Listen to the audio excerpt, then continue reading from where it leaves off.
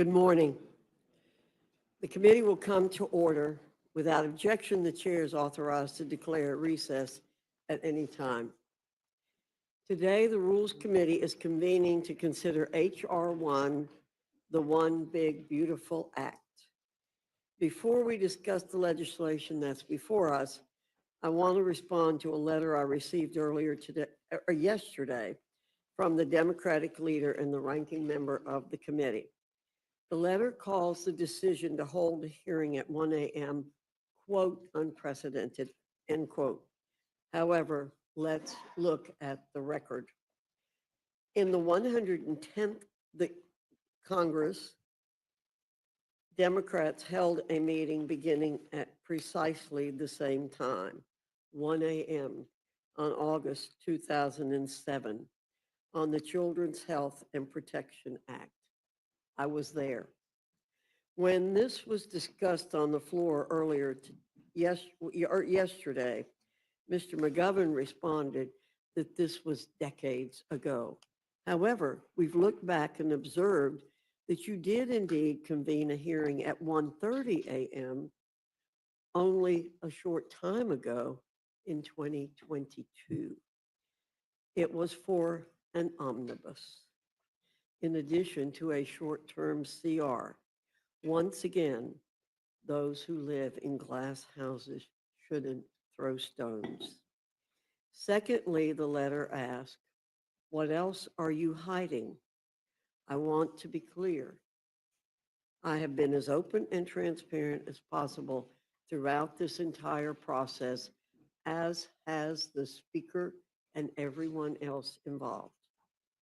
We posted the text of the Rules Committee print late Sunday night after the Budget Committee ordered the legislation reported, and we posted a comparative print at the same time showing the changes between the reported bill and the Rules Committee print.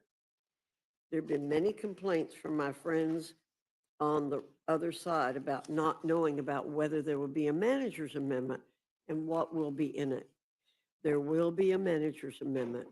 It is how reconciliation has operated under both Republican and Democrat control. I certainly can't control the time that it will be ready, but I can assure my Democrat colleagues that they will certainly have more time than we were given in 2009 when a 309-page manager's amendment was dropped on us when the ranking member began reading the motion to report a rule for H.R. 2454.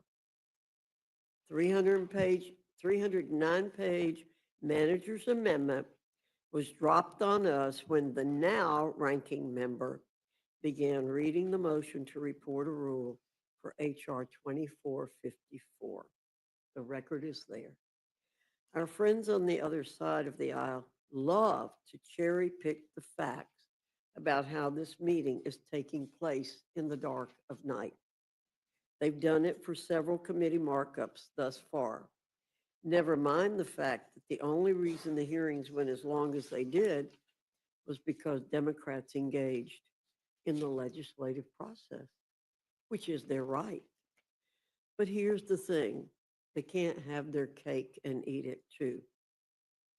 They cannot complain about reporting legislation in the dark of night when the only reason it went so late was because of their own actions. Now, in the case of the Rules Committee, the same holds true.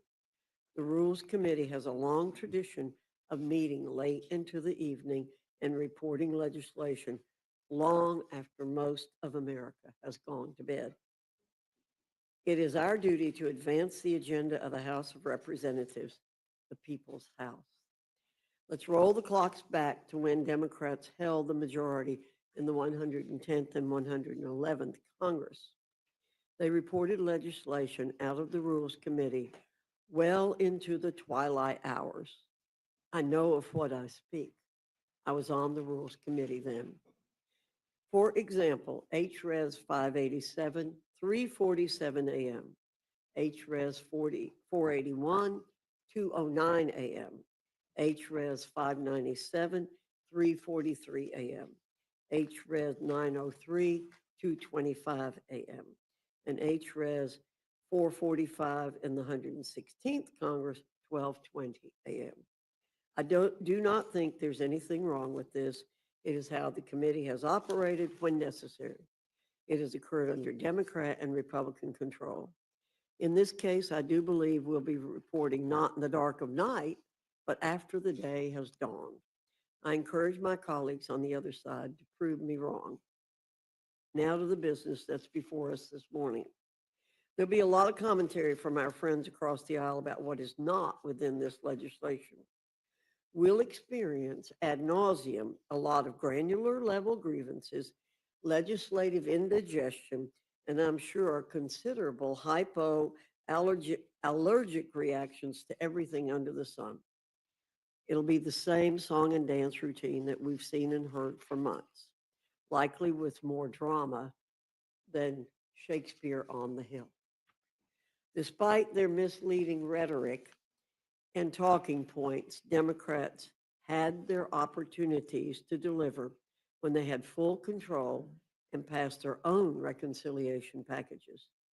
They did nothing to make the middle class centered Trump tax permanent. Despite the existence of the expiration of these tax cuts within their 10-year window, they refused. They even refused to raise the top income tax bracket, despite all their campaign talking points. Instead, they passed the so-called Inflation Reduction Act and the so-called American Rescue Plan Act that led to reckless spending and record inflation. But Republicans are here to do our jobs. And our jobs, in this case, isn't out of discretion. It's grounded in statute. We're considering legislation that executes the instructions given to the committees pursuant to the budget resolution, one that passed both chambers and is binding on this body and the Senate. And our express purpose is this: to ensure that our federal spending, taxation, and other revenue generating concepts align with the current needs of the American people. The American people and this government, by extension, cannot afford inaction. Americans need this legislation to ensure our economic survival and the sustainability of this Republican government. Americans cannot afford the largest tax hike in our nation's history. Americans cannot afford the runaway, endless spending machines that Democrats have enshrined via their policies. Americans cannot afford the inflation caused by the Democrats in the last 4 years. Americans cannot afford a soft, fragile embrace of President Trump's successful policies on the border, national security, and growth. Inflation has fallen to the lowest level in more than 4 years as April's consumer price index smashed expectations for the third straight month. Workers' real wages are up 1.9%, increasing each of the last 3 months. Encounters with gotaways, the top threat to public safety, are down by 95%. In March of 2025, fentanyl traffic at the southern border fell by 54% compared to March of 2024. Lastly, Americans and this government cannot afford to ignore the specific pro-growth provisions that President Trump campaigned on. Our bill delivers on the specific acute policies American workers embraced. We end taxes on tips. We end taxes on overtime. We boost tax deductions for seniors.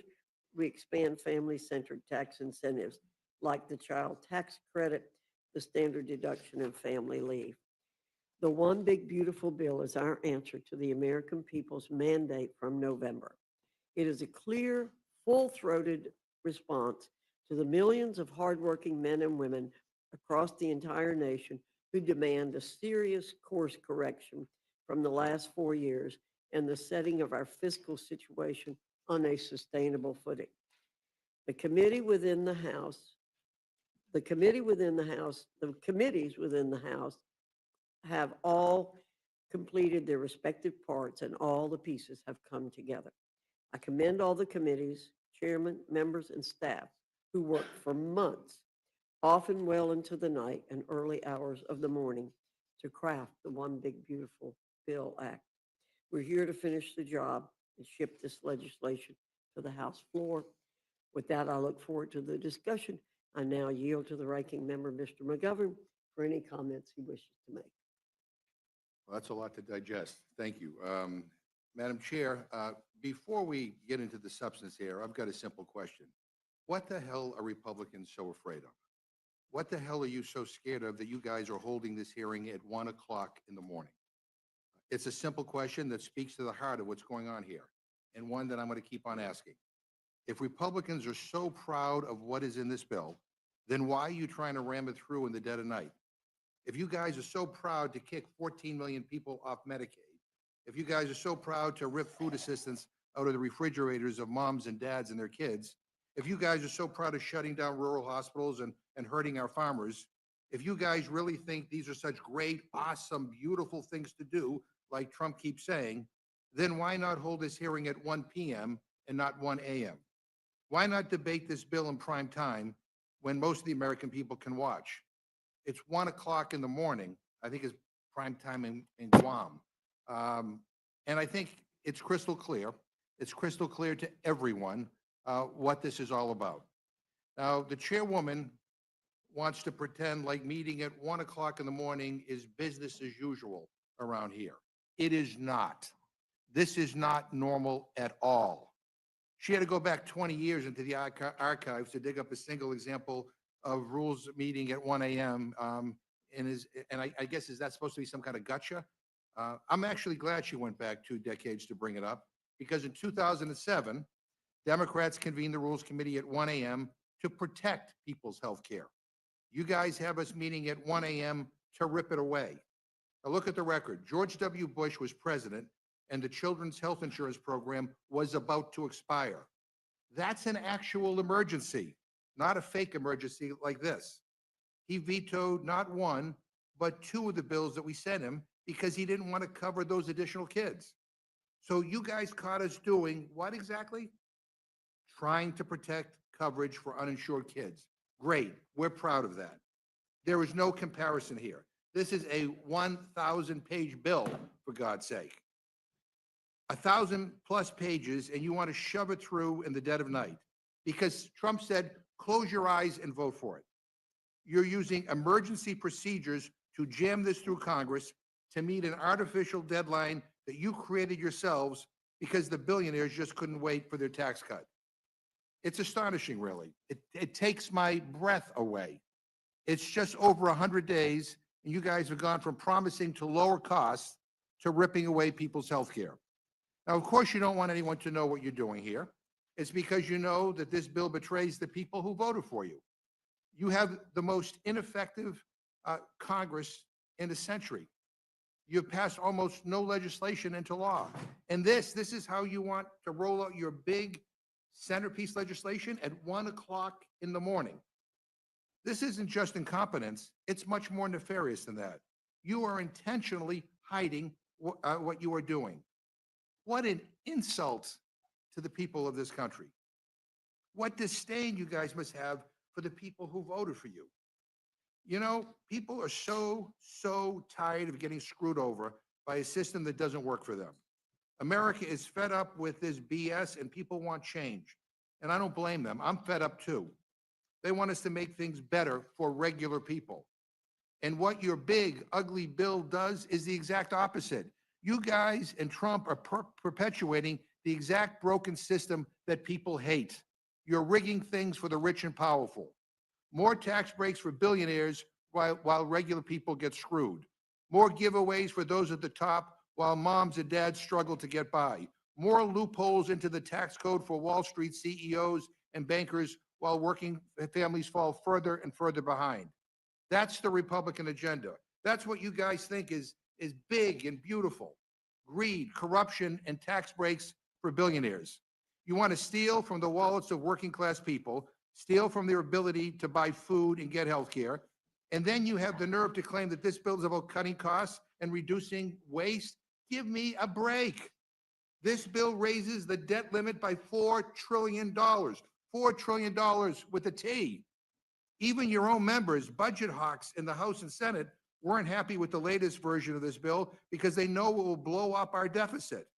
And the true cost is likely trillions of dollars higher, a cost shouldered by the American taxpayer. So you want to cut taxes for the rich and pay for it by exploding the debt and stealing from the American people, stealing from people with the least so you guys can give more to those with the most.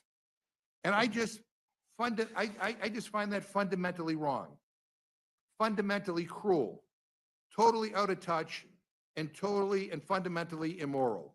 Now, let me walk through what your bill does, since you guys are so eager to sweep it under the rug. First, you are making the biggest cuts to Medicaid in American history. As a result of this bill, nearly 14 million Americans will lose their health care, and millions more will pay higher premiums, co-pays, and deductibles. That's just a fact. Hospitals will close, nursing homes will shut down, and people will die. And not a single one of the proposals in your bill is about making Medicaid work better. Not one. Your bill doesn't save Medicaid. Your bill destroys Medicaid. We can and we should make Medicaid work better. Absolutely. Instead, your bill creates more red tape, more hurdles, and kicks struggling people off their health insurance. Now, who asked for this garbage? I mean, more red tape? Oh boy. When I talk to people back home, that's exactly what they want with their health care. More red tape. I mean, come on. And then, if that's not bad enough, you are making the biggest cut to food assistance in American history. According to the nonpartisan Congressional Budget Office, at least 5 million Americans will lose food assistance under your plan. 5 million more hungry Americans because of this bill. And that's probably a lowball estimate, by the way. You're slashing benefits from children, from seniors living on fixed incomes, from veterans who served this country and now rely on food assistance just to get by. And why? And why? So that the top 0.1%, people making over $3.5 million a year, can pocket $314,000 a year in new tax giveaways. I mean, you are literally taking food off kids' plates to buy Elon Musk another yacht. I guess he's getting a good return on his campaign donations, but I just find this whole thing disgusting. And look, at the end of the day, this is simple. It is simple. It's about whose side you're on. You guys wrote this bill for the top 0.1%. You wrote it for the billion-dollar corporations who offshore jobs and dodge taxes. You wrote it for the big oil and big pharma CEOs who rip people off. You wrote it for the rich and famous, for the people who never, ever have to worry about where their next meal is coming from or how to take care of their elderly parents. So you guys picked a side, okay? You picked the billionaires. I get it. You want to betray the people who voted for you. You want to sell them out because Trump told you to. But guess what? Democrats are picking a side too. And we are siding with the vast, vast, vast majority of Americans who you are going to screw over with this bill. We are siding with the 14 million parents and grandparents who are going to get kicked off health care if this monstrosity passes. We're siding with struggling families who are already having a hard time buying groceries, and the farmers whose incomes will drop because you're gutting the nutrition programs to create demand for the food that they grow, and the rural grocery stores that they support, and the nurses who will lose their jobs when you start closing down rural hospitals. That's who we're siding with, and that's who we choose to fight for. Now, I've seen a lot in my time in Congress. I've seen my fair share of bad bills, but this takes the cake. This is not policy. This is theft. It is a direct transfer of wealth from the working and middle class to the ultra wealthy, and it's being done on purpose and under the cover of night. Republicans have had every opportunity to make life better for the American people. You guys have a unified Republican government. You have the House, you have the Senate, you have the White House. You could have invested in housing, in childcare, in clean energy, in community health. You could have closed tax loopholes and make sure that billionaires pay what they owe. Instead, you chose to side with those at the top. You chose to line the pockets of your rich donors, and the health and security of of regular people be damned. This is not a governing philosophy. It is a scam. It is a scam. A scam. And I wasn't sent here to vote for trash like this. For the life of me, I cannot understand why you were doing this. Why the hell did you choose a career of public service just to do this? Just to rip away the health care and food assistance and security of working and middle-class Americans? Is that really what you came here to do? I don't understand this. I don't understand the cruelty. And let me say this to every Republican member who votes for this. You own it. You own it. You own every hospital that closes, every child that goes to bed hungry, every senior who loses care, and every American family forced to choose between groceries and rent, between their heating bill and their child care, between their kid's birthday party and their parents' long-term care. So you guys can force us to debate this bill in the dead of night. You can do it while the country sleeps. But the American people will wake up tomorrow morning, and I guarantee you they will wake up to how terrible your agenda is. They will remember this moment. They will remember who stood with the billionaires and who stood with them. We will make sure they remember, and I'll be damned if we let this pass quietly. I'm going to fight like hell, and I know I won't be alone. This is a farce, an outrageous insult to the people of this country to bring up a 1,000-page bill at 1 o'clock in the morning, a bill that's still being written, by the way, by Republicans as we speak, in a back room somewhere, for God's sake. And then to try to jam it through Congress in the middle of the night when nobody is watching is just unbelievably cynical. This is why people hate Washington. So if you guys think this ugly bill is so damn beautiful, like Trump keeps saying, you should have the courage to debate it in prime time. Madam Chair, we should reconvene at a reasonable hour and debate your bill in full view of the American people, not in the middle of the night like cowards. And for that reason, I move that the Rules Committee do now adjourn. The gentleman, the question is on the motion to adjourn. All those in favor say aye. Aye. All those opposed say no. No. In the opinion of the chair, the noes have it. As for a roll call, Madam Chair. The gentleman has asked for a roll call vote. The clerk will call the roll.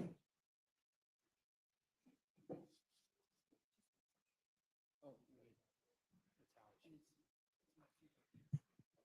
don't you just let me call?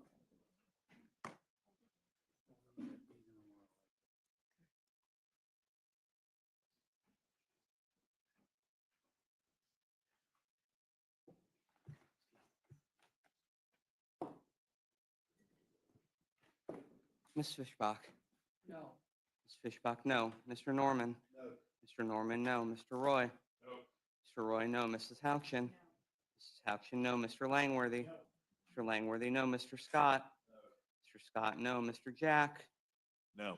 Mr. Jack, no. Mr. McGovern? Aye. Mr. McGovern, aye. Ms. Scanlon? Ms. Scanlon, aye. Mr. Neguse? Mr. Neguse, aye. Ms. Leger-Fernandez? Ms. Leger-Fernandez, aye. Mr. Griffith? Mr. Griffith, no. Madam Chair? No. Madam Chair, no. Clerk will report the tally. 4 yeas, 9 nays. The noes have it. We will move on. Without objection, any prepared statements that our witnesses may have will be included in the record. I now welcome our first panel, Chairman Rogers and Representative Smith from the Committee on Armed Services, Chairman Arrington and Representative Boyle from the Committee on the Budget, Chairman Hill and Representative Waters from the Committee on Financial Services, and Chairman Comer and Representative Lynch. There he is. Chairman Lynch from the Committee on Oversight and Government Reform. Your full statements will be submitted for the record, and we ask that you summarize your statements in 5 minutes. Chairman Rogers, I welcome your testimony. Thank you, Chairwoman Fox and Ranking Member McGovern. I appreciate the opportunity to present the Armed Services Committee Reconciliation title. The House title provides $150 billion in mandatory funding to modernize our military, revitalize the defense industrial base, and improve quality of life for our service members. The time for this level of investment is long overdue. The threats we face from China, Russia, Iran, North Korea, and others are much more complex and challenging than at any point in our history. We are being outpaced by our adversaries in the development and deployment of critical capabilities. Our defense industrial base is atrophied to the point where we may no longer be able to sustain prolonged conflict, and it all stems from a chronic underinvestment in our national security. Defense spending is not keeping up with inflation. In fact, we are currently at the lowest level of defense spending as a percentage of GDP since before World War II. That anemic level of investment is endangering our national security, and it must change. Reconciliation gives us the opportunity to start building the future of American defense now. It invests billions to accelerate deployment of new, low-cost, attritable autonomous systems. These unmanned air, surface, and underwater systems are the key to victory on future battlefields. The House title will go a long way toward restoring American deterrence and building our ready, capable, and lethal fighting force that President Trump has promised. Finally, I'm very pleased to be able to report that the committee reported this out on a bipartisan basis. I think that demonstrates the underlying bipartisan consensus we have to increase investment in our national security. Thank you for the opportunity to testify and for your help in moving this critical bill forward. Thank you, Madam Chair. Really just have 2 points. I mean, certainly I agree with the chairman of the Armed Services Committee that we face a very complex threat environment and a need to modernize our military in a bunch of different directions. I'm not sure I agree on what the total number of the budget should be for the House Armed Services Committee, but 2 crucial points. If you believe that the Defense Department needs more money, that we need to spend more money on defense, you cannot vote for this reconciliation bill. This reconciliation bill is going to cut taxes over 10 years by somewhere between $5 and $7 trillion, depending on how you guys all finally decide what you're going to put in there and what you're not going to put in there. It is going to increase the debt and the deficit by $3.5 trillion or thereabouts.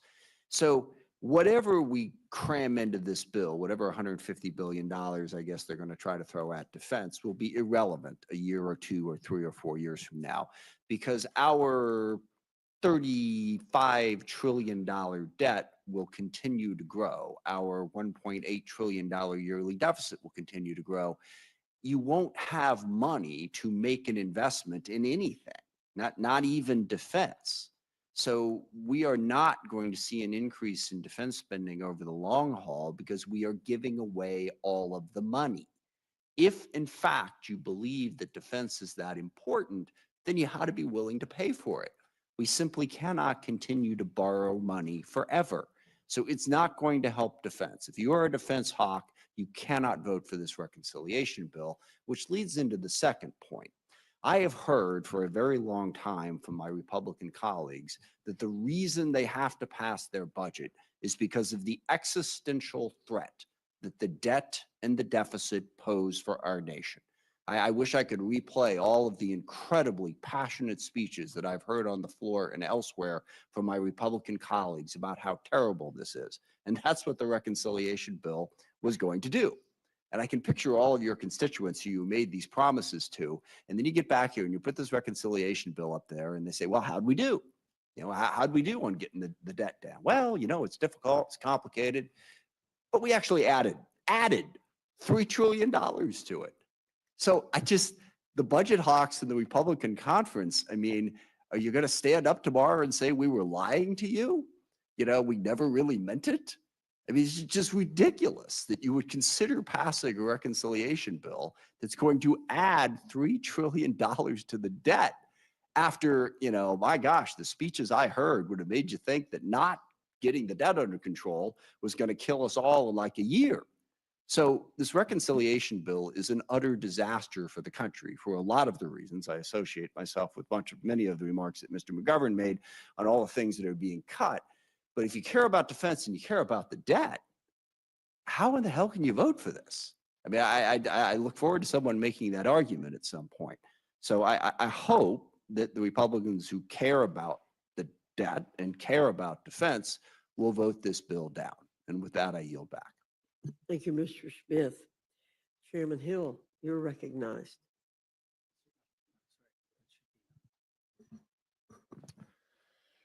Good morning, Madam Chair and Ranking Member McGovern. I've never considered myself much of a morning person, and this takes it to a whole new level. A few weeks ago, the House Financial Services Committee completed work on the assignment to us on the budget resolution from Congress adopted early in April. The resolution asked us to decrease the deficit by at least $1 billion over the 2025 to 2034 period. We've done that. We've rescinded the remaining unobligated balances with the Department of Housing and Urban Development's Green and Resilient Retrofit Program created under the Inflation Reduction Act of 2022. We ended the Public Accounting Oversight Board's authority to collect regulatory fees and transferred any unused balances to the Treasury. Audit oversight will continue without disruption. We put a firm cap on the Consumer Financial Protection Bureau's budget, setting its funding at no more than $249 million for fiscal 2025, with an annual adjustment for inflation going forward. For the CFPB Civil Penalty Fund, once direct victims are compensated, remaining funds will be transferred to the Treasury's general fund. Finally, we capped the assessment collected by the Office of Financial Research at the Treasury, aligning them with the average annual expenses of the Financial Stability Oversight Council over the past 3 years. Any surplus will, once again, be returned to the Treasury. I'm pleased to report that the Financial Services Committee exceeded our instruction by the Budget Committee, and that the CBO estimates the deficit will decrease by $5.2 billion from the efforts of our committee. During our markup, we spent over 9 hours debating our portion of this reconciliation bill. We considered all 40 amendments that our Democratic colleagues offered and did not limit the minority's ability to propose modifications to the underlying legislative text. After this long, comprehensive process, we favorably transmitted our committee print to fulfill our obligations to the reconciliation bill before rules today. I want to thank all my colleagues. I want to remind all my colleagues to recall why we are here. The American people voted for fiscal responsibility. They voted for change. Our country is currently $37 trillion in debt, paying billions of dollars in interest each day on that debt. This year alone, we'll spend almost $1 trillion on total interest. If Congress fails to get our fiscal house in order, our debt will continue to grow exponentially, and our grandchildren will pay the consequences. For too long, government spending has been on a one-way ratchet up. So we're here today to finally do the difficult work of extricating our nation from this fiscal predicament. Financial Services Committee portion of the concurrent resolution does more than its part to reduce the deficit. I'm eager to finish our work and finally tackle these issues. I ask the committee for your support in advancing this bill to the House floor. I yield back. Thank you, Mr. Hill. Representative Waters, you're recognized.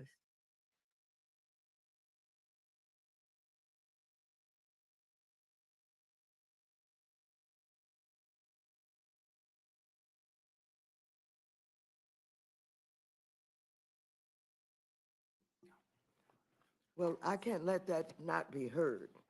Well, here we are. Republicans have dragged us here in the dead of the night under the guise of having a productive hearing about the GOP tax scam bill. But the truth is that Republicans couldn't care less about how bad this bill is. They're going to sit here and ignore every single thing that I and my Democratic colleagues have to say about this bill and how it will harm hard-working American families. And it's all because they are afraid of Donald Trump. They're so afraid of Donald Trump that they will gladly allow the American people to serve as collateral damage to the $5 trillion handout, $5 trillion handout to billionaires in this bill. They're so afraid of Donald Trump that they're okay with him getting richer while their constituents are getting poor. This isn't hyperbole. This is real life. This bill cuts programs that will literally make American families poor and make Donald Trump and his billionaire donors richer. I was there. at the Consumer Financial Protection Bureau after Trump and Elon Musk illegally attempted to shut down the Bureau. I heard from consumers about what shutting down the agency means for them. This is the very same agency that following the 2008 financial crisis, which many of us in this room remember, was created to stop predatory financial institutions from ripping off our constituents. The same agency that has saved American families $21 billion by returning to them funds that were swindled out of them. Trump failed to shut the agency down in court. So now they're trying to soliciting the help of Republicans. This bill, this budget scheme will slash the Bureau's budget by 70% and put the agency's crucial work like cracking down on illegal junk fees, tackling discrimination in housing, and protecting service members and students from scams to a grinding halt.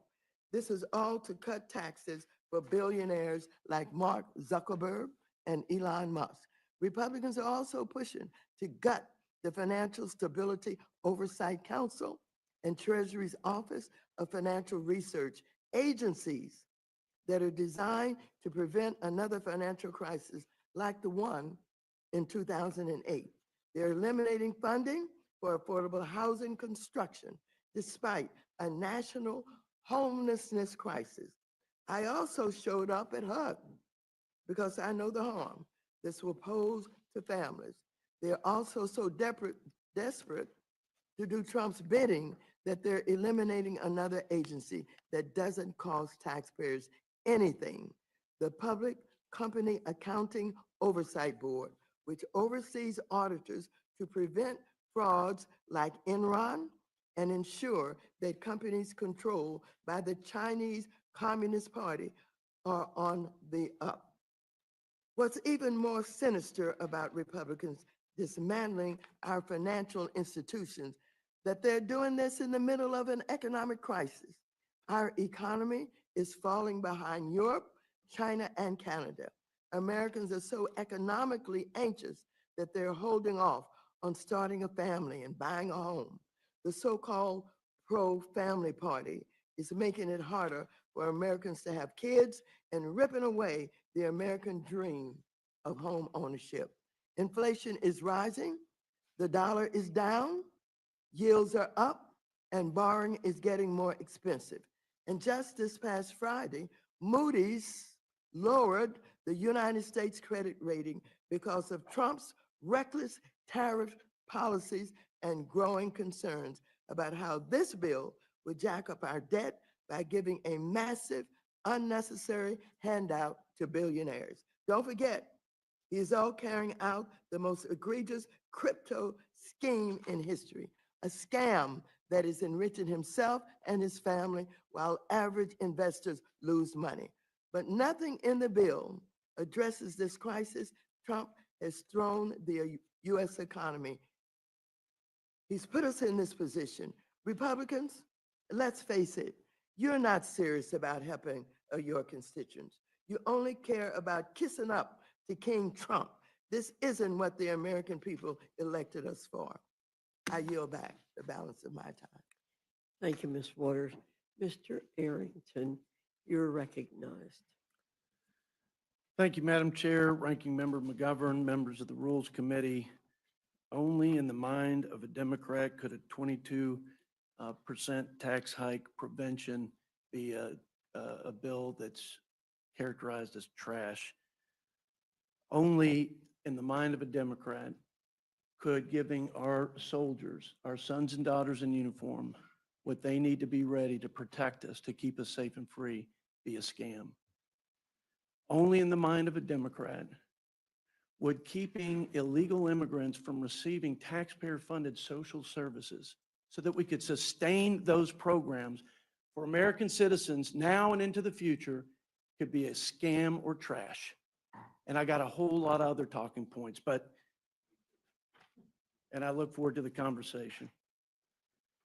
Reconciliation bill under consideration today is the principal legislative vehicle for advancing the full America First agenda to realize President Trump's vision and House Republicans' unwavering commitment to making America safe and prosperous again. Our goals were as follows: to strengthen our military and secure our border, to reignite economic growth and unleash American prosperity, and to rein in wasteful Washington spending and begin the process of restoring the fiscal health of our great nation. The One Big Beautiful Bill Act contains the largest tax cuts, security investment, federal energy asset deployment, and spending reduction in the history of the United States of America. This is an historic moment. We believe it's a generational opportunity to reclaim the American promise, to renew the American spirit, and restore America's greatness. The American people gave President Trump a mandate and unified Republican leadership in Congress to reverse course on the failed policies of the last 4 years. Their message to Washington, Madam Chair, I believe was crystal clear. They want competent leaders, common sense policies, and a commitment from everybody in this room, all of the lawmakers and leaders of our great country, to be committed to putting America and Americans first. Let's give the voters what they got, what they asked for today. I yield back. Thank you, Mr. Harrington. Mr. Boyle, you're recognized. Thank you, Madam Chair, and thank you, Ranking Member, and thank you to all the members who go above and beyond by serving on the Rules Committee. When I was a teen, my late mother would often say, "Nothing good happens after midnight." Now I know what she meant. This big bill for billionaires will truly hurt working Americans. Let me highlight some of the major points. First, it will bring about, according to the Nonpartisan Congressional Budget Office, the greatest loss of health care coverage in American history. It does it in several ways. First, by providing and instituting the biggest cut to Medicaid in American history. Second, by launching devastating cuts to Obamacare. Those two combined will result in a loss of health care for about 14 million Americans. But that's not all. Just tonight, a few hours ago, the bombshell came out. The nonpartisan CBO's official numbers show this bill will bring about an over $500 billion cut to Medicare, one of the largest cuts to Medicare since the program was created in 1965. So the largest cut to Medicaid in American history, devastating cuts to the Affordable Care Act, and one of the largest cuts to Medicare in American history. And why? To help subsidize tax cuts that mostly go to the top 1%. And of course, those cuts I highlighted to healthcare aren't the only cuts that are in here. We also have included the largest cuts to nutrition assistance and food programs in American history, cuts to all sorts of education programs, and the list goes on and on and on. And does that in the end mean most working Americans will be better off? No, because also out from CBO just tonight are the distributional effects of this bill. It's in its entirety. And what does it show? The bottom 10% of Americans will actually be poorer as a result of this bill, with the biggest benefit going to the top 1% of Americans. What is also quite clear is that this bill is not entirely paid for. Even after all of those cuts to Medicaid, all of those cuts to Medicare, all of those cuts to the Affordable Care Act and nutrition assistance and on, they don't come close to paying for the cost of the tax cuts. So how's the rest paid for? It isn't. Just tacking on more and more to our national debt. No wonder just on Friday evening, Moody's delivered the third credit downgrade this nation has ever received. This is truly, I think all sides will agree with this, a significant piece of legislation. Frankly, I think one of the most consequential in our lifetimes. Sadly, though, I believe the consequences for my constituents and most working Americans will be absolutely devastating. I urge you to reject it. With that, I yield back. Thank you, Mr. Boyle. Chairman Comer, you're recognized. Thank you, Dr. Fox and Ranking Member McGovern. Today, I'm here to talk about a generational opportunity to realize reforms that address the budget deficit. The provisions proposed by the Committee on Oversight and Government Reform in Title IX of this bill are part of President Trump's larger effort to improve the fiscal health of the federal government.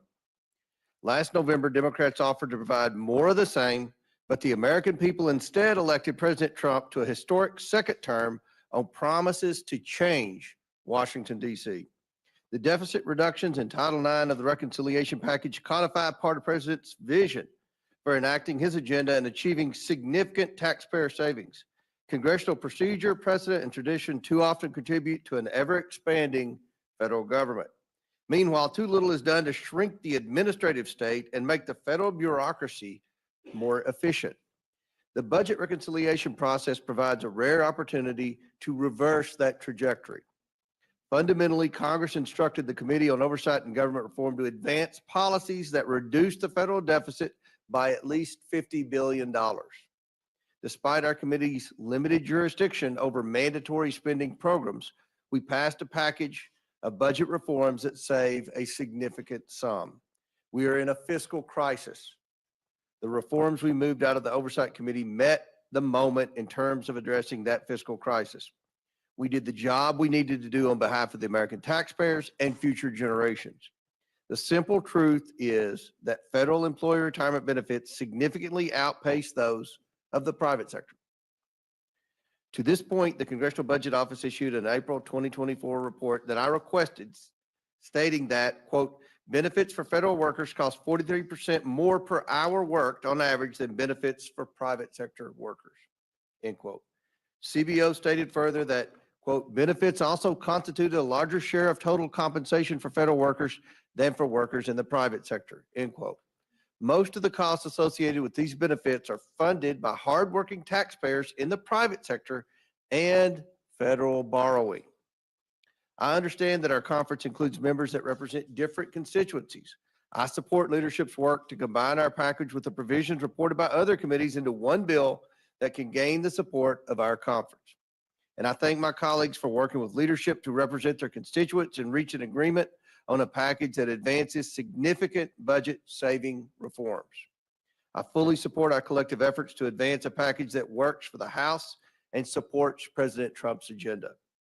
Title IX of the legislation before us today advances most of the Oversight Committee's important budgetary reforms. These reforms will save taxpayers money while protecting current retirees, as well as law enforcement officers, border patrol officers, air traffic controllers, nuclear material couriers, and firefighters who serve a clear public interest and typically have shortened federal careers due to mandatory retirement rules and early retirement incentives. Taken together, the reforms now being considered in Title IX will reduce the deficit and move us toward the more accountable federal government and the American people demand and deserve. I ask the Rules Committee to promptly advance this legislation for consideration by the House, and I welcome the committee's questions. I yield back. Thank you, Chairman Comer. Representative Lynch, you recognized. Thank you, Madam Chair.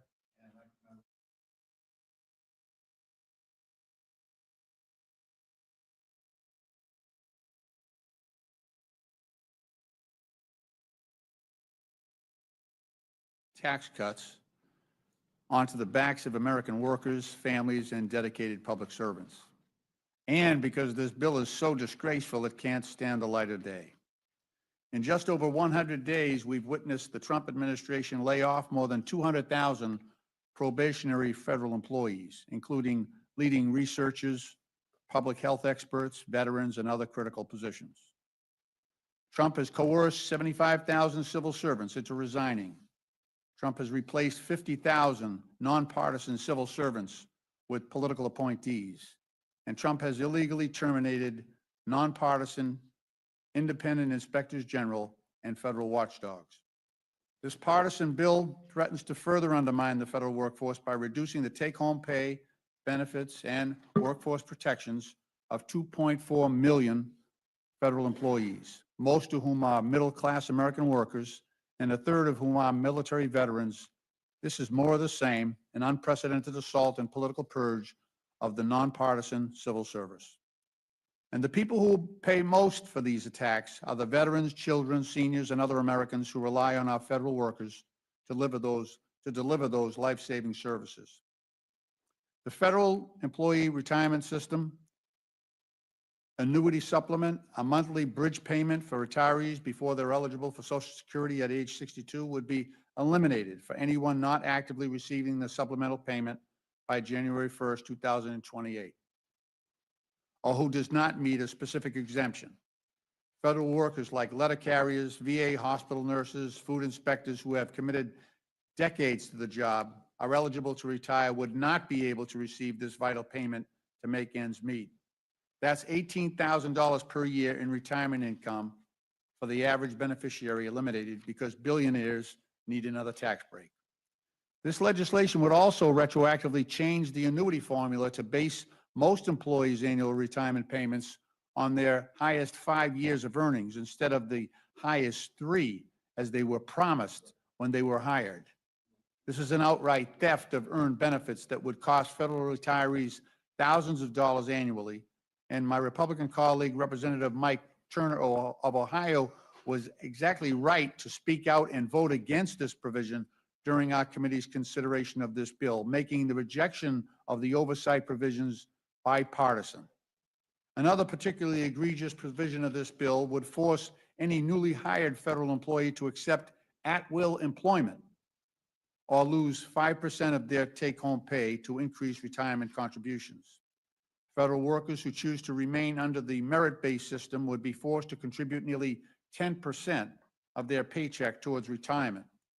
CBO estimates that 75% of new hires in the federal government would now become at-will employees subject to political purges of the federal workforce with little to no protections. I'll be introducing amendments to strike this bill's at-will employment provisions and to exempt veterans and federal workers who entered the workforce prior to the bill enactment from the changes in the annuity formula.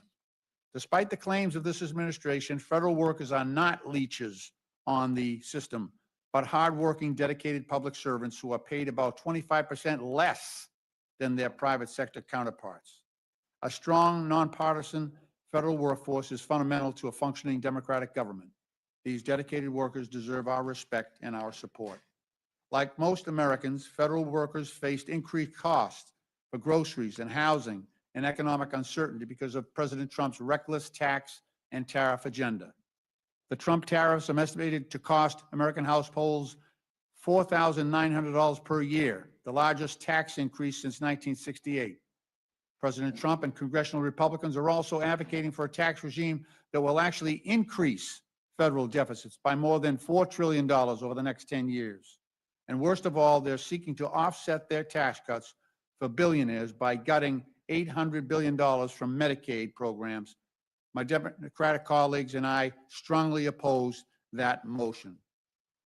Oversight Democrats stand with struggling families. We oppose corruption and abuse of power, and we are committed to solving our nation's crises without sacrificing the well-being of our civil servants. I urge my colleagues to reject this reverse Robin Hood legislation, which robs from the poor to give to the rich, and instead work towards a budget that respects American workers and the basic needs and services they provide. I welcome the committee's questions, and I yield back. Thank you, Mr. Lynch. Chairman Arrington, we keep hearing a constant refrain from the Democrats that the tax cuts were driven to the wealthy. The Washington Post fact-checked what they referred to as Democrats' quote, zombie claim, end quote, that 83% of the benefits from Republican tax reform in 2017 went to the wealthiest 1%. They fact-checked this multiple times. The Post gave the claim 3 Pinocchios, saying, quote, the tax bill has been in place for more than 3 years, and it's clear from the available data that the top 1% did not end up with most of the tax benefits. Do you agree with me that the Democrats have a credibility problem when they discuss President Trump's tax cuts? they have a major credibility problem because the facts are contrary to their mischaracterization. The top 1% actually pay a higher share of their taxes than they did prior to TCJA. So in that respect, it became a more progressive tax code. But every other income level saw a tax break. In addition to that, we had record wage increases. In fact, the bottom 10% of wage earners grew their wages at twice the top 10%. And it's 3 times the income increase of the bottom 50% relative to the top 1%. So I would just add that it couldn't be a scam on working people and poor people when we achieved the lowest poverty rate in recorded history. So people got better opportunities and bigger paychecks, and the people at the lower income spectrum got the biggest benefit from TCJA. So mischaracterization may be an understatement for how they describe tax cuts for the rich. And let's remember, the top 10% of income earners are paying 70% of our salary, the lights, and the entire freight of the federal government. So when we talk about tax fairness and equity, they have an interesting perspective on that. Thank you. I think the word mischaracterization of what they're saying is a kind way to say it. There's there's a 3-letter word that characterizes it better, but we'll leave that alone.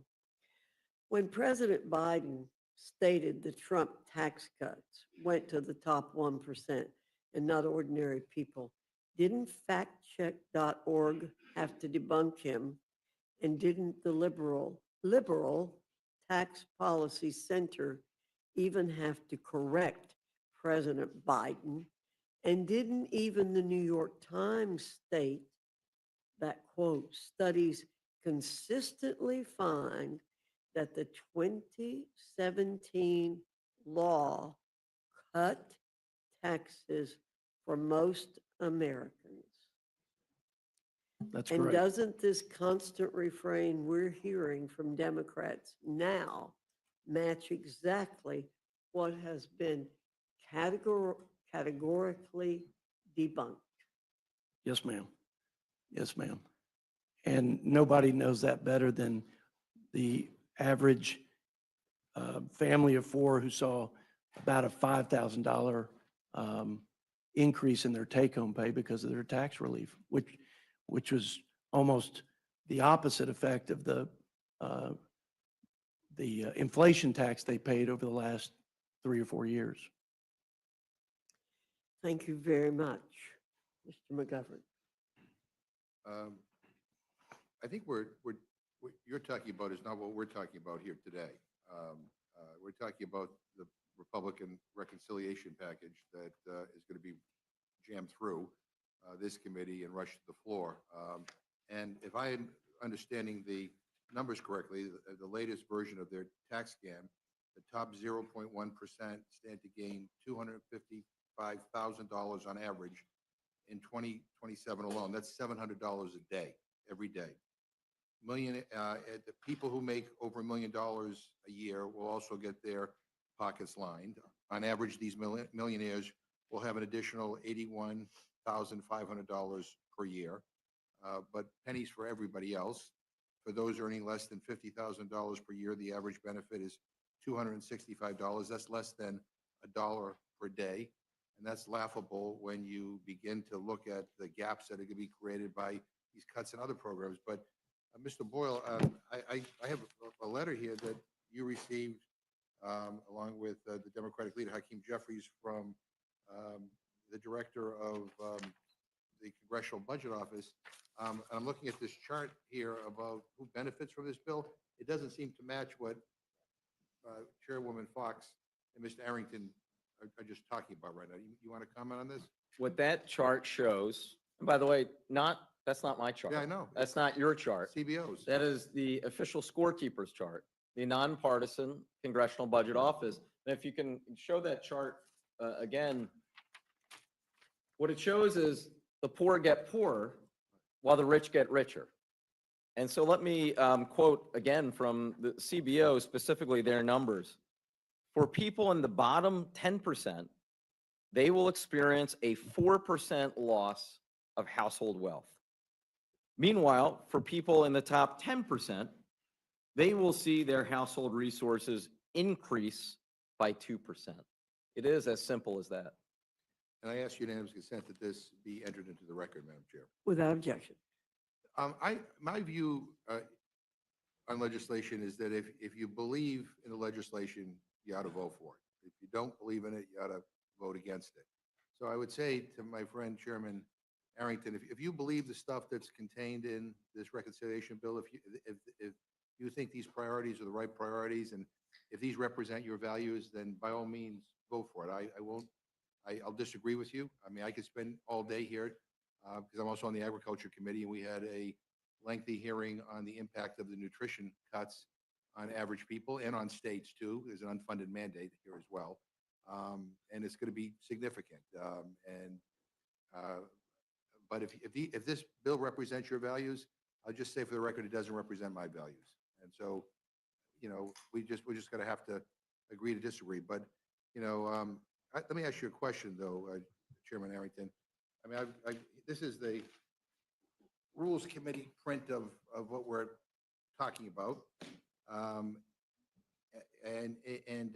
Is this Rules Committee print in front of us, is this the final version of the bill, or a change is going to be made? Sir, it's the final version of the bill until the manager's amendment is changes will- completed, and so then changes we'll will be know what made. those Okay. definitive changes are. So are negotiations still ongoing? And if so, with whom? Where are they, and in what room? Shouldn't you be in that room instead of being here right now because you're the budget chair? I mean, during the budget markup on Sunday night, you said that you weren't aware of any changes being made, and then my colleague on the Rules Committee, Mr. Norman, on this committee, followed up saying he was happy with the direction, with the changes that were being made. So which is it? So changes are going to be made. Well, I'd say there've been a lot of conversations and discussion and healthy debate within the conference. But as far as I'm concerned, my job was first to make sure that the budget targets were achieved, and they were. So we had a balanced budget reconciliation bill. That was our job to affirm that in the Budget Committee. As to what changes, I don't know of any definitive changes until I see it on paper. Lots of things change, as you know, Right, yeah, in this process. But in the Budget Committee markup, you said that we would have an official score from the nonpartisan budget experts at CBO before we vote on this bill. And when will we get that score? I believe we will still have a score on the final bill. So you think we'll get the score before we vote on it? That's my expectation. And if we don't, would you recommend that we hold off until we get the I think score? we got a lot of the bills scored at this point. My expectation is that they'll have the bill scored. Yeah, but with the changes, yeah, I mean, one of the things about CBO is it talks not only just about the impacts on the deficit and the debt, but also on like how many people will lose healthcare benefits or, and other benefits. So, any change will impact our constituents differently. And so I guess I just want to, do you think it's okay for us to vote on this bill without knowing how much it will cost the American taxpayer or how many people will get kicked off of their health care? And I mean, if you're saying we should absolutely have a final CBO score before we vote on this, I could live with that. I just don't, I want to make sure I'm understanding what you're committing to or not committing to. I'm committing, my expectation is they'll have all the scores, Mr. McGovern, but I think they know the various machinations and what that will do to ensure a certain number of people who receive, for example, Medicaid, who are in this country illegally under the policies of President Biden, and what that will change when we put prohibitions against taxpayer funding funded And- services and to going be via clear, legal I'm numbers. not looking for a prediction. I'm looking for kind of certainty about Yeah, what we sure. will be. Mr. Boyle, as you know, statutory pay-go, which stands for pay-as-you-go, is a law that requires tax cuts and spending increases to be offset, meaning that they do not add to the deficit. If at the end of the year, congressional legislation collectively violates pay-go, those deficit effects trigger across-the-board cuts to programs like Medicare. Does this bill trigger statutory pay-go? Yes, and it's not me saying it. It is the Congressional Budget Office confirming it as of a couple hours ago. And look, this is really the breaking news because when the Budget Committee kicked off this process approximately 3 months ago, there was a commitment by President Trump that there would be no Medicare cuts in this piece of legislation. And indeed, over the last several months, there's been no discussion of Medicare at all. There has been of Medicaid, but not of Medicare. Well, here we are tonight because, as you explained, because of the size of the deficits, because of the pay-go or pay-as-you-go act, that would trigger sequestration of Medicare, and it would total over $500 billion. The official figure that CBO confirms is $535 billion in cuts to Medicare. And this bill doesn't waive statutory pay-go. No, it does not. So this will have a direct impact on Medicare and the federal budget, which is, again, I think a lot of people who are, who are not following this as closely as you are, probably are not aware of and will be surprised to learn about tomorrow. Chairman Hill, as you know, military service members and veterans are disproportionately targeted and endangered by financial fraudsters. And the CFPB, whose funding Republicans are aiming to cut by roughly 70%, received nearly 85,000 financial complaints from service members and veterans in 2023.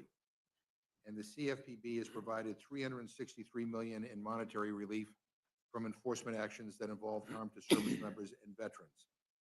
Our colleague from Connecticut, Mr. Himes, spoke on an amendment in your committee that would prevent funding cuts to the CFPB from harming veterans and service members. I mean, this seems like a common sense amendment to me, yet not a single Republican spoke in favor of it. No one on your side even spoke up to explain why they were in favor of not moving this amendment forward, which again, I think threatens the financial safety of our service members and our veterans. So at the end of the day, I mean, this amendment was voted down. So I just want to give you an opportunity to explain why cutting an agency that protects the financial well-being of our service members and our veterans is a priority in this bill. I don't quite understand it. Well, thank you, Mr. McGovern.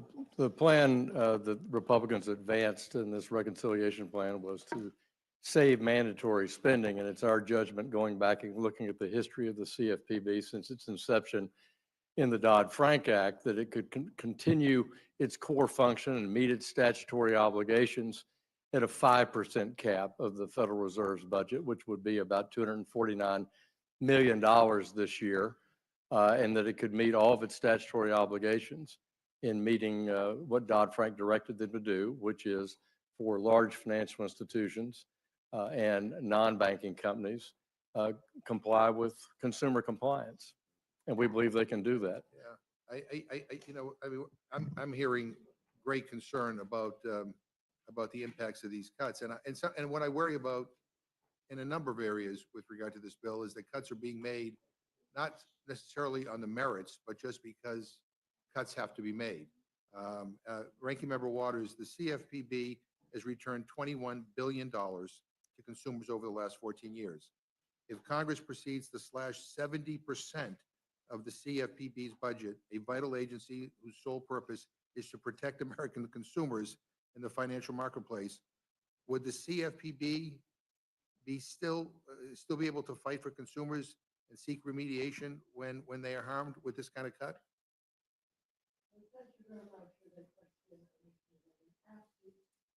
Absolutely not.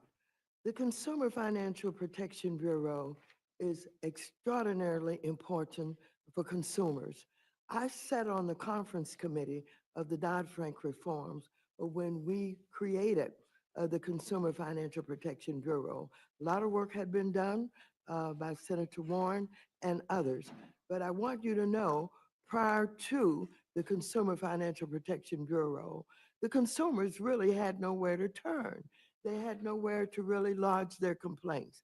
And this is very important because now, with the Consumer Financial Protection Bureau and the excellent work that has been done, they've been able to return $21 billion over 14 years to our consumers. I want you to know that our consumers, the victims, are mostly the least of these. These are people in poor communities, and not only in inner city, but in rural communities. They are the victims of everybody with a kind of a broad scheme that see them as vulnerable and target them. I want you to know, without the Consumer Financial Protection Bureau, we would not have been able to deal with the big fines that we had to do some of the largest banks in this country that were literally, in many ways, had less risk management that they should have, and all kind of errors and mistakes that fraud was taking place. And so this proposed cut of 70% literally would kill the Consumer Financial Protection Bureau. And I want you to know that even, and I'm recalling, when Mick Mulvaney was acting director of the Consumer Financial Protection Bureau, he basically said, I'm bound to execute the law as written. When he first went in, he did not request any money.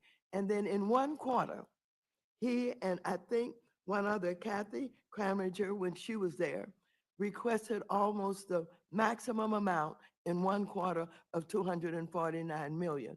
So this is extraordinarily important.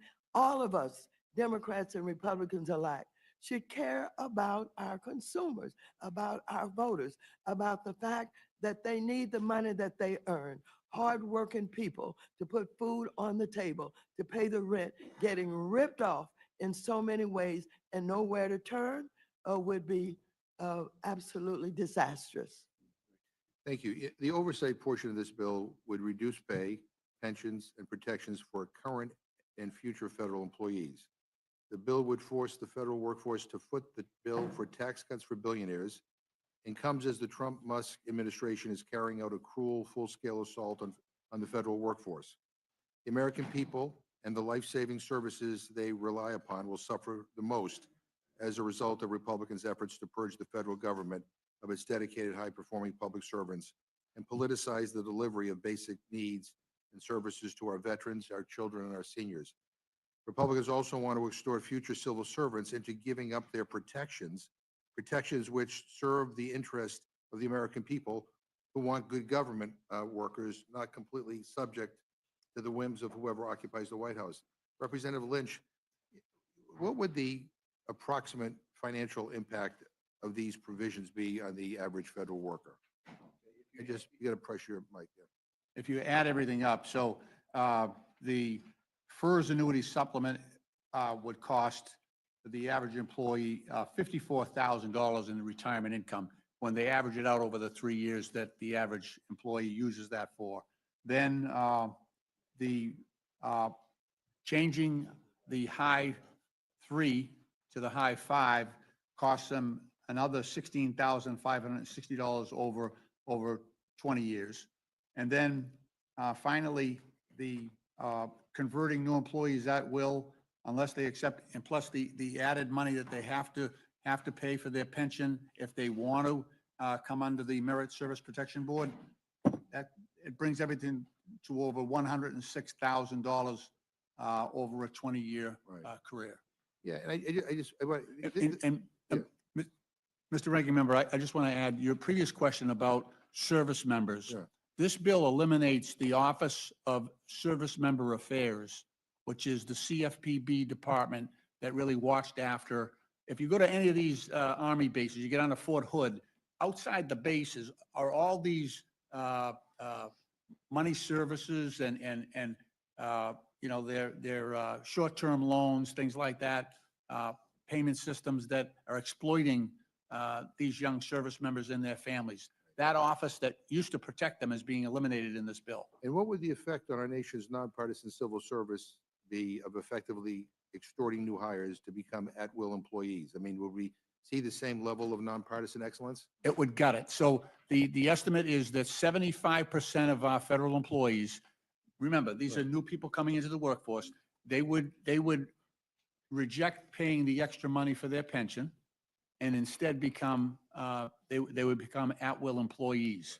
So because they have no pension at the end, they're probably going to be relying on, public assistance instead of being allowed to build a pension for themselves during their working lives. And Chairman Comer, is it correct that under this legislation, your pension contributions don't increase, but a newly hired VA nurse or Department of Defense education activity teacher who wants workplace protections from political purges would pay 5% more of their salary towards their pension than they would under the current law? Well, they would have a choice. They would have a So choice the to, answer is yes, right? they would have a choice to be an at-will employee and make more money or be a traditional Yeah. government employee, Yeah. like what you all There's something prefer. that to me is inherently wrong about all of this. I mean, we should want a federal civil service that represents the best of the best. I disagree. I think that, You may disagree with that. That's fine. no, I but don't do. disagree with that. I think it's okay to give people a choice. Right. Give federal employees a choice. They can make decisions. The government doesn't have to make every decision for everybody, including all the government employees. Government employees can have a choice here. Right, but the incentives here are backwards, that's the point I'm trying to make, is that I think there's an attempt by this administration, and you may agree with it, to basically politicize our federal workforce, to make everybody just say whatever the administration wants, and that's it. And I think this is about incentivizing that. But let me just say, my final, to Ranking Member Smith, from your time on the Armed Services Committee, it is clear that you understand the value of defense spending and investing in our military. Do you believe that an increase of $150 billion for defense over the $848 billion provided to the Department of Defense in fiscal year 2025, and with few guardrails, makes sense when the pay for is devastating cuts from essential programs for the American people like Medicaid, Supplemental Nutrition Assistance Program, which is SNAP, and student loan and grant programs at the Department of Education? I do not, and then that's why I voted against it in committee and opposed this. I mean, adding $150 billion to defense is debatable in and of itself, but where it's coming from, as I think a number of people have articulated, it's coming from all these other programs. It's also coming from just borrowing the money. And I will also say we do not yet have a national security plan from the Trump administration. We've heard that they want to cut 8% from certain aspects of it. We haven't seen what that is. So we don't know what the plan is for this $150 billion. It is spread out over 4 years, by the way, not all in the first year. And let me just add my final point here. I mean, many have expressed concerns with how Secretary Hegseth has managed the Pentagon, prioritizing loyalty over competence, decimating the military and civilian workforce, and undermining the effectiveness of the Department of Defense. Given that chaos, is now an appropriate time to gift the Department of Defense an additional $150 billion on top of the $858 billion that they already received in FY 2025? I mean, do you have any concerns about this? I do, and I know, please. So that was a central argument that House Democrats made during the markup. We have seen Secretary Hegseth struggling to run the department well.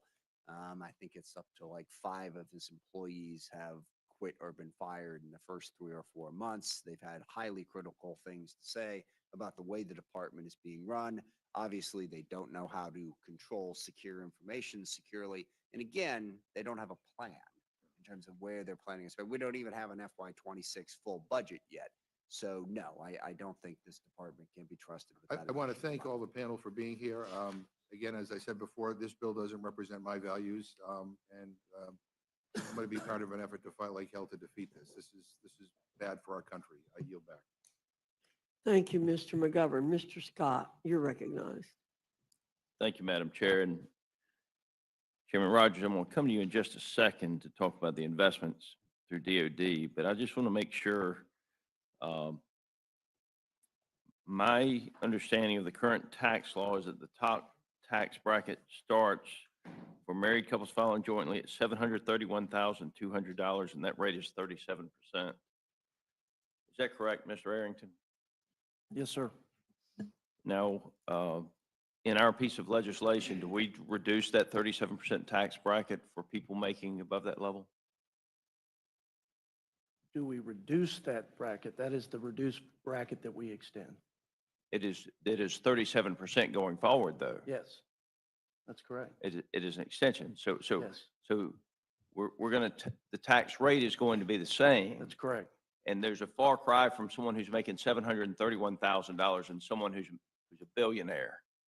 And so I think there's a little, as my grandfather would say on those hot summer days as we pulled in the cow pasture, a little bit of smells like money in the argument that this is billionaires when we're simply extending the bracket, and that bracket starts at $731,000 for married filing jointly. And while those people are certainly doing quite well, it's a far cry from being a billionaire. Mr. Rogers, as you know, I returned from the border on Saturday, and I got an opportunity to meet with some of our troops down there, as well as the men and women with the Border Patrol, who are doing an exceptionally good job now and could have been doing that job over the last 4 years as well. And one of the things that amazed me is that this was actually Border Patrol that told me this, that they were by default paroling people into the country, even if they had visible gang tattoos. If they ran the scans on them or ran the system on them and they did not have an Interpol hit, they were told to parole them into this country, even if they had visible gang tattoos. So we've got $5 billion for border security. That's a huge investment for the people of this country that I think will go a long way and pay tremendous dividends for us. We've got $7 billion for air superiority, $11 billion for Pacific deterrence, $12 billion for readiness, $13 billion for nuclear deterrence. Now, can you speak to these issues and what they mean to every American citizen and our ability to protect them from our adversaries, both at home now, more so than ever, and abroad? Yes, sir. On the first issue with the border, I would make the point that every administration going back to President Clinton has had to send National Guardsmen to the border to supplement Border Patrol efforts. That has been a higher demand right now because of the policies of the last administration that basically opened our border for 4 years. The problem that generated for us, though, is we already are spending at the lowest level on defense that we have as a percentage of GDP since before World War II for over 80 years. So that money had to come out of HIDE. This reconciliation is going to help backfill some of the money that we've had to spend to send our guardsmen down to help secure that border. And, you know, you talked about just one leg of the triad. You know, we have a real problem with our nuclear triad, which is the most important deterrent we have to aggression in our arsenal. The Sentinel, which is going to replace the Minuteman III, the ICBMs, is way over budget, behind schedule. These are 1970s missiles that we have got to replace, and we've got to have the money to do it. This reconciliation goes a long way toward that. Our nuclear submarines, which are the most valuable element we have in the triad. We're behind on both the Virginia class and the Columbia class. This puts a lot of money toward getting them caught back up. We just have a lot of elements. You've heard about the Golden Dome, which is really a layered level of defense against attack that we have been needing for a long time. This puts $25 billion against that threat. I can go on and on. There are many threats. I really disagree with the argument that the $150 billion isn't needed. The fact is, this is just the first installment of what we need to start to get our defense back to where it should be so that we deter aggression and stay out of wars. Mr. Rogers, thank you. I want to be respectful of other people's time. There's an additional $9 billion investment for service member quality of life, $34 billion for shipbuilding, which will be a lot of jobs that we need in this country. The 25 billion for Golden Dome, you know, our nation's defense systems, a lot of those systems are old. They were built to defend us from systems that are significantly slower and significantly larger than the weapons that we face today. And if we do not invest in that defense system, then I'm afraid we're putting ourselves at risk for hypersonics and other weapons that are extremely fast, extremely small. And I appreciate you, Mr. Rogers. I want to say this, Chairman Smith, it's always good to have two members who, for the most part, are able to work together. I appreciate your professionalism on the Armed Services Committee, and this is one we just respectfully disagree on. With that, Madam Chair, I yield back. Thank you, Mr. Scott. Ms. Scanlon, you're recognized. Thank you, Madam Chair, and thank you to our chairs and ranking members for joining us at this extraordinary hour. I also want to welcome our dedicated C-SPAN viewers and rules aficionados. You know who you are. For our special edition of DC After Dark. We're meeting in the dead of night so that House Republicans can try to jam through their disastrous reconciliation bill with zero transparency or scrutiny. This meeting began at 1 a.m. because our Republican colleagues know that a bill this bad can't be exposed to the light of day. 1 a.m. is when you work on bills that you want to hide from the public. Why would they want to hide this bill? This bill is going to enact the biggest cuts to Medicaid, the primary health insurance for nearly a quarter of Americans in our nation's history. This bill is going to enact the biggest cuts to SNAP, which prevents Americans from going hungry in our nation's history. And this bill is going to enact the biggest tax cuts for billionaires in our nation's history. Not only that, but the Congressional Budget Office has just released analysis showing that this bill is going to result in a wealth transfer, not from the rich to the poor, but from the poor to the rich. It's a bill for which there's still no agreement to guarantee its passage. That's why some of our members here aren't here right now. They're out there trying to cut some more deals with the Speaker in the White House. And these deals aren't just tweaks, but if our colleagues' tweets are to be believed, they're so significant that those deals are going to determine whether or not this bill passes at all. Although if it does pass, it's going to be a strict party line vote. So after months of debate and deliberation in the Republican caucus, certainly not bipartisan debate with Democrats, House Republicans still don't have an agreement. What have you been doing all this time, other than lying about whether or not you were going to cut Medicaid? You've had multiple member meetings with the president, committee markups that went for dozens of hours, and you still haven't ironed out disagreements. Not only is it sloppy, it's disingenuous. We're meeting in the dead of night to consider a terrible bill, and you haven't even drafted or shared some of the most critical parts of the bill. Haven't shared them with your Republican colleagues, haven't shared them with the other half of Congress, and most importantly, you haven't shared them with the American people.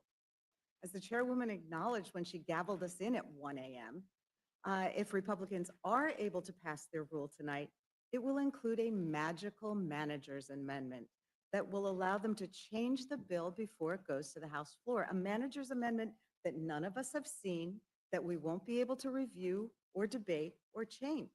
And when we do get that magical amendment, it's likely to be dozens of pages long and includes significant changes to the underlying text, to make last-minute changes, changes that will move around hundreds of billions of dollars. These deserve transparency, these deserve scrutiny, and these deserve debate. As some Republicans have suggested, y'all should probably go home for the long weekend, collect yourselves, and come back to rules when you actually have an agreement. We're here in the middle of the night, of course, because the Speaker and President are trying to rush this bill through by July 4th, a timeline that doesn't seem plausible even if Republicans manage to jam their BS version of this bill through the House this week. It's clear they don't have the votes. The deadlines are made up just so they can jam the bill before anyone really knows what's in it. And for all your consternation over this or that provision of the bill, no matter what agreement the House reaches after this tortured process, y'all know that the Senate is going to rewrite the bill anyway. Senators, Republican senators, have said this bill is a non-starter. And in addition, since the bill has not yet been finished, we don't have a CBO score, how much this bill will cost. We don't have any score except on prior versions of the bill. All we have are some back of the envelope estimates cobbled together by Republicans in their backdoor meetings. Mr. Roy and Mr. Norman have long been big advocates for making sure that we have a CBO score. So it's hard to believe they're going to think it makes sense to pass a bill that doesn't yet have a CBO score, where hundreds of billions of dollars worth of taxpayers' money is penciled in by staff with a calculator, maybe a slide rule, possibly an abacus. Or, are they going to, as seems likely, throw caution to the wind and cave again because the president told them to? Of course, business leaders and economists are calling this bill an economic disaster that will add trillions to our national deficit by extending the tax cuts for billionaires at the expense of American families, just like the 2017 tax cuts did. We've seen this play before. The rich get richer, and the American people, working families, get left holding the bag. It was confirmed by the Congressional Budget Office just a few hours ago with a damning report that shows that this bill is going to increase the deficit likely by $3.8 trillion. It's going to cut billions from Medicaid and SNAP, and it's going to reduce household income for poorest Americans and raise household income for the richest Americans. We can't emphasize enough how insanely rushed this bill is. You're proposing major healthcare changes that will impact every American, whether they get their health care through Medicaid or Medicare or some other source. The impact of those Medicaid cuts will reverberate throughout our healthcare system. Cuts to Medicaid will push hospitals, nursing homes, and health clinics into bankruptcy. And when those places close, it's going to be harder for everyone else to get health care. Now, turning to the panel before us, Mr. Arrington, Mr. Boyle, I assume you both saw last week's news that Moody's downgraded the United States credit rating. And I'm sure you've read about it because one of the biggest reasons for the downgrade was extending these unfunded tax cuts for billionaires. Moody's explanation is as follows, and I quote, if the 2017 TCJA is extended, which is our base case, it will add around $4 trillion to the federal fiscal primary, excluding interest payments, deficit over the next decade. And as a result, we expect federal deficits to widen, reaching nearly 9% of GDP by 2035, up from 6.4% in 2024, driven mainly by increased interest payments on debt, rising entitlement spending, and relatively low revenue generation. We anticipate the federal debt burden will rise to about 134% of GDP by 2035, compared to 98% in 2024. So doesn't it worry any of you on that side of the dais? It certainly seems to be what you've been talking about. It seems like a pretty damning indictment of the fiscal situation the Republicans are putting us in, and one that is going to become worse if they pass this bill. There's also this tidbit from that liberal journal, the Wall Street Journal, earlier this week. And I quote, investors sold U.S. government bonds and the dollar on Monday after Moody's ratings late last week stripped the U.S. of its last AAA credit rating, citing large budget deficits and rising interest costs. Adding to the nerves about America's debt trajectory, the House Budget Committee approved a tax and spending bill Sunday that is projected to add trillions of dollars to that deficit. And another Wall Street Journal article this week was entitled "The Stark Math on the GOP Tax Plan. It Doesn't Cut the Deficit." That article put it this way: the plan won't reduce federal budget deficits and would make America's fiscal hole deeper. While Republicans who vowed to reduce red ink say higher economic growth will fill the gap, budget analysts across the political spectrum have panned the Republican plan, warning that it worsens the U.S. fiscal picture. So there's no way around it. Your math ain't mathing. And the consequences are going to be disastrous for the entire country. Now, as we've been looking at this bill over the last few months, as it has been clear that it was going to require drastic Medicaid cuts, we do have this breaking news this evening that it's also going to impact Medicare. Um, Mr. Boyle, this is a major revelation, and it's exactly why this bill is not ready for prime time, barely ready for the 1 a.m. time. So can you talk about how this is a backdoor cut to Medicare, which is going to cut for seniors, and what's going to happen if the bill passes? Yes, as CBO showed, because of the deficits that are baked into the Republican bill for billionaires, that would, because of something called the Pay-as-you-go Act, or PAYGO, that would trigger sequestration of Medicare. And it would, again, according to the Congressional Budget Office, be to the tune of over $500 billion to Medicare, one of the biggest cuts to the program. Indeed, I would say the largest outright cut to the program in American history. There are some who might want to argue and rebut that by saying, well, we'll just go ahead and waive PAYGO. It's actually impossible in reconciliation because it would not meet to the requirements of the Berg rule. So you cannot waive PAYGO. These cuts to Medicare will happen if this bill becomes law. Thank you. That's obviously really concerning. Now, we've talked a little bit already about the fact that there isn't a CBO score for whatever the current version of the bill is, but we also know that there are ongoing negotiations about this bill. One of the things we've heard is that there may be an agreement on this SALT deduction, which has been so concerning to some of the Republican members. Is that agreement with respect to SALT likely to increase the deficit or decrease the deficit? Well, I mean, obviously, if the SALT cap is raised even further than what was in the bill that was voted out of Ways and Means and passed out of budget when we basically put all of the component parts into one, then basically one of two things would happen. Either the majority would have to find even more cuts in order to pay for the loss of revenue, or you would simply see these deficits increase by even more. That's what I thought. Thank you. The prints from Oversight and Financial Services aren't too great either. It's in these committees that our Republican colleagues snuck in some really bad stuff they're hoping will get lost in all the headlines about taxes and Medicaid.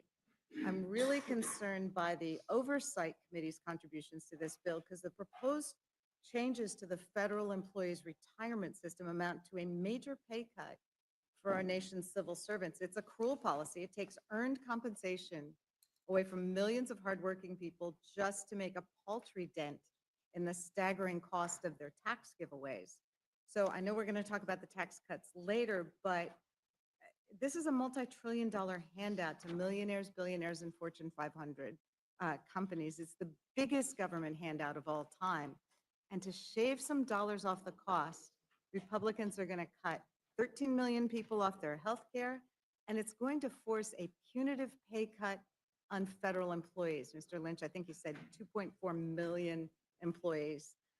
These are the public servants who work for you and me and our families and neighbors all across America, and they often do so for less pay than they would receive in the private sector, not because they're dumb, but because they're committed to public service. They give us tomorrow's weather forecast and tell us whether we need to shelter from tornadoes and floods. They prevent crop blight and the spread of dangerous diseases like bird flu. They make sure that the respirators used by coal miners and surgeons actually work. They make sure our food is safe to eat and our water is safe to drink. And these people whose pay is being so casually cut are FBI agents, Coast Guard employees, and doctors and nurses at VA facilities. So at a time when the FAA is struggling with staffing shortages that are impacting air travel, Republicans are going to make that problem worse by cutting the pay of air traffic controllers. provisions are an unmitigated mess. I'd like to think that we can all agree, no matter the size or shape of the federal government, it should be effective and responsive to the needs of the American people. It should be able to efficiently carry out these core responsibilities, and the provisions in this bill are undermining our ability to do that. So, Mr. Lynch, can you speak to how the oversight provisions in this bill are going to impact federal employees, including those serving in roles that are critical to our national security, our health, and our transportation safety? Absolutely. Thank you for the question. Your reference to the VA is very astute. So in a city like Boston, our VA nurses probably earn between 25 and 30% less than the nurses at the private hospitals, and there are a bunch of them, right? So now what we're seeing happening is that because of the shortage of nurses that occurred after COVID, a lot of nurses just retired.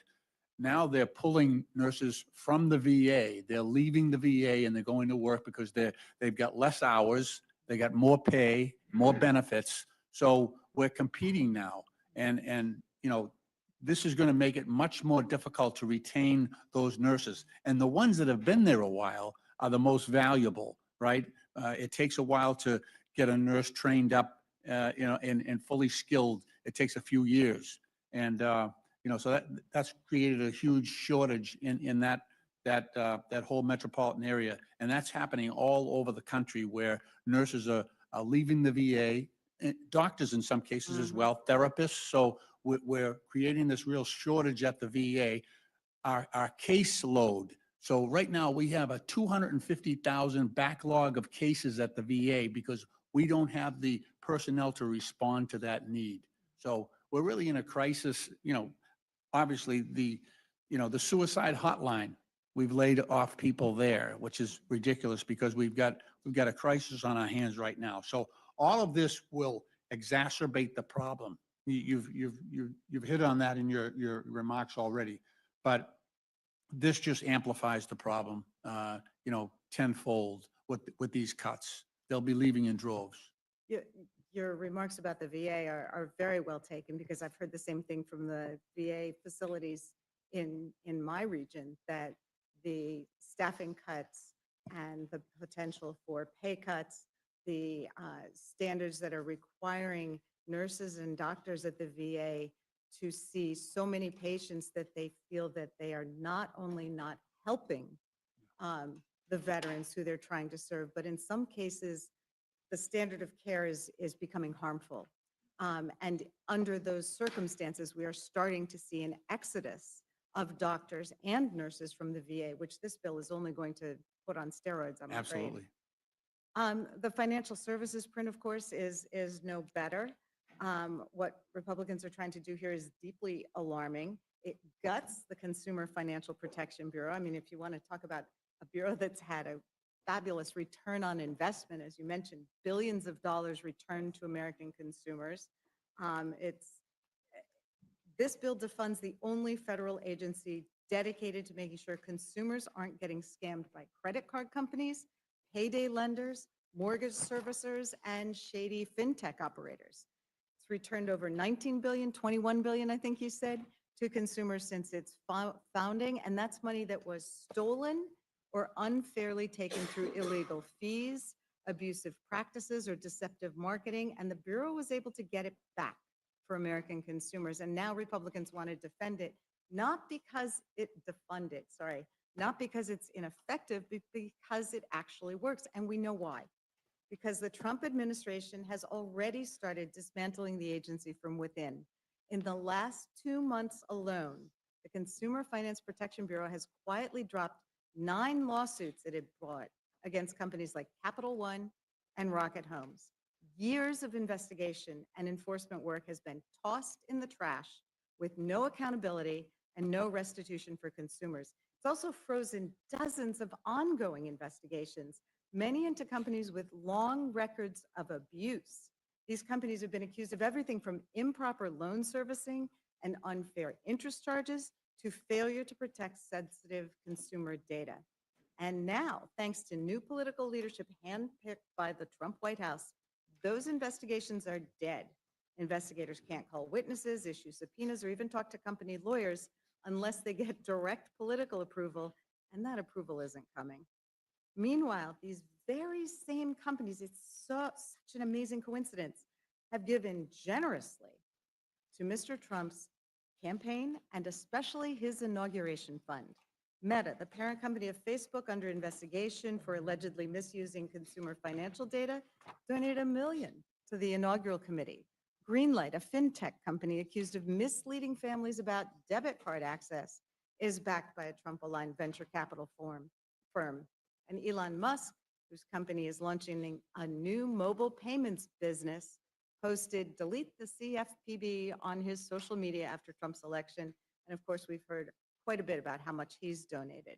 So this isn't policy, it's payback. This is what happens when you let billionaires and campaign donors write the rules.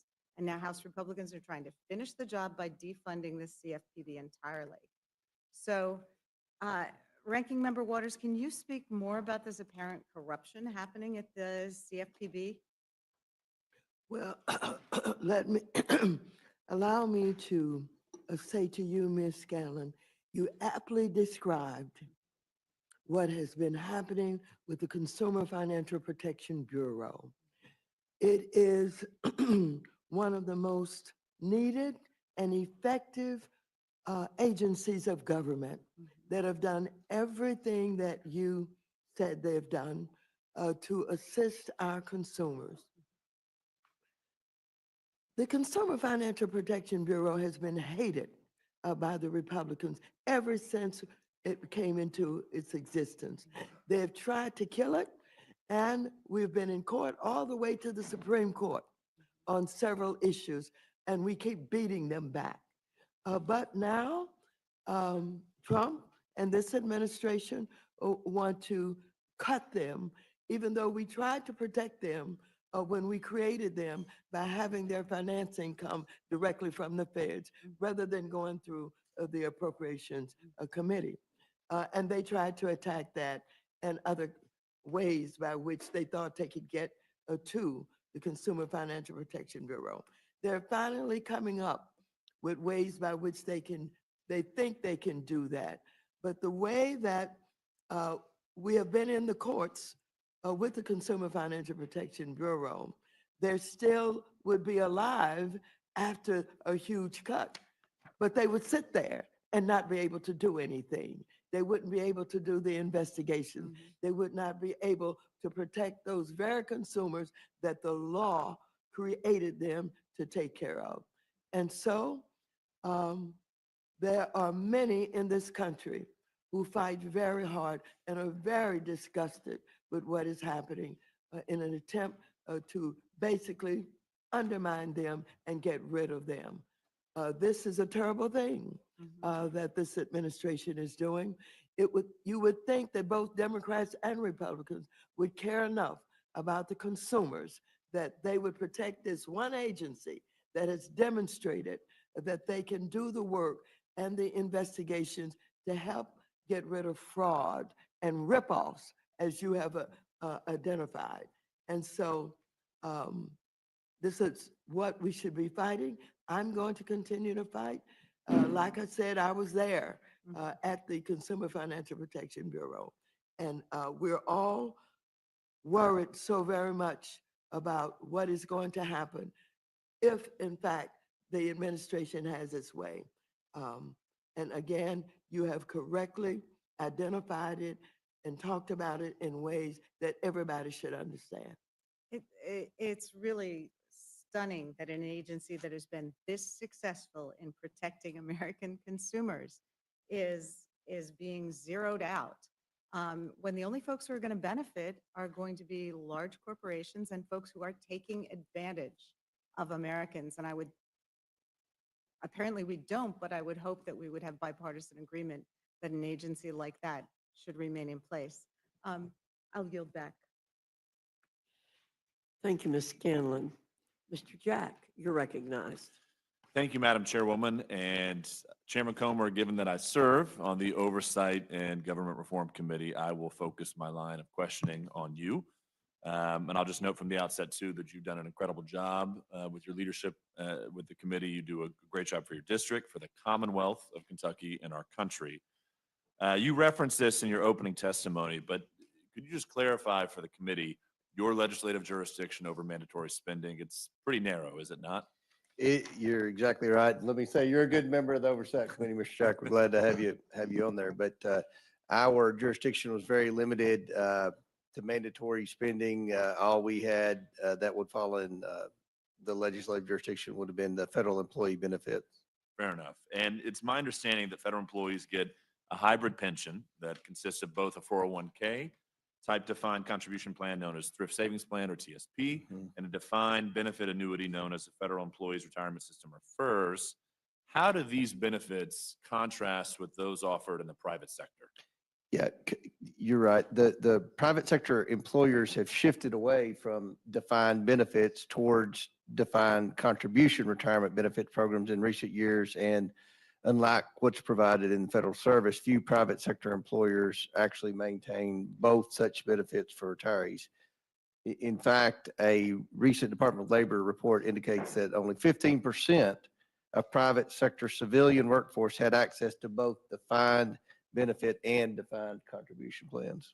And a question many of my constituents ask is, do taxpayers fund pensions for federal employees that are generally more generous than the ones they themselves receive? And are there any credible recent studies on that?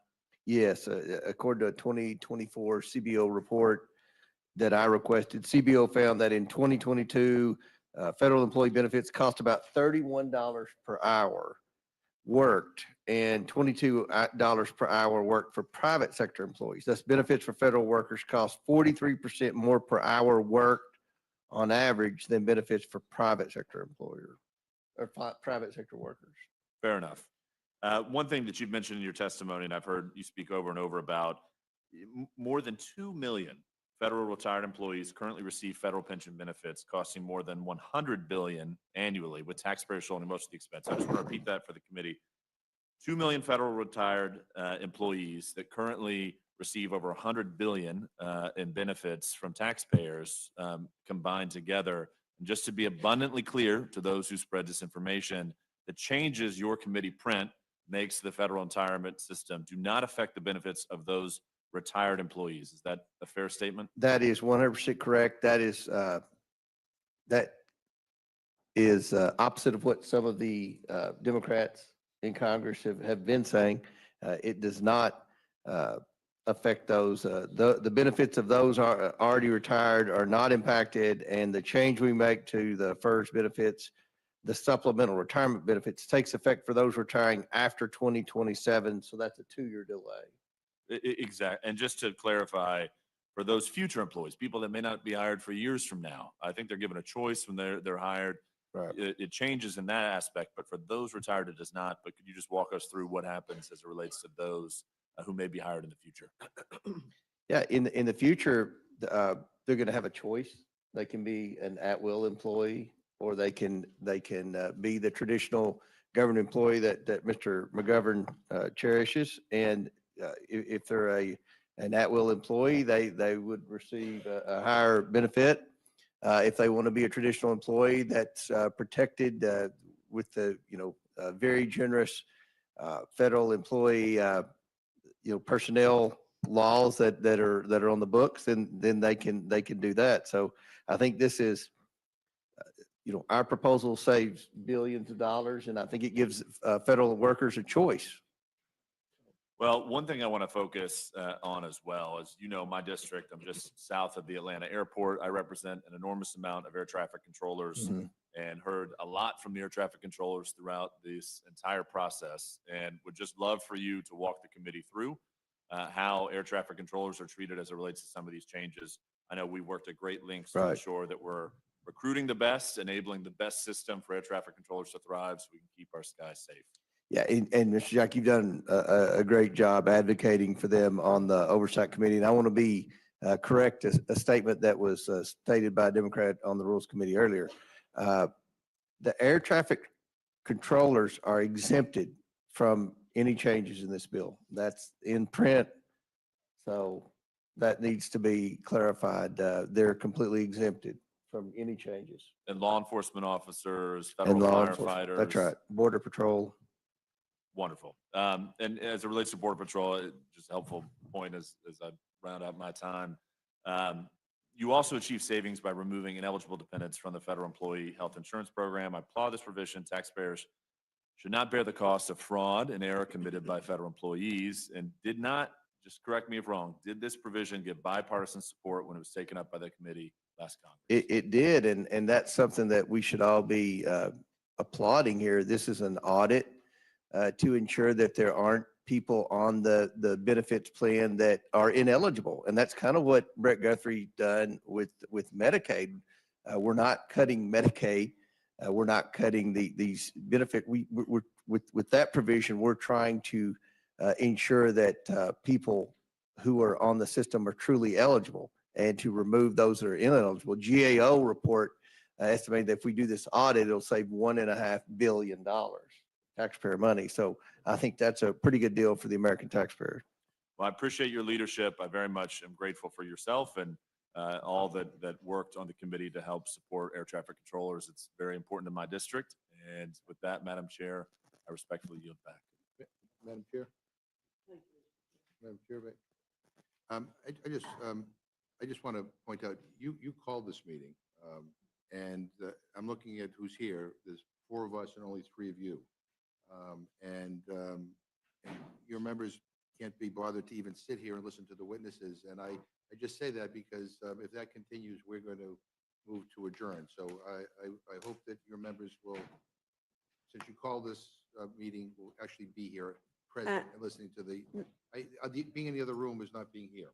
So I just point that out and say that we will feel obligated to move to adjourn again if that continues. Thank you. Mr. McGovern, our members are in and out, just like your members are in and out. You were gone for about 30 minutes.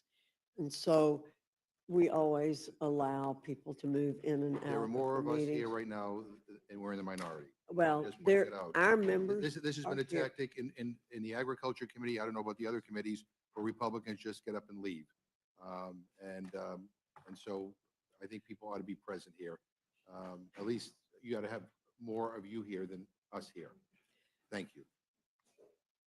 There are more of us here than you, so there's no reason to delay this meeting any longer than it is. Mr. Neguse, what I'm saying is there's no need to delay this meeting any longer than we have to. Thank you. Recognized. Thank you. Thank you, Madam Chair. Good morning, all the chairs and ranking members. Thank you all for being here. Thank you for your testimony. Got a lot of questions, but I guess first I want to, maybe if the chairwoman would indulge me, give her an opportunity to say a word, and that is my assumption, and I think the assumption for most Americans is that the reason Republicans have decided to notice this hearing and proceed in the dead of night is because this bill is indefensible. It sounds like maybe you have a different reason, and so I guess I'm trying to understand, why was this meeting scheduled for 1 a.m.? Why are we meeting at 3 a.m.? What was the rationale, or is there a rationale that am I mistaken? I think my opening statement stands for itself, Mr. Neguse. Okay, well, I appreciate that, Madam Chair. I would just say, I mean, your opening statement essentially, as best as I could tell, were ruminations about, what happened in 2007, 20 years ago. I wasn't here. Most of us weren't here. I don't know that that is a cogent rationale to say. 2022, two and a half years ago. And so the basis for scheduling this hearing in the dead of night is that you've decided that this is just the way things should work, and that this is, I mean, I'll just proceed. I'll just say this, Madam Chair. It does not take more than a cursory review online to find quotes from just about every member on the other side of the dais, including you, Madam Chair, back in 2009, again, it's a long time ago, regarding a stimulus bill that you described as rush legislation that was thrown together, quote, who threw together the final stimulus bill in the dead of night. Another bill that you quote said, the bill that was finalized in the dark of night. So I think it's an unfair and unreasonable mischaracterization of our position and with respect to the disagreement we have about this process unfolding in the dead of night. And it makes no sense to me why House Republicans didn't notice this hearing for 6 a.m. or 7 a.m. It would not have been a difficult thing to say, yeah, instead of meeting at 1 a.m., we're just going to meet in the morning. And the American people are going to be able to watch and hear this fulsome debate and be able to reach their own conclusions. That doesn't seem like an unreasonable position to take.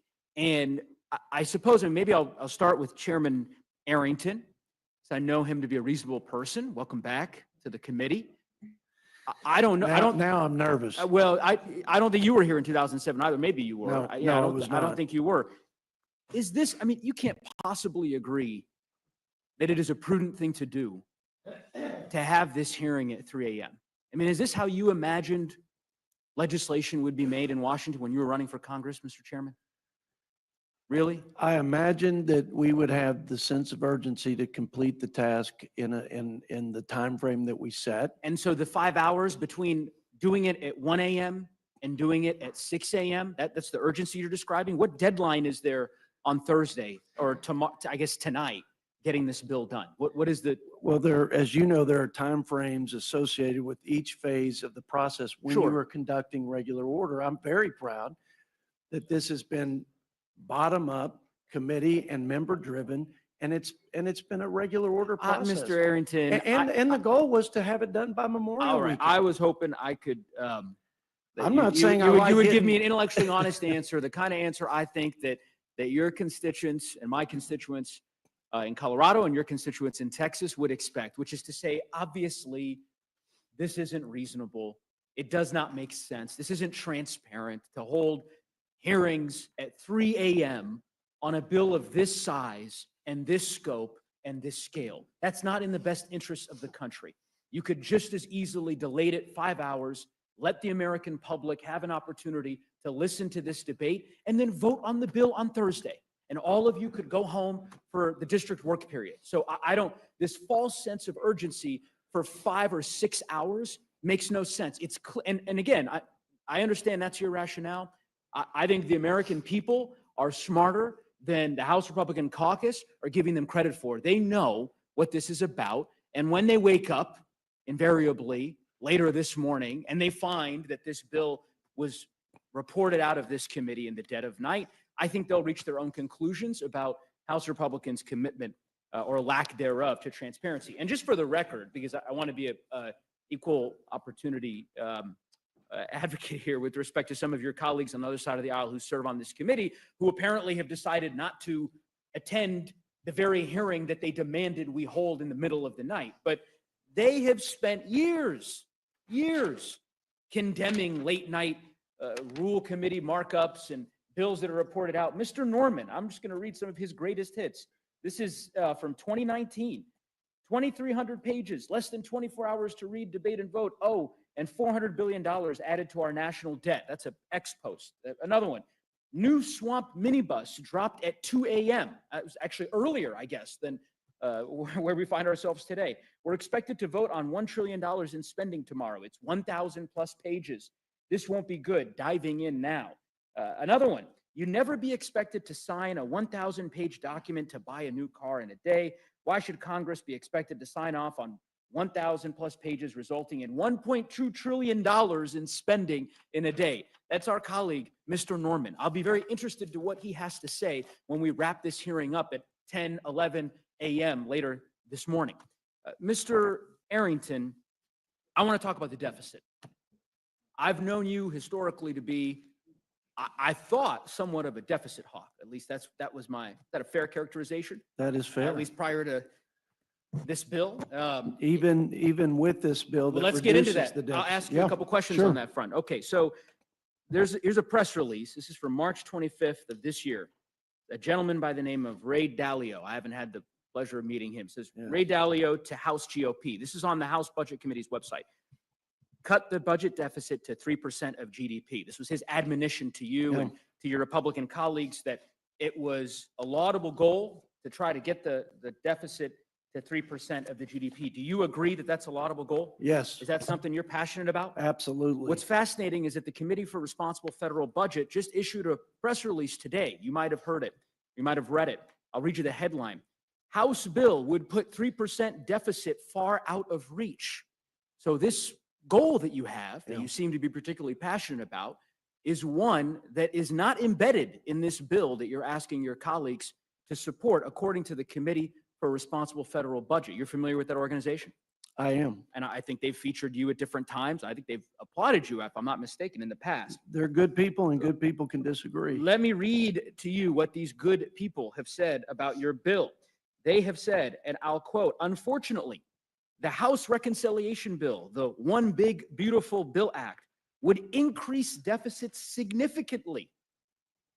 The House Reconciliation Bill would put the 3% deficit target further out of reach. These are your allies. I mean, these are people who are fighting for a responsible federal budget, who've been imploring the Congress to take deficits seriously. A month ago, you had folks coming in saying, Mr. Chairman, get to that 3% target. Yeah. And now you have these experts that you've praised in the past telling you you're way off the mark. Make it make sense, Mr. Chairman. Well, to get to a 3% deficit to GDP, which would stabilize the debt, you've heard Secretary of Treasury establish a similar metric, would take $7+ trillion in spending reduction. It's a great goal, and it's a clear one, and it's measurable. But just like coming out of the World War II, 120 roughly percent debt to GDP, we're comparable to that today, actually have exceeded it. It took time. And I would say this is a substantial effort and step to begin bending the curve on debt to GDP. So my analysis is different from my friends in the organization that you mentioned. Different isn't the word I would use. I mean, different is it is when the bottom, different is one opinion, is a bit of a deviation. They are saying you are wrong. I didn't quote it length. I mean, I'll just keep reading here. In 2022, in 2027, we estimate the House Reconciliation Bill would boost deficits to about 7% of GDP, which is more than double Besant, the Treasury Secretary that you referenced, proposed fiscal target, 1.8% of GDP above current law and 0.7% of GDP higher than a simple extension of the Tax Cut and Job Act's individual provisions. What they're saying, I think, is that if you just simply extended the tax bill and didn't do anything else, you would reduce the deficit more than what you've done here. I don't know how that could be even possible. Well, I don't. I'm reading their press release. But we reduced. Just let's think through this. We reduced spending by 1.7 roughly trillion dollars, and they're suggesting by extending the tax cuts without that reduction in spending, we would be better off. I think I can tell you why, and I'm happy to give the ranking member of the Budget Committee opportunity. It's because of the tax breaks that you have given to the richest Americans embedded in this bill, such that at the end of the day, the savings that you've described ultimately don't put the dent into the deficit that you proclaim. Ranking Member Boyle, you can correct me if I'm mistaken about that. I like you both, but Neguse has the better side of the argument, I think quite clearly. I would point out a few things. The Committee for Responsible Federal Budget is, I have to say, admirably independent, and at times they are an equal opportunity afflictor of both sides of the political divide, depending on the piece of legislation that's coming down the pike. Their credibility is quite clear. They've been consistent when it comes to deficit and debt, and they are calling out the intellectual dishonesty in this piece of legislation. There's actually a conservative think tank called the Manhattan Institute, which indicates that the Republican bill is actually the most expensive piece of legislation since the 1960s, since Lyndon Johnson's Great Society. So it's no accident that Moody's chose this past Friday to, for the first time in American history, downgrade our debt. they've been withholding joining the other two credit agencies, one of which had downgraded our debt back in 2011 when the Tea Party Congress drove us right up to the brink in terms of whether or not we would have a debt ceiling crisis. And then there was another credit downgrade by a different credit agency a couple of years ago, which was also related to another potential crisis in terms of the debt ceiling. Though that credit downgrade a couple of years ago did also reference the future trajectory of our debt. And now here we are with Moody's, for whom the trajectory, because of this legislation, of our deficits and debt was finally what prompted them to be the last of the three credit agencies to downgrade our debt. So finally, as you pointed out, what we're seeing in the bond market, that can't be spun. That can't be papered over with a gimmick like current policy baseline. The reality is these markets are charging us more now for our debt, which means higher mortgages, higher auto loan rates, higher costs for the American people. Yeah, I couldn't agree with you more, Ranking Member Boyle. And as I go through the constellation of the entities and the individuals that have opined as to the impact of this bill on the deficit, it's pretty clear to me the conclusion. Apparently, the CBO, the Committee for a Responsible Federal Budget, I was unaware of the Manhattan Institute's conclusions. I guess we'll add them to the list.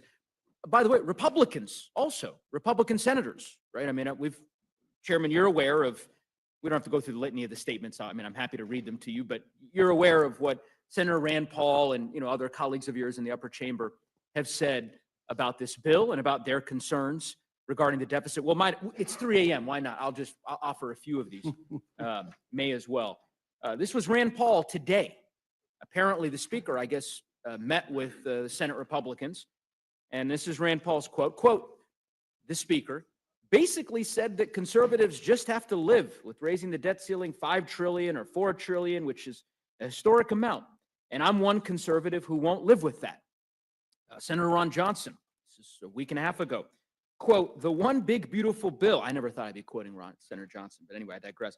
The one big beautiful bill that Congress is working on is certainly big, but beauty is in the eye of the beholder.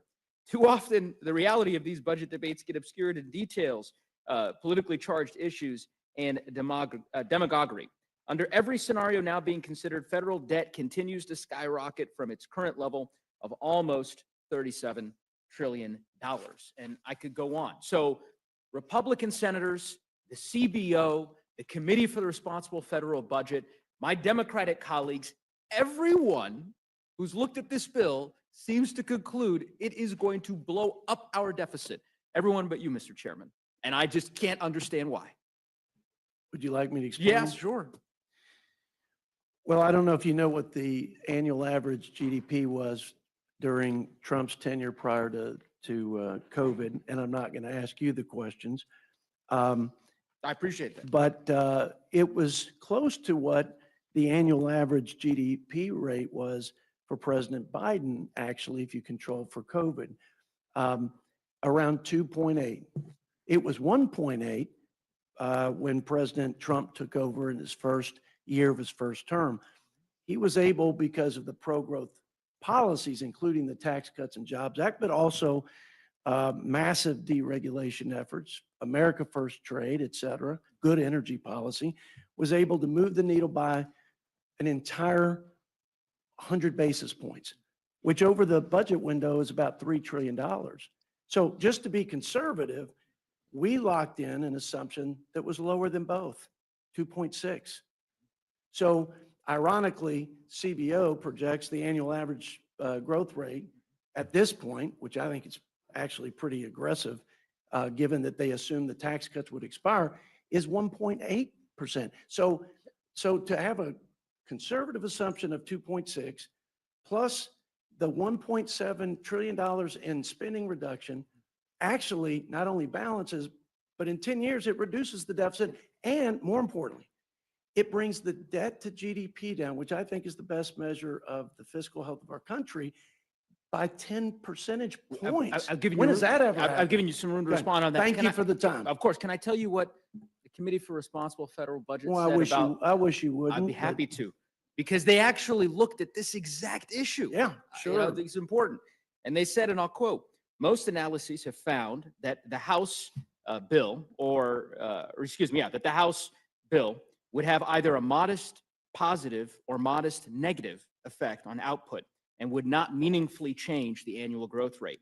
Yet even with the concurrent budget resolution's assumptions of 2.6%, the very percent that you just identified, average real annual growth, which is quite optimistic in the near term and highly unrealistic over a decade, deficits would remain well above the 3% target.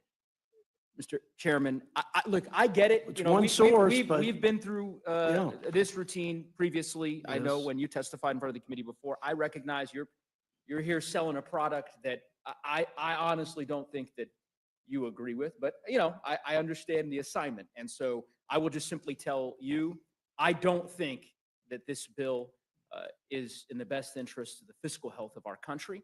And there's a reason why virtually every expert has reached the same conclusion.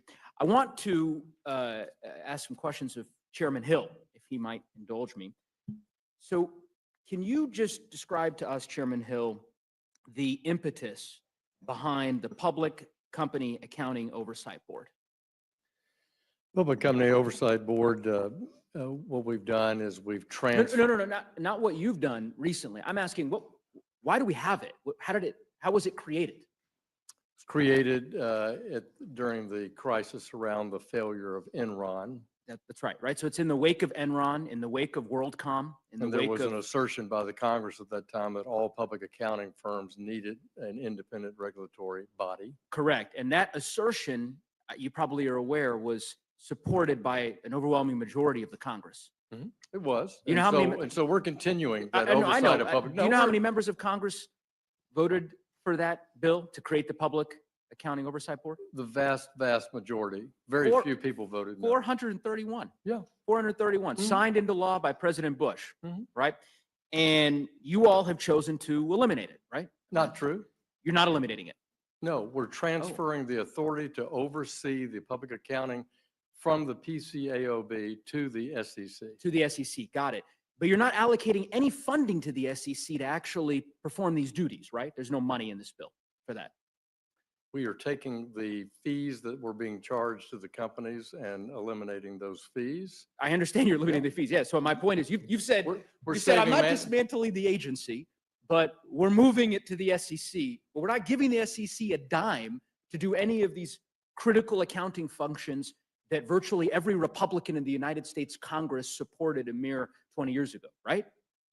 We're cutting the mandatory spending that is in this, currently in the budget for the PCOB, transferring those authorities to the SEC, and I'm sure they can come to the Congress for appropriations. Got it. So in the interim, there will be no public accounting oversight No. activities, right? Yeah. That's not true. The work do you of mean? overseeing the public accounting firms will continue. By who? We've contemplated that in the bill in the terms of the phase out. It's in the reconciliation bill. Describe it to us. I mean, I guess I'm trying to understand. You're saying it gets moved over to the SEC. There's no new funds. There's no mandate that There's there a be. there's a phase out period in the reconciliation bill, and that will afford the SEC the opportunity to seek appropriation. So does the bill it gives the SEC the opportunity to seek appropriation. So Mhm. until that agent, and of course, we have no idea as to whether or not the Congress will ultimately consent to that appropriation request. There's also no language in this bill that mandates that the Public Accounting Board, the personnel who work for this entity now that's been in existence for 20 some odd years are rehired by the SEC. That's true. Okay. This is coupled with, obviously, we've gone to great length, and, ranking member articulated well the cuts to the CFPB, and I know you don't contest that, the 70% cut, obviously, to the Consumer Financial Protection We're Bureau. taking the cap of the amount of money the CFPB can request from the Fed from 12% to 5%. It's not being cut, as the gentleman from Pennsylvania asserted, to zero. It's also not the only agency does consumer compliance in the financial services sector. I understand your rationale with respect to that secondary part, but I just want to zero in here on the financial piece, because I guess my read of the bill was that it will significantly reduce the funds that are available for the CFPB to be able to perform the duties that it's responsible for executing under The federal law. CFPB is often lost in federal court time and time again for exceeding its authority, proposing regulations that are not statutorily approved, proposing new functions that are not statutorily approved by Congress. And we believe that the money that is in the 5% cap is adequate for them to do their compliance responsibilities under the act. Yeah, again, I got your question. I hear your rationale for opposing the CFPB. I was just trying to get a better sense I of didn't say that. I said, we think this is the adequate. that that's funding. adequate for them to perform the function, but that it is a significant reduction in the resources that they have. And I understand. In FY 2019, it was exactly around $250 million. This year in FY 25, they're proposing $800 million in spending. And yet, in our view, the spending is adequate to be at $250 million, looking at their own analysis of their own personnel compared from when it was at its full initial operating phase in 2012 and comparing it to today. We believe it's adequate. Okay. Financial Stability Oversight Council, reducing funding by 90%. No. No? What we've done is the fees that are the budget for the Financial Stability Oversight Council, which is supported by bipartisan members of the Congress. Right. We're simply saying that it's the actual expenses. So the Office of Financial Research, where that revenue takes place, we've looked at the 3 years average use to support the FSOC's operation. We've capped it at that 3-year average level for the actual functioning expenses of FSOC. We're not eliminating FSOC. We're not eliminating the funding for FSOC. I want to give the ranking member an opportunity to respond, and perhaps she can clarify if I'm misunderstanding the nature of the way in which FSOC's funding will be implicated. So I'd like to have that clarified.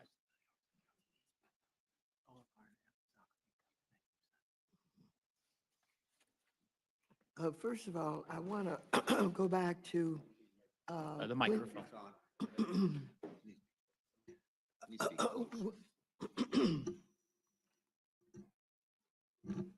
I want to say a word about the PCOB that is being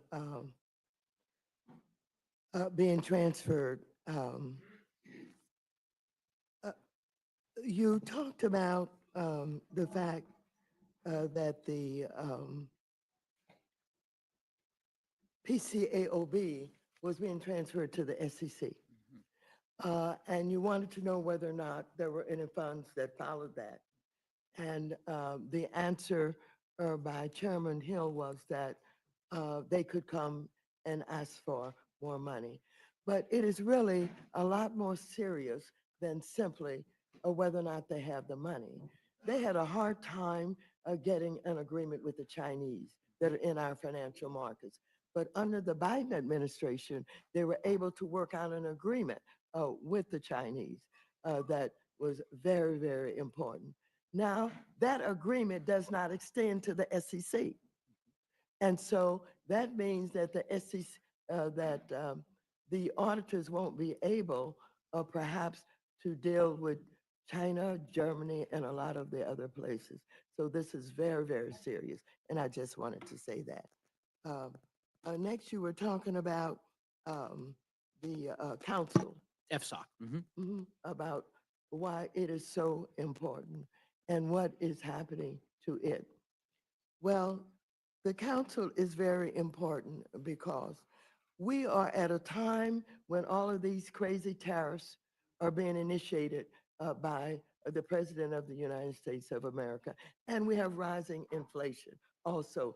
This means that the cost of loans are going to be much more expensive. I want you to know that investors around the world are freaking out, unsettled about what is happening. And so what you have is not only the unsettlement, but the uncertainty that is being created by these tariffs. And we haven't talked a lot about tariffs here tonight. And the president is giving all these excuses why he wakes up in the morning and decides that he's going to change the amount of the tariffs. And he said that the reason that we're having all these tariffs is they aren't paying their fair share, and he's going to use the new money that he's going to collect for manufacturing, et cetera, et cetera. He's going to do all of that.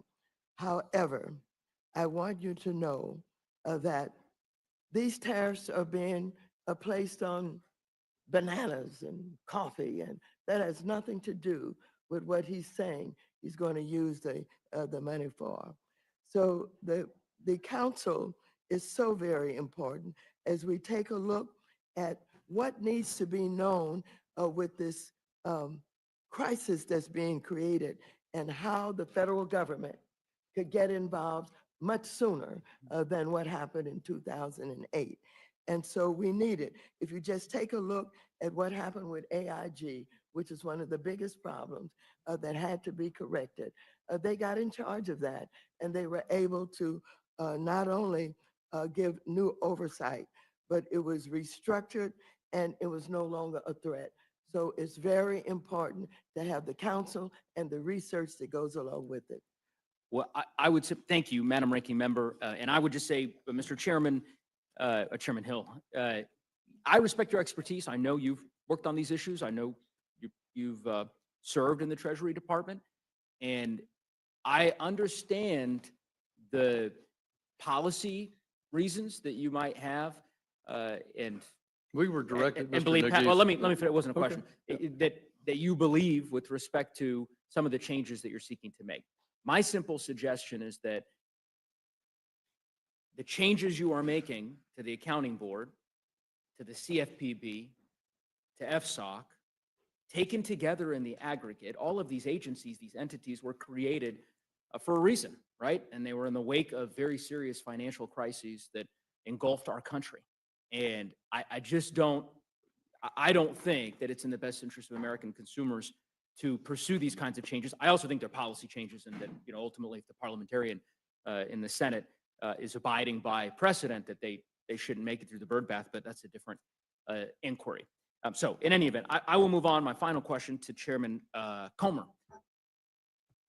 Mr. Chairman, so with respect to the exchange you were having with one of my colleagues earlier about the exemptions that you all crafted into the bill regarding air traffic controllers, that's in relation to the at-will, this distinction essentially between giving federal employees the choice of choosing the at-will employment versus non-at-will employment, federal protections, but a higher retirement contribution. Am I right? That's what the exemption is applying to? What's that? I mean, I don't understand your question. Why don't you describe to me, I wanted to better understand the new language, the language that you all have adopted regarding air traffic controllers and law enforcement.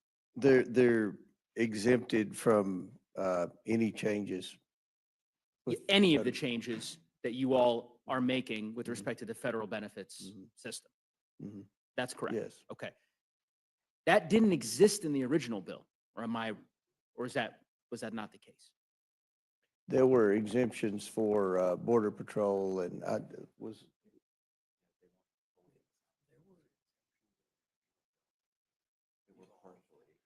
they were, I guess you could say, partially exempt. Yeah, and that's the genesis of my question was, I'm Okay. really drilling down on, and your staff director, I think can probably attest to this issue around the provision that I would say compels, you would say offers federal employees this choice to choose at-will employment and a higher contribution for their retirement benefits, right? Or to stay within the federal protected system and have to pay a higher contribution on their end. That original provision did not have the exemptions that you all have added now for law enforcement, for Border Patrol, for air traffic controllers. That wasn't in the bill that you all marked up a few days ago that the Republican majority on the bill approved. Or am I wrong about that? That's correct. Okay. What I am interested in is, was there a discussion, and are you willing to have a discussion, particularly as you consider a manager's amendment, to draw out a similar exemption for veterans? So veterans who have rights under the in the current system, if you're a veteran and you work at any of our federal agencies, right, but you don't fall into this particular job classification exemption. You have rights before the Merit Systems Protection Board that you can adjudicate, right, as a veteran. And my point is to simply say, why wouldn't you draw out this exemption to include veterans, irrespective of whether or not they fall into this classification or not? Mhm. Look, the bill can be amended through the process. I mean, this is, we passed out, we were given instructions to say $51 billion. We met that. And look, during discussions, there's going to be minor changes made here and there. With respect to at will, I want to make it clear there are certain states that have at will civil service employees. Some of those states are Georgia, Texas, Florida, and Utah. So I don't think there's anything groundbreaking or unique here. No, I'm not, but what I'm suggesting is you crafted this exemption over the course of the last 72 hours. You added a very large exemption to this bill. That's an exemption I support, by the way, with respect to what you've drawn out here. Clearly, you have the capacity to just add veterans. You could do that now. There's negotiations apparently happening somewhere in this building, you know, and Ranking Member McGovern and Chairman Arrington's colloquy, I think, established that. So I don't really understand why you wouldn't just make the case to the leadership, respectfully, Mr. Chairman, to say, okay, if this exemption was worth pursuing, let's add veterans as well, so that we're not forcing veterans into this Hobson's choice that we've decided we did not want to force upon firefighters, air traffic controllers, and other law enforcement officials. I think that's a reasonable request to make on behalf of our nation's veterans. And as you know, a large portion of the federal workforce are veterans. So I think that this would be the least we could do. And I would implore you, I don't know if you have further thoughts on that, but I mean, you're the chairman, and I assume we've already passed our bill out of the committee, so it's not. But this amendment happened after you marked up the bill. That's my point. You passed the bill. It included no exemptions for police officers, for firefighters, for border patrol. It was a limited exemption, as your staff director noted.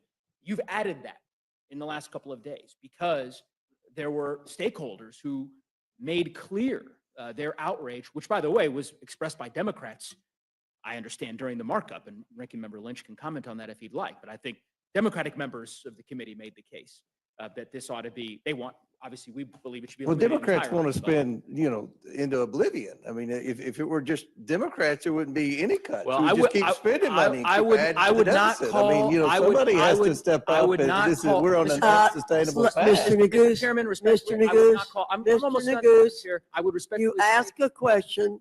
He Mr. answered. Comer was attempting to answer He your answered. question. Okay. You know, Mr. Neguse, there is no prize here for talking the longest. Well, And Madam Chair, so, I had intended to finish, but I've got about 7 more questions. I guess I'll proceed with Mr. Comer. Mr. Comer, go ahead and finish your question or your answer. Sorry. Look, I've stated the obvious. We are trying to do the best we can to be fiscally responsible. It's no fun when you have to make cuts. You all don't know what that's like. You've never cut anything in your life. You just continue to spend. We're on an unsustainable path. We have limited jurisdiction on the Oversight Committee. We're very passionate about eliminating waste, fraud, abuse, and mismanagement in the federal government. With respect to this bill, we had a limited portion of jurisdiction. And I think that we've been very transparent with the process. We passed out of committee a bill that saved the taxpayers $51 billion. There have been changes made, as there always is, once the bill passes committee before it's voted on the floor. So I don't know what else there is to say. So I would say to you, now that you've apparently concluded your answer, that my question was really simple. Really simple. I wasn't asking you to draw out exemptions for this category of folks and other categories of folks. It was very simple. A simple question, which was, are you willing to consider carving out an exemption for our nation's veterans in the same way that you drew out an exemption after the committee marked up this bill? I don't think that's spending into oblivion to say that our nation's veterans should be exempted in the same way that our law enforcement and border patrol agents and air traffic controllers. I don't think that's an unreasonable request. Ranking Member Lynch, do you think that's an unreasonable request? No, as a matter of fact, one of the amendments I have is to exempt them from the change in the calculation going from the high 3 to high 5. We would maintain the veterans at at the high 3. And And you just know, to be the- clear, and the- they and the could cost do of that right now. They could, and the cost, and they've done it, as you pointed out, they've done it for a narrow subset of employees.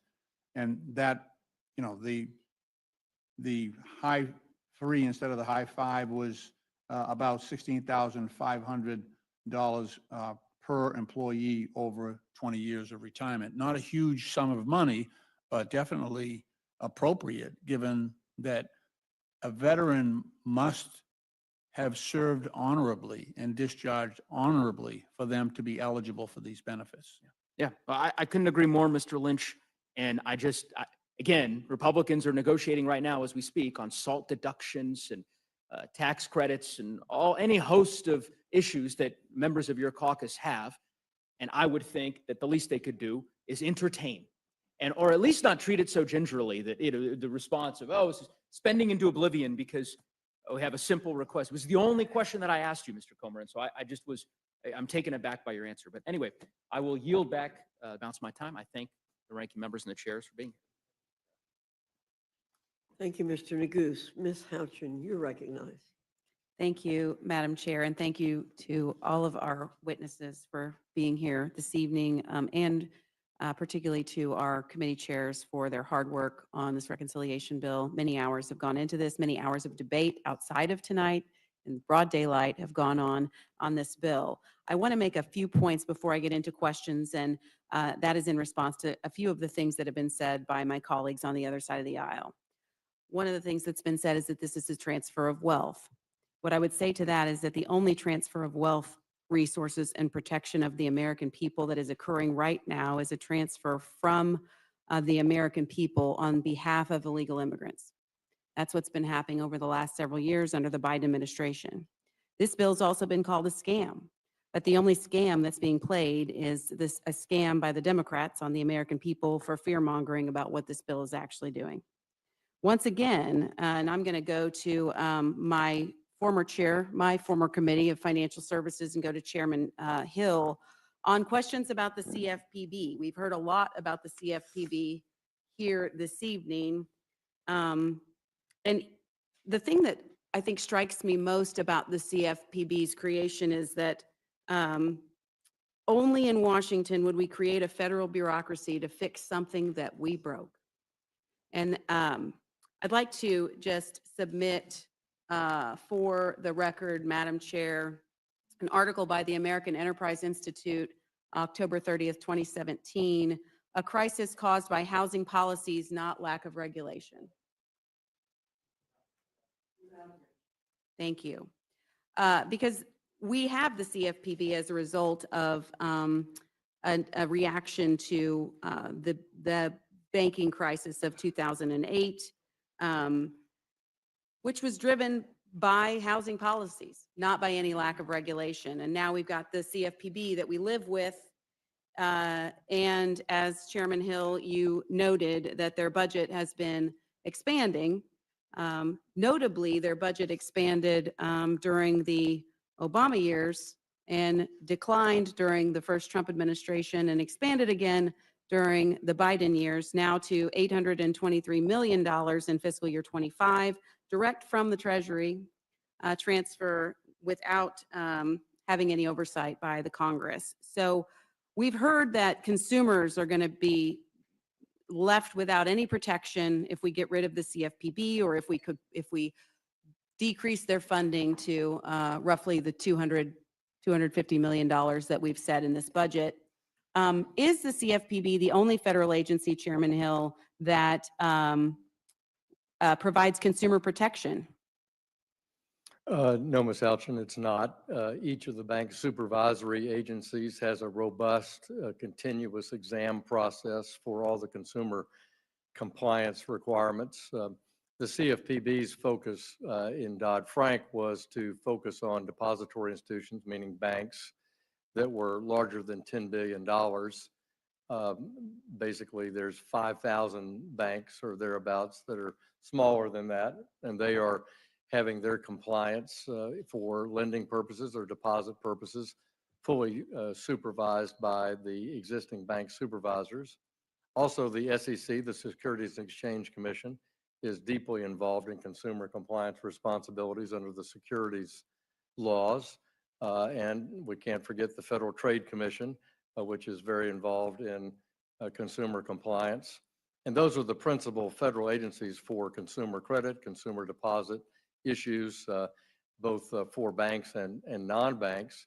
And then we cannot forget that the states also regulate non-bank consumer finance, and the state's attorney generals enforce those laws. So there's no lack of oversight and consumer protection in the financial services space.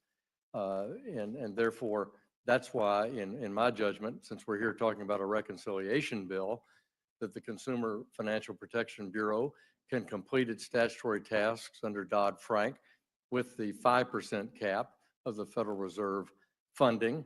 And the two other changes that we made there was simply saying that there's civil penalty fund where they charge wrongdoing and collect funds for the benefit of victims. Once that fund is, the victims are repaid throughout the adjudication process. If there's any surplus money, instead of them being able to keep it, that it go back to the Treasury to benefit the federal budget. And likewise, we say that while they're a unique agency because they have no oversight, they have no congressional appropriation, they have no inspector general, they have no real full compliance with Administrative Procedures Act, for example, in their rulemaking. They've been struck down in the federal courts for overreaching their statute. We also, they have a unique position that once they take their money at their request from the Federal Reserve, they get to carry it over. I don't know a lot of federal agencies that can carry over spending and pile up cash on their balance sheet after September 30 each year. So we cap that in this bill at 5% of that annual budget that they can have. And in fact, the CFPB has a civil penalty fund sitting on about $2.5 billion, according to my account. 1.7 billion of that was a fine levied against one entity, but they can sit on that cash too. Is that correct? They can. What we argue is that that money should be allocated to settle victims' claims, and that can take some time during the legal process, so that money can certainly sit there. But the money that's not dedicated to paying a victim claim should be returned to the Treasury. So you mentioned the FTC. I'm glad you mentioned that because the motto of the Federal Trade Commission is protecting American consumers. In fact, the United States has 12 separate federal financial regulators and state regulators for securities, banking, and insurance. And it is duplicative that we do have the CFPB. We certainly don't need to be funding the CFPB at the extent that we do, because as you mentioned, not only do we have states' attorneys general who are also protecting consumers, but we also have plaintiffs' lawyers who can take class action suits as well. Madam Chair, I would like to submit for the record an article dated February 18th, 2025 by the Cato Institute. Consumers will be safe without the CFPB. Without objection. In the remaining time that I have, and I've gone over 5 minutes, but I do want to go to my Budget Committee Chair, Mr. Arrington, just with really one question. Has the CBO ever been wrong? Well, in my short tenure, they actually were off in their estimation of the deficit. And their excuse was it was hard to keep up. I'm paraphrasing. It was hard to keep up with the trillions of dollars in spending, would be 8 trillion total in deficit spending of the last administration, 2 trillion by executive actions. That was what was hard. So let's consider all things. They were off by $1 trillion, which that's a big miss. And so, yes, they've been wrong. They were wrong in their projections on revenue to the Treasury post TCJA. We had record revenue, record corporate revenue. So they are wrong often, and sometimes they're wrong in an order of magnitude, in one case by $1 trillion. And if I'm not mistaken, sorry, I went past my second, I went on to a second question, and I'm going to be wrapping up. They underestimated the cost of the IRA, and they underestimated the benefits of Trump's Tax Cuts and Jobs Act. Is that correct? Along with underestimating the cost of Obamacare and a whole list of other things, but that is correct. I will say that JCT was the initial scorekeeper or administered the score for the IRA tax credits, green energy tax subsidies, and they were off by almost 4 times. Yeah. The actual cost. So all this conversation about how reliant we should be on CBO scores to tell us what, the cost of what we're doing is going to be, CBO has not been all that reliable, and as history has shown. Is that correct? That's correct. And if I may, Ms. Houchin, I'd say the best predictor of the future is past performance. And what we tried to do is be conservative about a growth assumption at 2.6, which was under the annual average of both President Trump and President Biden. I thought that was the responsible thing to do, which forced us as a conference to put these gentlemen in the position, among other authorizing chairmen, to dig deep on rooting out waste in this, the people's government. I'm very proud that in the end, it's reducing the deficit by about $175 billion. We need to do more. We need to rinse and repeat future reconciliation bills. But the debt to GDP going down by 10 percentage points is, in this environment, and over the last couple of decades is just probably unfathomable, but we've achieved it. I'm convinced we will achieve it and then some. Because we're not adding tariff revenue. We're not adding other things that I believe will happen because of the iron will of this president on that front, if not on others. So Thank you. Thank you so much to the witnesses for your long hours of testimony. I yield back. Thank you, Ms. Houchin. Ms. Leisure-Fernandez, you're recognized.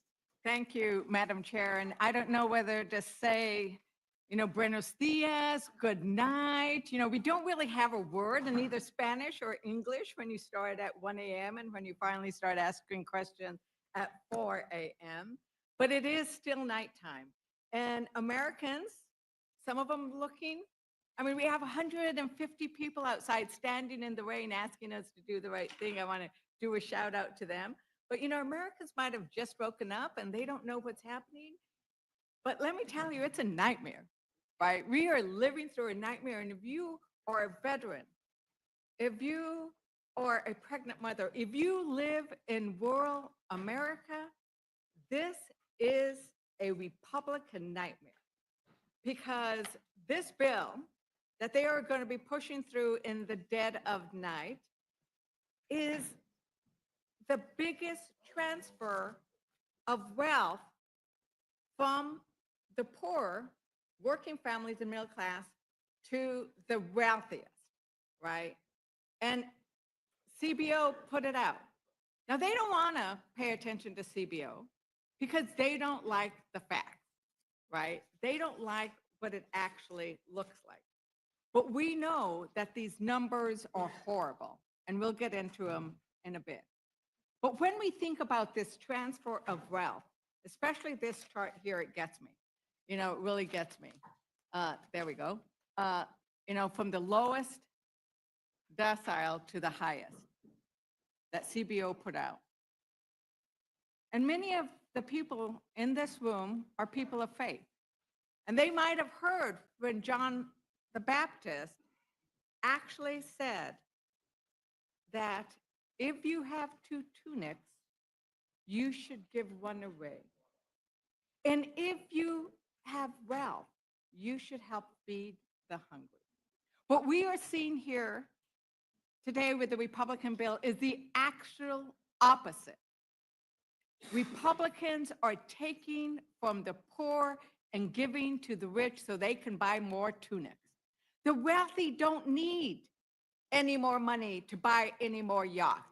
But when you take away that $6 a day that the poor and the working poor are receiving to put food on their table, you are taking away from the poor to give to the wealthy, the exact opposite of what John the Baptist told us what we should do.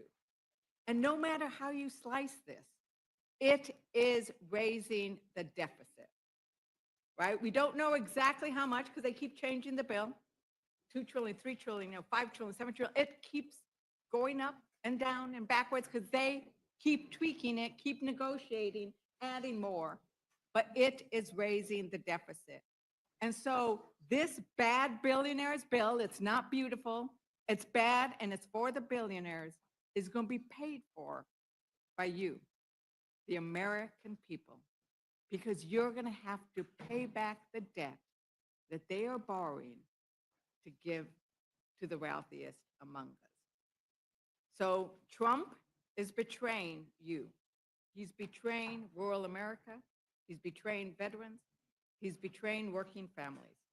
But, you know, the ranking members and the chairman, I really need to give it to you. You've sat in your chair, even have, well, most of the Republicans have been absent. You have all been here, and so I appreciate you. You know, let's start with the idea and this concept of the deficit. Our colleagues talk about it all the time. Representative Roy, who isn't here, who hasn't been here much tonight, well, he's not here. The hearing is here, right? Representative Massey, who used to sit out there, he has that little ticker, right? Everybody sees this ticker, you know, that goes on. I'm so worried about him because once you guys pass this bill, that thing is just going to go so fast, it's going to burn a hole through his suit. And Representative Norman, he's often rallied against increased deficits. In fact, you know, Congressman Roy said, who's not here, but since he's not here, I'll quote him. Open quote, "I have to now admonish my colleagues on this side of the aisle. This bill falls profoundly short. It does not do what we say it does with respect to deficits." You know what? I agree with Representative Roy. It doesn't do what they say. It increases the deficit. So, Chair Arrington, it sounds like you are in favor of reducing deficits. Correct. Would you repeat that, please? I apologize. Do you favor reducing deficits? Yes, I do, which is why I support this bill. Which is why I support the bill. So the problem is that you're saying we want to reduce the deficits, but any outside analysis of this bill, any independent analysis of this bill actually increases the deficit. So, you know, Ranking Member Boyle, they keep saying it doesn't increase the deficit. How can they get to that when we've had all these independent analysis of a deficit increase? Well, I mean, CBO, which of course is not infallible, but it's not just CBO. It is literally every organization that I've seen, from nonpartisan to center-right, Committee or Center for Responsible Federal Budget, CBO, Yale Budget Lab, Wharton Budget Model, Manhattan Institute. The list goes on and on. So for the other side to be right, all of those organizations I've mentioned would have to be wrong. I think that is highly implausible. Right, and we also heard the White House press secretary yesterday say, this bill does not add to the deficit, right? Quote unquote. So what we are hearing is basically, trust me, don't trust any independent analysis, trust me. And I heard Chair Arrington, a lot of what you're basing your thought on, if I'm correct, is you're looking at growth projections, and that's why we're not going to have the deficit that all of the other ones are talking It's a combination of revenue from growth and the deepest spending reductions in the history of the country by twofold. So it's a combination of the two. So But- So I agree with you. These are we agree. These are the deepest spending cuts, I think, ever, right? But. which is ironic because it only represents a very small, like 3% of the entire federal budget. Isn't that Right, incredible? Right, right. So I think that that's where we agree. You know, I kind of agree that deficits are a problem, right? But what you are doing is instead of saying there are different ways of cutting the deficit, you were saying we're going to cut the deficit by going after the people who rely most on the programs to feed the hungry, to make sure that Americans have health care, to make sure that veterans who rely on Medicaid and these programs to make sure you're not hungry, disabled people. Like you are cutting the programs that Americans need the most. And that is something that we can agree on. And you're doing that so that we can benefit the wealthiest among us. So this chart here that the CBO put out is just the top 10 percentile. But, you know, when you go down to the rest of them, it is actually the richest 20% get 67% of the benefit. So the billionaires, Representative Scott said, well, you know, I know there's some billionaires. The billionaires are doing really well by this bill. The billionaires, richest 1%, get the biggest benefit, 24%. Let's make clear, this is a transfer of wealth from working class families, from those who work for a living, those who are disabled, to the billionaires. Now, Chairman Arrington, you know, the Cato Institute, which is, and then, you know, it's not a left-wing institute, right? They actually, to your point of this is gonna lead to a lot of job growth, says, as to the Ways and Means Committee, and it's gotten worse since then. I'm going to quote, Mr. Chair, I ask unanimous consent to enter into the record the Cato Institute. Republicans' one big beautiful tax bill needs a makeover. Without objection. And so I'm going to ordered. quote from it. It said, the Ways and Means Committee's one big beautiful bill falls short of delivering serious pro-growth tax reform. It misses the opportunity to make the most important incentives for long-term growth permanent and includes at least 20 new or expanded tax subsidies, dramatically increasing the complexity of tax code. It says that's going to be a minuscule vote. So you're going to put Americans through all this pain for very little growth, But, you know, we've also heard everybody talk about the issue of deficits and who actually does a good job of that. Republicans seem to always talk about deficits when they want to, like, hurt working families. Ranking Member Smith, I really appreciated your comments about the fact that these deficits are really a national security.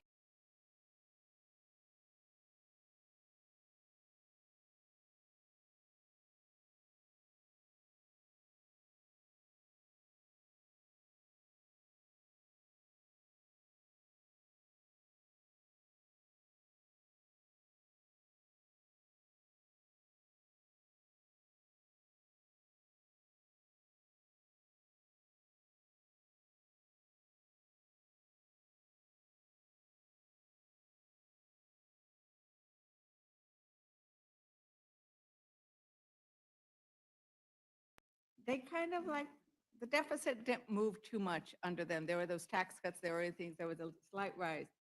Under Clinton, the deficit fell.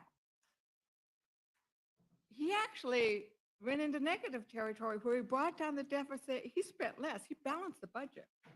And then we had President George W. Bush.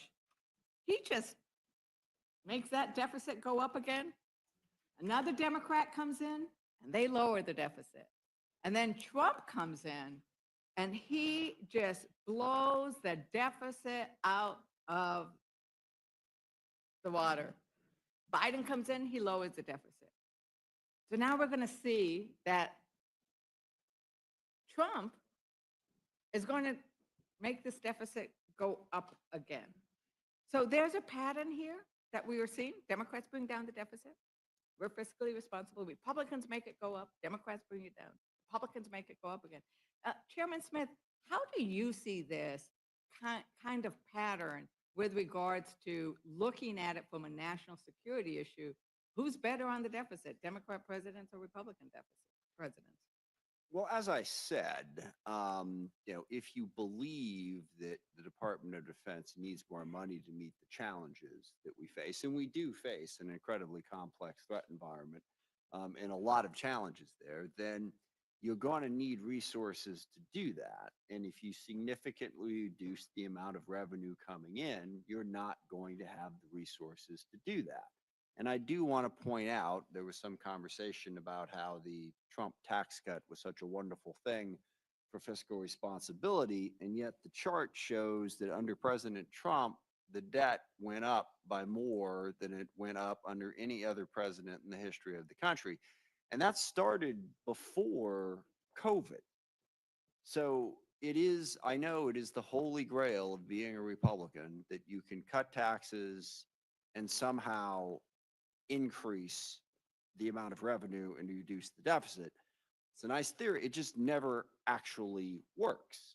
And I could get into this whole complicated, where our tax rates are right now and where they've been, frankly, ever since Reagan, they're not high enough that you can cut them and really get that type of a boost. And that is reflected by the numbers. And I know this is what the Republicans have decided to tell themselves to get through passing this bill, is that somehow there's going to be this magic wand and growth is going to appear and it's going to solve all of our problems. It's just that that's literally never worked. And it's not going to work this time. We are significantly reducing the amount of money coming into the federal government. So if you want to spend money on anything, and I understand, I mean, if you don't want to spend as much money on entitlements or whatever you want to call them, that's a policy argument. And if you're going to say, look, I don't want the taxes, so I'm not going to pay for that. But if you really want to meet national security needs, that's, I don't know, what is roughly 12% of the budget, I think, is defense. And you're going to significantly reduce the amount of revenue available. You're not going to get there. And again, it's this myth that if you cut taxes, you're going to get more money than you would have gotten if you hadn't. Now, by and large, revenue goes up year to year because population growth and all of that, but it goes up by less if you reduce the amount of revenue that you're collecting. And that leaves you in a weakened position to fund absolutely anything that you want to fund. And that certainly includes defense, which again is about 12% of the federal budget. Thank you, Ranking Member. And, Chairman Arrington, you actually said earlier, the best predictor is past performance. And I think that the chart, which shows that deficits have gone down during Democrat presidents and gone up during Republican presidents, is an incredible predictor of future performances. Except it's not true. I mean, if you want me to respond, I can, but if not, that's okay. But it's not true. So you mentioned my name. I just want to get that out. By the way, President Biden, under his tenure, increased the deficit by almost twice as much when you look at the partisan, not bipartisan legislation in an unprecedented pandemic. Okay, we all voted for the trillions of dollars in that time frame. But the $2 trillion in additional spending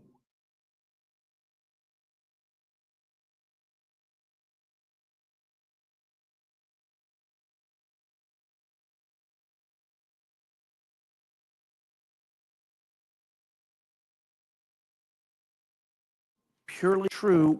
We all have contributed. I mean, both parties have. There is no question. And there are structural problems in the budget that are promises made that that we have not been willing to fund by either saving money through cuts or raising revenue. So what we've done is we've deferred the tax on our children, and we're going to stick them with the bill. So there's not a profile in courage in this town on either side in terms of the parties.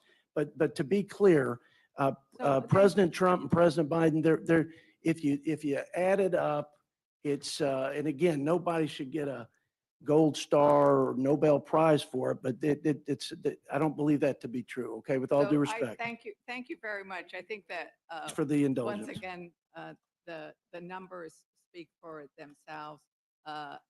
And Ranking Member Boyle, do you want to add anything to regards to what's going to happen with the deficit and what we've seen in the past? And then I want to move on to financial services, because I think that there is some serious issues. I don't think I need to, especially given the hour, I don't know whether to say how late it is or how early it is. But as I said before, I mean, it's a pretty long list. In fact, when I mentioned the list of organizations from left, right, and center and nonpartisan who all say that this adds considerably to our deficit and our debt, I actually didn't include the right of center Cato Institute. That's obviously another organization that has also attacked this legislation because of its adding trillions to our national debt. And I think that comes back to, there are different ways in which you want to attack the deficit. Republicans just want to cut programs that Americans rely on. Democrats actually look at, there is a revenue source. But another thing, because Republicans are always fiscal responsibility, and then they always use this term regulations. Regulations are bad. The reality is regulations is how we keep people healthy so that we don't have contaminated food. It's how we make sure workers stay safe. And it's also how we make sure that consumers are protected. Because the reality is the biggest corporations, the biggest banks, the biggest manufacturers, they are motivated solely by profit, and that's their job. So it's government's job to make sure we come in and regulate the worst excesses. And you know what? Americans don't feel like anybody is fighting for them. They feel like they are being left behind. And the reality is what Republicans are doing to those organizations that are supposed to be fighting for the working families, for the consumers, they're getting rid of them. They are getting rid of them by starving them. And that's what they're doing to the Consumer Financial Protection Bureau. Let's see what that says, Consumer Financial Protection Bureau. They are protecting the consumers. And they've done so by bringing back $21 billion. That wasn't $21 billion that came back to the federal government. That was $21 billion that went to American consumers. And they're the ones who are speaking for the little guy. But this administration doesn't like the idea of organizations that go after fraudsters, that go after scammers, that go after, the auditors that are cheating, right? They want to get rid of that. So Maxine Waters, when they say that, by not giving enough funding and starving something like the Consumer Financial Protection Bureau, is that saving us any money? Or who's really getting hurt when they do that? A lot has been said about the Consumer Financial Protection Bureau, and I said something that I stand by, and that is the Republicans have hated it ever since it was initiated, and they have attacked it in so many ways. We've been in the courts even before this big bill. We've been in the courts at various times when they've tried to eliminate the way that they get their funding, who sits on the board, on and on and on. And they never give up. And now with this bill, what they have found ways to do is to actually cut the funding that's going to the Consumer Financial Protection Bureau. I was reminded that the CFPB is the only federal agency to examine the big banks and non-banks for compliance with consumer financial laws. And so here you have the Consumer Financial Protection Bureau dealing with the big banks and understanding why we should be concerned about them and the lack of risk management in some of those banks. And the bigger they are And the more we allow these mergers to go on, the more they end up harming, our consumers. And the consumers need this protection. And without it, even though it was attempted here this evening to say consumers have protection in all these other ways, that is not true. And that is why the Consumer Financial Protection Bureau was initiated and founded with the Dodd-Frank reform bills that we did. You're talking about not only the big banks, but you're talking about all of the fraud that goes on in so many different ways, whether you're talking payday loans or rent to buy, all of these ways that the most vulnerable people are undermined and attacked in order to rip them off from the meager funds that often they have. And so the Consumer Financial Protection Bureau is very important to all of our constituents, whether they're in urban areas or rural areas. And for the rural areas, sometimes they get treated even worse with no protection from that side of the aisle who do not consider the Consumer Financial Protection Bureau as important.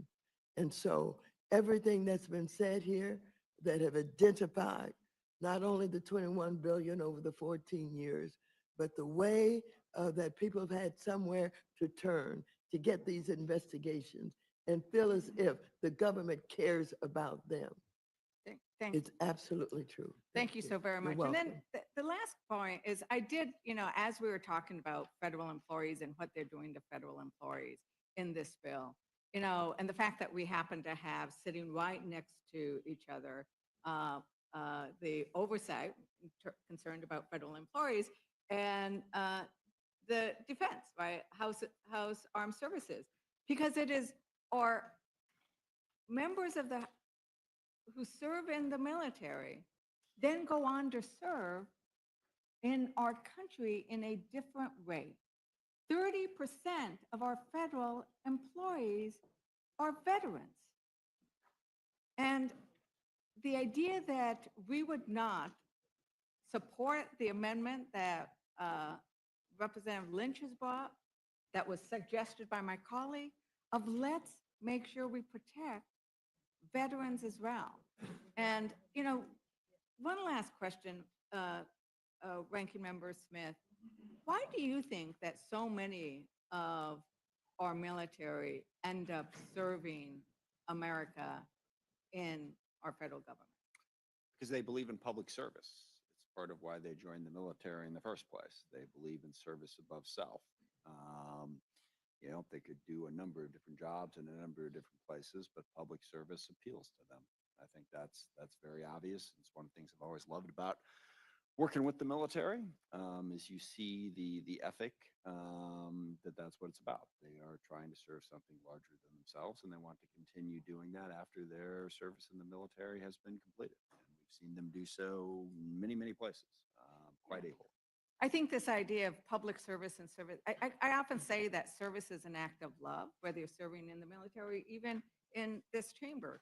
And the idea that you are going to demonize and penalize those veterans, those federal employees who've already done so much for this country is really shameful. And, I am going to just say that it is now 4:20. And I think it is important that we are on this dais asking the question and taking the time, because this is 1,100 and something page bill.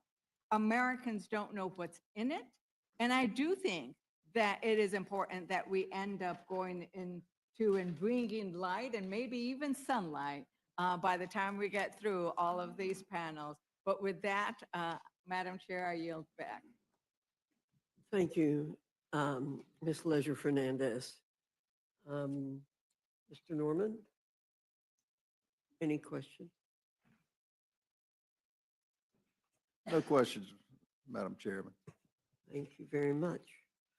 Mr. Langworthy? I just, thank you, Madam Chair. I want to just take a moment and thank all the committee chairs for the countless hours and all the staff and the ranking members on both sides. This was an incredible legislative exercise. They have 11 committees produce this much work and the hundreds and hundreds of hours that have gone into the construction of our reconciliation. So I just want to show my gratitude there. I'd also like to yield a moment to the gentleman from Georgia, Mr. Scott. Madam Chair, I just ask unanimous consent to add an article to the record. The title of the article is Clinton Signs Welfare to Work Bill, August 22nd, 1996. And Without objection. I would just point out to my colleagues that the same complaints about that piece of legislation came from people on the left, including from the Clinton administration, where he had people actually resign in protest. And the article ends with the statement, welfare and poverty rates both declined during the late 1990s. However, leading some observers to view the legislation as a success. And certainly the welfare to work signed under Bill Clinton was a success, and we believe that this one will be as well. With that, I yield. Thank you. Mr. Griffith. And I yield back. Oh, sorry, Mr. Langworthy. Thank you. I don't have any questions of these witnesses. Thank you very much. Discussion or questions? Our panel is dismissed. Thank you very much. And I also want to add my thanks to the staff. I appreciate Mr. Langworthy bringing that up. We can't do our jobs without our staff, and I appreciate all of them being here too. You don't make another one. Save it for me though.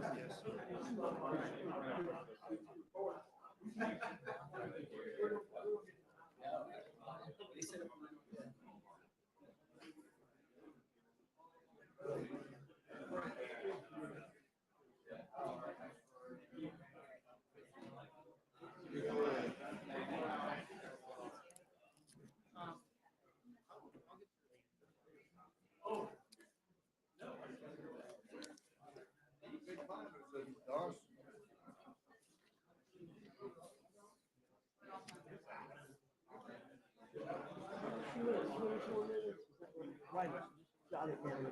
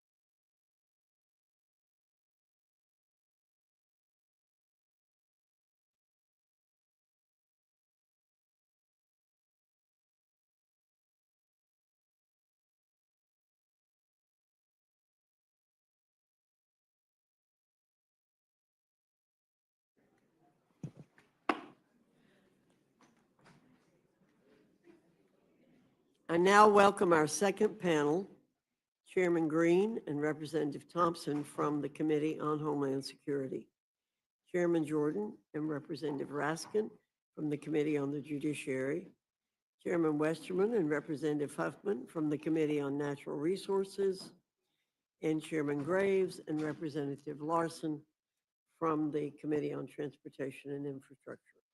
Your full statement will be submitted for the record. We ask that you summarize your statement in 5 minutes.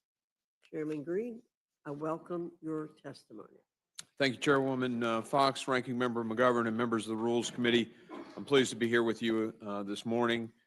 From day one of their administration, former President Biden and Vice President Harris systematically and intentionally dismantled America's border security and gutted interior immigration enforcement, sending a clear message to the world that our borders were wide open. The consequences were staggering. U.S. Customs and Border Protection recorded roughly 13 million encounters of inadmissible aliens and gotaways, not counting the unknown gotaways. That number 4 times what happened in the first Trump administration. Border Patrol agents were overwhelmed and demoralized, and they were tasked to process, release tens of thousands of illegal immigrants every month. Apprehensions of individuals on the terrorist watch list illegally crossing the southwest border spiked from 11 during the 4 years of the Trump administration to 385 between FY21 and 24. Illicit narcotics, especially fentanyl, surged across the southwest border, contributing to a national overdose crisis. ICE agents were effectively prevented from doing their jobs, and deportations plummeted to historic lows. But the tide has turned. President Trump was decisively elected in large part because he promised to fix the self-inflicted crisis created by the prior administration. Now Border Patrol agents have returned to the front lines, empowered to enforce the law. Scores of criminal aliens are being detained and deported, and law and order is finally returning to our communities. The numbers make it clear. President Trump's approach to actually enforcing our laws works. Apprehensions at our borders have plummeted to never-before-seen levels. For example, monthly encounters at the southwest border dropped over 97% from a record high of over 301,000 in December of 23 to less than 8,400 in April of this year. The Trump administration is keeping its promises, and now we in Congress need to keep ours. Just like the president, every Republican ran on securing our border and enforcing our laws. If we fail to provide the necessary funding to the Department of Homeland Security to secure our border and restore law and order, we will show ourselves to be unworthy of the trust placed in us. Every budget recommendation that my committee advanced for inclusion in this bill is critical to maintaining the momentum that we have achieved so far. First, Title 6 of this bill provides over $46 billion to finish construction of a strategically placed border barrier system. This system includes not only just steel and concrete bollards, but a full suite of technology and infrastructure such as lights, sensors, cameras, and access roads, giving agents the tools they need to secure the border and do their job safely and effectively. 90% of Border Patrol agents agree that a strategically based border wall system is a key part of their toolkit. Who are we to, as politicians, sitting in our air-conditioned offices to deny them this invaluable resource they say they need? Our reconciliation package also provides $5 billion to improve and modernize Customs and Border Protection checkpoints and facilities. These checkpoints are critical to the border security mission. Reconciliation funding will also be used to invest in frontline personnel by providing more than $7 billion to increase the number of Border Patrol agents, Customs and Border Protection officers, air and marine agents, support staff, and eligible retired agents and officers. Without immediate and sustained investment in workforce expansion and retention, CBP risks further erosion of both effectiveness and morale, endangering not only border security, but also the well-being of those sworn to protect it. Title VI also invests in cutting-edge technology to help agents and officers interdict illicit contraband and drugs like fentanyl. As cartel tactics evolve, Congress must provide CBP with the cutting-edge technology they need to carry out President Trump's successful border security agenda. Our bill invests over $5 billion in modernizing and enhancing our border security and surveillance technologies, drones, ground sensors, enhanced communication systems, and surveillance towers at and between ports of entry. The bill will also provide $450 million to Operation Stone Garden, a grant program designed to help border states and local communities enhance their own security. Republicans are focused on what actually matters, providing proper funding so that DHS law enforcement can carry out their border security mission, protect our country, and secure the homeland. We have a historic opportunity to make the country we love safer and more secure. Let's keep our promises and get reconciliation done. I yield. Thank you, Chairman Green. Mr. Thompson, you're recognized. Chairwoman Fox, Ranking Member McGovern, members of the Rules Committee. I normally use this time to thank you for the opportunity to discuss this bill, but this dead of night hearing is one of the most shameful games I've ever seen played on the American public in my nearly 60 years of public service. The Homeland Security title of this scam of a bill was developed without any of the standard oversight and discussion with the Department of Homeland Security that would normally go along with funding numbers so big. The bill recklessly throws an enormous amount of taxpayer money at the border to buy the votes of Republicans who are reluctant to support the massive billionaire tax giveaways and devastating health care cuts that really motivate this piece of legislation. In other words, the Homeland Security title of the bill is like putting lipstick on a pig. But in many ways, the reality of these 9 pages of legislative text is even worse than that, because it steals money from the American taxpayer and gives it to the Trump administration to decimate DHS and attack the Constitution. President Trump and Secretary Noem are unconstitutionally dismantling DHS and making us less safe in the process. They are firing hundreds of civil servants, freezing grants, eliminating the watchdogs who protect Americans, and failing to respond to natural disasters across the country. Several of you have natural disasters ongoing in your district, and you have weekly requests for approval of other natural disasters. Under Trump and Noem, DHS is detaining and deporting American children with cancer, punishing students for engaging in protected First Amendment activity, and denying the due process to individuals, including those in the country legally. When the Trump administration spends its resources harassing, rounding up, and deporting American citizens, legal permanent residents, and international students in the name of border security, it is ignoring real threats from terrorism, domestic violent extremism, and gun violence. Just last weekend, a fertility clinic in Palm Springs, California, was bombed in a domestic terrorist attack. Domestic violent extremism represents one of the biggest threats to the homeland, and this bill doesn't spend a dime on it. It does, however, spend $46.5 billion on Trump's failed border wall, which I may remind this committee, Trump originally said Mexico would pay for it. That amount for the failed border wall is 10 times what the bill spends on Customs and Border Protection personnel, and it nearly doubles what the Armed Services title of the bill dedicates to the technology complex, so-called Golden Dome Domestic Missile Defense Program.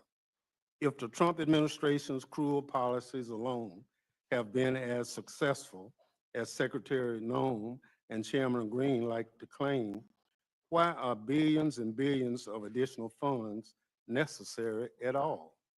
We got some insight into that question last week when Secretary Noem took a break from her costume changes and photo ops to ask the Appropriation Committee for a new $50 million private jet. See, Rolexes are not enough for our made-for-TV Secretary of Homeland Security. She needs a new Gulfstream 5 too. Never mind that the Coast Guard has much older equipment in service they use daily for life-saving missions. Those aircrafts should be placed first. This reconciliation package allows the Homeland Security Department to create a slush fund that enables the worst excesses of this administration, like private jets for the secretary and securing the president's multi-million-dollar golfing vacation at his branded properties. This bill may be big, but it's far from beautiful. In fact, it's beyond irresponsible. Earlier, I described Homeland Security portion of this bill as putting lipstick on a pig. I come from an agricultural district as well as a part of the country. So let me use another farming analogy to wrap up. We may be here in the dead of night, but you do not need the light of day to smell manure. The American people are not going to be fooled by any middle of the night manure slinging here. As my dear friend, Congresswoman Dina Titus once said in a Homeland Security Committee markup, you can't shovel shit and call it sugar. The American people are constituents, and they won't make mistakes what is being shoveled in this room tonight because it stinks to high heaven. I yield back. Thank you, Representative Thompson. Representative Jordan. Thank you're you, recognized. Madam Chair, Ranking Member McGovern, members of the committee. Thank you for a chance to speak today. 4 years and 4 months ago, yesterday, the Biden administration made three decisions that led to the situation we saw unfold over their administration. They decided on day one, intentionally, deliberately, in a premeditated fashion, they said, no longer will we have remain in Mexico policy, no longer will we build the wall, and when illegal migrant gets here, they will not be detained, they will be released. And as a result of those three decisions, 8 million individuals came into our country in the course of the Biden administration. This legislation that we put together, working closely with Chairman Green and his committee, we think will help alleviate and correct the situation that they deliberately, intentionally allowed to happen back 4 years ago. I won't read through mine. I will just say this. I think we focused on sort of three things. First of all, I'm proud of our committee's work in that the Budget Committee tasked us to spend $110 billion over the time frame. Instead, we wound up allocating resources of about $80 billion over that time frame. And we initially weren't tasked with raising any revenue, but we did in our bill with $66 billion in revenue raised. So we netted out at a much better position than what we were initially allocated to do, or instructed to do, I should say, by the Budget Committee. The resources we have in this bill, in short, will allow for 10,000 new ICE agents, 100,000 new detention beds, and the resources for the repatriation of 1 million migrants over the course of the Trump administration. And finally, I would say we adopted a principle with the revenue, which said instead of the American taxpayer footing the bill for migrants and aliens who come to our country, we think there should be fees on those individuals to help deal with the processing and the security of our border. So a simple, kind of a fundamental change in thinking, I think, that we adopted at the Judiciary Committee. Let's have the individual applying for the visa, the person who wants to come and enter the greatest country in history. We think they should pay the cost for the processing and for the security of our border. And that's why we were able to raise the revenue that we did in the legislation. And with that, I would yield back and look forward to questions. Thank you, Representative Jordan. Representative Raskin, you're recognized. Thank you, Madam Chair, Mr. McGovern, distinguished members of the committee. In the House Judiciary Committee, which is supposed to protect the civil liberties and the civil rights of the people, House Republicans want to hand Donald Trump a blank check to keep violating the Constitution, supporting criminals like the 1,600 insurrectionists and rioters he pardoned, and trampling the rights of the American people. In the first 120 days, we've seen federal courts all over the land issue an astounding 155 preliminary injunctions and temporary restraining orders against the administration's matchless onslaught of lawless executive orders and executive actions. That's more orders than have been issued against all other presidential administrations in the same period in American history put together. And I'd love to take you through all of them, but we obviously don't have the time. But, you know, last week, the Supreme Court heard oral argument on President Trump's first executive order purporting to nullify birthright citizenship in America. That's been struck down by 4 different district court judges: an Obama judge, a Biden judge, a Reagan judge, and a Bush judge. And the Reagan judge wrote the most blistering opinion of all. He said that of his 4 decades on the bench, this was the easiest case he'd ever seen because it was such a blatantly unconstitutional executive order. It collides with the very first sentence of the 14th Amendment, which says all persons born or naturalized in the United States and subject to the jurisdiction thereof are citizens of the United States.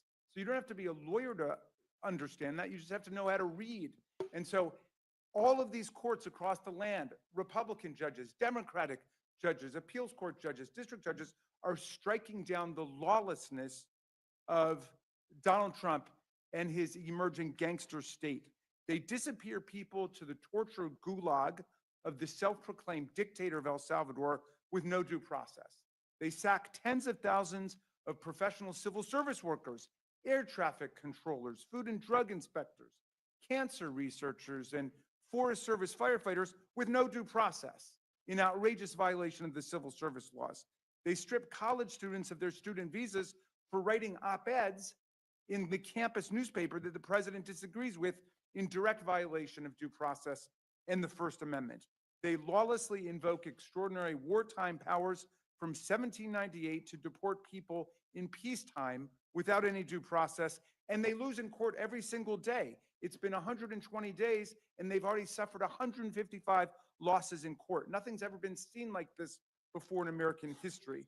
The administration says, well, it's just focusing on the worst of the worst. No, that's not who they're targeting. They're arresting judges. They're arresting members of Congress now. One of our colleagues is going to be arraigned later today in a completely fraudulent prosecution by the new U.S. attorney in New Jersey. They're deporting children with cancer who are U.S. citizens. They're rounding up law-abiding members of our communities, parents and wives of American spouses who pose no threat at all to public safety. They're sending masked agents with no identification to snatch students out of their neighborhoods, hauling them away in unmarked cars and sending them to detention centers in other parts of the country. And they're making serious mistakes every day, just as they admitted it was, quote, an administrative error to put Mr. Abrero Garcia on an airplane to a torture dungeon in El Salvador with no due process at all. The president is threatening media entities and shaking them down for private settlements in bogus lawsuits. He's threatening law firms and shaking them down for free pro bono hours. He's threatening colleges and universities. They've jettisoned the rule of law as we know it, and they don't seem to mind having the most judicially invalidated policies of any administration in history. So this bill is just a blank check for more chaos. It hands more than $80 billion in new money to the administration to do more of what we've already seen. And they rejected every single amendment we brought to say that they should not be deporting U.S. citizens. Our colleagues didn't speak against it, but they voted against it. We said nobody should be deported from the country without due process to follow the Supreme Court's 9-0 decision. Our colleagues didn't speak against it, but they all voted against it. And they want to give really extraordinary unseen amounts of money to ICE. There's a line item in there without any further explanation for $858 million in bonuses for ICE employees. That comes to $42,000 for each ICE employee. Nobody could explain how that's going to be passed out. We had other witnesses come in and say they've never seen a bonus of more than $1,500 or $2,000. $858 million. Meantime, we discover, Madam Chair, that one DOJ employee countermanded all the work of the House of Representatives, the U.S. Senate, the President of the United States, and the Department of Justice, which set up grants to go to local police departments across the country and victim assistance organizations. The money was appropriated, it was programmed, it was awarded to local police departments across America and other organizations, and one DOJ employee sent an email saying, get rid of all of it. And they did. And our colleagues refused to restore that money. And the same amount of money they want to put into bonuses for ICE employees to get $42,000. They're literally defunding the police. DOJ is defunding the police, and our colleagues are going along with that.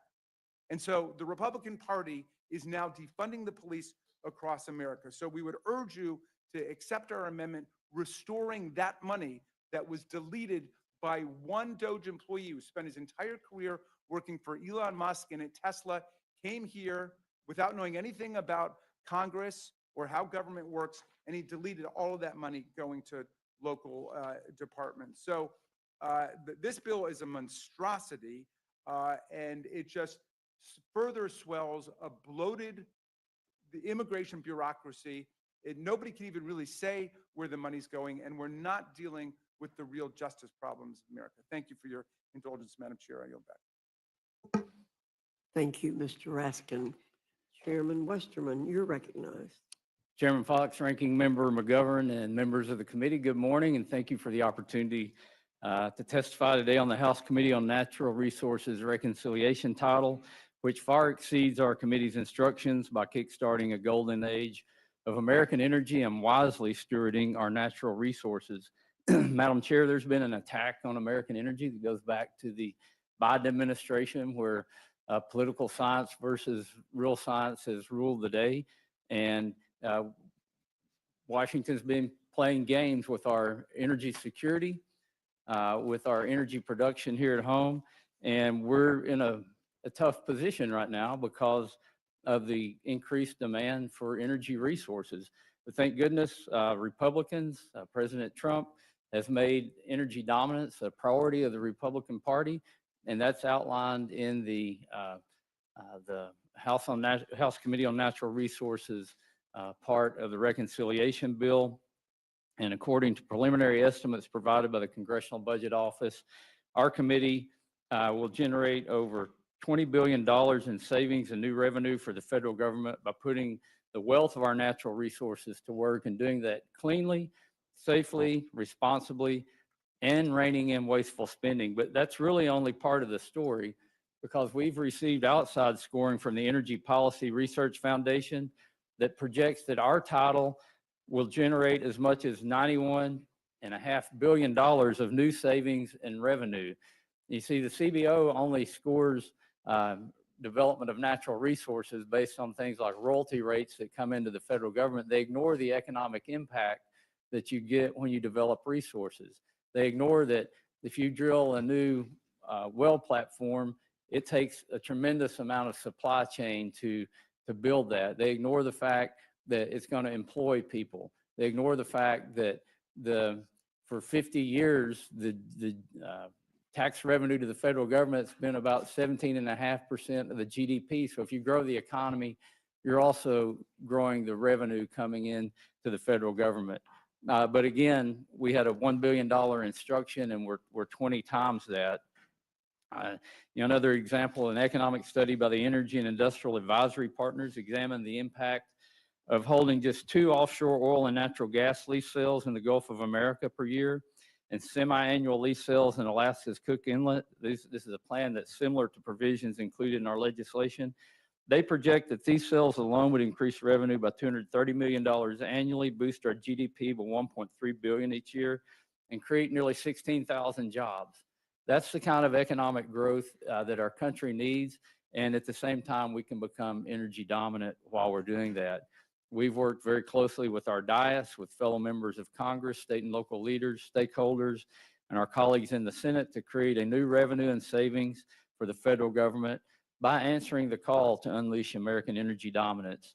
And as we know, global demand for affordable, reliable energy is rising at an exponential rate.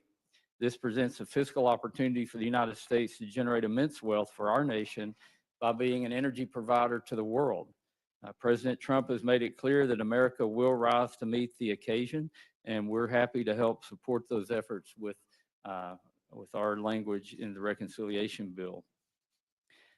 As I mentioned, demand for energy resources is increasing exponentially, and we can develop our own energy and our mineral resources right here at home.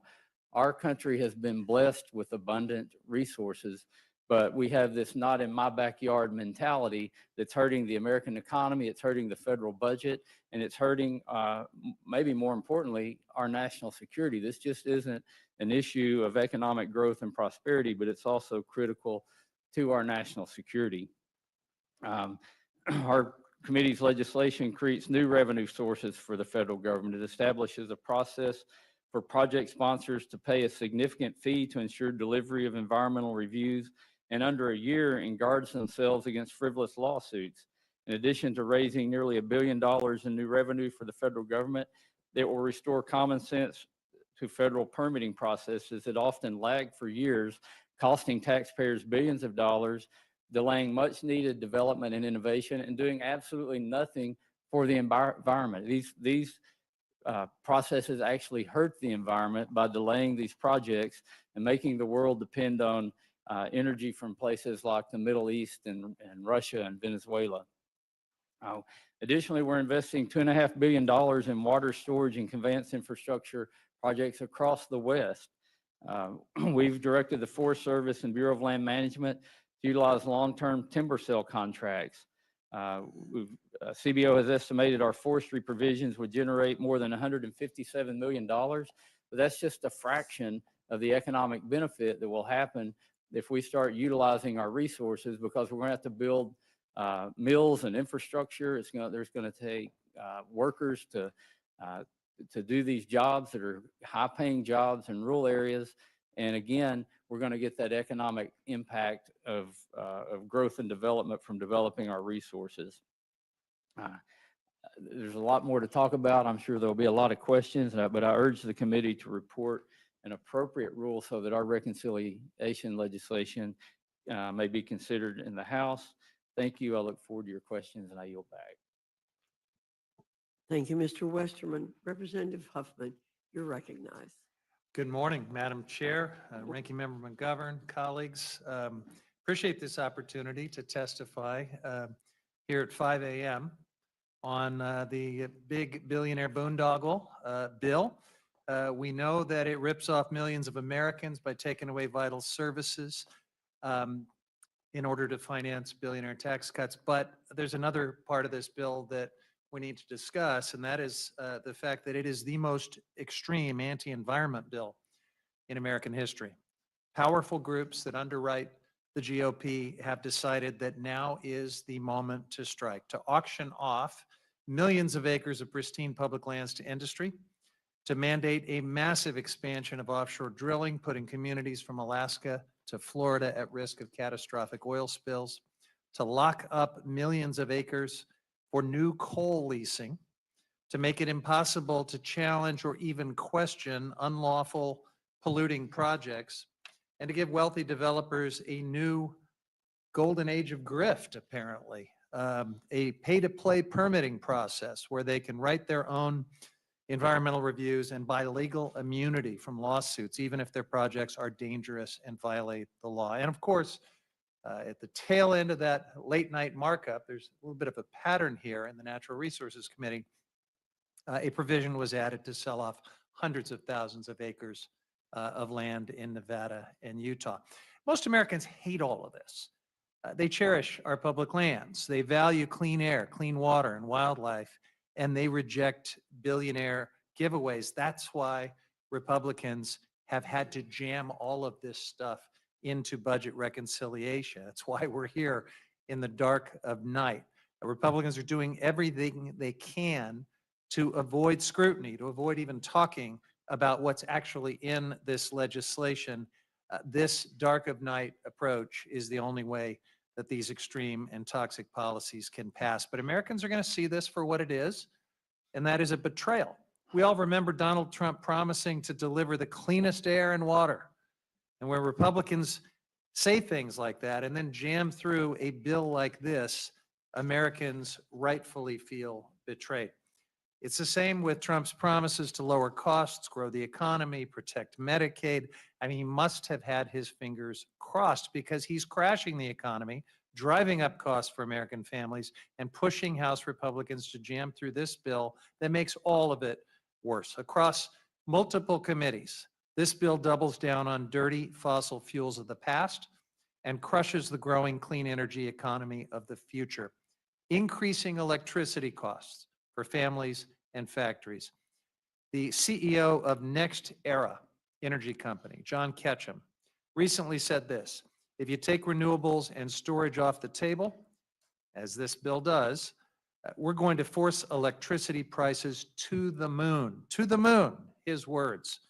You know, when Trump promised a mission to the moon, that was supposed to be astronauts, not your electricity bill. The natural resource title of this bill, which we call the Environmental Liquidation for Billionaires Act, is a massive betrayal of anyone who values clean air and water, wildlife, outdoor recreation, pristine public lands, sacred tribal sites, or anyone who wants affordable electric bills. That's why my Democratic colleagues and I have been sounding the alarm, because this is much more than just bad policy. It's a seismic shift in who our government is even working for. This bill gives away billions in subsidies, new subsidies, to the coal industry, corporate irrigators, and to big oil. And at the same time, it rescinds billions from programs that actually serve our communities, like funding for our national parks, coastal restoration, and healthy fisheries for coastal communities. And when Democrats offered amendments to protect tribal sovereignty, to hold polluters accountable, to ensure fair returns for taxpayers, Republicans rejected every single one. And then they slipped in that late night provision at midnight of our markup to sell off hundreds of thousands of acres of public lands in Nevada and Utah without maps, without notice, without any explanation. Only after the markup did we learn from media reports that this bill is a thinly veiled and corrupt water grab. The through line across these provisions is clear: prioritize short-term profits for billionaires and corporate polluters over clean air, clean water, and a livable planet for everyone else. We've seen this playbook before: cut taxes for the rich, gut public services and protections, hope no one notices until it's too late. But Madam Chair, people are paying attention, even now at 5 a.m.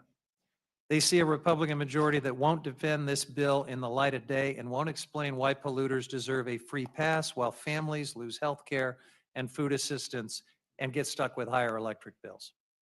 And the American people are going to see Democrats continue speaking out and standing firm on the idea that public lands belong to the public, not to big oil, not to foreign mining companies, not to billionaires or corporate polluters. I urge this committee to reject and strike this title. It doesn't serve the American people. It serves the people who already take too much and want even more. I yield back. Thank you, Representative Huffman. Chairman Graves, you're recognized. Thanks, Chairman Fox and Ranking Member McGovern. So the Transportation and Infrastructure Committee produced recommendations to meet our instructions by combining critical investments in border security, our national defense, and needed modernization of air traffic control with cuts to wasteful spending and some other deficit-reducing measures.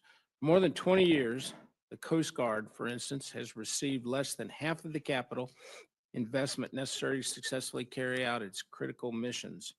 To support the Coast Guard, we've provided more than $21 billion to recapitalize Coast Guard assets, including the acquisition of cutters, aircraft, icebreakers, while it also funds the construction of facilities needed to support their new assets. With more than half of the total funding going towards maritime assets, we're also aligning with the President's recent executive order to strengthen America's shipbuilding capabilities. Additionally, following the tragic aviation accidents in recent months, this committee has heard directly from stakeholders and the administration about the need to improve the safety and reliability of our nation's aviation system. The FAA faces some serious operational and financial challenges due to its aging infrastructure and workforce shortages. In response, the committee provides a $12.5 billion down payment for the air traffic control modernization efforts. This down payment allows the administration to immediately begin replacing critical communications infrastructure, radar systems, and also invest in runway safety and airport surveillance, surface surveillance projects. It also replaces air traffic control towers and TRACONs and funds our air traffic controller recruitment, retention, and training issues. Finally, we address the chronic highway trust fund shortfall in a meaningful way for the first time in more than 30 years. The Congressional Budget Office projects $142 billion cumulative shortfall in the Highway Trust Fund over the 5-year period following the expiration of the current authorization. So put simply, the system for funding our federal surface transportation programs is broken. And our recommendation is to implement a $250 annual fee on electric vehicles and a $100 annual fee on hybrid vehicles and deposit all of those collections in the Highway Trust Fund. For too long, EVs operated on our nation's roads without paying into the system, which is primarily funded by federal taxes on gasoline and diesel. Plain and simple, this is a fairness issue. And it's time these roadway users directly pay into the system that supports the very highways that they drive on. We all want to invest in the Coast Guard. We all want to rebuild our air traffic control system and finally address the broken Highway Trust Fund. And I believe our recommendations deliver on those objectives. And thank you for the opportunity to testify and be happy to answer any questions. Thank you, Mr. Graves. Representative Larson, you are recognized. Thank you, Chair Fox and Ranking Member McGovern and members of the committee. Chair Graves and I appear today with conflicting views on the T&I committee title, a departure from our regular work on the committee and our preference of working together. And Democrats stand ready to advance bipartisan solutions to support the Coast Guard, to improve our air traffic control system, and to shore up investments in surface transportation. But Republican leadership has not gathered us here in the middle of the night to invest in job-creating infrastructure.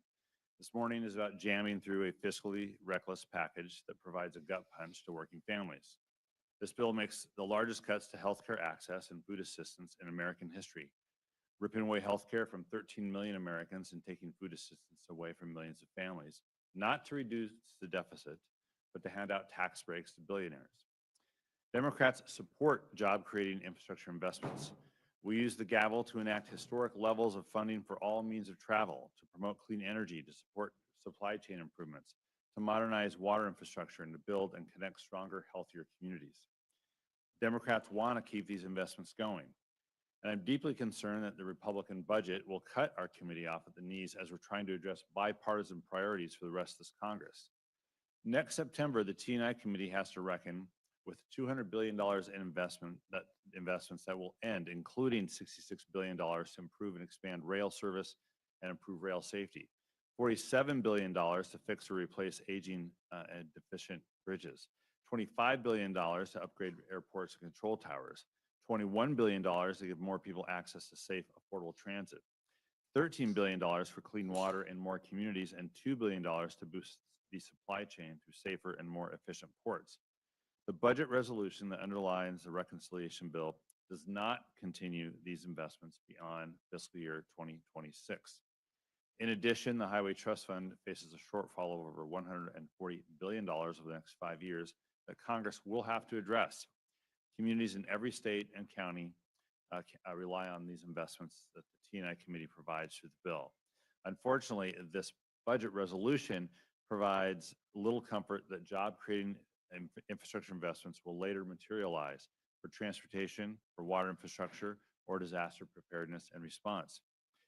The investments that T&I committee provided keep people safe in the skies, on the roads and bridges, and when traveling by bus, boat, or train. We can't afford to skimp on or to delay safety. The funding for air traffic control that the committee provided in this reconciliation bill is only a down payment on a much more expensive and urgent problem that we have to address. And it's been well documented by the committee and by multiple aviation safety experts that our current ATC infrastructure is becoming unsustainable. In the wake of one of the deadliest aviation accidents in the last 20 years, and with a rise in near misses at airports across the country, increased investment in our air traffic control system is needed. And similarly, the Coast Guard badly needs fleet modernization and funding for new icebreakers, shoreside infrastructure, and aircraft. And the funding for this, for the Coast Guard in this bill is a welcome and a bipartisan priority. But we also have to meet the needs of the members of the service. Where's the funding for Coastie's healthcare, including mental health, for Coast Guard housing, for childcare? Coast Guard cutters and aircraft do not operate by themselves, and we can't forget the needs of the women and men who serve in our Coast Guard. The T&I portions also contain substantial funding cuts to Inflation Reduction Act investments, cuts that are unnecessary to comply with Senate reconciliation instructions. Targeting these locally selected projects for rescission is a direct attack on communities we represent.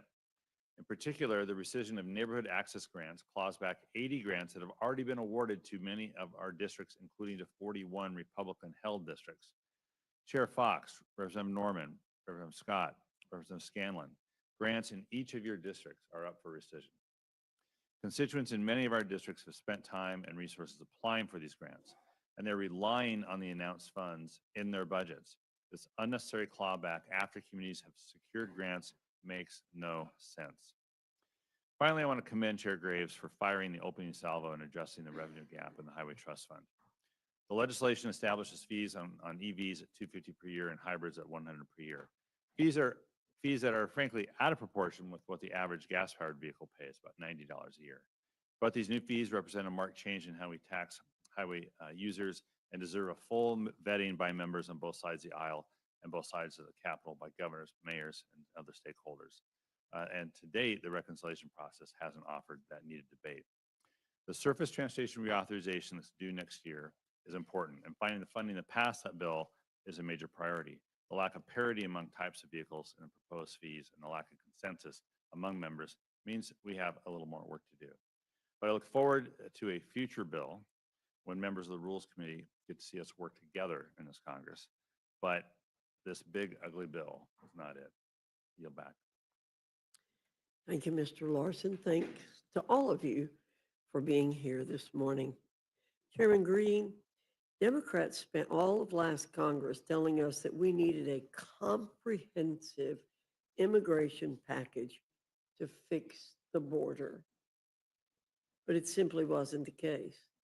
After only 5 months in office, President Trump has ended the worst border crisis in history by simply enforcing our current laws and empowering our law enforcement officials to execute their duties.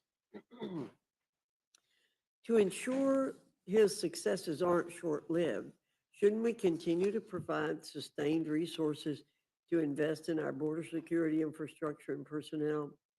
And that's what the legislation from your committee delivered, correct? Hard resources. Yes, Chairwoman, this is pretty much hard resources in addition to, the personnel stuff. We're increasing the number of Border Patrol agents and things like that. So there's some human resources pieces of this, but the vast majority of it is hardware. So would you agree that the Democrats have a credibility problem when assessing the problems at our border? After all, we didn't need a single change in authorizing statutes to make this sampling. We simply needed a president who was willing to enforce the laws on the books. Yes, ma'am. The excuses that were shared were many, from increased poverty and the other parts of the world that were driving people to the United States. Those things didn't change at inauguration. What changed was a president willing to enforce the law. Thank you very much. Mr. McGovern. I don't even know where to begin. It's 5:11 in the morning, and for those who are just tuning in, the Rules Committee began meeting on this reconciliation bill at 1 a.m. And you may ask, why do the Republicans want us to meet at 1 a.m. and not 1 p.m.? It's because they don't want anybody to know what the hell's going on here. And let me repeat, as I did in my opening statement, so that people understand the impact of this bill on the American citizens. This bill will throw 14 million people off of health care. 14 million people. It will throw millions and millions and millions of people off of food assistance. And those savings, I guess, will be used to pay for tax cuts for billionaires. Who does this? Who does this? On what planet does this make sense, that you rob from the people with the least and give to the people with the most? That is the heart and soul of this legislation. And as we're learning from the current panel, this bill also is not kind to the environment. It is not kind to civil liberties. And there are all other kind of negative things that are associated with this bill that I think most Americans, quite frankly, don't agree with. Yeah, Americans want to get our immigration system under control. Yes, they They want to make sure that, there's law and order and things are safe for everybody in this country. But they care deeply about the Constitution. They care deeply about due process. They care deeply about the environment. As I'm listening to the first panel and now the second panel, and I say this, with all due respect to my Republican colleagues, but we just don't share the same values. I think it comes down to that.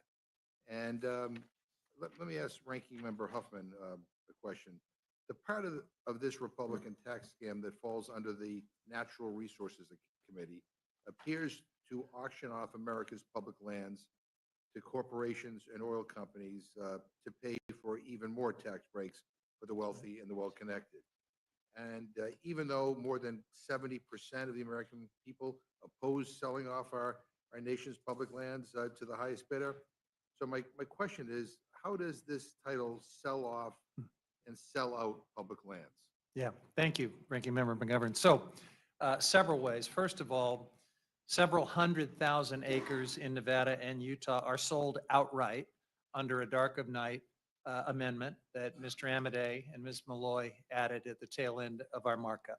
So after weeks of being assured by Republicans that they would not sell off public lands, they turned around and are now selling off public lands, much to the dismay of some of their own colleagues, including Mr. Zinke in Montana. But then the even bigger giveaway is in the form of auctioning off vast areas, millions and millions of acres of public lands, including pristine areas, the Arctic Wildlife Refuge, and mandatory offshore leases covering millions and millions of acres in the ocean.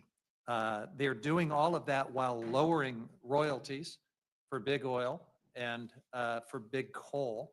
They are offering up an area the size of Connecticut that they propose for new coal mining, and also opening up areas very sensitive in the Boundary Waters watershed, the most visited wilderness area in the United States, for a particularly toxic form of new mining. So the House Natural Resources Committee was instructed to raise money to help offset the tax scam, but the committee's provisions also spend significantly. Can you tell us a little bit more about the big oil giveaways in this bill? Absolutely. Well, in addition to giving big oil all these vast areas, far more than they could ever need or want in places like the Cook Inlet in Alaska, massive mandatory offshore leases in the Gulf of Mexico, even though 80% of existing leases are sitting there idle and are not even being developed. It's just more being offered up to big oil while lowering royalties and giving the secretary the authority to go to non-competitive leasing if the market doesn't yield enough interest, which it won't in many of these cases. And then additional discretion where the secretary can lower royalties even further, practically giving away these public resources. And so one provision of this bill will allow companies with polluting projects to buy their way out of judicial review of their environmental review documents. So what could this mean for communities impacted by these projects? It means they have no voice whatsoever in projects that could have terrible impacts on their public health and their environment. All a developer has to do is pay 125% of the estimated cost of the NEPA review, and they are guaranteed a fast turnaround on their approval and then completely insulated from all judicial review.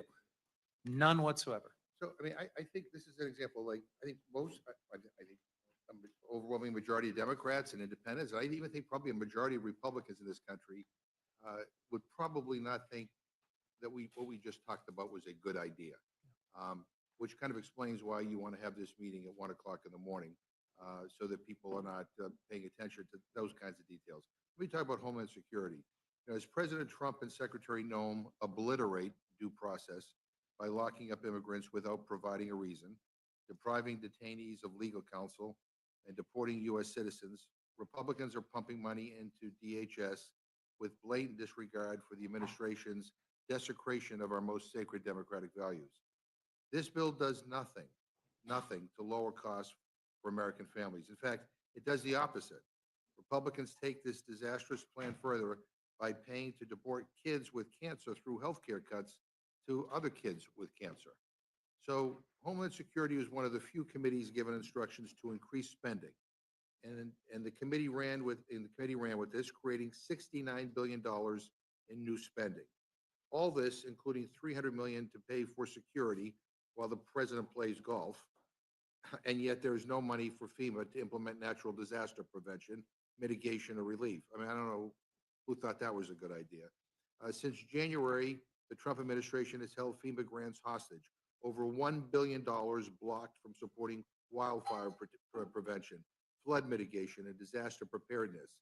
I mean, as discussed in the markup, natural disasters do not see red states or blue states. They don't choose their impact based on politics, and they often hit more than one state. Blocking funds to FEMA hurts all of the 95% of communities with recent disaster declarations. This should not be a partisan issue. Ranking Member Thompson, can you tell us more about the detriment to FEMA that this is? Well, as most of you know, FEMA has been recommended to be basically abolished and given to the states and localities. Well, if that was the case in the chairwoman's district, without FEMA's help, North Carolina would be in serious jeopardy. Mississippi, Arkansas, New Mexico, Missouri, other states right now have disaster declaration requests pending before the president. Some of them are almost 2 months. I've never seen it take so long for disaster declarations to be approved. Well, we had the secretary before us, and her testimony is that we need to get rid of it. I asked her, okay, what's the plan? Well, we're working on it. Well, you want to get rid of it? Surely you pull some people together and talk about it. Well, we've set up a council. How many times have they met? We haven't met. So clearly, we are being told certain things, but in action, it's not there. In support of what I'm saying, we offered certain amendments, over 30 amendments during our section of the bill.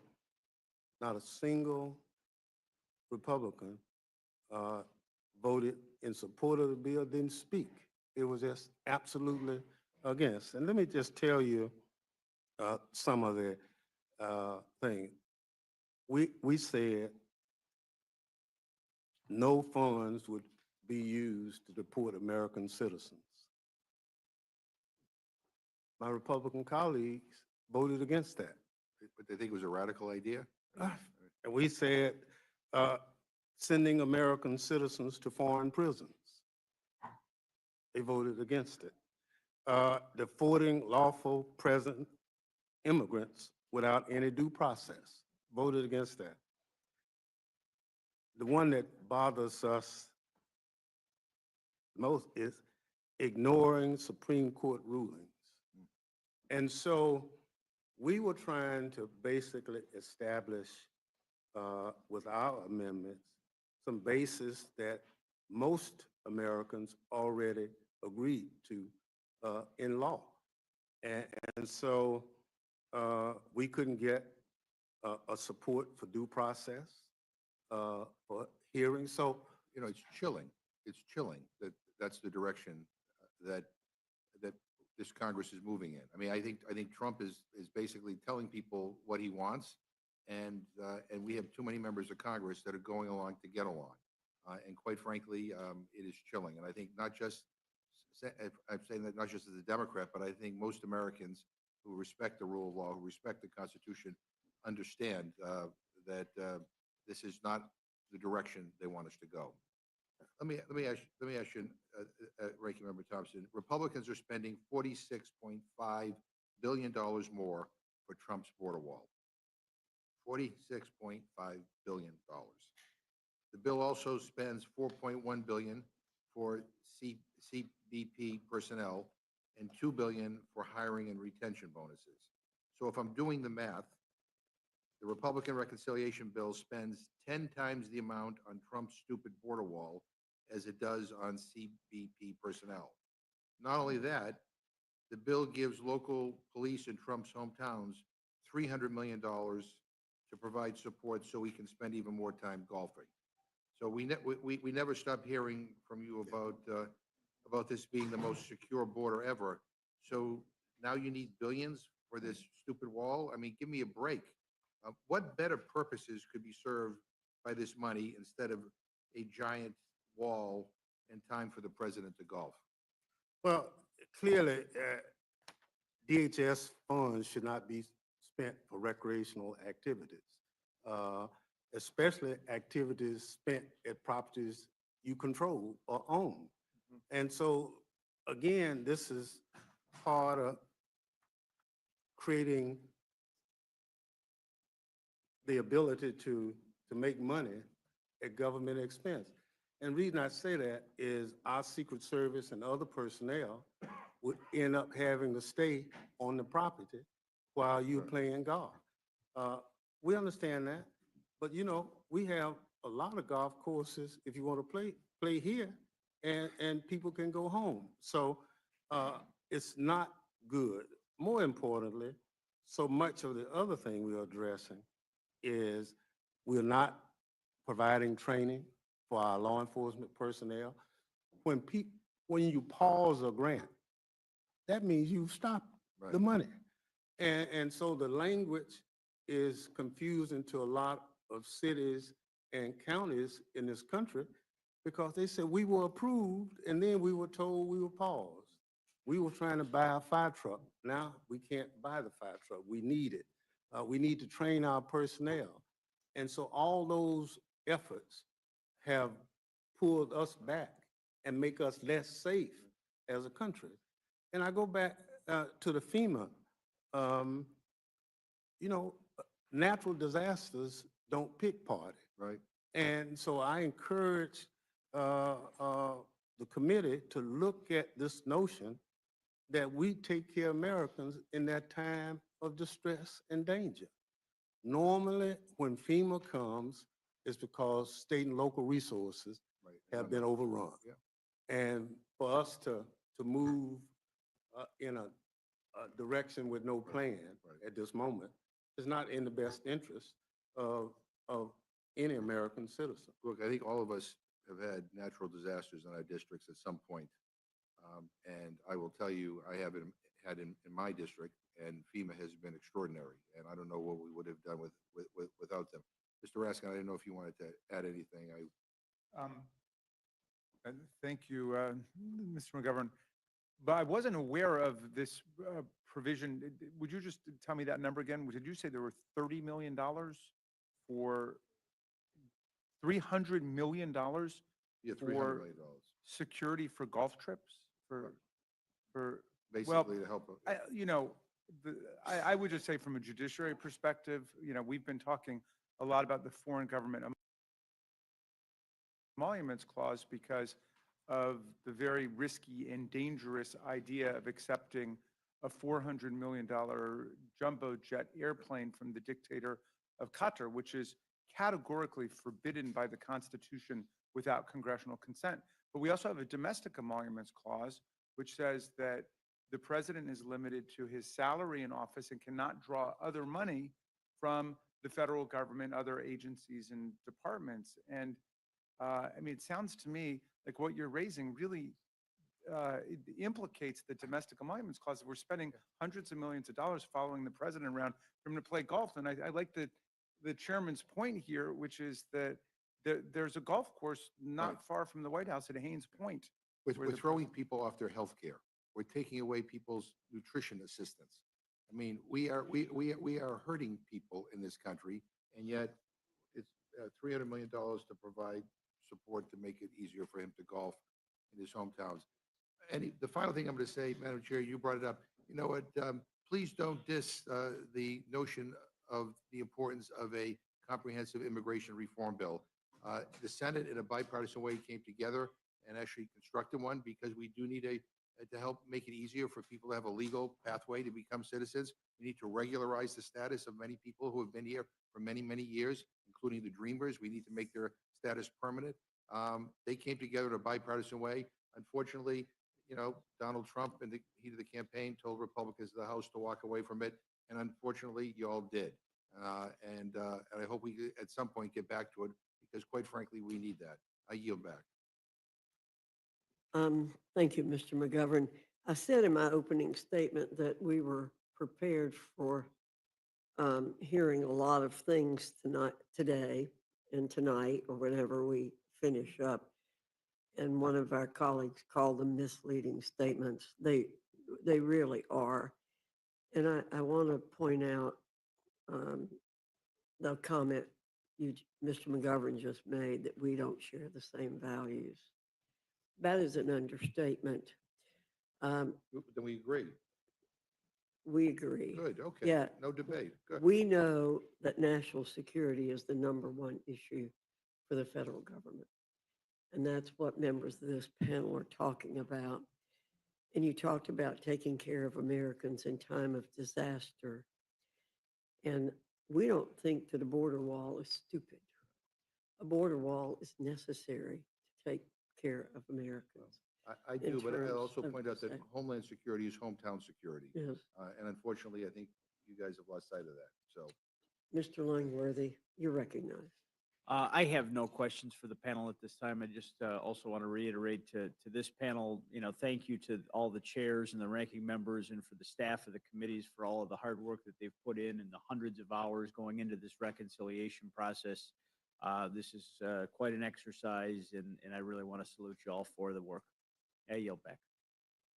Mr. Langworthy, Ms. Scanlon, you're recognized. Thank you, Madam Chair, and thank you to all our ranking members and chairs for getting up so at an ungodly hour of the morning to join us. And thank you again to our C-SPAN folks who are up way too early.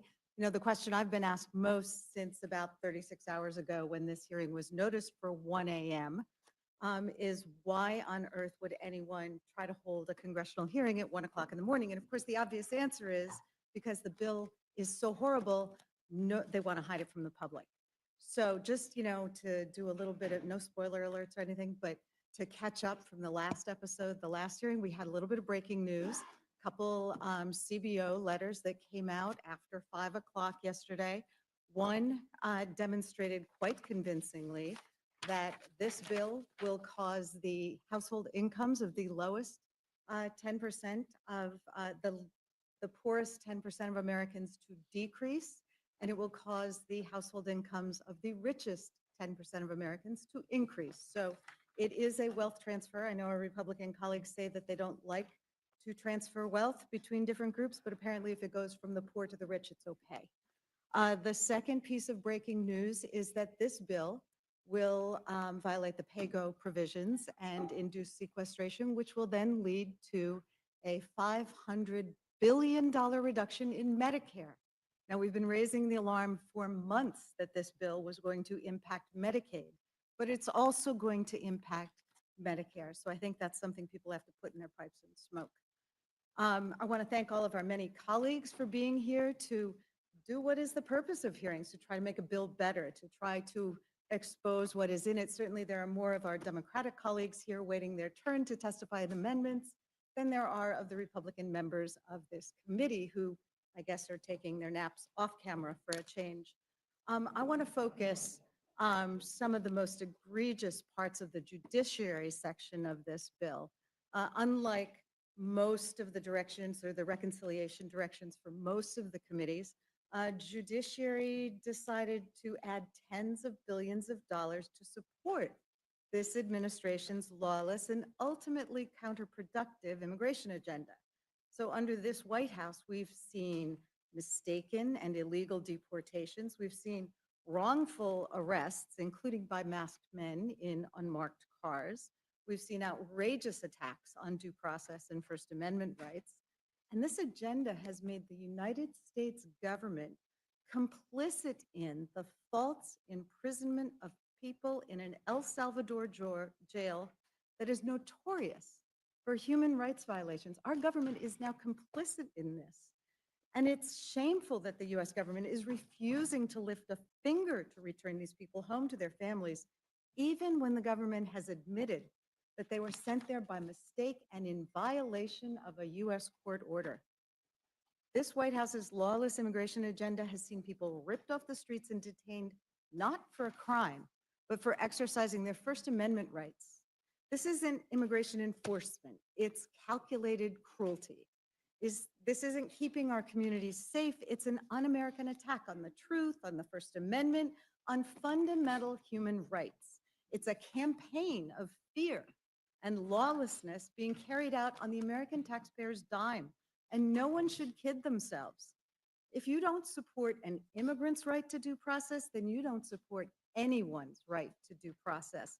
Because without due process, who's to say if the next person in shackles being loaded on a plane to El Salvador or South Sudan is a citizen or not?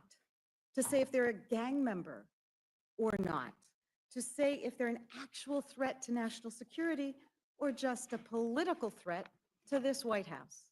So, in addition, we've got buried in this bill a provision that would prevent U.S. courts from being able to enforce their rulings when government officials violate court orders. This bill would prevent the courts from using their most powerful tool to uphold the law, the power to hold government officials in contempt. So, of course, it's being written so that it would apply to pending cases impeding a court's ability to enforce orders against, you guessed it, the Trump administration. And this is important because, as Ranking Member Raskin mentioned, this White House has been sued more than any other administration hundreds of times in just its first few months because it's violated so many laws in such a short time. So basically, our MAGA friends want to create a financial hurdle too steep for most plaintiffs to overcome by putting an enormous price tag on Americans' right to access justice in our courts in order to challenge these White House power grabs.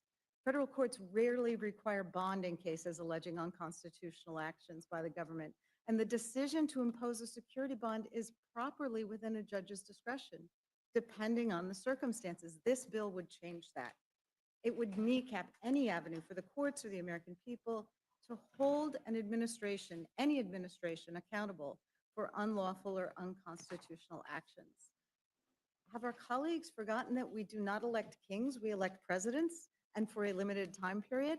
Have they forgotten that a president, his administration, his allies, including Elon Musk and his Doge brothers, don't have the right to do whatever they want just because congressional Republicans don't have the backbone to stand up and stop them?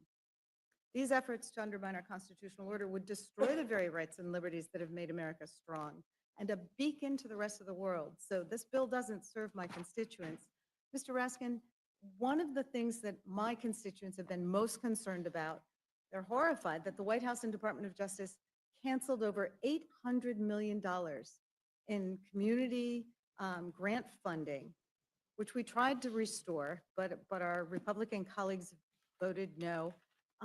We saw funding for community violence prevention, crime fighting, support for law enforcement, gun violence prevention. Using that funding, evidence-based programs have reduced gun violence in communities like mine, Philadelphia, by over 50% in the last couple of years. So can my constituents think that this is a danger to public safety? Can Yeah. you comment on this? Well, it's extraordinary that they're wanting to spend tens of billions of dollars on the border wall while they're cutting hundreds of millions of dollars from grants going to local police departments, victim assistance organizations, anti-rape and sexual assault groups that are actually on the ground in all of our communities. Now, this is something where I really thought we could have a bipartisan consensus because nobody knew about it. We all voted to appropriate that money in the House of Representatives.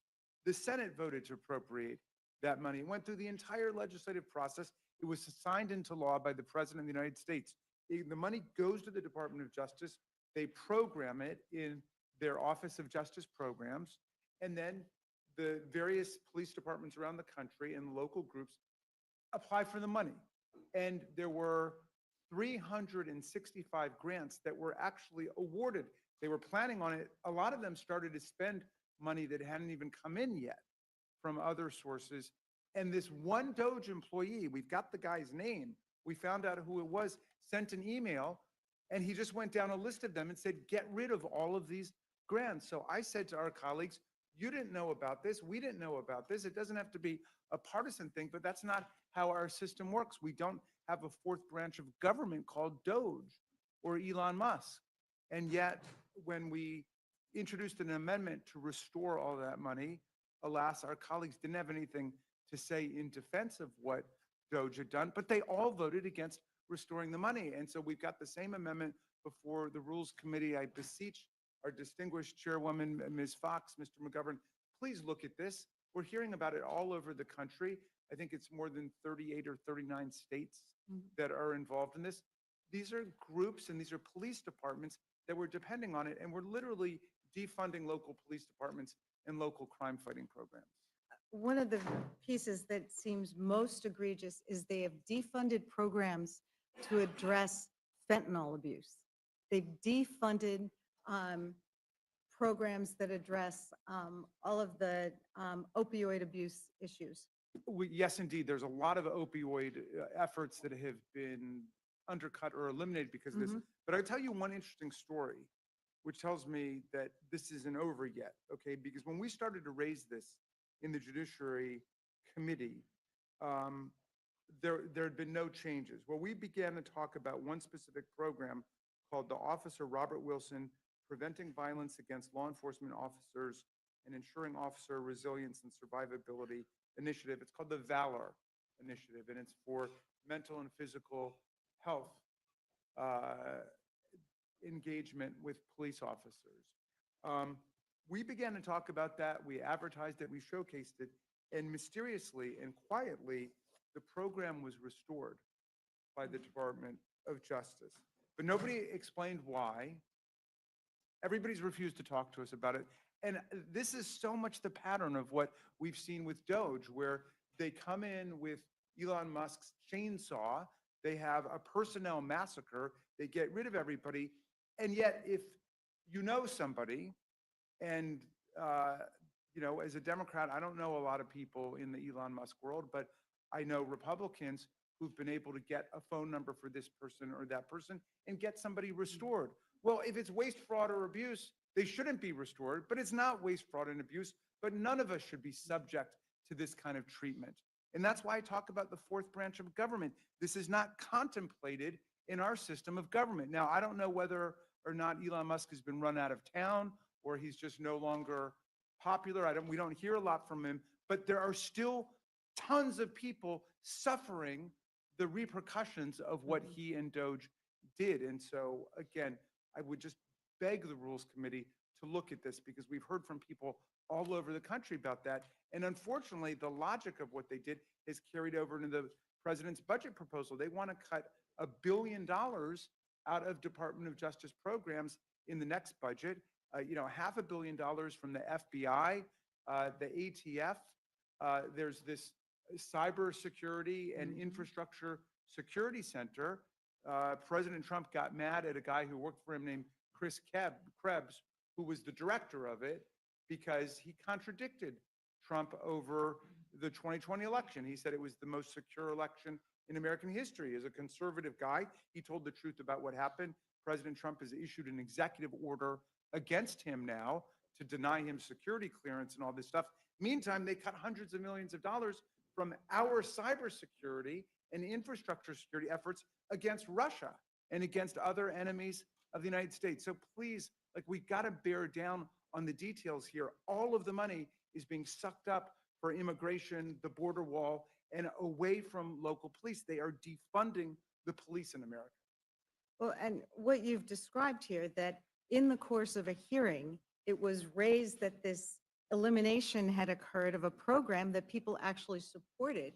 So the hearing process, the legislative process actually works, and that's what we should be doing now instead of trying to ram this crazy bill through in the middle of the night, because we aren't able to get to all of these issues where the Doge brothers came in, and it appears that the way they decided what should be cut was they just hit Control F Delete and just wiped out huge sections of the federal government. Honestly, for the life of me, I don't understand. What would the problem be with saying Doge made a mistake here, and let's restore that money to our communities across America? Well, Doge was the mistake, but I just had one more question for you.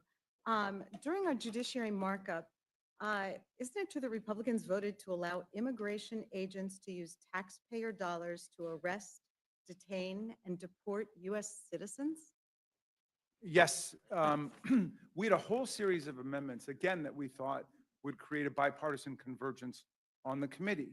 We basically were looking at things that the administration had done unlawfully, where the courts had struck them down repeatedly and categorically and clearly, judges on all sides of the political spectrum.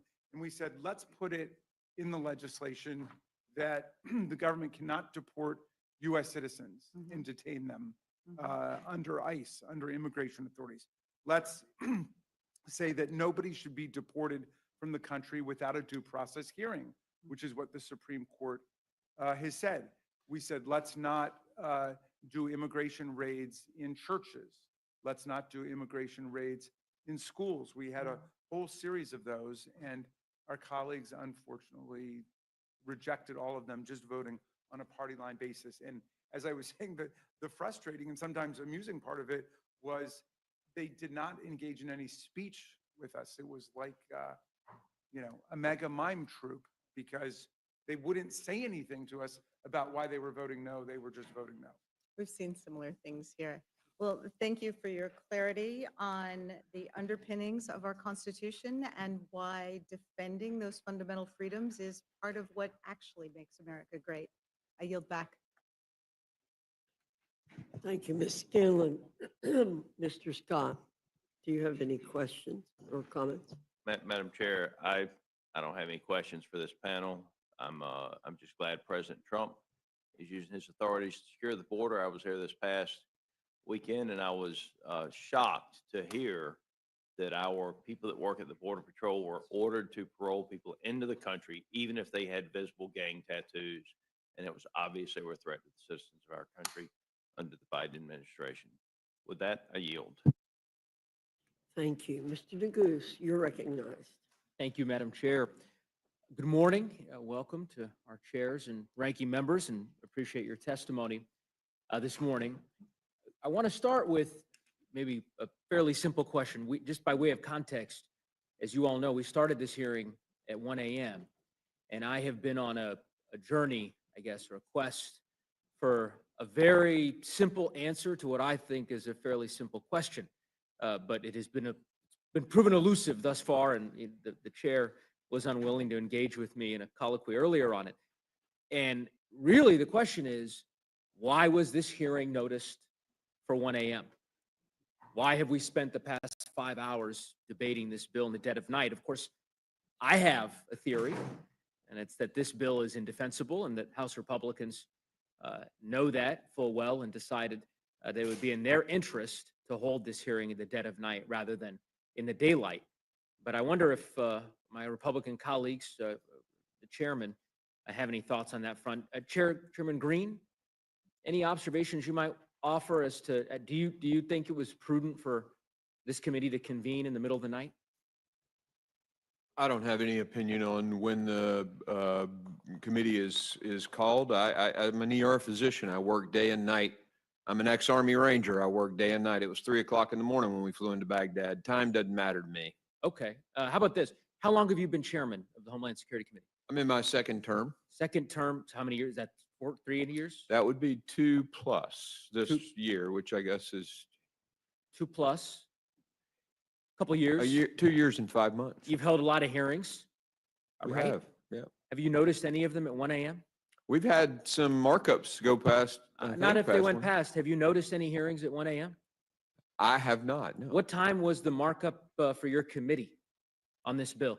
On this bill, I Yeah. think 10 a.m. 10 a.m. Yeah. Interesting. Yeah. Yeah. I'm pretty sure Chairman Jordan's markup was around 10 a.m. too, because I'm on his committee. The same goes for Chairman Westerman. The question I have is why the Rules Committee decided to deviate from the protocols that the chairs have apparently established, those who are testifying in front of our committee. Why this committee, the Speaker's Committee, decided to gavel in the middle of the night to take up this bill. It's an interesting question, and I've yet to get a good answer, but maybe the third panel will perhaps provide some clarity. Chairman Jordan, I was going to say, when you got a great product, you want to get after it and get it passed. Oh, This- is that right? This thing cuts taxes, Oh. secures the border. Let's Cuts talk, taxes, let me secures- talk to you a bit about the Okay. product, Chairman Jordan. So I want to talk to you in particular about the contempt provision. So this is section 70302, a restriction on enforcement. You're familiar with this provision, right? Is that, you know the provision I'm talking about? I'm waiting for you to explain it. Okay, well, you're testifying. I was going to ask you to explain it. So my understanding of the provision, you can tell me if I'm wrong or incorrect, is that this provision would bar any federal court from enforcing a contempt citation in a case in which an injunction or a temporary restraining order has been issued if security, that is to say money, has not been provided or ordered by the federal court in that particular case. Is that right? That's right. Okay.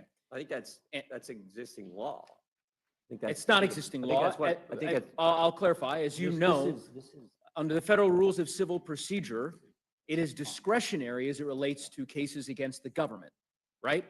That's the whole reason for this provision. Otherwise, you wouldn't include this provision in the bill. This is meant, I'm asking a question. I don't know. Is that, Well, is that right? Or am I I? didn't hear the question. Say the question again. What was I didn't that? catch, I didn't hear the question in there. The question is whether or not this provision is as I stated it to be, that essentially it would preclude any federal court from enforcing a contempt citation in a case in which an injunction or a temporary restraining order has been issued if a security has not been provided. That by the last plaintiff clause in is the that key, case. if that security has not been put up, right? Correct. And you're aware that the way in which you've written this provision, it would apply to any plaintiff in the United States vis-a-vis a case against any entity within the federal government. I can look at the drafting, but my understanding is it applies to the cases we're talking about with immigration cases. Yeah, no, you're incorrect. So yes. What those you're cases- saying are those incorrect. I'm cases just saying would be- how I believe it was written. Okay, You well, think it's let me- written Let me different. explain to you what this provision Well, actually I does. can't wait for your wisdom. Go right ahead. Chairman Jordan, this provision would bar any plaintiff in the country from being able to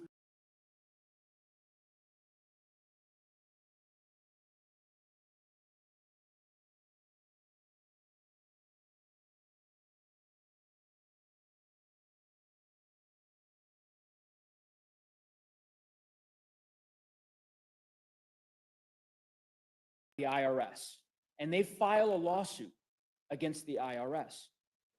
If this becomes law, your provision, that individual would have to provide security, whatever security the court would deem reasonable.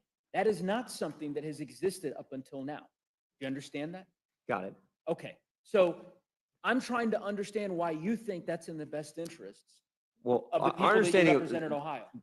courts, Go ahead. judges were waiving this. Our understanding is this would prevent enforcement of a contempt order if security was not provided, if the security was not provided in accordance with the federal rules of civil procedure 6S. That's what we put in the legislation. Yeah, this provision, so you're saying that essentially the way that you read this language is that it's not compelling the federal court to require security of a plaintiff. That's a situation now the judge can waive it. We're saying it should compel the court to have the security there. Correct. Yeah, we're saying the same thing. Okay. Let's go back to my core example. All right. We'll walk through it together here. A constituent in Ohio who believes that their information was improperly released by the IRS. I remember you've served on the Judiciary Committee for many years. Hold on. We're talking about in the context of immigration cases. This is all cases. This is not immigration cases. The plain language of this statute that you have written applies to every conceivable case brought in a federal court, period. IRS cases, patent cases, immigration cases. If you have a constituent that sues the ATF, this provision applies to them. This is the point. And you can visit with your lawyers and maybe they can provide you with the clarity, but it is unquestionably the case that this provision applies to every plaintiff. Oh, okay. Yeah, that's correct? I think we're on the same page now. The judge can set the security at whatever level he wants. What's typically happened in these cases is he just waiving it. No one's putting it up, and they're getting this injunction that applies nationwide, Correct. which is the So, concern. I hear you. Are you okay with the nationwide injunction I hear issued by you. one single federal We'll judge? get to that part, Mr. Jordan. Okay. Let's complete the analysis on this piece, because to your point, as you said, this particular provision doesn't require a specific amount of security. It's essentially saying to the federal court, it has to require some security. And my point is that this is a deep deviation from existing federal law. This has never been the case. We've never said to constituents, hold on, Mr. Jordan, I'll give you a chance to respond. We've never said to American citizens and constituents that in order to vindicate their rights in federal court, they're going to be required to provide a security when their constitutional rights have been violated by their government. And I find it astounding. I'm not sure that many of your colleagues understand the full import of this. They will by the time this gets to the floor. I imagine there will be a lot of limited government advocates who will find deep reasons to be concerned about this type of provision, because as you could imagine, it will preclude folks from being able to vindicate their constitutional rights. Now, I would also say the way that you have written it, as you've noted, it's retroactive, right? So this applies to any Well, I just want to say the situation we're trying to address is what's been happening around the country. You And didn't write it that way. As you know, a single federal judge gets cases brought to the judge. They waive the security and then issue a decision that applies nationwide to all immigrants who are in that Why situation. didn't you put nationwide in this language? Well, we can look at the language. I mean, it's but I'm 6 gonna a.m. You're voting on this thing in like 10 hours. What are we talking about? We've had weeks. You could have put nationwide in here. That's not what it says. This applies to every one of America's 330 million again, citizens. the judge has discretion on what that amount can be. Sure. So a judge could say, you know what? And judges are right now waiving it, and that was the concern we had. Sure. And I think a judge. And you don't think that's a problem? Even Supreme Court Justice Kagan has said there's a problem with these nationwide injunctions being issued from one single federal judge. That's what we're trying to get at. Okay. The Supreme Court's considering that question right now. I will just conclude here. All I'm saying is, let me conclude my statement, and then I'll give you even a more chance to liberal respond. justices have said this is a problem. I understand. We've actually passed your standalone rationale, legislation. Chairman Jordan. Mr. Neguse, He's had every please opportunity. let Mr. Jordan speak, and then he will let I you will- speak. I'll finish my question and then he can answer. Okay, but or I'll just you're make a not statement. asking a question. Okay, sure. You're asserting a statement. Madam Chair, Mr. Neguse controls the time. Yes, sir. And so. But I I'm mean, trying to ask him to ask a question and then let Mr. Jordan answer. I will conclude my statement and then ask a question of Mr. Jordan, since I don't think wants to engage in this constructive dialogue to try to actually address the purported problem that he is trying to solve. So I will simply finish the hypothetical that I offered. Any constituent in Ohio who believes that their private data has been disclosed improperly by the IRS, any citizen of Ohio or Colorado for that matter who believes that their constitutional rights have been violated in some way, if this becomes law, they would be required to pay the court money in an amount that the court deems necessary to cover the costs of the potential damage in order to proceed in federal court. That has never been the law of the land in our country, and I cannot believe that Freedom Caucus, so-called Freedom Caucus members would support that kind of principle.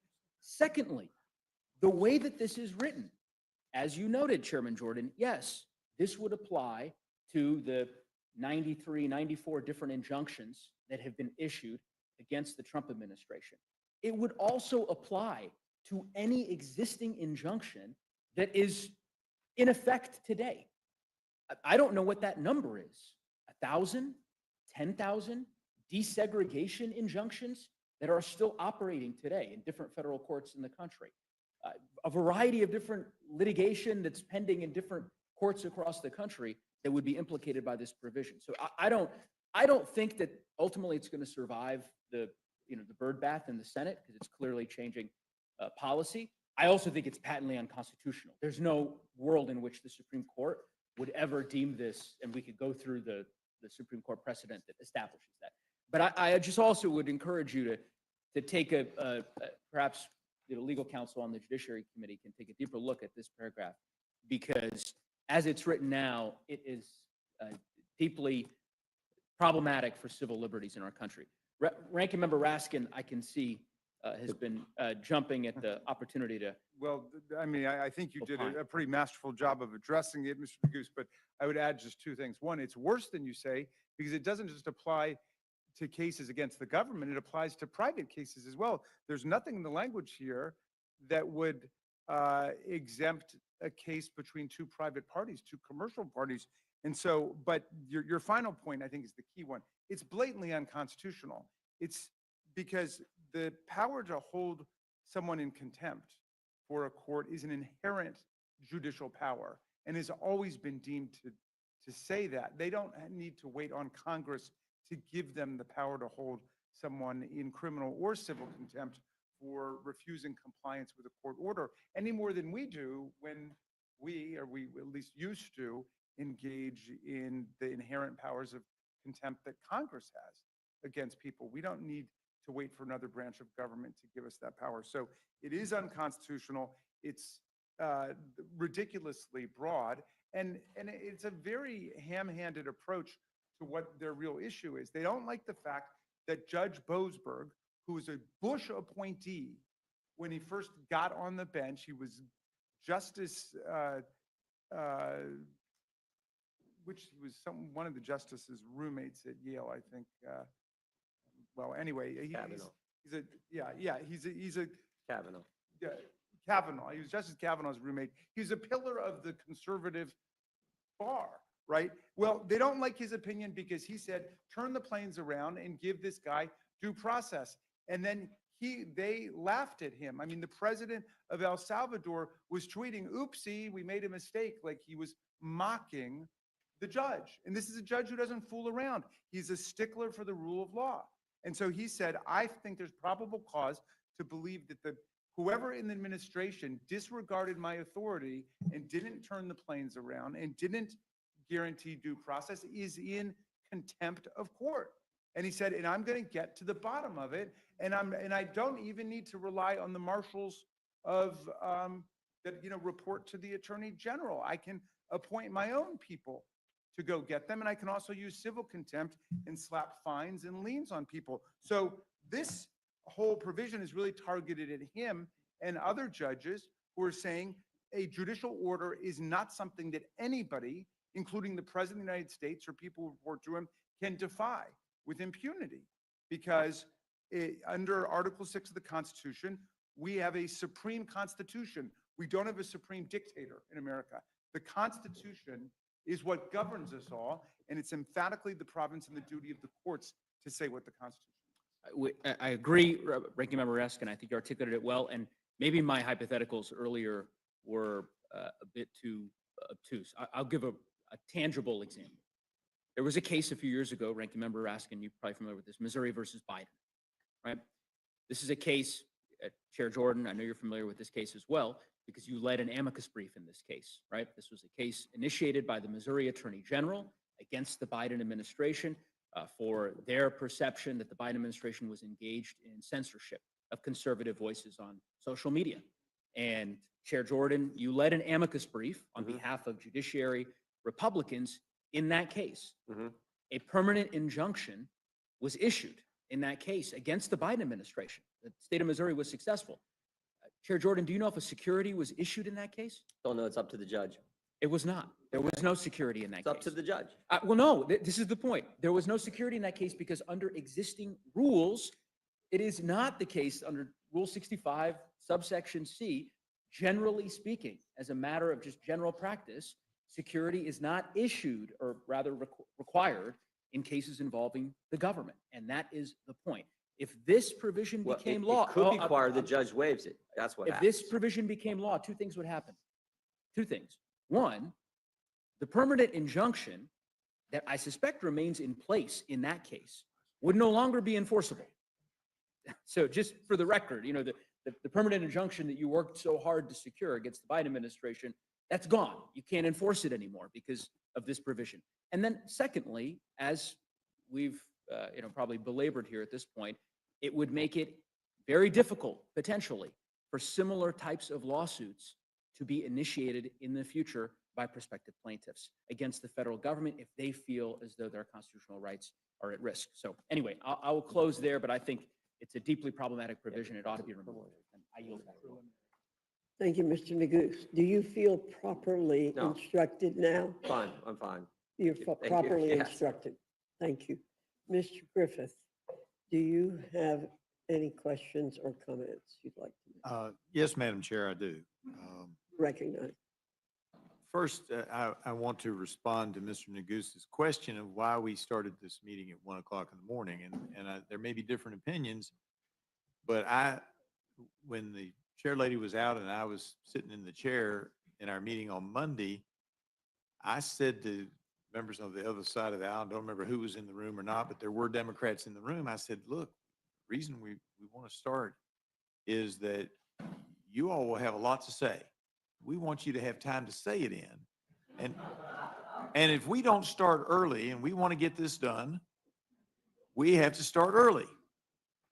And I said, now, if y'all want to put a restriction on the time, we could start later in the morning perhaps. And then there was no response directly to that, but there was a response that something along the lines of, we're glad you're not going to try to limit our time as has happened in some other committees. So, I mean, we could have worked out a different time, but, and it's true that we have set the clock as to when we want to try to get this bill across if we have the votes to do so.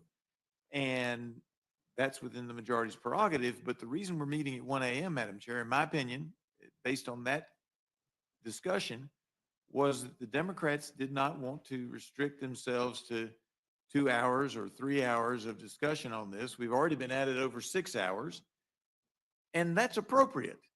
But it just strikes me as just one of those oddities in life.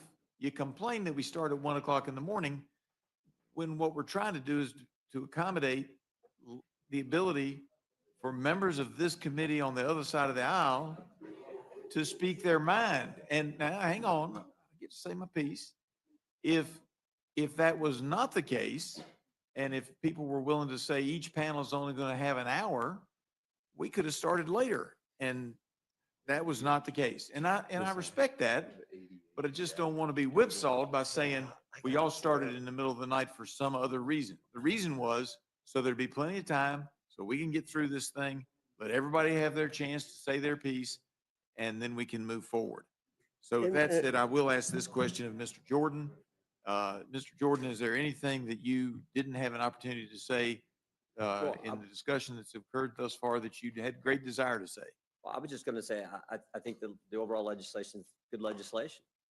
Cuts taxes, secures the border, requires work, and gives moms and dads the ability to pick the school that they think their kid's going to get the best education. Those are 4 fundamental principles that I think vast majority of Americans agree with. That's why I think the bill is so good overall. And I think what we were able to do in our committee, particularly proud of, and that the fact that we were charged with just spending, allocating resources to keep the border secure, but also we're able to bring in revenue to help help offset the cost to secure to keep our border secure. All right. I thank the gentleman. I have no additional questions. You yield back. If you'd yield just I a will yield moment to to the me, chairwoman. I was going to answer a bit ago. I agree with what you're saying about why we started so early. Mr. Neguse had said we'd be on the floor between 11 and 12, I believe, today. And so starting at 6 o'clock, at 1 a.m., and hopefully we'll be on the floor by that time. So we won't be passing bills in the dark of the night. But I want to quote President Obama saying, there's a fierce urgency of now. So we're not the only ones that have felt a fierce urgency of now. Madam Chair? Madam Chair, I yield my time back to you. Thank you. Madam Chair, I just want to respond by simply saying there's no urgency to pass this bill tomorrow or on Friday, or, we could easily do it when we come back. And so, nice try by saying that it's our fault that we're meeting at 1 o'clock in the morning. I appreciate that. But you know what? This is important stuff, and it's going to impact a lot of our constituents, yours included. And this debate should happen in the light of day. And the fact that it isn't, basically, I believe, is because you guys don't want people to know what is in this bill. So I thank the chair lady. I yield back. Ms. Leisure Fernandez, you're recognized. Well, thank you very much, Madam Chair. And I really did appreciate when Representative Griffith sat on the chair because he did answer questions. It was a lot of, well, we don't really know, there's tweaks, right? He kept saying there's going to be tweaks in these bills and the tweaks haven't even started. But the reality is we could have started this at 7 o'clock in the morning and still had all day long to talk, right? Still had all day long to explain to the American people what we are doing here, where we could have maybe not forced every chair and ranking member to sit as if though they were on a cheap airplane or something. Look at them. They can't even open their hands. They are crushed in here. There's no reason to be doing this in the dark of night. I've been calling it the vampire committee because it seems like they're going to just suck all the health care away from Americans in the middle of the night. I think it is a good thing that we are asking questions because it's over 1,100 pages and not everybody has seen it. And we still haven't seen the last pages that might blow a lot up. And so the American people do deserve to have this set at a time when we are not coming in the dark. And yes, if we went, I'm looking at Chairman Westerman, it turns out our hearing wasn't very long compared to the rest, but you started at a reasonable time and we kept going. The Ag Committee reasonably said there's a lot here, and they said it for 2 days. There was no reason we needed to come here at 1 a.m., except for that you want to push this through. You then passed a rule that Representative Roy had to walk out so he could not vote no, where you then rush everything. You want to get everything done in 1 day. You want to get everything done in 1 day. You're going to have the biggest transfer of wealth in American history, and you're going to do it in 1 day. That's your goal.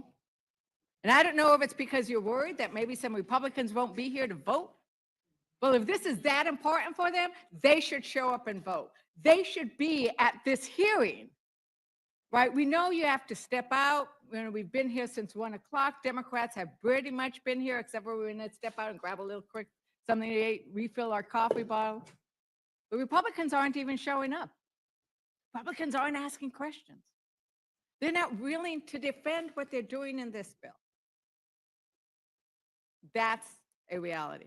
But I wanted to, I had thought I would follow up a little bit on the conversation with Chairman Jordan, because I need to say, Chairman, last Congress, I sat here and I saw you and Ranking Member Jerry Nadler being in great. I mean, it was great. I felt like I was in an alternate reality. I told you, it's like, oh my God, that's amazing. That was FISA. That was FISA. That was FISA. Yeah, But it's coming back. We're going to do that again. Yeah, you're I'm gonna do it working on again. Mr. Raskin. Yeah, but what you were concerned about and what united you and the top Democrat on the committee was a belief in constitutional principles. Is that right? Yeah, I don't think the government should be spying on Americans. But if you believe in that constitutional principle, shouldn't you believe in all of the constitutional principles? I do. Yeah, well, thank you. Because you actually even wrote a Washington Post article That's about true. that. And I'm going to quote it because it says, we can balance, this is your Washington Post article, we can balance. First the time I've had need- an op-ed in the Washington Post. That's You right. did write it off in the Washington Post. I'll send it to you. It's a Washington Post editorial.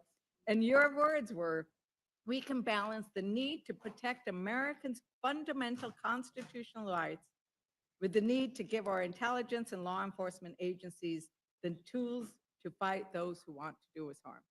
You still agree with that? Yeah, I don't recall if you voted for our warrant requirement amendment last year. I hope you did, but you'll get a chance Get I a think chance in 10 this months issue- to But this issue of deal with it believing again. in due process, I think means you need to believe in due process. You need to believe in our constitutional rights, even when it's dealing with due process. And Chairman Jordan, is there anything in this bill that protects Americans' due process? Nothing that harms American due process. And the Oh, Supreme Court's nothing been that clear. harms Americans' due process. Maybe I'll ask Ranking Member, part of the problem of why we're so worried about due process right now is we have a president who is violating due process, who is sending citizens, deporting citizens with their children who have brain cancer. Not just, They are deporting that's not accurate. citizens. They deported citizens' children. They Not- deported citizen children who needed medical care. They have said oops numerous times. And in fact, I'm sure, Chairman Jordan, you know what the meaning of habeas corpus is, don't you? Do you know the meaning of habeas corpus? Yeah, I Chairman mean, Jordan? What is the meaning of habeas corpus? Yeah, release of the, I think in technical, release of the body. It's like, there's a process, you can't just be detained, there's a process you have to be able to access in order to be released. So that's it's critically important, but. Well, Secretary, the thing is, Secretary Noem thinks that habeas corpus means you get to just deport people, right? That's what she testified. Ranking Member, what are some of the reasons why we should be concerned about due process in this moment, and why it might have been a good thing to actually put some protections in this bill? Well, the provision that we were just discussing about the court's authority to hold government officials in contempt is a provision that's all about due process, right? Because what's happening is you get judges like Judge Boasberg, who says, no, this person cannot be deported from the country without due process. The whole Supreme Court has now agreed with that. Justice Scalia, by the way, was a great champion of the idea that the due process liberty protected by the Constitution applies not just to citizens, but to non-citizens. It doesn't apply exactly the same way, but the rudimentary elements of it are there. What are the elements of due process? The right to see evidence against you, the right to adduce evidence on your own behalf, the right to be represented by counsel, the right to appear before a neutral fact finder who's going to impartially make a decision. That's all the Supreme Court is saying. And then the answer, that Donald Trump and his administration have been making, and unfortunately some of our very smart colleagues have followed along with this, is, well, that guy's really MS-13.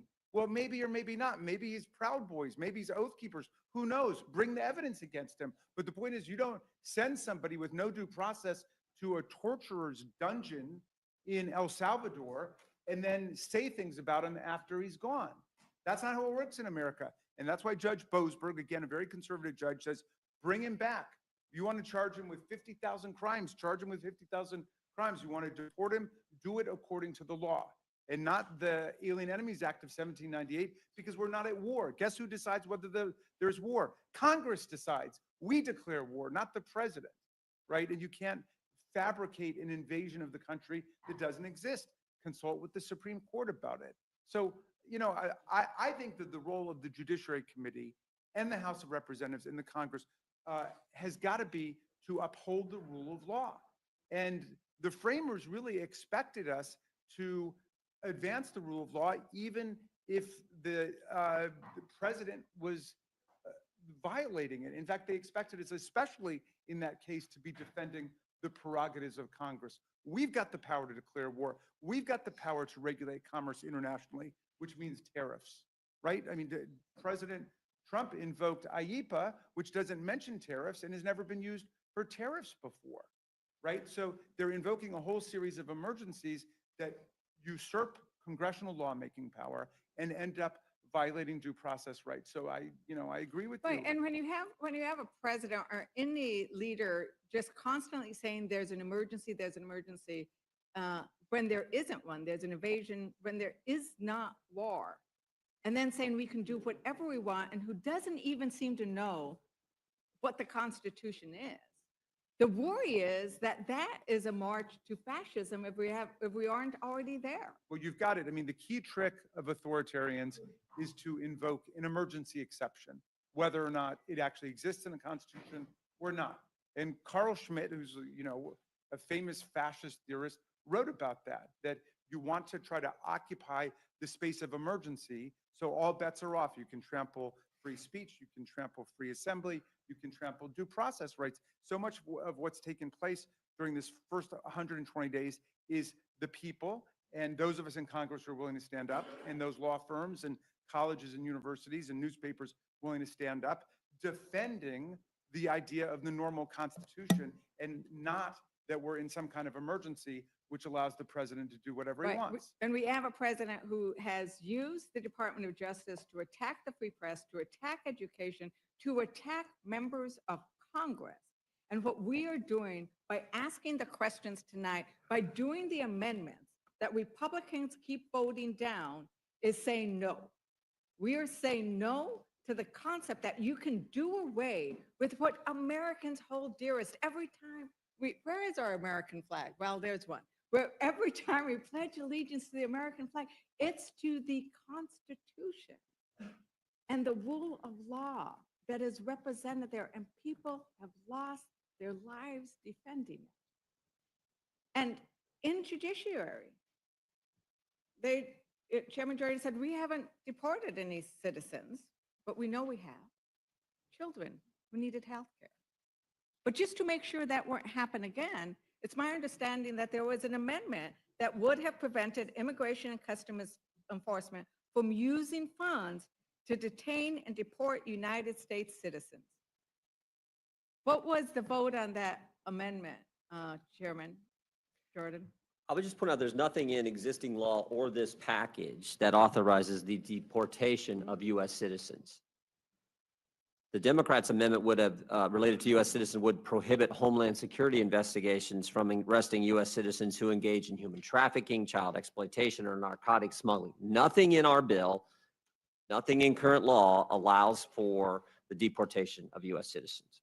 The problem is that right now we have an administration who is doing that, so we wanted to protect the American citizens from such detention and deportation. And the question was, what was the vote? And the vote was, Ranking Member Raskin? Well, I don't remember the exact numbers, but it was a party line vote. It was a party line vote. Not a single Republican was willing to vote to say citizens should not be detained and deported. So I wanted to note that there's money in here for $46 billion for a border wall. There's a whole lot more money for jails, and many, right now I think that there is a concern of the American public about issues of corruption, that we are seeing billions and billions of dollars being funneled to private corporations, right? We're seeing a lot of stuff that is funneling money. They're getting rid of competition. They're saying that Musk's, Starlink and other companies get these contracts without competition. And I think I wanted to sort of turn to our Homeland ranking member and say, are there concerns about the number of private prisons that are going to be constructed, the amount of money that's going to go into this border wall? And I look at that and I think, God, how many kids could actually get a meal who are hungry now with $46.5 billion? But then there's this other aspect to it as well, regarding potential corruption. Do you have any concerns about that, Ranking Member? Well, yeah, we do, but let me support Ranking Member Raskin. We offered several amendments to the legislation relative to funds being used for deporting American citizens, and said no funds in this bill can be used to deport American citizens. Well, we lost it on a party line vote. But also, the only thing we said was another amendment that our committee would prevent DHS from removing U.S. citizens except for legal extradition and treaty obligations. And we lost it on a party line vote, which basically we thought was a reaffirmation of what was already law. So we tried hard to prevent American children from being deported who were sick. Secretary told us, well, her mama wanted to take her with her. And said, but the lawyer wanted to represent based on what the father said. So there were a lot of references about children with cancer being deported. And so we just think, as a lot of people have said, that as a nation of laws, we have to stand on those principles. And it's not a person's guilt or innocence, it's the due process that everyone should go through, regardless of status. We've heard people say, well, they had a tattoo. I said, well, okay, if you're gonna charge that person for a tattoo, then present whatever evidence that this person has broken the law. You know, we have a Secretary of Defense with all kind of tattoos on him. So this notion that you can just do anything just because you don't like it is not who we are as Americans. And so I think part of what we tried to do was to reaffirm existing law and not leave it to interpretation based on what the president wants to do or what the secretary wants to do. We want to follow the law. And in every instance, we offered 30-odd amendments in support of that, and we lost all of them on a party line vote. It's really sad. And I want to, something was said earlier about this is what the American people want. There've been lots of polls about that, about what's happening with regards to this bill. And I would say, I'm going to just quote the Kaiser Family Foundation poll that found that at least 3/4 of the public oppose the key things we're doing in this bill. And that is opposed to cutting of Medicaid, 76%. The public doesn't want this bill. We now heard that this is going to affect Medicare. 79% of the public oppose the cuts to Medicare. What is really happening in this bill is an attack on working families and the education cuts, you know, that Chairman Jordan, mentioned education as well. We're going to deal that with in the next panel, but, you know, those are going to be hard on folks. And, you know, this concept that my colleague from Colorado was going to about who is now having to pay, the idea that Americans now have to pay to be able to access our cards, I think it's very problematic. That we are turning on its head what we're doing. And I think that I'm going to yield to my colleague because she wants to talk in this vein a bit. Just with respect to that, this provision that would limit the ability of the courts to enforce their provisions, I just wanted to request unanimous consent to enter into the record an article published in Just Security on May 19th by Professor Edwin Chemerinsky. It's entitled A Terrible Idea, and it provides a very thorough rundown on just how bad that provision is. Without objection. Thank you. And I would yield back to my colleague. Thank you.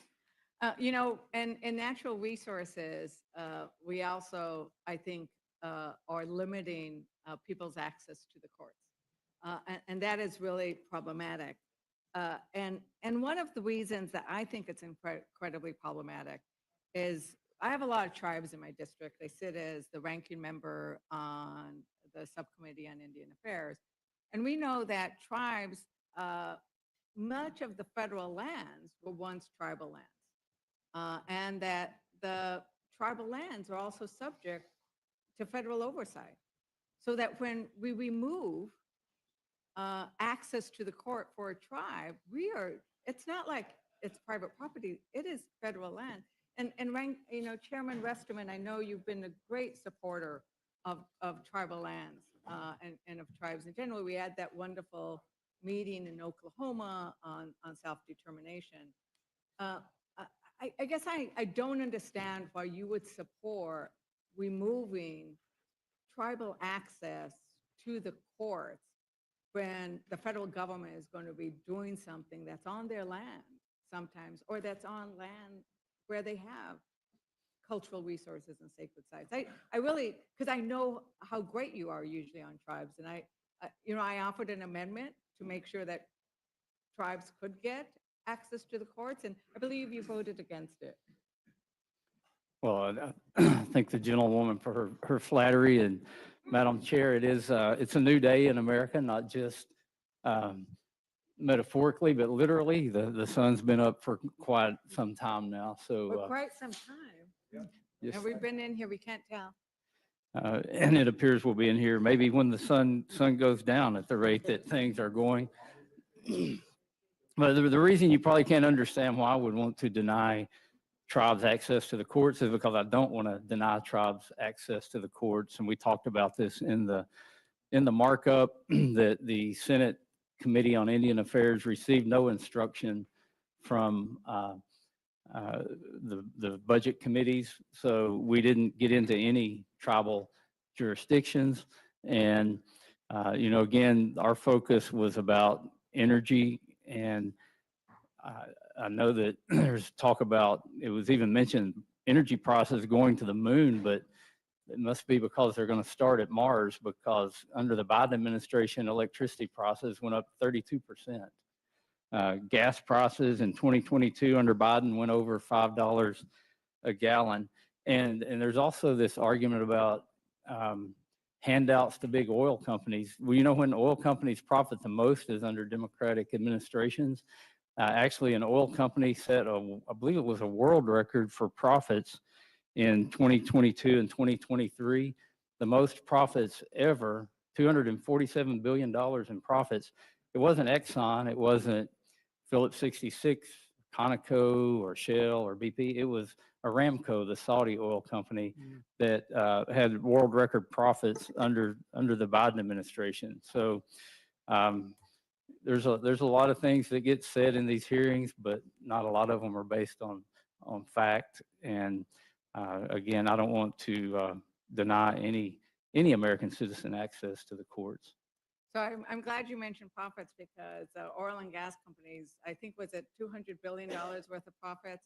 But we are going to be reducing royalties for oil and gas companies, because it's not enough that we're going to be giving tax cuts to the wealthiest. We are actually going to be giving money back to oil and gas companies who had $200 billion worth of profits. But when you limit judicial review for everybody, you are also limiting judicial review for tribes. Ranking Member Huffman, do you want to explain how that happens? Well, I thank you for the question, and you're right. In the markup, we tried to fix this problem in the Republican bill with a number of amendments. And even though in provision after provision in this bill, they are going into policy, they are earmarking specific projects with billions of dollars, they are running roughshod over parliamentary rules in every possible way. And yet, when it comes time to fixing their little problem with tribal access to the courts and judicial review, suddenly they were sticklers for the rules. So I think it comes as pretty cold comfort to Indian country that they're the ones that get targeted for this rigid interpretation of budget rules and parliamentary procedures, while everything else is out the window when it comes to giving billions of dollars away to big oil and coal and to Central Valley irrigators in California for their $2 billion dam and any number of other things. It doesn't hold up.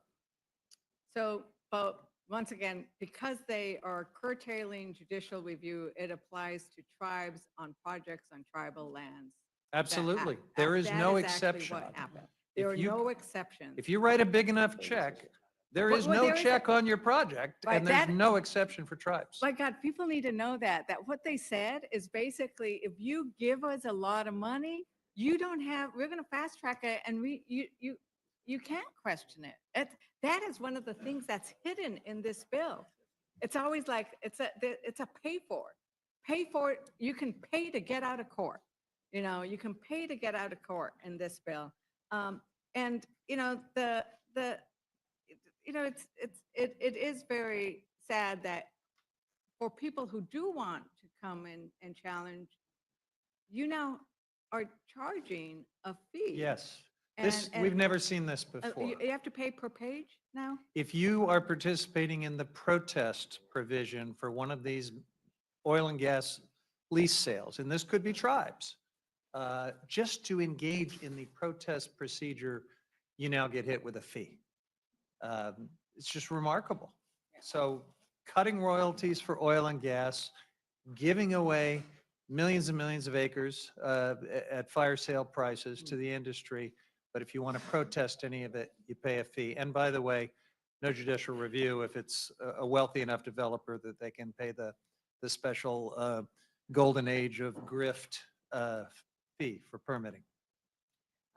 Thank you for that. And I think with that, I might want to go see that there actually is some sun out there, because we're trying to bring light to what's actually happening for the American people so they can see some of these provisions. We don't have time because it's 1,100 pages long that they are ramming through in a single day. And we haven't even seen all of the provisions.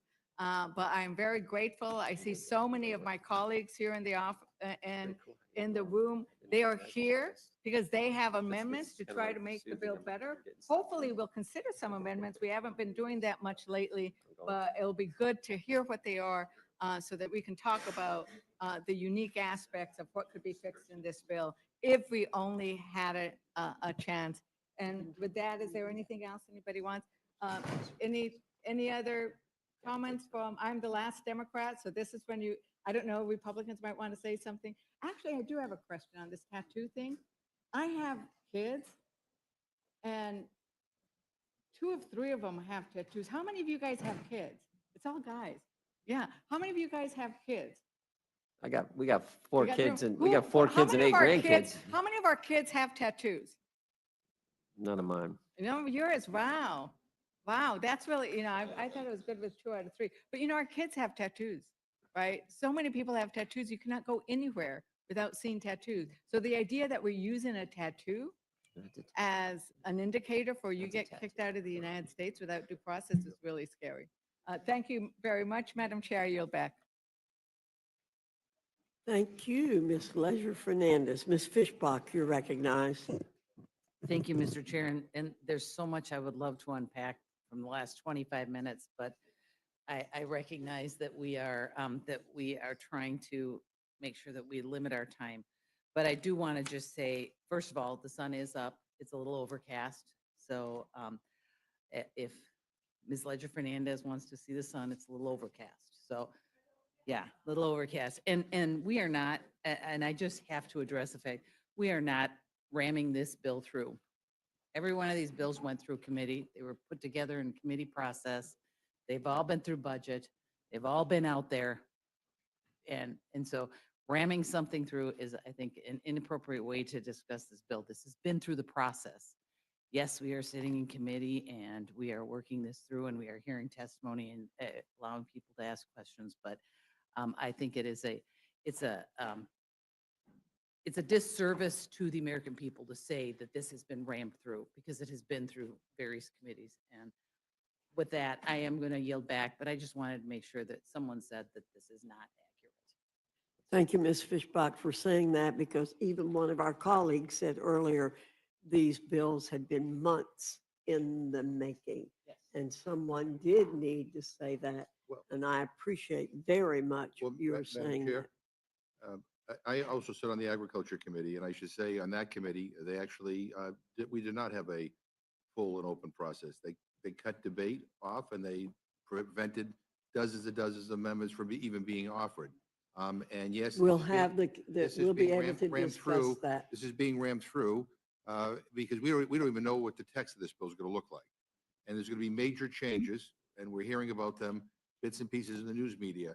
and none of them have been vetted. But yeah, I do, because I know you're struggling for votes. So you're making all kinds of deals right now, and they're going to hurt my constituents. So I yield back. I too will resist saying more. No sense in prolonging this. If Ms. Houchin, you're recognized. Thank you, Madam Chair. I'd just like to ask Chairman Green, how long was your markup on your section of this bill? I think we started at 10 a.m. and ended like around 4 or 5, I think. 4 or PM. 5 p.m., Yeah. yes. Chairman Jordan, how long was your markup on your section of the bill? 8 hours. And Chairman Westerman? We started at 10 a.m., I believe, and finished at 12:42 a.m. So, or was it 1:42? It was a long time. A long time, Yeah. several hours. And 12, 14 hours, something like that. Chairman Graves, how long was your markup? So, and were these markups televised? Yes, yes, they're televised. The whole kit and caboodle. Our 26-hour and 28-minute hearing in Energy and Commerce was live on C-SPAN for the whole time. So the thought that this is being done in darkness is absurd. I yield back. There are negotiations going on in the back room right now Thank you. that none of us know anything about. So please, let's not talk about an open process.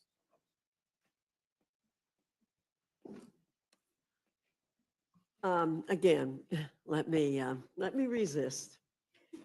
Okay, anyone else have comments that you want to make? No.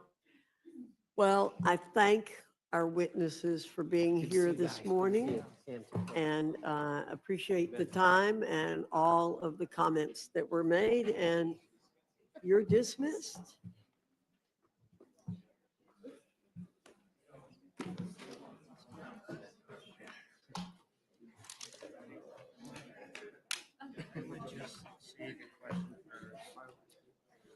Chairman Smith. I don't even know what it was credibility again. So I'd skip ahead on it.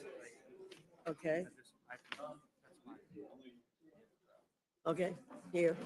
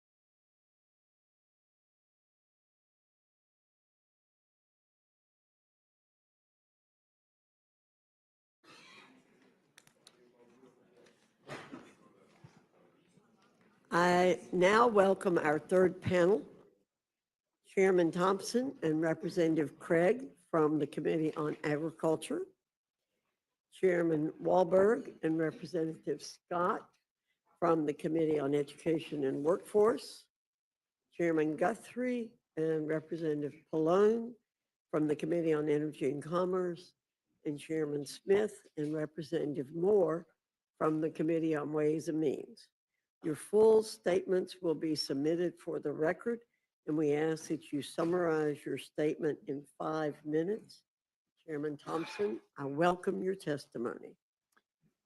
Well, thank you, Chairman Fox, Ranking Member McGovern, and members of the committee. I appreciate the opportunity to come before you today concerning the agriculture title of the One Big Beautiful Bill. The Agriculture Committee was tasked with $230 billion in net deficit reduction, and I'm proud of our product and proud to report that we exceeded our instruction. These savings are achieved through necessary changes to restore integrity to the SNAP program and preserve the program's ability to serve the most vulnerable long into the future. These reforms ensure SNAP works the way Congress intended it to by reinforcing work, rooting out waste, and instituting long overdue accountability incentives to control costs and end executive and state overreach. This program is in dire need of reform. Just since 2019, SNAP costs have skyrocketed from $60 billion to $110 billion annually. That's an 83% increase, while enrollment has grown from 36 million to 42 million. And in 2023, over $13 billion in erroneous SNAP payments were sent out. This is disgraceful, not only to the taxpayer, but also the SNAP recipient. The Rules Committee print includes several improvements to the SNAP program, including preventing future administrations from unilaterally increasing SNAP benefits beyond inflation, focusing on a core principle that everyone receiving the benefit that can work should work, and modernizing the work requirement and closing loopholes that allow for widespread waivers. Closing various loopholes that states exploit, such as gaming the system to artificially increase SNAP benefits, and increasing incentives to ensure states run the program more efficiently and more effectively. SNAP is the only federally funded state-administered entitlement program where the state has zero skin in the game on the benefit. It is a human nature to be more careful with your own money than you are with others. And that is why we put forward a cost share structure that requires all states to pay a minimal 5% cost share of SNAP, the benefit beginning in fiscal year 2028. However, for states with high payment error rates, that is over 6%, the cost share scales up. In exceeding our instruction, we also were able to make several vital and time-sensitive investments in rural America. It's imperative for Congress to rebuild the farm safety net. These investments mitigate further unbudgeted ad hoc spending and prevent a full-blown financial crisis in farm country that could devastate the food and ag supply chain and, quite frankly, the national economy. Finally, on the investment front, we take care of a few other important items like investments in trade promotion, animal disease preparedness, specialty crops, dairy, research, and some programs with outstanding baseline.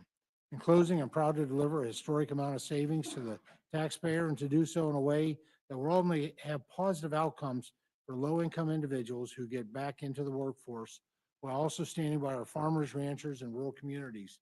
That's a win-win. I have a great respect for the chairwoman, the ranking member, and the members of this committee, and thank you once again for the opportunity to come before you today. Thank you, Mr. Thompson. Representative Craig, you're recognized. Thank you, Chairwoman Fox and Ranking Member McGovern. You know, I had hoped that for my first appearance here before the Rules Committee, the chairman and I would be coming to you arm in arm in support of a 5-year, 12-title bipartisan farm bill. Instead, we're here discussing the Agriculture Committee's contribution to a partisan bill that decimates the most successful anti-hunger program in our nation and destroys the coalition that has always been able to get a farm bill across the finish line. And why? Not for middle-class tax cuts, but to move to the wealthiest Americans money from the least wealthy. In addition, this is expected to increase the national debt and deficits. This is a shameful process that we're involved in here today. And this bill is dead on arrival in the Senate. How do I know? Because Senator Chuck Grassley told us so. It puts a huge burden on the states by forcing them to pay for anywhere from 5 to 25% of food assistance. Chair Fox, the governor of your state said, and I quote, "If Congress goes forward with these plans, our state will be forced into perilous budget decisions. Should North Carolinians lose access to food, or should we get rid of other essential services?" End quote. North Carolina's on the hook for up to $700 million per year under this proposal. That's the equivalent of 8,900 public school teacher salaries in North Carolina. Republicans want states to do their dirty work and take food away from people, and it doesn't end there. This budget does something else incredibly egregious. It changes the definition of dependent from children under the age of 18 to children over the age of 6. Once a kid turns 7 years old, their parents could lose food assistance unless they meet new paperwork and work requirements. I wonder if the people who came up with that policy have children or understand that there are summer breaks and there's spring break.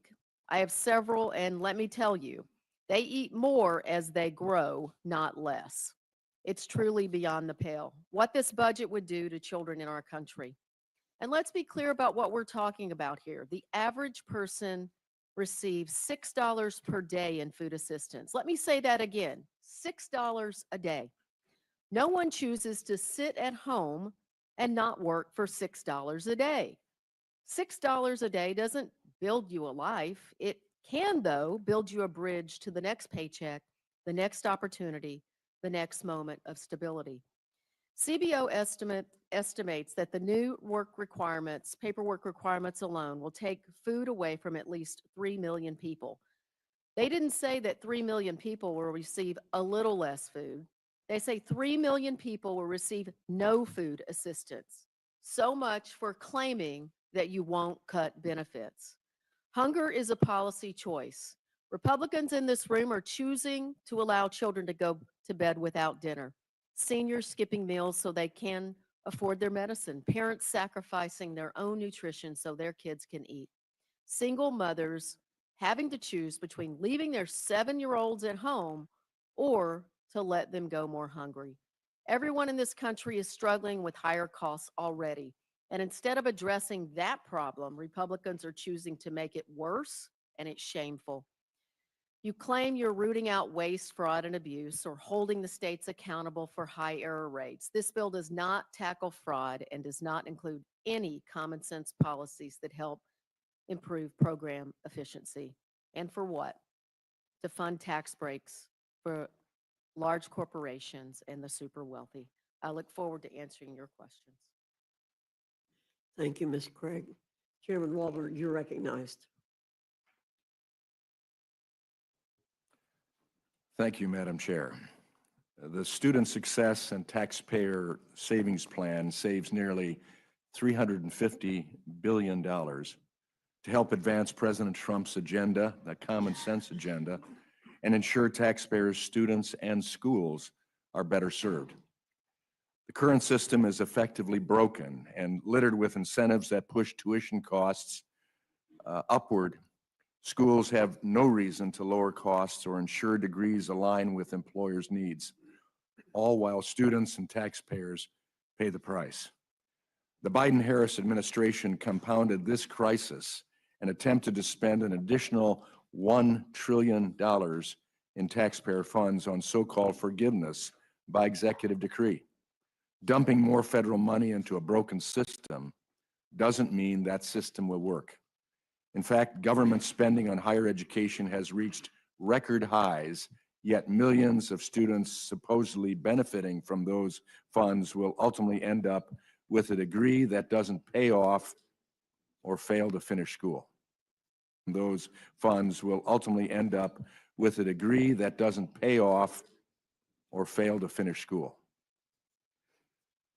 This bill not only saves taxpayers nearly $350 billion, but it also brings much needed reform in three key areas: simplified loan repayment, streamlined student loan options, and accountability for students and taxpayers. The bill cleans up the Biden-created repayment mess by streamlining repayment options and providing targeted assistance to struggling borrowers who need it rather than blanket bailouts for those who don't. These reforms will encourage responsible borrowing and timely repayment. Colleges have exploited the availability of uncapped federal lending and generous forgiveness programs to raise prices. Streamlining loan options, as done in this bill, will increase affordability for students and families, as well as curtail the extent to which schools use taxpayer dollars to line their pocketbooks by loading students up with debt they can't repay. Most importantly, the bill ensures that hundreds of billions of taxpayer dollars no longer flow unchecked to low-value institutions and programs by holding colleges accountable for student outcomes through skin in the game. Colleges will be financially accountable for the loans they give out, and schools that go above and beyond to provide high-quality, affordable, and accessible education opportunities will be rewarded. What's more, through these reforms and others, the bill protects and strengthens the Pell Grant, the cornerstone of our financial aid system. The bill closes the funding shortfall that would otherwise result in students being unable to afford college as early as next year. Additionally, it expands student choice by allowing students to use Pell on high-quality, short-term credentials aligned with workforce needs. We're on a fiscally unsustainable path in higher education. Without change, we can't deliver on the promise of economic mobility for all Americans. So I urge my colleagues to pass this big, beautiful bill. And I yield back. Thank you, Mr. Walberg. Mr. Scott, you're recognized. Thank you, Madam Chair, Ranking Member McGovern, and members of the committee. I'm here to speak in opposition to the reconciliation plan. In fact, we're considering this in an overnight committee hearing. That tells you all you need to know about how bad a bill it is. And after reviewing the big bad billionaires bill, it's clear that the central theme is to make life harder for everybody but the wealthy. Just consider the numbers. Under the bill, 4 million students are estimated to have their Pell Grants reduced or eliminated. Up to 18 million children are estimated to lose access to free school meals. And over 13 million people are set to lose their health coverage. And what is the purpose of all of these cuts? To give tax breaks to millionaires, billionaires, and corporations. But now, as ranking member of the Committee on Education and Workforce, I want to focus on what this does to education. It's currently drafted. The bill will increase costs for students attending college. It'll increase students' expenses or exposure to low-quality, higher education programs, which would then reduce the likelihood that they'd actually find a rewarding or successful career. Will divert federal money into private schools and reduce the number of students who will be able to get free lunches, and then take all of those savings to pay for more tax cuts for wealthy and the well-connected. Under this plan, the Republicans will cut students' access to Pell Grants, drastically lowering the amount of, and drastically lower the amount of federal loans they can take out. That will either deny them the opportunity to get a college degree or push students into unaffordable repayment plans and push them into the private, high-cost private loan programs. Under this bill, loan payments will be less affordable. For example, single borrower making $45,000 a year will see the student loan payments just about triple.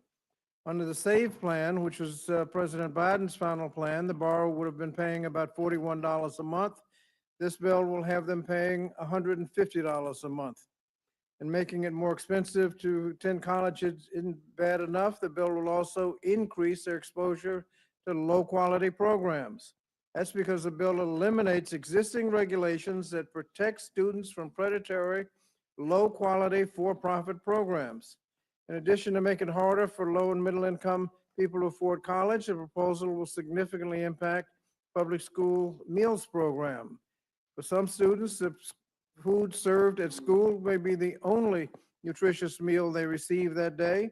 And when children are fed healthy, nutritious food, they not only are more likely to show up at school, but their academic achievement increases. And yet, despite this, a new analysis from the Urban Institute estimates that up to 18.3 million children could lose access to free meals as a result of the cuts to the SNAP nutrition program. And this is just what the SNAP program does to the students. We've not received the complete analysis on what other parts of the bill do. Last week, Ranking Member Boyle and I wrote to the Speaker requesting specific data on the number of children and families that would lose access to free or reduced school lunches, critical WIC services, and grocery benefits through the summer EBT program, all due to SNAP and Medicaid cuts in the Republican reconciliation plan. We haven't received a response, and we should receive a response before we have to actually vote on the bill. Finally, I'd like to point out that the bill includes language to fund privatization of public education that would constitute the first nationwide federal voucher program, effectively diverting taxpayers' money and resources into private schools, away from public schools, which will be serving 90% of the students. That tax credit program was drafted by the Ways and Means Committee, but this committee has put in additional language that is clearly within the jurisdiction of the Education and Workforce Committee, including language preventing federal, state, and local governments from adding oversight mechanisms or guardrails that could protect students. I'm disappointed that the Education and Workforce Committee didn't have an opportunity to comment before that ended up in the bill. In summary, the so-called one big bad billionaires bill disproportionately helps the wealthy, then has others paying for it through losing health care, nutritious food, and access to college. And this is all to provide more tax breaks to billionaires and corporations. And to add insult to injury, Madam Chair, the deficit goes up. And we know how to reduce the deficit. In fact, every Democratic presidential administration since Kennedy has left for the Republicans a better deficit than they inherited. And every Republican since Nixon has left a worse deficit for the Democrats that succeeded them than they inherited. We should reduce the deficit. We know how to do that. And for those reasons, I oppose the bill and ask that we start from scratch and produce a bill that reduces the deficit, fiscally responsible, and addresses the needs of the American people. With that, Madam Chair, I yield back. Thank you, Mr. Scott. Chairman Guthrie, you're recognized. Thank you. Good morning, Chairwoman Fox and Ranking Member McGovern. Thank you for holding this hearing. And the Energy and Commerce Committee, we had a marathon 26.5-hour markup of our reconciliation instruction. It was a unique opportunity to consider issues spanning the full jurisdiction of our committee. We worked through legislation that will unleash American energy and costly EV mandates and advance American innovation, along with strengthening the Medicaid program for the most vulnerable Americans and improving their access to quality care. Our committee was asked with identifying $880 billion in savings and new revenue, and I'm proud to say we exceeded that goal. We've worked diligently to meet the target by ending wasteful Green New Deal style spending, supporting the rapid innovation of American industry and federal agencies, and eliminating waste, fraud, and abuse in Medicaid that jeopardizes care for millions of women, children, people with disabilities, and elderly Americans. To ensure American energy dominance, we are securing our energy infrastructure by taking steps to refurbish and refill our Strategic Petroleum Reserve, which strengthens our energy security and supports our national security. Further, we're taking steps to streamline the process for LNG, exporting LNG to our allies while promoting more American energy production. Through an increase in federal revenues, we are streamlining the siting and permitting of new pipelines to transport energy around the country, which is critical to meeting the energy demands and winning the AI battle with China. We are saving $172 billion over the next 10 years by repealing the burdensome Biden-Harris administration regulations and over $100 billion by eliminating the EV mandates imposed on the vehicle emission and CAFE standards that have failed to serve American taxpayers. And through major investments to modernize the Department of Commerce, we will integrate AI systems and upgrade IT systems to make the department more secure and effective. To protect the integrity of this project, we are implementing guardrails that protect against state-level AI laws that could jeopardize our technological leadership. Our legislation raises $88 billion of new revenue through a historic agreement reauthorizing the FCC Spectrum Authority while protecting U.S. national security. Biden-era inflation has left Americans struggling to access affordable health care, making programs like Medicaid critical for the vulnerable Americans who rely on them, making it more difficult. The issue has been exacerbated by the decisions of left-leaning state governments to spend taxpayer dollars on illegal immigrants. House Republicans make no apologies for prioritizing Americans in need over illegal immigrants and other able-bodied beneficiaries who are choosing not to work. Our priority remains the same: strengthen and sustain Medicaid for the expectant mothers, children, people with disabilities, and the elderly. That is why our legislation stops billions of dollars of waste, fraud, and abuse in the Medicaid program by beginning to close loopholes, ensuring states have the flexibility to remove ineligible recipients from their rolls and removing beneficiaries who are enrolled in multiple states. These are all common sense policies that will save taxpayer dollars and refocus Medicaid on those who need it most. Medicaid was created to protect health care for Americans who otherwise cannot support themselves, but Democrats expanded the program far beyond the core mission. That's why we're establishing common sense work requirements for capable but unemployed adults without dependents. Let me be clear, these work requirements only apply to able-bodied adults without dependents who don't have a disqualifying condition like a disability or substance use disorder, encouraging them to reenter the workforce or give back to their communities and regain their independence. All of this part of our effort is to strengthen Medicaid for those who need it most. When President Trump delivered his second inaugural address, he promised a revolution of common sense that would launch a generation of growth, prosperity, and health. This reconciliation bill is critical to that promise the President and congressional Republicans made to the American people. And today we're discussing a bill that unleashes American energy dominance, advances innovation, and protects access to care to our most vulnerable. When we were able to accomplish all of the outstanding developments for our constituents and extend the 27 Trump tax cuts, we'll have delivered a generational win for our constituents. And I'm proud of the work to respark the American dream and ensure our country will always have always be the land of opportunity. I yield back and look forward to answering questions. Thank you very much, Mr. Guthrie. Representative Pallone, you're recognized. Thank you, Madam Chair, and good morning to everyone here today. And I'm always happy to come before the House Rules Committee, but I have to say that convening a hearing at 1 a.m. in the dead of night when most Americans are asleep at home to pass a bill with catastrophic consequences for millions of Americans is wrong. And we should be debating this bill when the American people can follow along and when they're able to call the representative to voice their opinion about the legislation.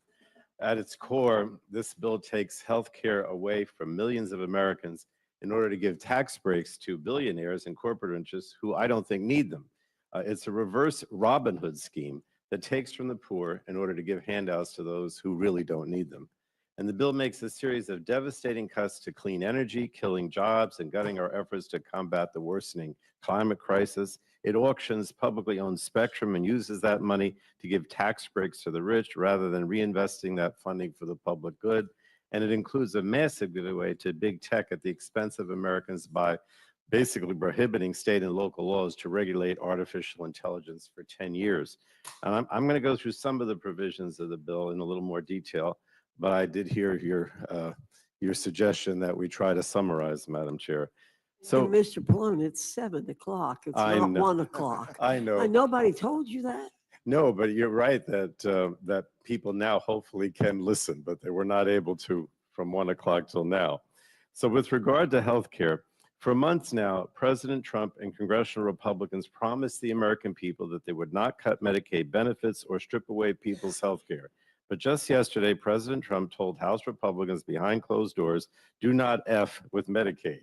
And then House Speaker Johnson promised, we're not going to touch Social Security, Medicare, or Medicaid. Well, the nonpartisan Congressional Budget Office released their latest accounting of this bill yesterday, and they found the bill that advanced out of the Energy and Commerce Committee last week will cut nearly $800 billion from Medicaid and take health care away from 8.6 million people. And I should point out that these figures are a floor. They're not a ceiling. CBO expects these numbers will rise as additional changes are made to the bill. And then there's the changes the bill makes to the Affordable Care Act. When you add the Medicaid cuts to the ACA cuts, the total number of people expected to lose their health care under President Trump and Republicans' watch is at least 13.7 million people based on the CBO estimates. Now, let me be clear, that is not, some of you are saying this is a moderate bill, but it's not, and it's, focusing on waste, fraud, and abuse, but that's not true. I mean, Republicans are intentionally taking health care away from millions of Americans so they can give these tax breaks to the ultra-rich. And Medicaid, as all of you know, is a life-saving program that 80 million Americans count on every day. It provides health care to 1 in 3 Americans and nearly half of all children in the United States. It covers close to half of all births and is the largest source of funding for long-term care for seniors and people living with disabilities. But with this bill, Republicans are intentionally taking health care away from millions of Americans. I'm going to keep stressing that. They're putting all sorts of burdensome and time-consuming roadblocks in the way of people just trying to get by, all so they can kick them off their health coverage. And if someone loses their coverage through Medicaid, the bill bans them from getting coverage through the ACA marketplace with any kind of subsidy. And this is just one way this bill essentially repeals the ACA for most people and makes it more difficult for people to get health coverage. And Republicans are making it more difficult for states to finance their share of Medicaid costs by preventing them from implementing new provider taxes. This will be catastrophic for states as their healthcare needs change over time. Cuts will not just impact people who count on Medicaid. Hospitals, particularly those in underserved and rural communities, are going to close. They've been telling you that. Nursing homes will close, and seniors will lose the care that they rely on. Emergency rooms will once again be overflowing as people are forced to delay care until it's life or death.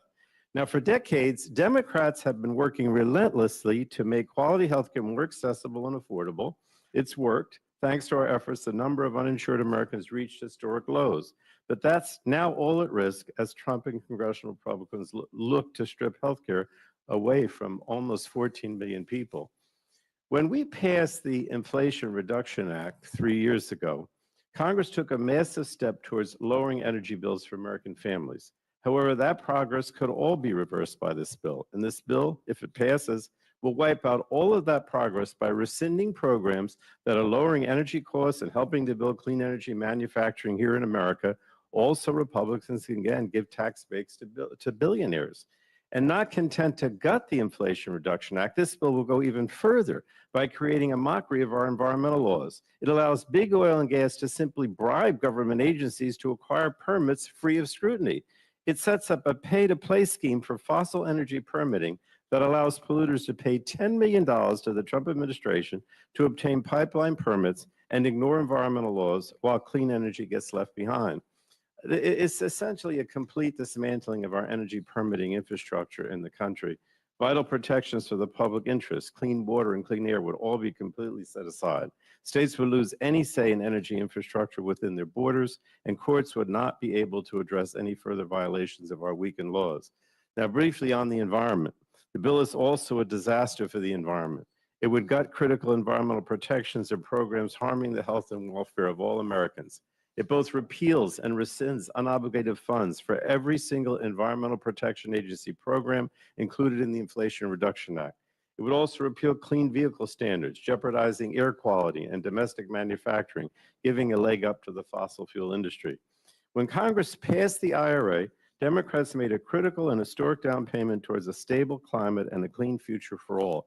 But this bill proposes to throw that all away by eliminating the environmental protections that keep families and communities safe while doing nothing to lower energy costs, all in the service of providing these tax breaks for billionaires. Now, lastly, Madam Chair, I want to talk about artificial intelligence. The bill will also impose a 10-year ban on states' ability to enforce their own laws protecting consumers from harms caused by artificial intelligence and automated decision-making systems. So let me be clear, this is an unprecedented giveaway to big tech. The 10-year enforcement ban will allow big tech to run roughshod over American consumers, including our children and teens whose lives are increasingly intertwined with AI models and automated decision-making systems. Last Congress, at the request of big tech, the Republican leadership refused to move a bipartisan comprehensive privacy bill that would have provided important guardrails on the use of consumers' personal information by AI systems. It was an unfortunate giveaway to big tech at the American public's expense. By contrast, states across the country have been working hard to protect their residents from harmful uses of AI. They've enacted laws that protect consumers' privacy, prohibit the use of AI to commit financial fraud and to steal elections, prohibit algorithmic bias in housing and credit, prohibit harmful uses of facial recognition technology, and protect consumers from AI systems that put their mental health and physical safety at risk. Now, Congress, in my opinion, should be learning from the work done by the states. We should be working to enact federal laws that protect consumers from the negative consequences of poorly understood AI models and badly designed automated decision-making systems. But instead, House Republicans are leaving American consumers, and especially our children, at the mercy of big tech and their powerful and invasive algorithms. If this policy becomes law, states will be powerless to respond to harmful uses of AI and automated decision-making systems for the next decade. And that includes threats we know exist today, as well as any threats we can't currently imagine that arise over the next 10 years. So it's just a reckless policy giveaway to big tech that puts all of us, especially our children, at risk for years to come. I forgot I did have to also mention spectrum. And finally, the bill reauthorizes the spectrum auction authority of the Federal Communications Commission and requires the agency to auction additional 5G spectrum for a savings of at least $88 billion. Now, historically, auctioning spectrum has been a bipartisan effort, and we've used that money to reinvest in the public good. However, under this bill, Republicans are tunneling the money to tax breaks for the rich instead of directing the savings to fund grants like Next Generation 911 or to make high-speed internet more affordable for American families. And that's, again, a gross abuse of spectrum auction funds, and it's a perfect example of what's at the core of this bill, selling out the American people to give handouts to the rich. So, Madam Chair, I just have to say this is a bad bill. It takes away basic needs like health care and food assistance from some of the poorest Americans in order to give these tax breaks to the richest. And we don't need to take from the poor in order for the rich to have more than they already have. Republicans should abandon this effort, work with Democrats on a bipartisan basis to pass a fair tax bill that lowers costs for the middle class and ensures the wealthy and corporate interests pay the fair share. And with that, Madam Chair, I yield back. Thank you. Thank you, Mr. Pallone. Chairman Smith, you're recognized. Thank you, Chair Fox, Ranking Member McGovern, every member of the committee. It's a great opportunity to testify on the historic tax relief for working families, farmers, and small businesses included in the One Big Beautiful Bill. This legislation makes the successful 2017 Trump tax cuts permanent, and it delivers on President Trump's priorities of no tax on tips, no tax on overtime pay, no tax on auto loan interest of autos produced in the United States, and tax relief for seniors. Families and workers will benefit from additional tax relief with an expanded standard deduction and a larger child tax credit, as well as receive help with the high cost of adoption, education, childcare, and healthcare. Main Street will benefit from a permanent small business deduction that has been expanded to 23%, helping small businesses grow, hire, and compete with larger corporations. 2 million family farms and millions more family-owned small businesses will benefit from a death tax exemption that is permanent, larger, and also indexed to inflation. This bill will also help revive American manufacturing, renewed R&D amortization, immediate expensing, and interest deductibility, combined with the new 100% immediate expensing for construction of new manufacturing plants. It will help turn America into a manufacturing powerhouse again and lower taxes for those who build it right here in America. Opportunity zones will ensure distressed communities, particularly in rural areas, share in this surge of new investment and jobs. Working class Americans voted for President Trump because he puts their interest over elite special interest. Wealthy universities will pay an endowment tax as high as the corporate tax rate. Bad Biden-era tax policy that rewarded the wealthy, the big banks, and China with tax breaks and giveaways will be replaced with good tax policy that benefits working families and small businesses. Illegal immigrants will no longer be eligible for refundable tax credits. Foreign countries will no longer be able to steal American tax revenue. The result will be economic prosperity for workers and families like the boom times of President Trump's first term. Take-home pay for the typical family with 2 children will increase by as much as $13,300. Annual real wages for workers will rise by as much as $11,600. Pro-growth tax policy will save up to 7 million jobs, while the permanent and expanded small business deduction will add 1 million new jobs each year and expand small business economic output by $1.5 trillion. And Ways and Means was able to deliver pro-growth, pro-worker tax cuts below the committee's reconciliation instruction of $4 trillion. I suspect Democrats will make the false claim that this bill rewards the rich at the expense of the poor. But that tired talking point was wrong following the enactment of the 2017 Trump tax cuts, and it is definitely wrong under this bill today. People who make over $1 million annually will pay a greater share of the tax burden than they currently do. Households earning less than $100,000 get a 13% tax cut.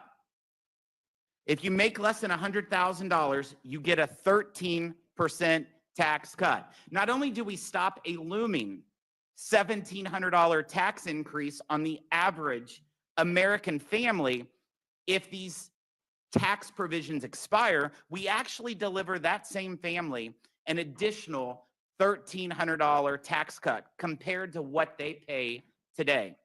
The winners of this bill are the working class, farmers, mechanics, waitresses, linemen, and nurses. My focus has been on delivering for America's working class because I'm a product of the working class. I grew up in a single-wide trailer in a small town of less than 5,000 people. And this bill delivers for families like mine who have fallen further behind for decades. Failure is not an option in getting this done. The one big, beautiful bill to President Trump's desk. Otherwise, every single American will face, on average, a 22% tax increase.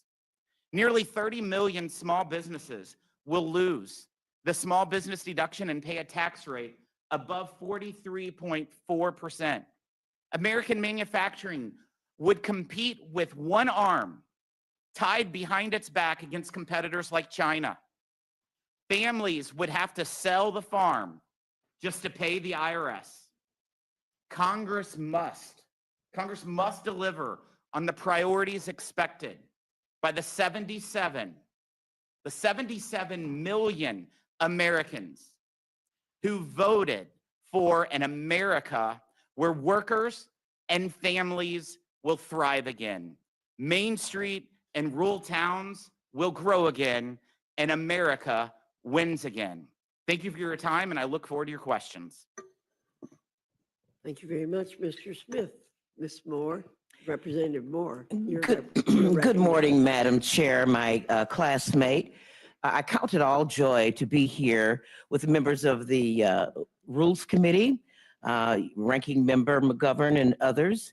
And I count it all joy to be able to testify on the behalf of the Ways and Means Committee and of my constituents and all those who are the least lost and left behind in America. I want to talk about the tax provisions of the so-called One Big Beautiful Bill Act. I really can't argue with the president over the fact that this bill is big. It's 1,000 pages of a big bonanza for billionaires. I know that we have been accused of characterizing this as a bonanza for billionaires, and the numbers will bear that out. I know, Madam Chair, you're fond of fact-checking stuff, so I hope that you will do that on behalf of the American public when it comes to talking about how those folks under $100,000 are going to experience such a great growth in wealth and income. You've heard a lot about work requirements and how that's going to generate all these savings. You heard about how these lazy little boys that are in the basement playing video games and saying to mom, you bring down some more potato chips, are going to, that's going to cost $800 billion in savings. How many of these boys do we have? Are there that many video games? I would have to ask. You know, we're talking about how we're just going to rout out waste, feud, fraud, and abuse, and that's somehow going to generate over $1 trillion in savings. I'm asking you, even those of you who are not that good in math, to try to figure this out with me. Let's begin the analysis of this bill, not with all the numbers that we're all going to be throwing around here this morning, but let's just begin this analysis with a moral question. Should children go hungry or be left to suffer or die from treatable diseases? And if your answer to that, anybody, if your answer is no, then just sort of reason backwards from that precipice and see if the justification of this bill sort of unravels. I'm so happy to be the last person to speak on this panel because we have heard from our colleagues and on other committees about the harms that this bill is going to do to millions and millions of our constituents, fellow Americans. We're going to cut $230 billion out of SNAP. We're going to kick 13.7 million people off their health insurance. We're going to trigger $500 billion in cuts from Medicare, those of us who are protecting seniors here on this panel. We're going to reduce educational opportunity for American children who are least able. There are kids who just might not be chosen.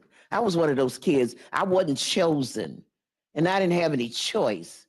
And this is who we're going to take money from. We're sitting here bragging about so-called savings.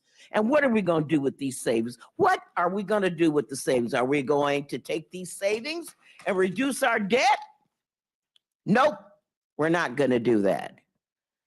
These tax cuts are so massive that we don't have enough kids to starve. We don't have enough people to deny health care.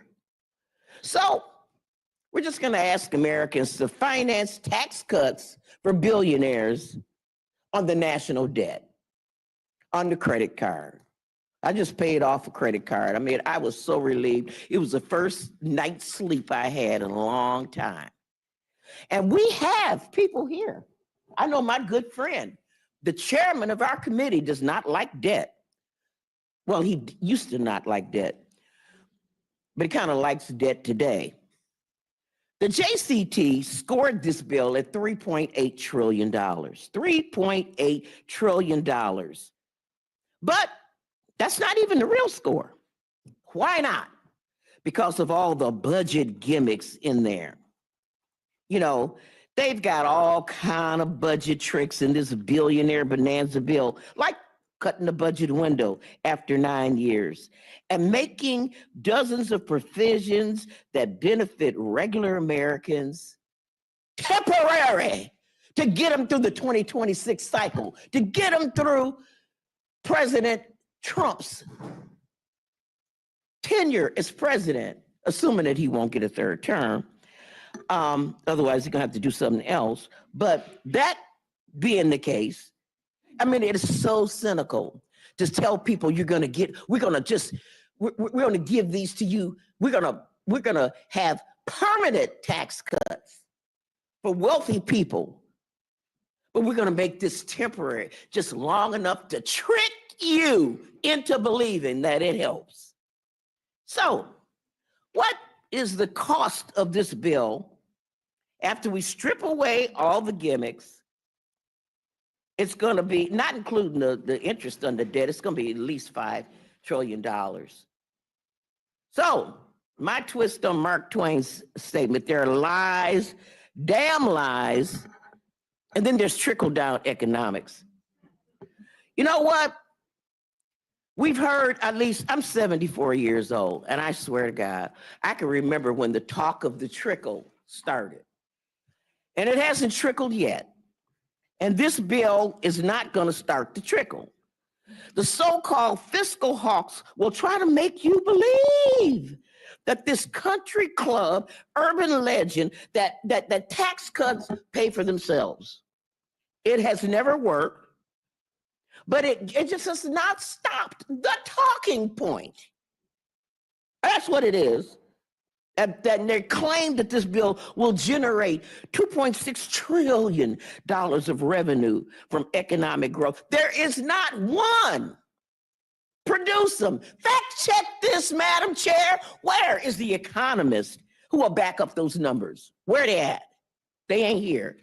Deficits aside, this bill is ugly, as we say, because it is ultimately a betrayal of the contract that we have made with the American people, and especially to our babies and to our working people. You know, it's a union hall, you know, working man's bill, but it is all for the millionaires and billionaires. The so-called no tax on tips. That's a distraction from the windfall that they're giving to the richest people in the country. Let's just put the facts out. Let's talk some numbers. I've been just hollering and hooping. Let's put some numbers out. Fact check this, Madam Chair. People who make over $1 million per year on average get a tax cut of $81,500 under this bill. Fact check this, Madam Chair. People who make under $50,000 per year on average get a tax cut of $265. That means a person who makes over $1 million per year on average gets 310 times what a person making under $50,000 gets. Now, this notion that if we don't pass this one big, beautiful bill, that taxes are going to go up for everybody. This is a choice. Tax breaks for billionaires and millionaires is not tethered to our doing something for regular people. Y'all chose to do that. It's perfectly possible to draft tax legislation in a way that doesn't provide the most fortunate among us with a windfall. But y'all chose to do it. Now, in the Ways and Means markup, we stayed up all night, and I do empathize with you, Madam Chair, for having to stay up all night, because we stayed up all night. And I see some of my colleagues are still here, staying up all night again. We offered 33 amendments, 33, to keep the wealthiest from getting the benefit, most of the benefit from this tax cut. So we suggested that, you know, there shouldn't be any tax cuts for individuals making over $400,000 a year. Republicans voted no. We suggested that, you know, if they make $10 million, we shouldn't give them a tax cut. Republicans voted no. We said, how about $100 million? Republicans voted no. We said $1 billion. They voted no. You know how they voted. No one was just too rich for this tax cut in the worldview of our colleagues on the other side of the aisle in the Ways and Means Committee. Now, if that wasn't bad enough, the JCT numbers show that this bill is even worse for people on the bottom rung. By 2029, sorry, according to JCT numbers, after the temporary tax cuts for people making under $30,000 for a year, on an aggregate, they're gonna, as a group, they're gonna be paying $5 billion more in taxes. That's a big tax cut, Madam Chair. Fact check that. Now, imagine that, Madam Chair. There's so many ugly things in this bill, in this 1,000 pages of this big, beautiful bill. My 5 minutes could not possibly do them justice. Making it easier. I couldn't believe it when I saw this, Mr. Chairman, Madam Chairman. I couldn't believe it when they proposed to take away the taxes on silencers for guns. What, Madam Chair, why? There's a $200 tax on buying silencers for guns. And then we're going to kick 2 million children off the child tax credit. You know, they brag about doubling the child tax credit, but Madam Chair, the poorest, the neediest, the most vulnerable children get nothing, unless their parents earn money. You know, and what I say is that, why don't we just make the kids go to work? Just cut to the chase. Tell kids, y'all got to start working. Maybe cut some of them school hours and go work as the shampoo girl so that your mama can get money to do what we know did. We cut poverty in half when we expanded the child tax credit to include the poorest, the 17 million kids that this bill doesn't cover. So at the end of the day, the main thing, let's keep the main thing, that this legislation before us will make Americans more in debt, will make them hungrier, will make them sicker, will make them more ignorant. They'll be falling behind other nations, will be upending national security, all to lavish more and more and more and more on the luckiest and wealthiest among us. And Madam Chair, I am so, and I just want to point out to y'all, full disclosure, I'm woke, and I yield back.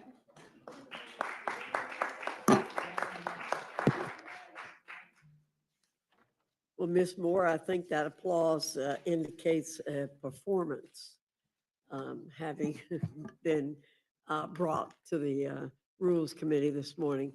I do have a lot of fact checks, but as I've done a couple of times this morning, I am going to resist. But I'm sure you will. But I'm going to wind up entering some things into the record that were said about the TCJA when it was passed, to show that the same kinds of things are being said now, and they're wrong, and they're going to be proven wrong, just like the things said in 2017.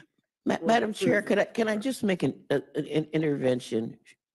We're not talking about the 2017 tax cut. I wasn't here then. This is the bill that I have gone through, and what I have said, you can fact check what I said, and people are going to be hungry and losing health care. Let's talk about this bill. I don't want to talk about that bill because well, I let me there. talk about this bill. Okay, talk about it, man. Chairman Smith. You the chair. You can do whatever you want.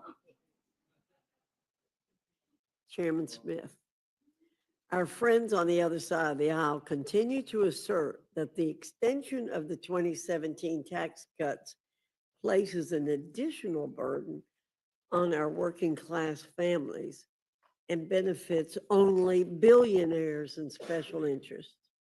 However, isn't it true that President Trump's tax cuts increased American families' income and were a boon to the working class, and that the bottom 20% of earners saw their federal tax rate fall to its lowest level in 40 years, while the top 10% of earners now pay over 75% of all income taxes?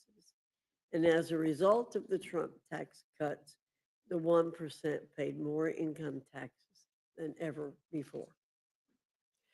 Can you check my facts? Your facts are 100% accurate.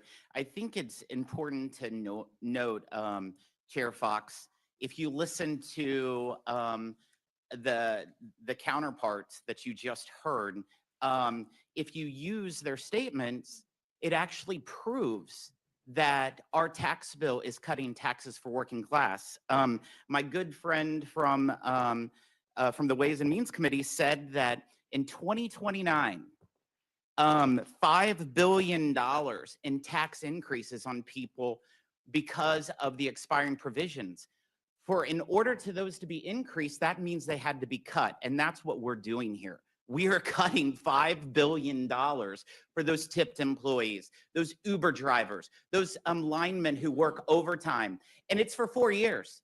I hope it's much longer, but you know what? Don't say that it's increasing $5 billion, but you're not giving us credit for the $5 billion tax cut that we're doing right now. And I also want to point out, Chair Fox, back in 2017, in those Trump tax cuts, the 17 million children that Ms. Moore was talking about that are being left behind, yeah, they're going to be left behind by the Democrats when they vote no on this bill, because that would mean a refundability would go from $1,700 to $1,000.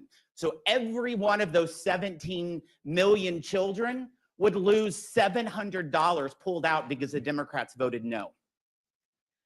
So in effect, the shares of those who foot the tax burden got more progressive in the 2017 bill, and will get that way, and will be that way again with this bill. Correct. That's correct.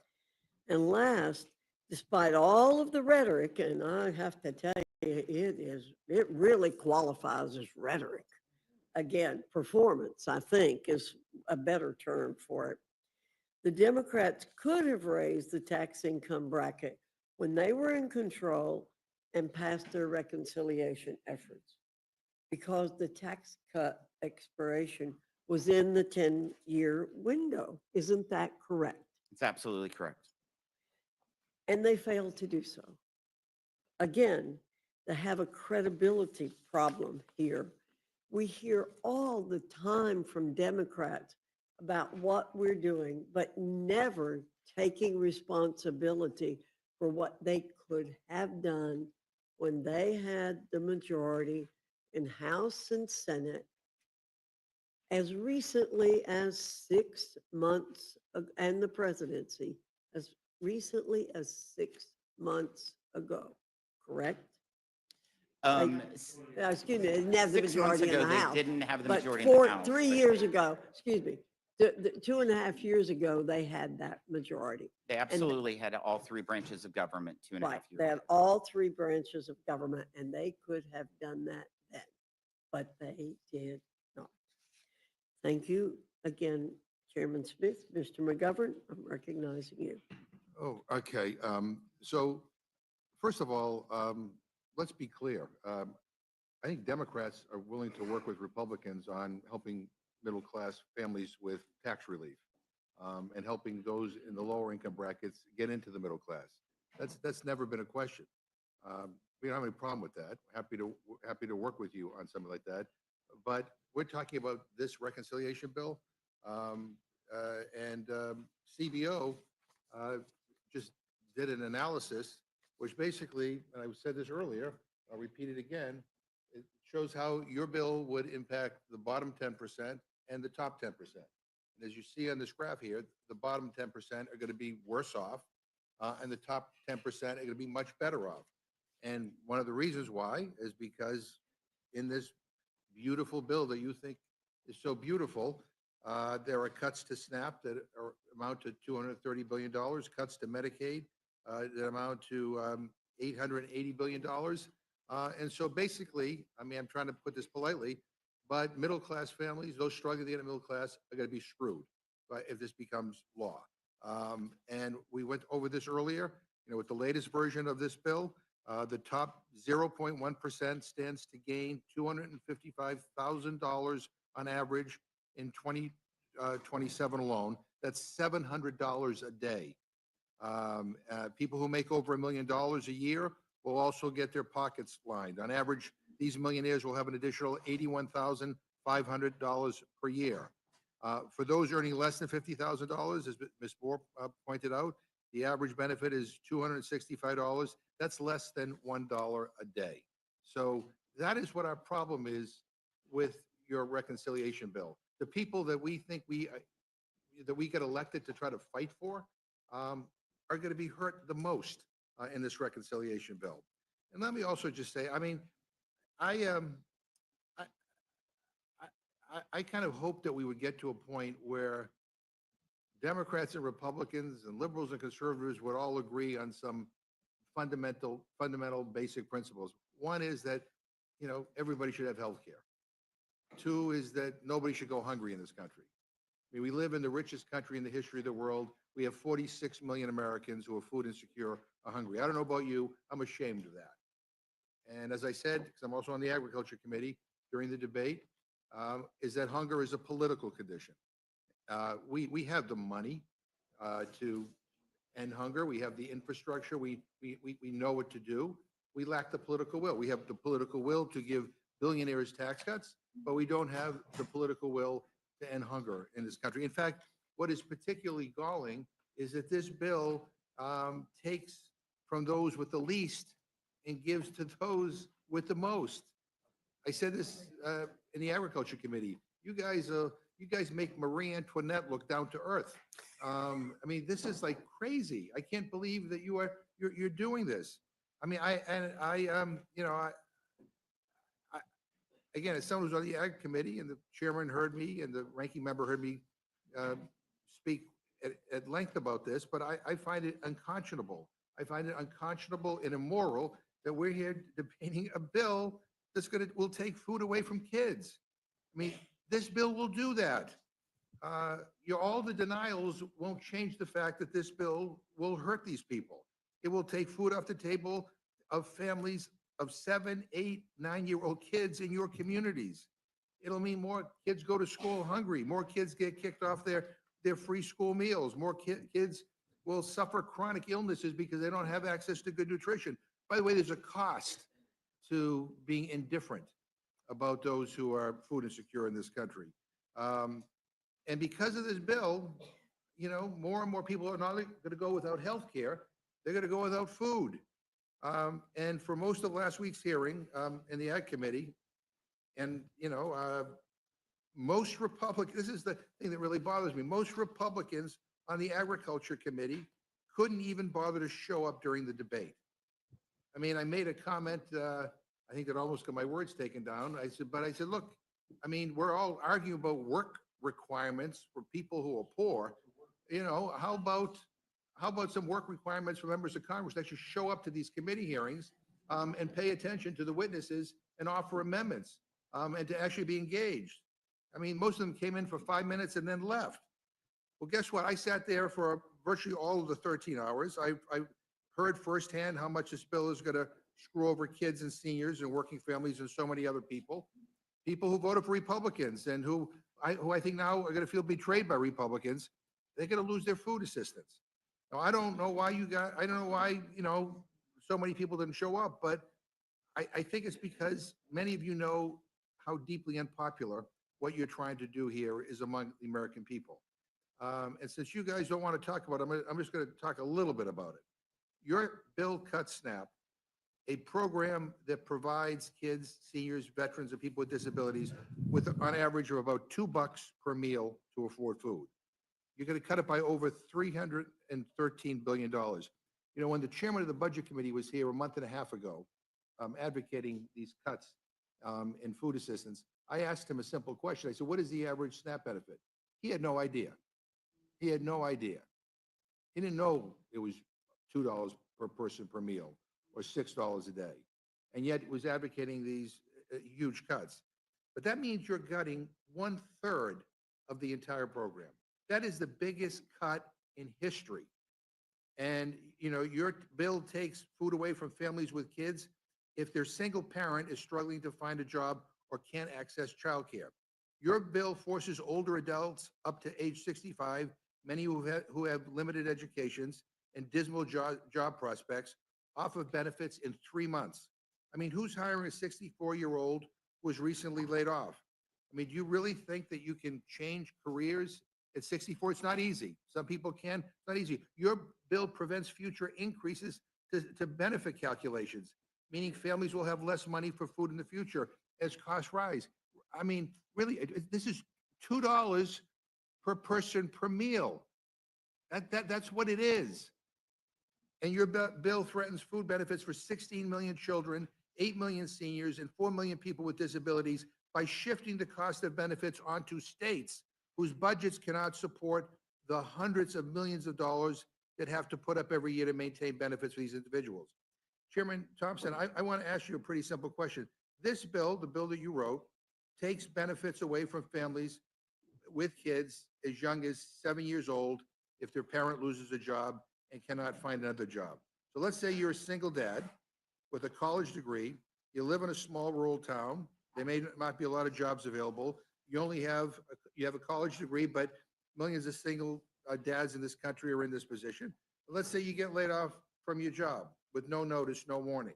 And let's say it's March. So you now got 90 days to get a new job, or you lose your portion of the SNAP benefits, which means less food in the fridge for you and your family. So yes or no, Mr. Chairman, do you think it's right for the government to punish those kids because mom or dad can't get a job, a lockdown in 90 days? And let me just also add, the majority of able-bodied people who are on the benefit actually work. They actually work. They earn so little, they need the benefit. But I asked the question, I mean, do you think that that is an okay thing to have happen? Well, Mr. McGovern, being on the Agriculture Committee as long as you have, I think I really felt like you'd have a great grasp on the entirety of the nutrition title of the Farm Bill. States have had and will have waivers in those situations so that that they can exercise. When you got a single parent, like you said, there's not two parents there. Obviously, there's provisions if there are two parents, one parent would apply, the other parent it would not apply to in terms of any kind of work, volunteer, or educational opportunities, which we pay for. And there was also, I mean, there's a deduction from SNAP income for SNAP eligibility for uncapped amount of childcare expenses, which includes childcare. And then we have federal government also funds subsidized childcare through the Child Care and Development Block Grant, not to mention the Child Tax Credit and the Child and Dependent Care Tax Credit. So absolutely.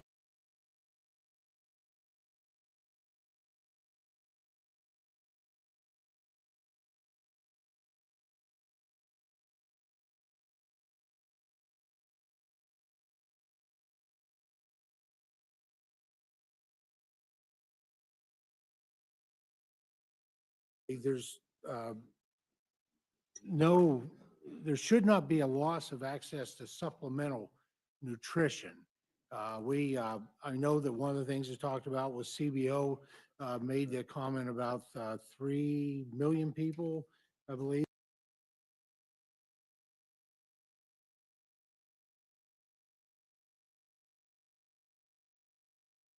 That were coming off of SNAP. Well, those are individuals who choose not, they choose not to engage in work, volunteer time, or education, or a big part of that and you're right, it's not half though, Yet at the most, it's 27% of folks Yeah. on SNAP Well, are well, that- working. But some of those folks are coming off because they've worked their way off, which is the American dream. They no longer I'm gonna yield are to- living in poverty. I'm going to yield to, that's kind of a word salad, but the bottom line is if that single parent can't No, find a I've heard job, word salad. they That's lose not their it. benefits. It's that simple. I mean, they lose their benefits. And by the way, we have a childcare crisis in this country too. I don't know whether Ranking Member Craig wants to add anything. No, I would just add that one of the most egregious parts of this bill is changing that scenario where that single dad, when their child turns 7, then would have work requirements. And again, childcare crisis in our country. And, add on top of that, that if you're married, actually, only one of you has work requirements. So, it's crazy. You can stay home and still be eligible for the benefit if you're married and your spouse goes to work. But if you're a single mom or a single dad, the new dependent age for someone is 7 years old. And by the way, the vast majority of people in this country who are on SNAP are kids. They're seniors and they're people with disabilities. And veterans as well. In your home state, Mr. Chairman Thompson of Pennsylvania, they'll be under this bill. They're going to be on the hook for over $1 billion in benefits alone if this bill is acted. So what if Pennsylvania or any other state can't meet that cost? I know you think they can, but what if they can't? I mean, I think the governor of your state says the bill will make groceries more expensive, close down local grocery stores, and force kids to go hungry. But I want to just say, this state cost share that you all talk about, saying that we're not going to cut benefits. Well, like again, if Pennsylvania had to absorb $1 billion, that's a lot for a state budget. What if they can't do it? Then did they then do benefit cuts? Well, I actually reject your premise of your question that states will refuse to cover 5% of a supplemental nutrition assistance program, given that they have 2 years to adjust their state budgets. SNAP, as you know, is the only state-administered entitlement benefit that is fully funded by the federal government. And states are already paying anywhere from 25 to 50% of the cost of Medicaid benefits in their states. States are fully capable of paying for SNAP, and every single state has achieved an error rate below 6% in the last 10 years, which would bring them down to that base cost share. And that really, time has come to impose clear incentives for states to improve their services to SNAP participants and control costs. And the only way for that to occur is for them to have some level of skin in the game on benefit expenditures. Well, as you know, it's not just 5%, it could go up to 25%, and for some states. But let me switch to Ranking Member Craig so we get, get some different perspectives here.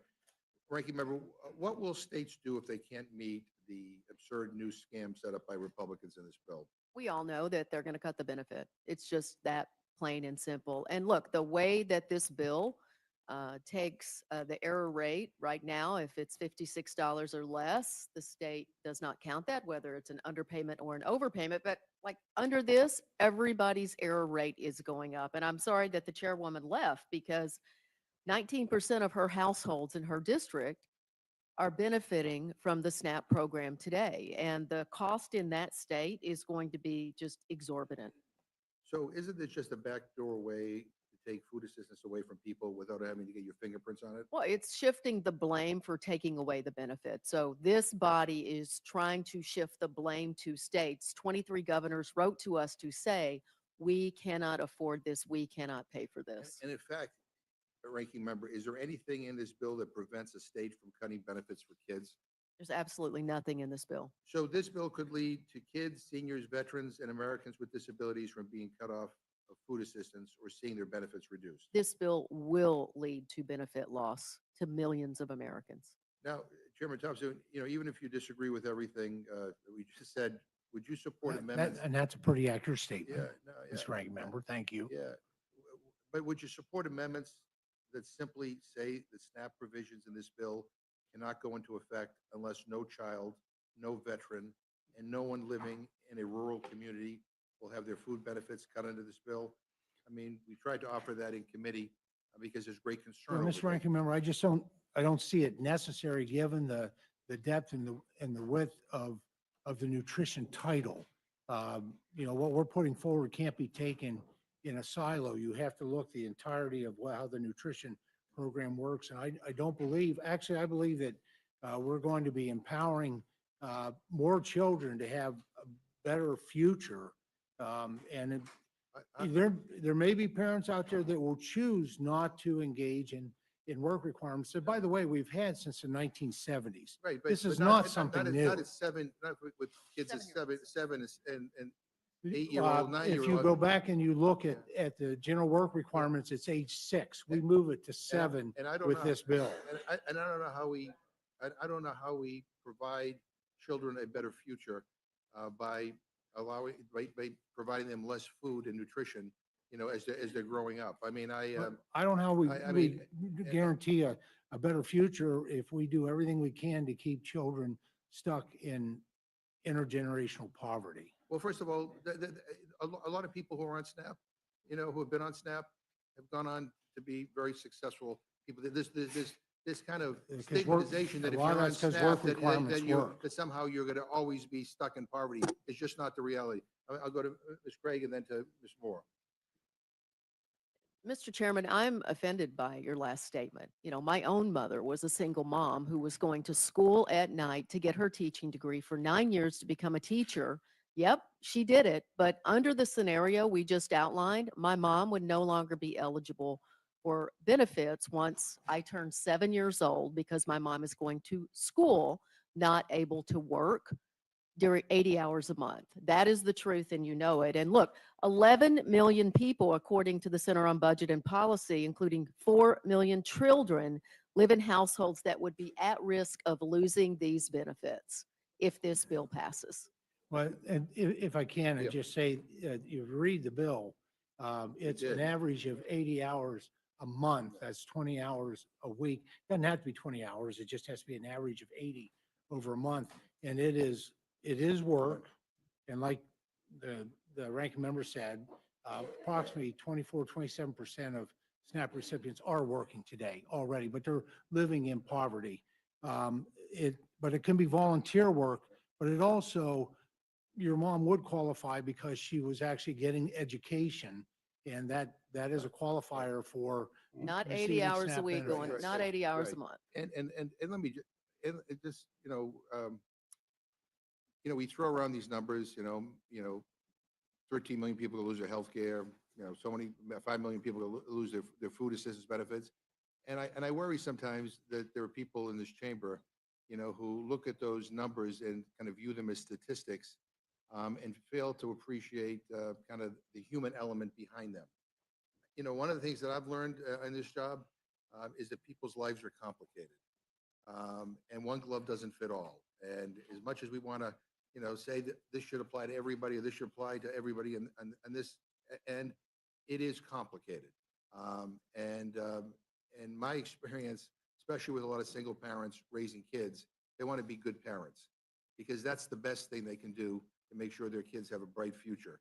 And to have to add on to that now, if I don't meet this new requirement, I will lose my SNAP benefit, and there'll be less food in the house.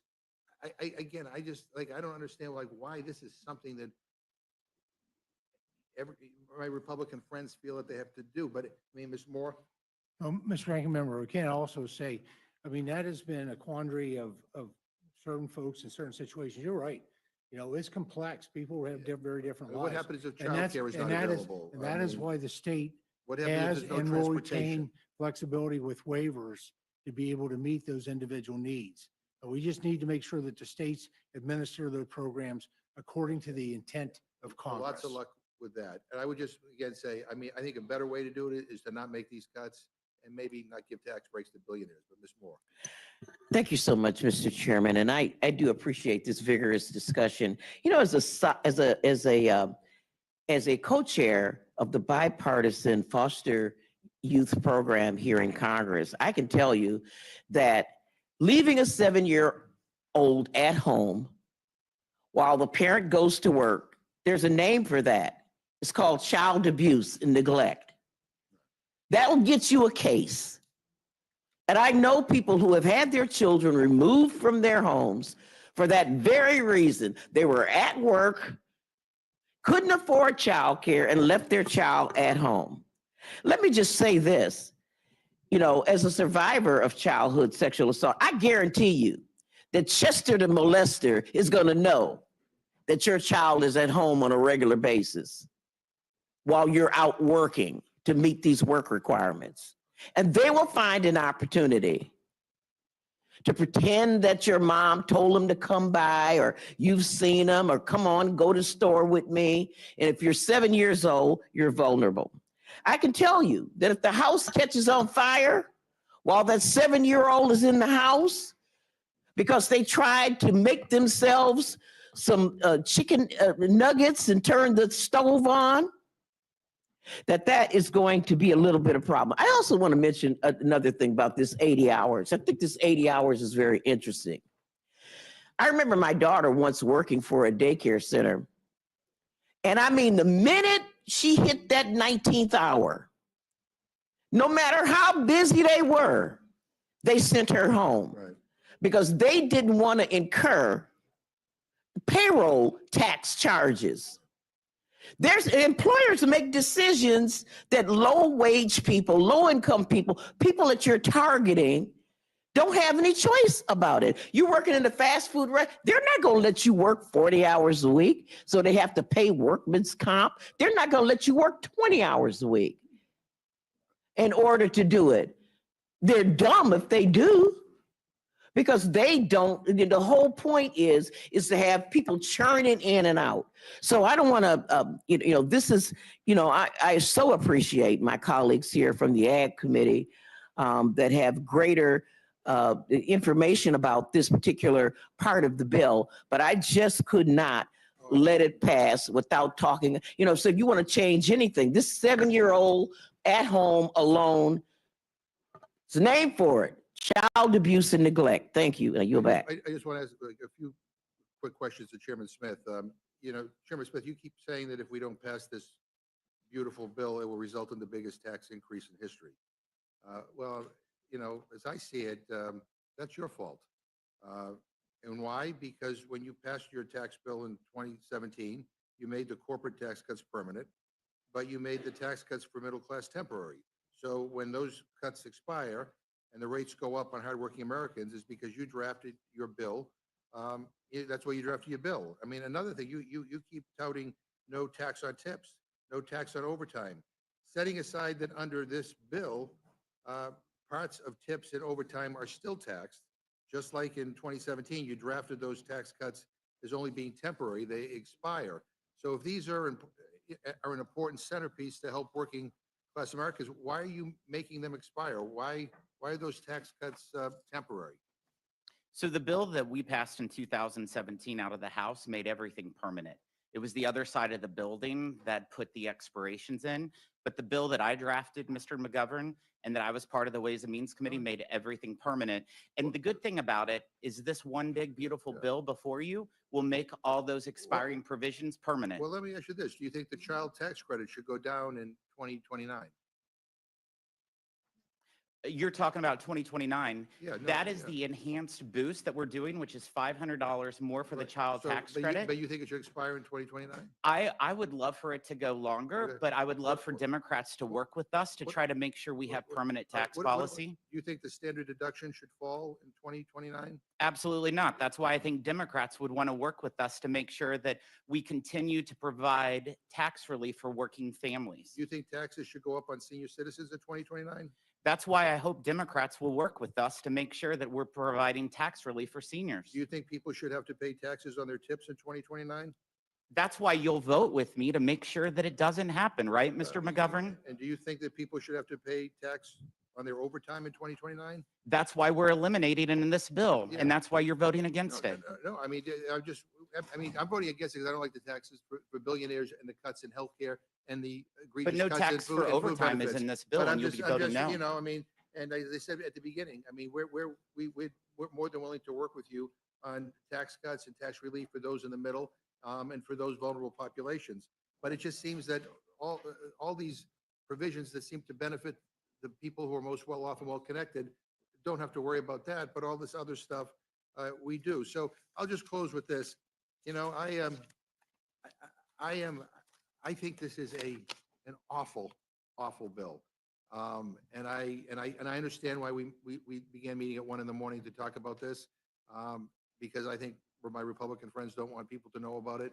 The idea of people losing health care benefits, the idea of billionaires getting tax cuts, and people losing their food benefits. I said this in the Ag Committee. I said that there's a special place in hell for people who take food away from hungry people. And I feel very, very strongly about this. I'm angry that this is the path that you have chosen to go down, and we're going to fight like hell on the House floor. I yield back. Gentleman yields back now. Recognize Ms. Fishbach for her time of question. Thank you, Mr. Chair. And I can tell who got a full night's sleep. So that just kind of shows. But first, I want to start out by thanking Chairman Thompson for all of your work on your portion of the bill. I know you've been working a long time, and you have not only the America's farmers in concern, that you're concerned with them and you're working towards them, but also the people that are affected by the bill. So I appreciate your work.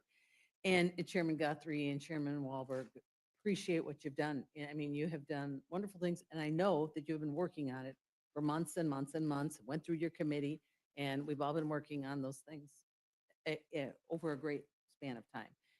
And Mr. Smith, Chairman Smith, excuse me, I have to say, I thank you for your work on Ways and Means, and I was honored to work with you on that. We've been working well over a year, working through all of these provisions and making sure that we are addressing the issues that we need to keep the economy going, to offer tax breaks to the middle income, and all of those things that we did. And you mentioned some of the provisions, or a lot of the provisions that were and we've discussed a few of them that are in the bill. And I wanted to get just a little more specific, because some of, as we were talking about, we need to talk about people, we need to talk about what's going on. And we heard about how important 199 over the year that we worked.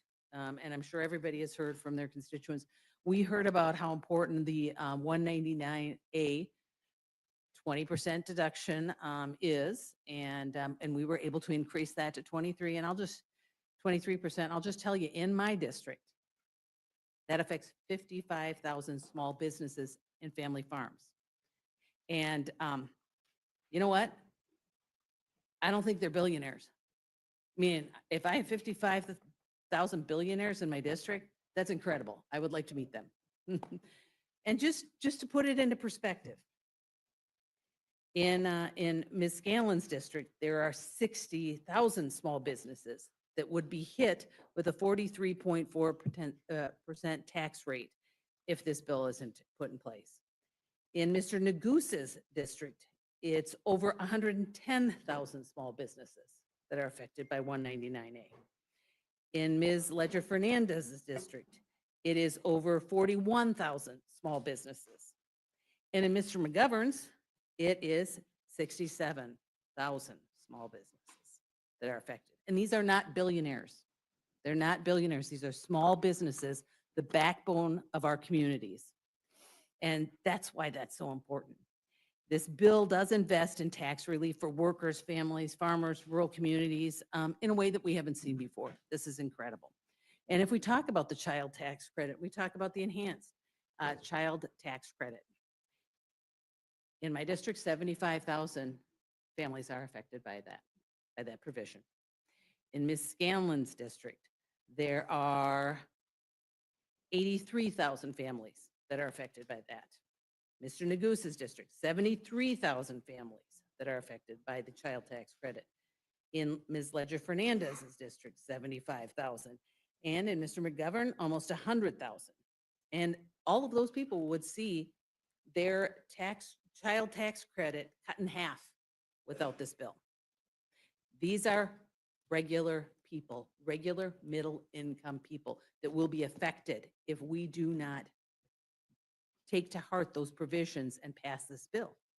This is about making sure that people have what they need and the middle income are there and supported. And I also just wanted to say, we've made some mention about the length of time and that these provisions haven't been made permanent. And just as a side note, just to throw it out, when Democrats in 2022 passed the Inflation Reduction Act, they only extended the enhanced premium tax credits through 2025. Was there an election in 2024? Because I think that was the implication, that we had somehow done it because of an election. But instead, what was prioritized in that bill was wealthy individuals trying to buy electric vehicles. So that was the difference. This bill actually helps the middle income and not just do that. But I did want to just really focus a little bit, and I want Mr. Chairman Smith, we've talked a lot about the families and the middle income, but I did want to circle back and just talk a little bit about the provision that we put for seniors, that we created for seniors. So if you could talk just a little bit about that. Absolutely. First off, I just want to hit on this bill affects 40 million children with the child tax credit. So every congressional district is drastically affected. In regards to the tax relief for seniors, this is currently in the tax code. A senior 65 years old and older gets to deduct about $1,900 from their standard deduction. They can get the standard deduction if they're single, $15,000, and then that senior deduction is an added tax savings for them. What we did, we actually increased it $4,000. So now they'll be able to deduct almost $6,000 of that standard deduction, and that is equivalent. That is the equivalent of a person who makes $75,000 or less a year not owing any on Social Security, any taxes on Social Security. And Chairman Smith, I just have to ask so we can make sure that everybody understands. Are those billionaires? If someone makes less than $75,000 a year, they're definitely not billionaires. Thank you for clarifying that for me, because I hear that a lot, that we are just, benefiting billionaires, and it's absolutely not true. The American people are positively affected by this bill, the average middle income family. And I thank you for putting it together, and I thank the chair for all of the input for this bill. And with that, I yield back. Gentlelady yields back. Now recognize Ms. Scanlon for her 5 minutes of questioning. Thank you, Mr. Chairman. Good morning to our witnesses. Thank you for joining us here. You can thank the speaker for scheduling the early morning wake-up call for everyone. For some reason, I keep thinking of a song, There's Got to Be a Morning After. It was from a disaster film, which may be an appropriate analogy here, because we all know that you don't schedule a 1 a.m. hearing unless you have a disaster of a bill that you want to hide from the public. And we don't have to look far to see why they want to hide this bill. It's an all-out assault on the American social contract. They're trying to sell it as some kind of economic growth plan. Thank you, trickle-down fictions again. But if you look past the press releases, what you find is a Frankenstein monster of a bill that kicks people off their health care, cuts nutrition assistance for working families, guts clean energy investments, and hands out trillions of dollars in tax breaks to the wealthiest people of the country. And as we learned from a CBO report overnight, it's going to cut $500 billion from Medicare in addition to the cuts to Medicaid, and impose or initiate a wealth transfer from the 10% of folks in this country who have the lowest income to the 10% that have the highest. So not saying that there aren't lots of tax cuts in here, but it's at whose expense, I think, is the question. If Ms. Fishbach wants to have a conversation about tax cut for small businesses, we would love to have that conversation, but it was never brought up for discussion with the entirety of Congress. What we have seen, and in my district, maybe it's not the same thing in her district, but we've seen that tens of thousands of people will lose their health insurance, tens of thousands of families will lose SNAP benefits, and that's just unacceptable. Let's start with the cuts to food assistance. At a time when food prices are high and getting higher because of tariffs, when wages haven't kept up with the cost of living, when families are still recovering from the financial strain of the pandemic, this bill takes a sledgehammer to SNAP. We're talking about a program that helps feed nearly 42 million Americans, 1 in 4 children in this country, one of the most effective anti-poverty programs that we have. It lifts millions out of poverty every year, and it does so with efficiency and dignity. At a certain level, it even provides a form of corporate welfare so that big businesses don't have to pay their workers a living wage. But Republicans aren't satisfied with that. Instead of working to expand access to food, This bill imposes more paperwork requirements, shortens eligibility windows, and slashes benefits. Republicans are claiming this will promote work, but the overwhelming body of evidence shows that their work requirements don't actually increase employment. They just make it harder for people to eat. You can't work if you're hungry. You can't hold down a job if you can't afford to feed your kids. Kids can't succeed in school if they're hungry.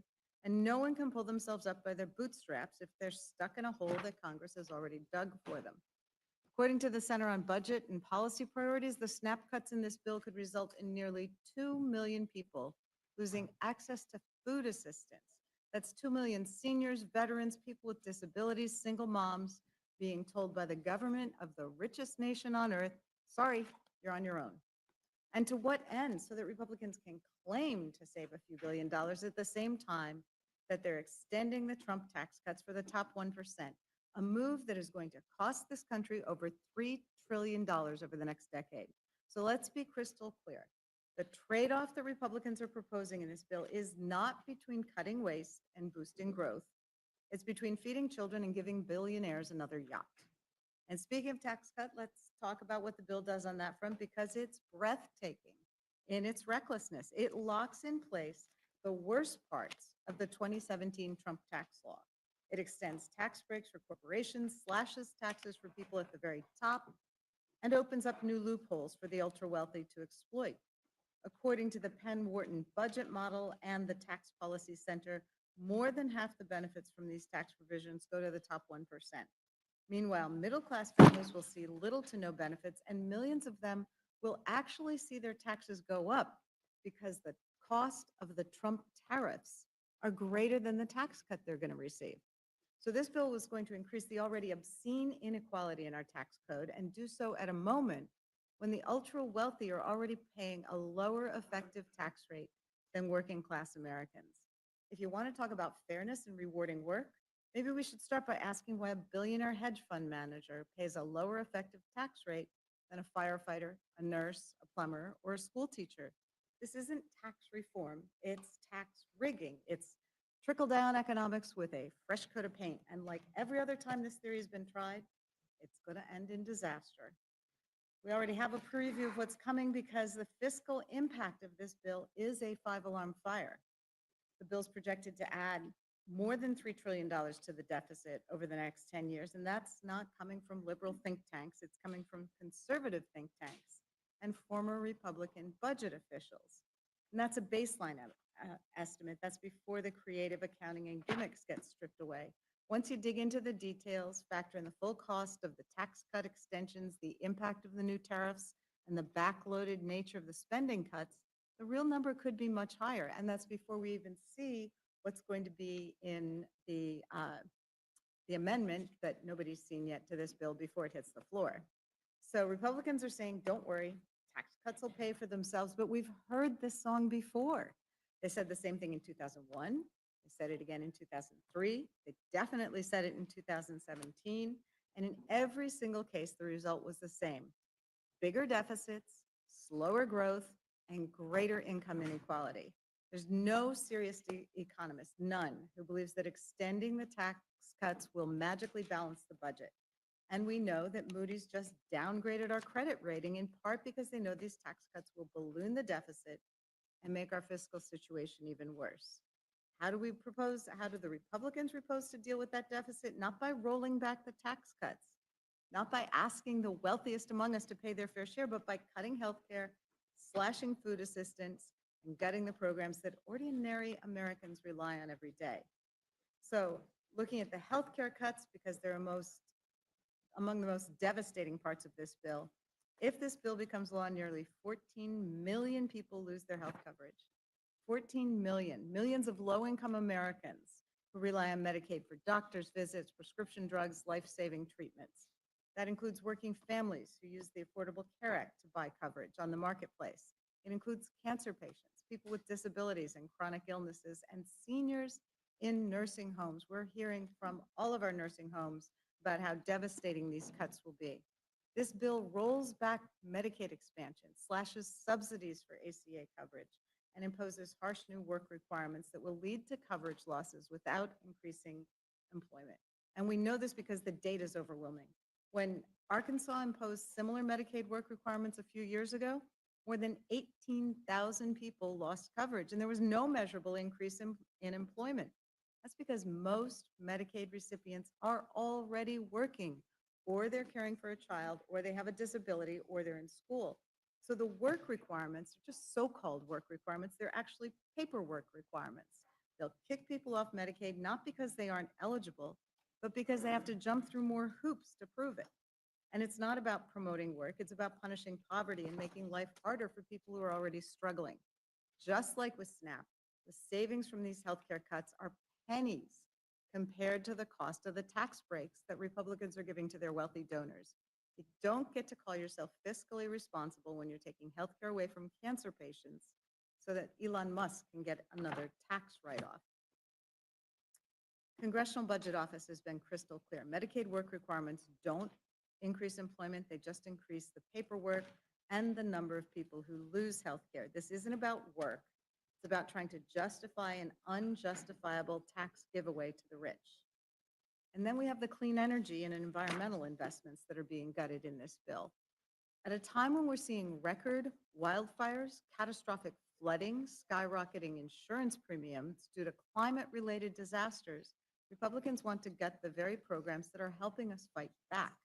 This bill rescinds billions of dollars in clean energy tax credits, slashes funding for renewable energy deployment, blocks support for home energy efficiency that many homeowners in my district have been able to use to upgrade their furnaces and water heaters and reduce their energy costs. And it even goes after investments in climate resilience and environmental justice. So this is just sabotage. These clean energy investments aren't just good for the planet, they're good for our economy. They've created jobs, they've reduced household energy bills, and they keep our air and water clean, and they help our communities, particularly disadvantaged communities, prepare for and respond to climate threats. But because these provisions were passed by Democrats and they help us transition to more sustainable energy sources and reduce our reliance on fossil fuels, Republicans are determined to tear them down. And the irony is that a lot of these projects are happening in red states, Texas, Oklahoma, Iowa. They're leading the way in wind and solar development. But this bill is going to pull the rug out from under that progress, all to make a political point. The American people deserve better than this. They deserve a government that works for them, not one that caves to corporate lobbyists, science deniers, and billionaire donors. So just looking at the whole picture, this bill cuts food assistance from working families, kicks millions off their health care, hands trillions in tax breaks to the wealthiest Americans, blows a multi-trillion-dollar hole in the federal deficit, and sabotages our fight against climate change. So it's not a big, beautiful bill. It's a big, disgraceful betrayal of the American people. It's a bill that punishes the poor, rewards the rich, and threatens the stability of our economy.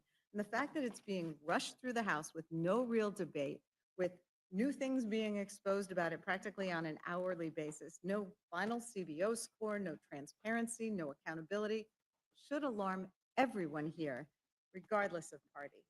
So obviously, I'm not a fan of the bill. We have to do better. The sun is up. The American people are looking. Ranking Member Craig, this bill includes the most significant cuts to SNAP in decades. Can you explain what this means for working families and children and seniors who rely on SNAP to put food on the table? Yeah, it's devastating. It is the largest cut in American history to the most successful anti-hunger program in American history. I mean, we're talking about, and let me make sure my Republican colleagues understand this. The nutrition title is a title in the Farm Bill. This absolutely destroys the Farm Bill coalition that we have worked for decades to establish in our country. One issue that is raising a lot of concern in Pennsylvania, which I represent, as does Mr. Thompson, is that for the first time ever, this bill would require states to start paying a portion of SNAP benefits. What would this kind of cost shift, Ms. Craig, mean for the state's ability to serve their residents? Well, at the end of the day, every state's going to make its own decision about what they can accomplish here. And the net effect is going to be in many states around this country, they're going to cut the benefit. States already share 50% of the administration cost of this program. That goes to 75%. Most states, including Pennsylvania, are going to be on the hook for 25% of the benefit cost after this bill passes. I know that our state legislators are already gravely concerned about the reduction in federal benefits coming to the Commonwealth, and this is not giving them any ease. Representative Moore, the majority claims this bill is a middle-class tax cut, but analysis shows that people earning under $50,000 a year would get an average tax cut of less than $1 a day, while the top 1% would get nearly $300,000 a year. Does that sound like a fair or balanced approach to tax policy? Absolutely not. Absolutely not, Ms. Scanlon. You are correct that it really increases inequality. And if, for those of us who remember our history, when we went into the Great Depression, it was the biggest inequality we had experienced in American history.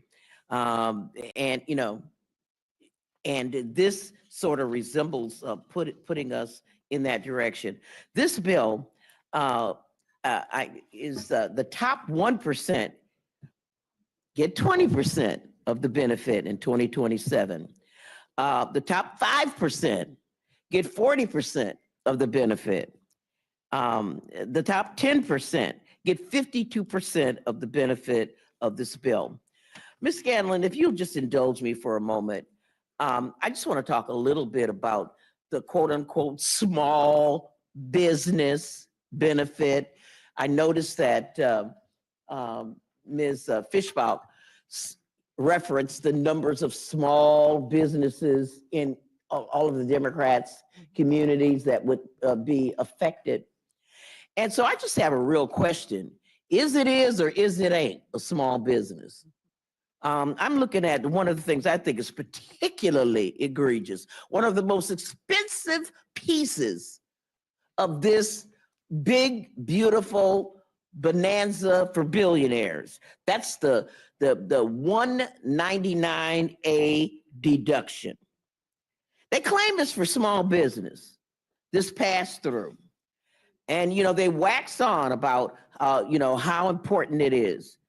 In 2022, that was the year that we were able the JCT was able to find data.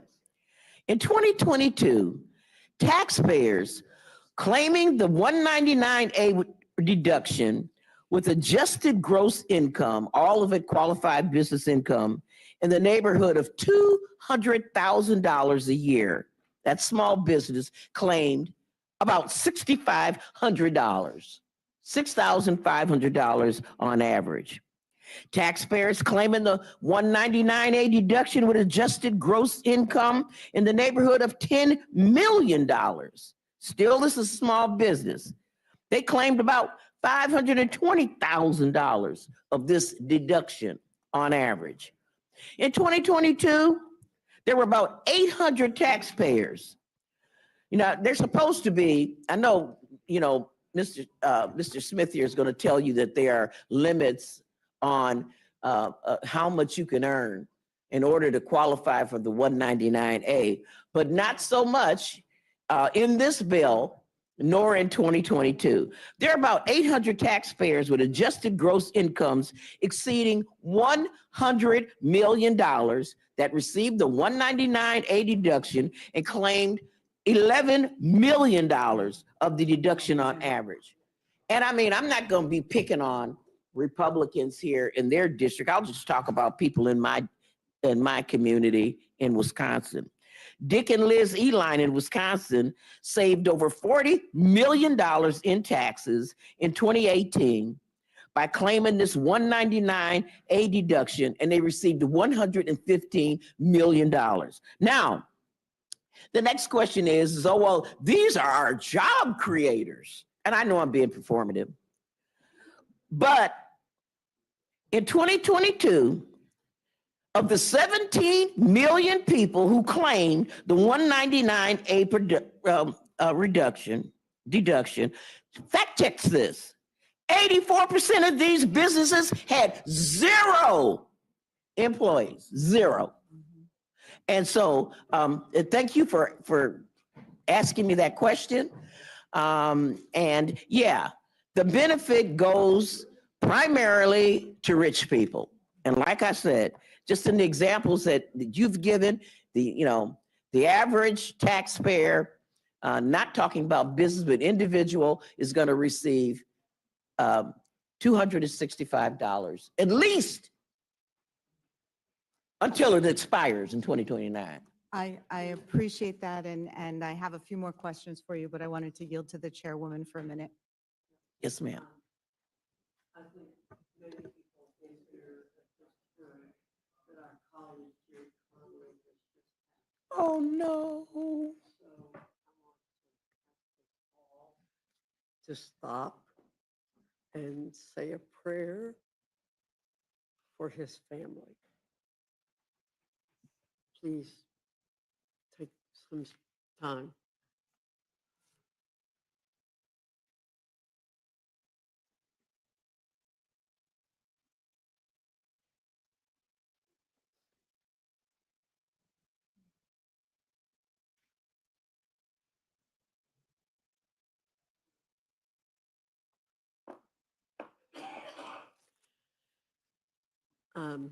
Thank Thanks, you, Madam Chair. everybody, and Ms. Scanlon. And thank you, Madam Chair, for doing. Thank you. Oh, it's absolutely the right thing to do.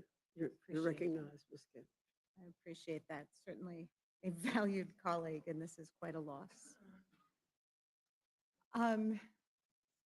Representative Moore, we had just talked about the fact that the top 1% or top 0.1% are going to get a $300,000 per year tax break, which is almost 4 times the median household income in my district. So the fact that the very top would not only not pay their fair share, but this kind of break, what do those kind of trade-offs say about the values and priorities in this legislation? Ms. Scanlon, it exacerbates the income equality that we have. But more importantly than that, it really demonstrates that our values as Americans have sort of gone askew. When you can provide 310 times the benefit for the top than you do for the bottom, you are depriving people of the opportunity to participate in our economy in a meaningful way. And the costs of that are tremendous. And then when you pile on stuff that's not in the Ways and Means jurisdiction, like the cuts to SNAP, the cuts to Medicaid. When you give somebody, it's $265 tax return, how far is that going to go with compensating for their loss of SNAP and Medicaid? There's not one page in here that gives them any child care assistance or anything else. And I just want to point out that, we hear on and on and on, and I know Medicaid is not within our jurisdiction, but Medicare is, parts of Medicare are. And, I'm so sorry, I'm just a little bit upset about Jerry, my friend. But what we're seeing is that as we dismantle healthcare and we dismantle SNAP, we're not just depriving the poorest of the poor. We are dismantling healthcare, period. I mean, rural hospitals are going to close. Urban hospitals are going to close down their maternity wards. Graduate students, I had docs come and say, graduate students, people who graduate from medical school aren't going to be able to have residencies because there didn't be no hospitals. And even if you have the best health insurance, the premier You're rich. When you have your heart attack, you're not gonna make it when you gotta drive 35 miles to get to the ER. So when you think that it's just only them lazy boys in the basement that are gonna be hurt, you better think twice. Better think twice. When your provider leaves the area because there are too many Medicaid patients and go somewhere, Scottsdale, Arizona or something, where there are rich people to practice so that they can, and you have no providers at all. Well, I wanted to pursue that line with Mr. Pallone. In our community, we actually just lost the major healthcare system. It was bought out by a private equity entity and bankrupted. And we have been unable to find anyone to take it over because the Medicaid funding source is so unstable or not sustainable, or these cuts were threatened. So can you talk a little bit about what this is going to mean, these cuts to Medicaid for the entire community? Well, as you point out, or already been stated, when hospitals and all healthcare institutions depend on some kind of reimbursement, either private insurance, Medicare, Medicaid, whatever it is. And if your hospital or your nursing home or your community health center, whatever, is highly dependent on Medicaid, which many rural hospitals and institutions are, then they just don't get the reimbursement rate. And now these people are coming to the emergency room and they're going into the uncompensated care because they can't afford to pay the bill. And so what does the hospital do? Well, most states don't have the ability to make up for that. Some don't have much pay out much uncompensated care at all. And so they're, they either close because, now they can't make it, or they try to pass that on to private payers or other government, or other government payment programs.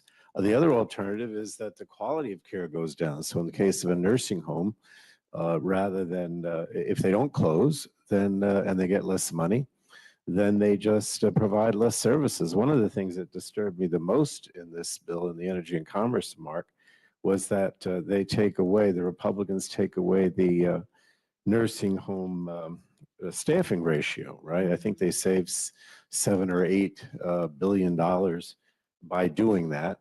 What happens then?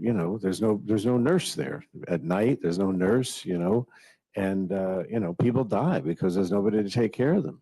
The services go down. I remember years ago in my state, we had terrible nursing home situations, safety, health hazards, nursing homes burned down, people died in the fires in my hometown.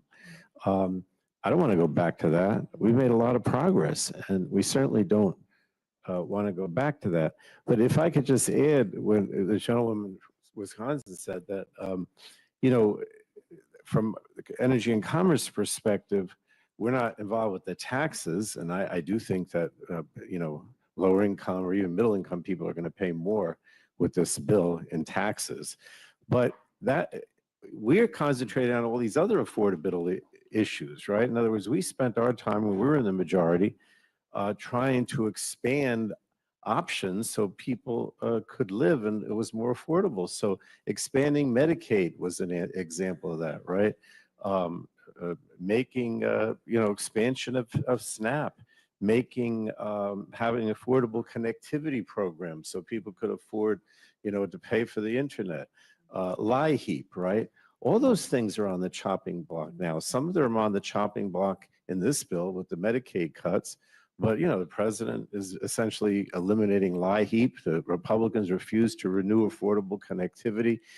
In this bill, they have up to $35 copay that's mandated, so people have to pay more out of pocket. So what are we talking about here? Everything in this bill, and I don't even get into the tax issues now. Everything in this bill that's within our committee makes things less affordable, right? At a time when the president said, oh, when I'm elected, prices are going to go down, everything's going to become more affordable. It's the opposite is happening. Groceries cost more, inflation's going up, everybody's, and this is just aggravating that situation completely. It is the reverse Robin Hood. That's exactly what it is. Take from the poor and give to the rich, not just with the taxes, but also with everything else, because all these things are paying for tax breaks primarily for wealthy people and corporate interests. Well, you've touched on so many issues that are of really paramount concern for my constituents. The LIHEAP cuts obviously are huge in our northeastern cities where we have cold winters and hot summers. The Medicaid copay, as I understand it, that was something that many of our Republican colleagues were unaware of, the fact that this bill would impose a Medicaid copay.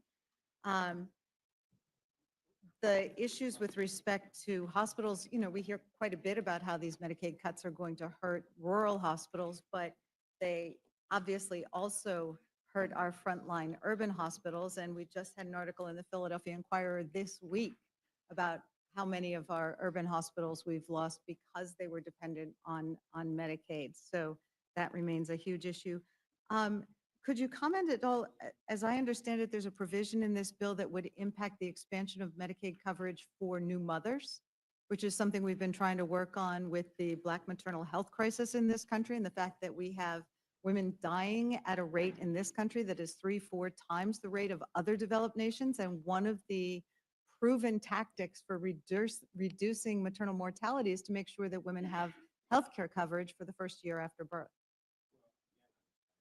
I have to mention that Robin Kelly is in the room, who's a member of our committee, and she with the CBC Brain Trust worked very hard on a lot of these maternal mortality issues, because they even, in a disparate way, even affect Black women even more so, But yeah, I mean, that was another thing that we did as Democrats. We expanded to 1 year postpartum coverage, which is negatively impacted in this bill.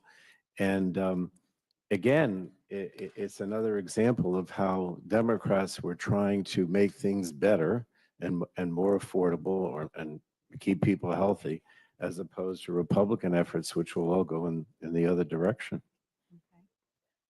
Representative Scott, Pennsylvania has a disproportionately high level of folks who have student loans, and they have a greater dollar value on average than most states, and that may be in part because of problems with funding our state universities. But nevertheless, we have a lot of people who have a lot of student loans that they are struggling to pay at this point. Can you comment on what this bill would do with respect to student loans? Well, there are a couple of things on student loans. One, it limits the amount of student loans you can take out. So a lot of students will have to choose between going to college or taking out private loans to make out the difference. But on the repayment is much more expensive. And so it's much of a problem they have now. It'll be even more. So they limit the amount of aid you can get. So a lot of students won't be able to go to school. Those that do will be paying more and for longer. And I mean, it's an issue that is really something that over our lifetimes has really just taken on a whole new structure. I mean, when I went to college, I could work as a lifeguard and get a little help from my family and take out a few loans and could manage to do that. But now you can't, without a college degree, you can't make enough money to even begin to start paying for Well, college. a few decades ago, the Pell Grant covered the 80% of the cost of going to a state college, tuition, room, and board.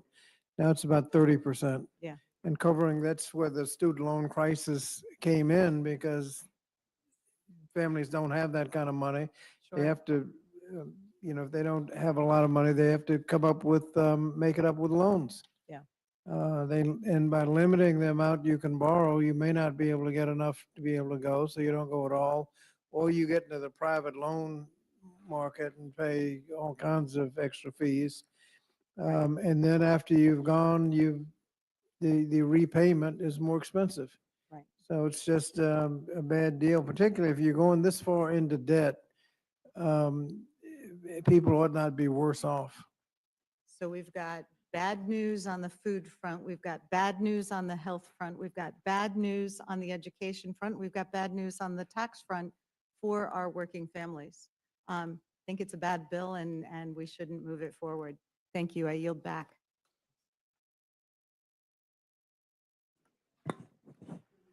Mr. Norman, you're recognized. You know, I've listened to this filibuster for a good while. All of us have. And you know, when you keep hearing the four-letter word work being demonized, when you keep hearing the fact that you're because somebody has to go to work, your children are dying, mothers are starving. You know, it's really, that's really an insult to the working Americans, to that plumber who works 80 hours a week, to that electrician who works nonstop, to that waitress who is on her feet all day long. You know, and when you look at the work requirements, fact check, Ms. Moore, you know what it is? 20 hours a week. 20 hours, that, I think if my math's right, that's 4 hours a day. Mr. Norman, would you yield just 1 second? It's 80 hours a month, which comes out to 18.4 hours per week. So. Fact check. Fact 18, check. okay, 18 hours a week. Okay, that is an insult to the whoever's watching this this hearing. That's an insult to the hardworking Americans that, regardless of what you do, work brings dignity. Work brings a cause, a sense of purpose. Work brings a reason to get up in the morning. Work brings, helps find your God-given talent. And to say work is going to kill children, work is going to kill mothers, fathers, you're just wrong. You're not telling the truth. That's not right. America was built on work. And I can hear over and over and over again this gentleman, you? Rich, poor, billionaires. You know, the identity politics, thank God 77 million people said no to that. They're tired of it. And America is a great country because of work, and people are willing to do it. And it's really, you know, when you look at the fraud that's going on, and I think from what, if you check your facts. Would the gentleman yield? We've got, no. There's 13 billion, that's, if you check the facts, 13 billion of fraud, like in the SNAP cases, people getting money when they shouldn't have. 13 billion per year. That's 1.3 billion per month if I check my facts right. You know, Americans have had enough of this. And I'm sorry, I know you learned it from the President Biden.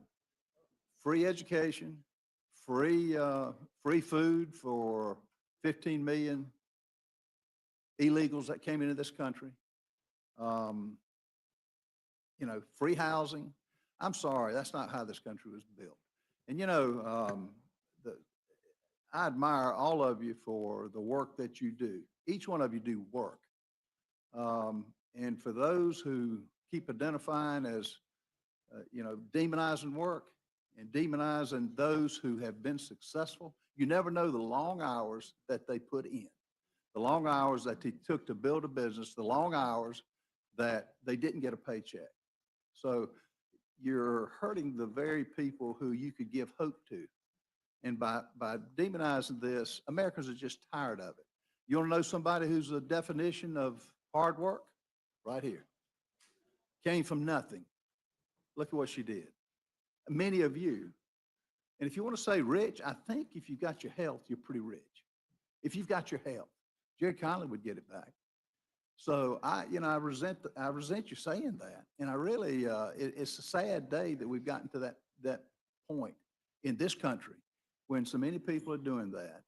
And Are you asking me a question, sir? No, ma'am. Oh, I didn't think you would. Filibustered long enough.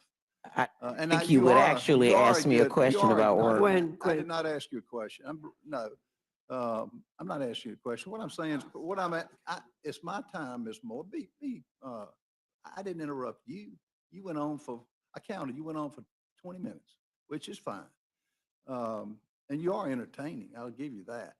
But I'm really smart, saying is, but it Ms. Moore, it's my time.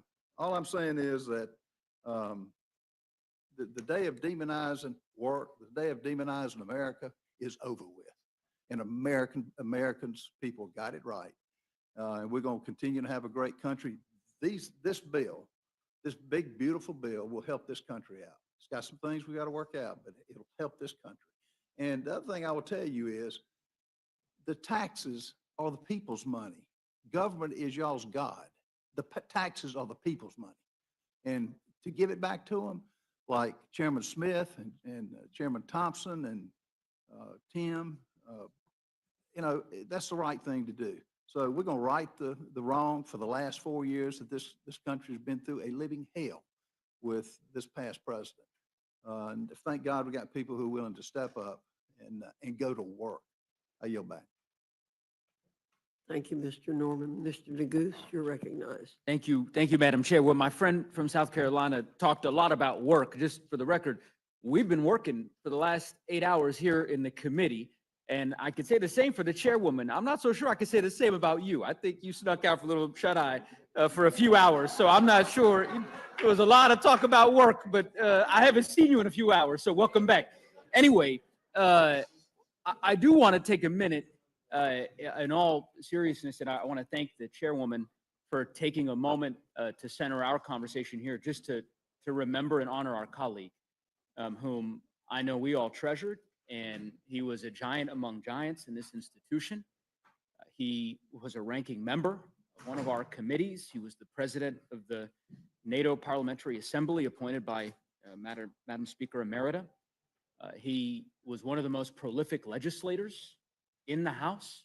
I don't know that there's a single member of the House during his tenure in this body that had more laws signed, or excuse me, more pieces of legislation signed into law by presidents of both parties. And more than anything else, he was a fighter and a friend. And so I just know that we're going to miss him. And I think that it's a big loss for the people of Fairfax and for the folks in the Commonwealth of Virginia and for this institution. I want to ask some questions. Thank you to the panel. You all have been, I think it's the longest panel. As you know, we started at 1 a.m. So we've been here for about 8 hours. I'm told the sun has risen and that it's morning outside, but we haven't, been outside the room yet. So we'll just have to take your word for it. And as I said to the panel that preceded yours, I have been, I think maybe I can speak for my colleagues on this side of the aisle, we have been on this collective journey to try to figure out why the Speaker and Republican leadership decided to do this midnight, middle of the night, dead of night hearing on your reconciliation bill. And of course, we believe it's because this bill is indefensible and the Republican leadership did not want this bill debated out in the open. And I've tried to get answers from a variety of my different colleagues. One of my colleagues from Virginia, Mr. Griffith, offered an explanation more recently and essentially said, well, we did it in anticipation that there would be extensive debate by Democrats on this committee. Of course, there was only 4 of us on this committee. Mr. Guthrie, Chairman Guthrie, you haven't had a question in a while, so maybe I'll pose this to you. How long was your hearing in Energy and Commerce? My hearing, first, my comments on Jerry. He was probably one of my dear friends here and was supposed to be honored this weekend in Dayton, Ohio with a NATO meeting. He's people don't really realize there's actually a NATO parliament, and some of us are designated, and he was the president or speaker of the NATO parliament. So not only is Jerry beloved by all of us, he's beloved around the world. All of our NATO allies, every time he showed up at a meeting, there's Jerry, and they just, everybody adored him because he's just a adorable, wonderful person, and I'm going to miss him, and I'll be in Dayton this weekend, and I'm sure a lot of us are going to shed a lot of tears for him. So, and that. So the question, my hearing went for 26 and a half hours. 26 and a half hours. What time did you start it? We started at 2 o'clock in the afternoon. 2 o'clock in the afternoon. So you weren't worried about the anticipatory debate. You knew that Ranking Member Pallone was going to come armed with extensive arguments and motions and amendments, but you decided to hold the hearing during the day, nonetheless, right? We started during the day. Started during the day. Started during the day. Yeah. Well, I wish that the Speaker would have taken the same approach, but it's clear to me, and I think clear to the American public, that he did not want to have this debate happen during the day, and I can understand why, given what we've heard thus far. Chairman Smith, want to talk to you a bit about tax on tips. I heard your opening statement, and I think in some of the colloquies as far, I think suffice to say that you're very passionate about the no tax on tips. Is that a fair? Yeah, I'm passionate because of the 4 million tipped employees. Just yesterday, in Washington, D.C., at the restaurant that I was at, my waiter asked me, "Are you going to be able to deliver this, Chairman?" So this affects real Americans, so very much passionate about it. Totally. Why haven't you passed a standalone bill to get this done if it's so important? Because there's a 60-vote rule over in the Senate. The Senate just passed their bill yesterday. Which is unconstitutional because all taxing Of has course, to originate from the I'm well House. aware, but I think, I guess I heard your first explanation was, well, there's 60 vote Senate barrier, so of course we could never get it passed in the Senate. But then Ted Cruz and Jackie Rosen, my understanding is they passed the bill by unanimous consent. Of course, as you said, there's the constitutionality issue. So I just don't understand why the Ways and Means Committee doesn't just mark up a bill. I think the sponsor of the bill is sitting right behind you. He's been in this hearing since like 3 a.m. Mr. Horsford, he's got a great bill on this. I think we could get this on the bill tomorrow. I think there'd be bipartisan strong support. Clearly, there's unanimous support in the Senate. I mean, if you're so passionate about it, why don't we get it done? Mr. Neguse, you know that I have tried to work on tax policy, bipartisan tax policy the last Congress, that we got 82% of the vote to move it forward. Unfortunately, it died in the Senate. So sometimes bipartisan tax policy does not work. I believe the no tax on tips, the no tax on overtime, the tax relief of seniors are so urgent that I would not allow a tax bill to move forward unless it includes that in the House of Representatives. That's why I'm delivering for working class Americans. Yeah, no, well, anyway, I guess I don't want to belabor the point here. You keep referencing the Senate. Unless I'm missing something, I thought the United States Senate passed on unanimous consent without any objections Ted Cruz, Jackie Rosen, Democrat, Republican bill to not tax tips. And so I'm not really understanding the hurdle there. But anyway, you have a different worldview as to, I guess, the way to effectuate it. Can you give us a sense of where the state and local tax deduction piece is going to end? What are we going to be voting on later today? What I'll say is that the $30,000 deduction that we passed out of the Ways and Means Committee, capping it at people who make less than $400,000, the Ways and Means Committee felt like that was a reasonable compromise that would help provide necessary tax relief. And that's what the language is right now.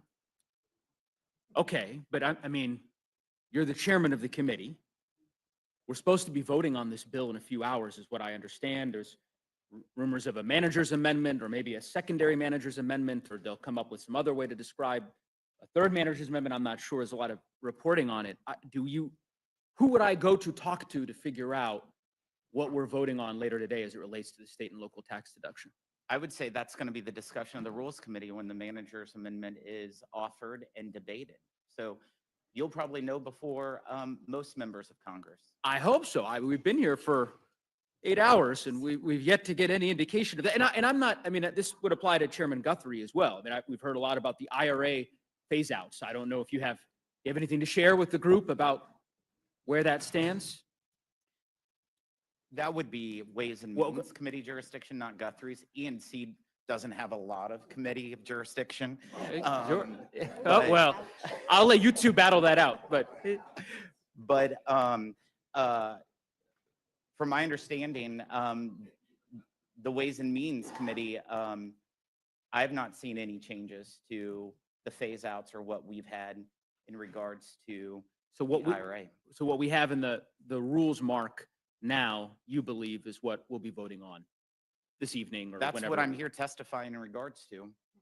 Okay, well, that's a different answer, but I can appreciate your position. I guess my point here, and I know I was hoping to ask Mr. Roy this question because I hadn't seen him the last 8 hours, but he appeared, well, yeah, apparently he's negotiating it. So maybe he can come in and he can give us some indication as to the answers on both of those fronts. Oh, I see. I guess Chip Roy's announced I'm a no, but I don't know that that makes, anyway, we'll hear from him directly. Some questions for you, Chairman Thompson, with respect to the agriculture mark. Help me understand, and maybe Ranking Member Craig can help me understand this as well. You all have sunsetted the exemption for, well, no, sorry. You've included an exemption for veterans within what you've determined to be the able-bodied requirements in SNAP. Veterans, homeless, and young people that age out of foster care up to age 24. So veterans, homeless, and then what was the third? Foster youth. Foster youth. Yeah. But you've sunset that exemption in 2030. That exemption only lasts through 2030, correct?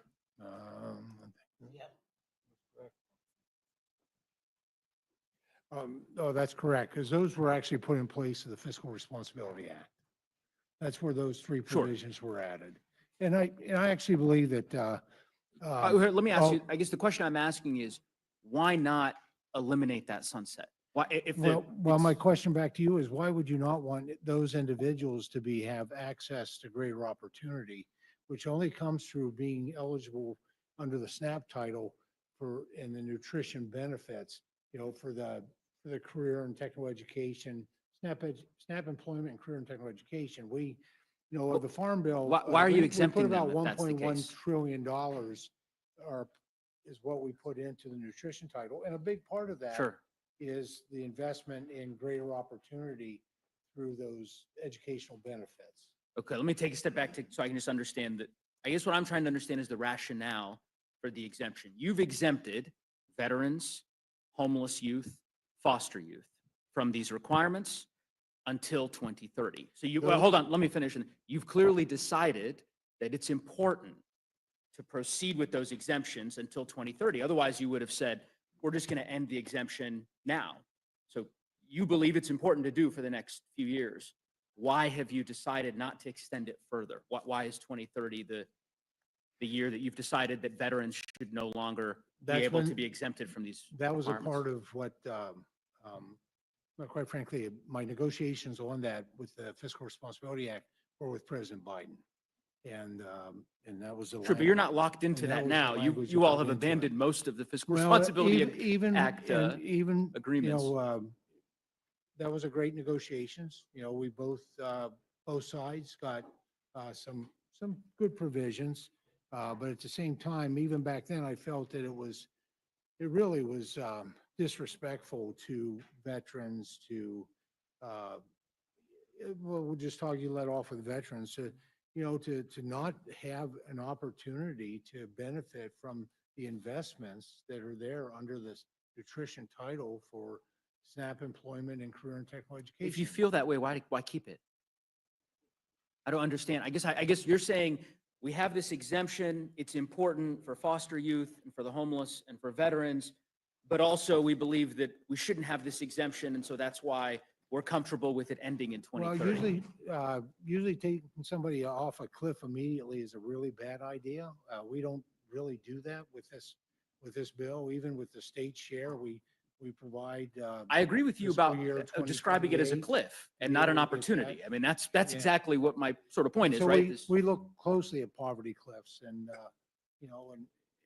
I think taking folks off of that, that 2030 expiration really will serve those the veterans population particularly. And I also think that the youth coming off out of Sure. foster care. How much money do you think it would cost? Your team may have a better sense of this than I would, to extend that out to 2031 or to 2032. Do you all know what it costs per year for that exemption to have continued? I'm not sure the CBO is provided for. Yeah, we don't. I mean, are we talking tens of millions, hundreds of millions of dollars? Well, we'd have to look back. Y'all would have to look back at the Fiscal Responsibility Act to see what the score was Okay. on that. Here's why I ask. To me, it seems like really what we're getting at, right, is a question of priorities, resources, and values. And it would not take, I don't believe, a lot of resources, a lot of investment to be able to avoid that cliff hitting these veterans and these foster youth in 2030. But Right, and let me give you an example, right? There's a simple way. Are you familiar with the tax on silencers? You're familiar with that I am. version of tax? And you're aware that this bill repeals that tax? That's correct. All right, and that tax, do you know how much that's going to generate in terms of revenue over 10 years? I don't, wasn't in my It's one- jurisdiction, but No, I understand. Let but me I tell can you, tell you it's as a former 1.4. healthcare Let me professional, finish. You these said sup- you don't know, so let me these tell you. suppressors I hear you. are a healthcare measure. I in terms of understand. I hearing hear you. protection. So let me just explain it to you. Over 10 years, the Joint Committee on Taxation estimates that this particular repeal generate $1.4 billion.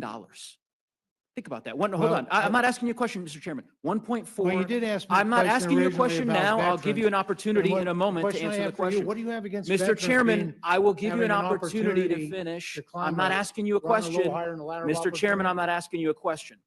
We're really I'll good at redirect that. it to the ranking member since I'm not asking you All this right. question. Just Ranking remember, member. it is the member of the committee's time, and Thank you, Mr. so Chairman. we So can't have the I will simply say this. back and forth. And I'll address this towards the ranking member.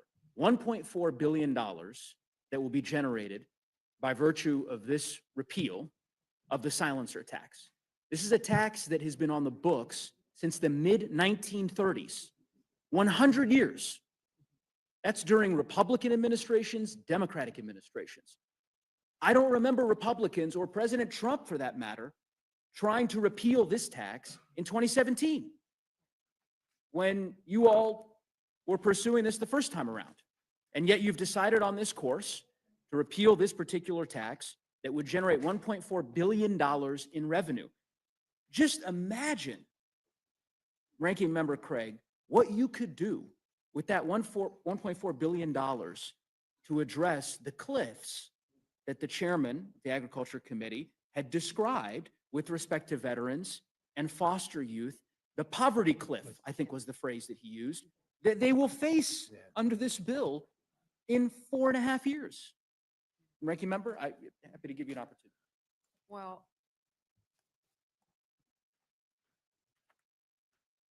we could spend, excuse me,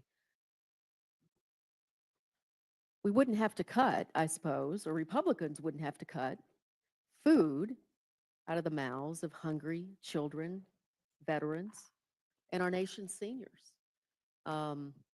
What's happening in this committee is egregious. You just think about the revenue savings that you're cutting from a title of the Farm Bill. And I know I keep saying that, but I know my Republican colleagues across the aisle know that the nutrition title is part of the Farm Bill.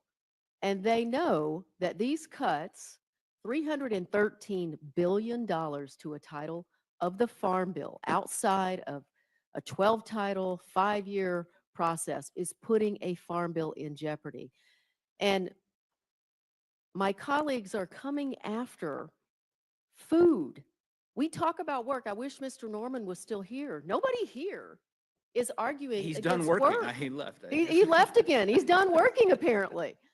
Mr. Norman said, what do you get? Are you kidding me? We already have work requirements in SNAP.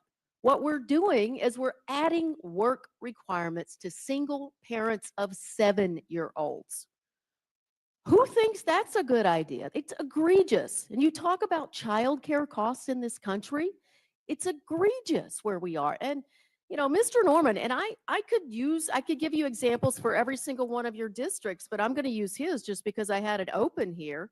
We're talking about 11% of the state population in South Carolina that he's going to cut. We're talking about $321 million a year to the taxpayers of South Carolina in additional cost shifts. We're talking about $1 billion a year to the state of Pennsylvania. These are real dollars if we move forward with these. And so I have no idea why we think it's a good idea to repeal a tax on silencers when we are going to feed fewer children in our country as a result of this. It's a moral damn failure is what it is, Congressman. I couldn't say it any better. Ranking Member Craig, I think you articulated it well. And I guess it is just full circle in some ways, given that this was the last panel that we're going to hear from. But it makes a lot more sense in retrospect now why Republicans decided to proceed with this particular hearing in the dead of night. Because I think when you begin to see the full picture, it's only when you have the chair of the Ways and Means Committee to talk about the various priorities they are pursuing, repeals of taxes on silencers by way of example, and hear from the Agriculture Committee about the priorities they are pursuing, massive cuts to the social safety net, that you begin to understand the full picture holistically that is reflected in this bill. And I think that is ultimately what House Republicans did not want the American people to hear or to see. Regrettably for them, we're going to have an opportunity throughout the rest of today and when this bill invariably gets to the floor to continue exposing it to the American public. And I think the more the American public learn about this bill, the less they're going to like it. So with that, I will yield back, Mr. Chairman, I think. Gentleman yields back and now recognize the gentleman from Georgia, Mr. Scott, for his time of questioning. Thank you, Mr. Chairman. There's been a lot said about a lot of different numbers here. But I want to come to you, Mr. Smith. I mean, my understanding is that the current tax rate for 2025, the top rate is 37%, and that is going to apply to people that are making, they're filing jointly, married filing jointly, $731,200, somewhere right there, and that if this bill passes, that tax rate at 37%, it's still going to be 37% for 2026. Is that correct? That's correct. So all this talk about tax cuts for billionaires, what the accurate statement would be is we are not allowing tax rates to go up. We're keeping the same current tax policy with all the rates because every individual rate, if Congress does not act by the end of this year, goes up, the lowest tax rate and the highest tax rate. And what this bill does, it just makes permanent current tax rates. Okay. I'm going to come to you, Chairman Thompson, because I want to talk about SNAP and the work requirements and other things. And I want to say this. We met on 2 separate occasions, and there was an accusation made that you shut down debate. My recollection is that we met the first day, and then we came back and we met a second day, and we went from 10 to 10. And I read the various amendments that Democrats kept submitting, and it was basically the exact same amendment.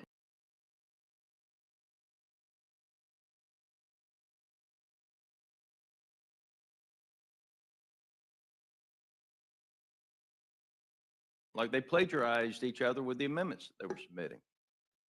And so finally, we went ahead and we had the votes on the amendments.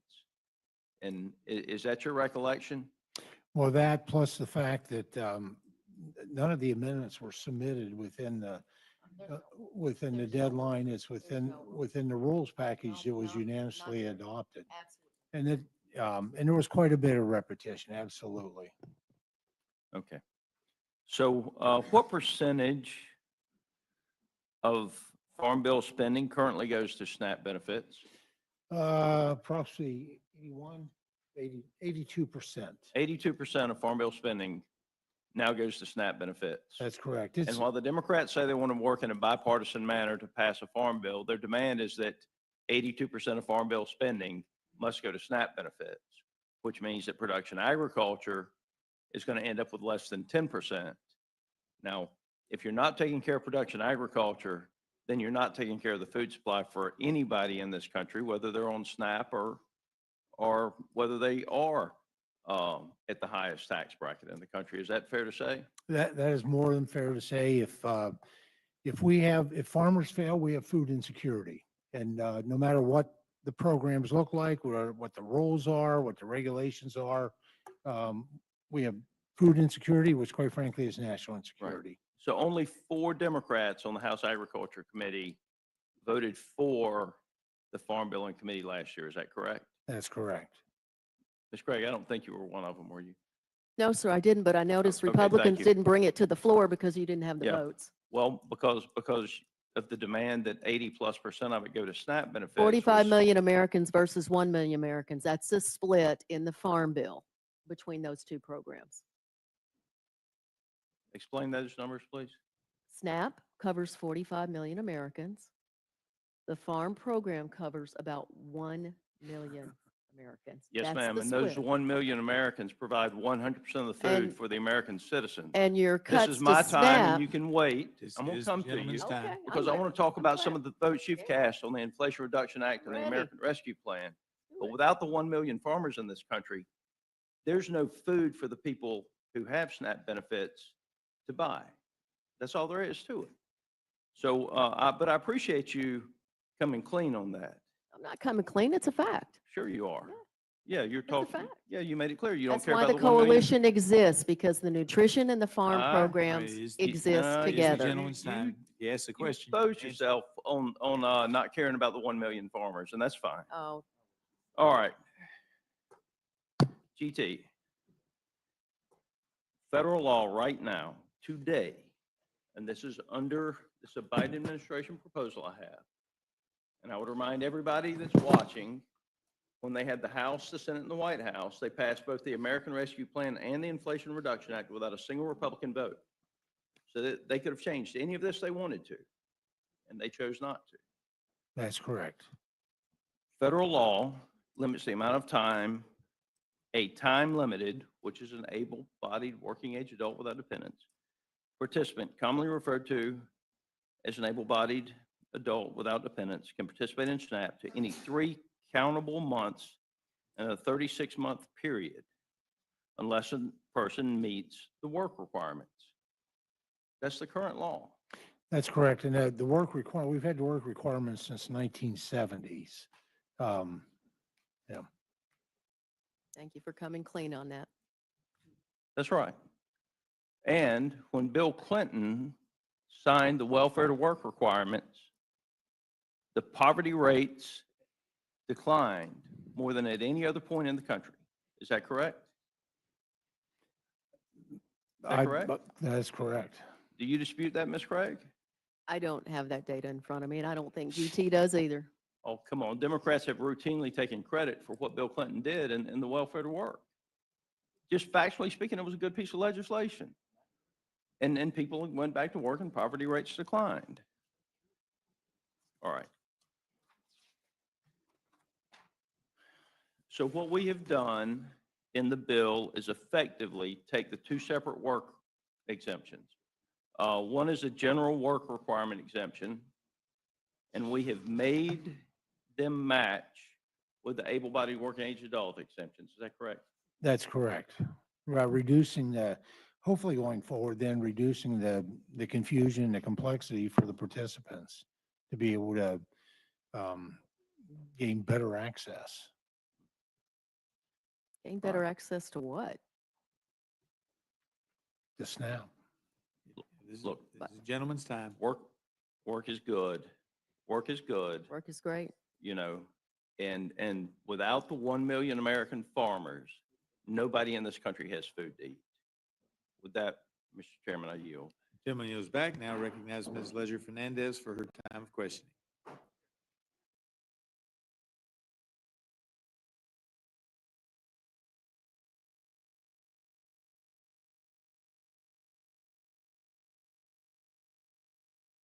Folks, all households in his congressional district have access to the SNAP program in our country, one of the highest rates in this room. And he is seeking to cut that program by $300 billion. And back to work, work is good. And matching the program, you're talking about sending single mothers and fathers to work almost 20 hours a week when their child turns 7 years old. If we were here to talk about work, we would be talking about trade skills, technical programs. We would be talking about ways in which to help people get out of low-wage jobs in our country. We'd be talking about raising the minimum wage in our country to help them get out of poverty. But we're not. We're here talking about cutting their health care, cutting their SNAP benefits. We're talking about items that are going to absolutely decimate rural communities like Mr. Scott's across the room here. And it's just stunning to me. Mr. One- Chairman, since 1 my name was million called, I do expect a chance to respond to that. Actually, is the that the proper, rule? no, the rule is that you can mention the gentleman from Georgia, but you're not to mention him by name in debate. And so if you would stick to just saying the gentleman or my colleague is fine. And if you would stick to that, but that, that's the way we're supposed to operate. Would you like to restate it to say the gentleman Yes, from? the gentleman from Georgia has one of the highest rates of SNAP households in the country. And he is promoting decimating this program. And look, there's lots of things in here that should be in a farm bill, lots of elements. You cut the nutrition title, you plus up the farm programs in reconciliation in a partisan process. That's what's happening here. We should be sitting down and doing a farm bill. And honestly, I know my chairman sitting next to me does not want to cut SNAP by $300 billion, and many of the colleagues on our committee did not want to do it because they didn't show up for debate. They didn't want to be on the record talking about this because they know it's incredibly unpopular for the American people. We have traditionally been able to get a bipartisan farm bill from the Nutrition Coalition and the Farm Coalition. Of course, these coalitions are together, but we're destroying that here today, folks, and it has long-term consequences for us. I just hope you all know what you're doing on a partisan basis has long-term consequences. Thank you. And I noticed that the education chair and ranking member, perked up and they said, wait a minute, we're going to talk about education. We came here to talk about education.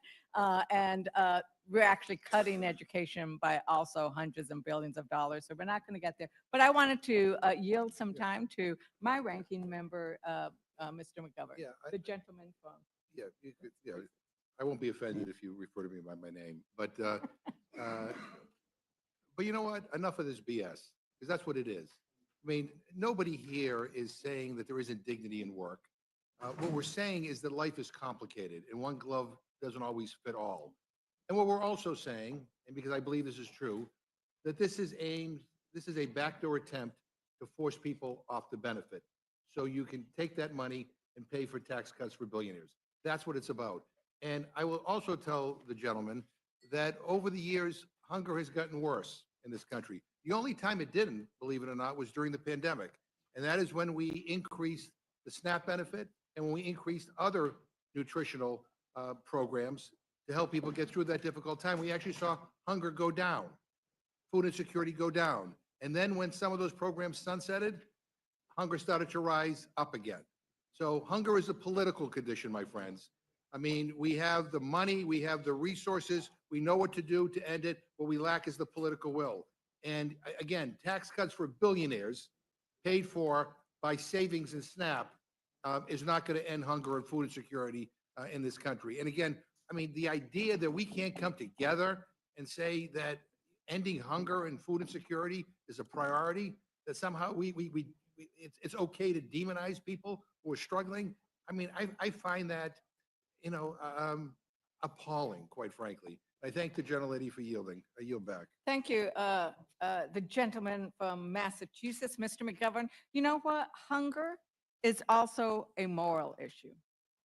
It is a moral issue. And that's why 31 religious organizations have written to the chairs of all of the appropriate committees, asking them to not pass these cuts. And they point out that, so actually, Mr. Chair, or Madam Chair, I ask unanimous consent to enter into the record a letter sent to all the chairs of the committee from 31 religious organizations across the United States. Without objection. In the letter, this is why it's a moral issue. And they say it out loud. They say, they wrote it down, it is an abdication of the government's moral responsibility when the government seeks to reduce its investment in programs for the poor. Complacency can become greed and selfishness when the funds saved from the Medicaid and SNAP programs are used to ultimately widen the gap between rich and poor. Budgets are moral documents that outline a nation's priority. And I am looking, I was at some of the members on here because I know that they believe deeply in the moral obligations. They know the teachings that ask us to feed the hungry, to take care of the poor.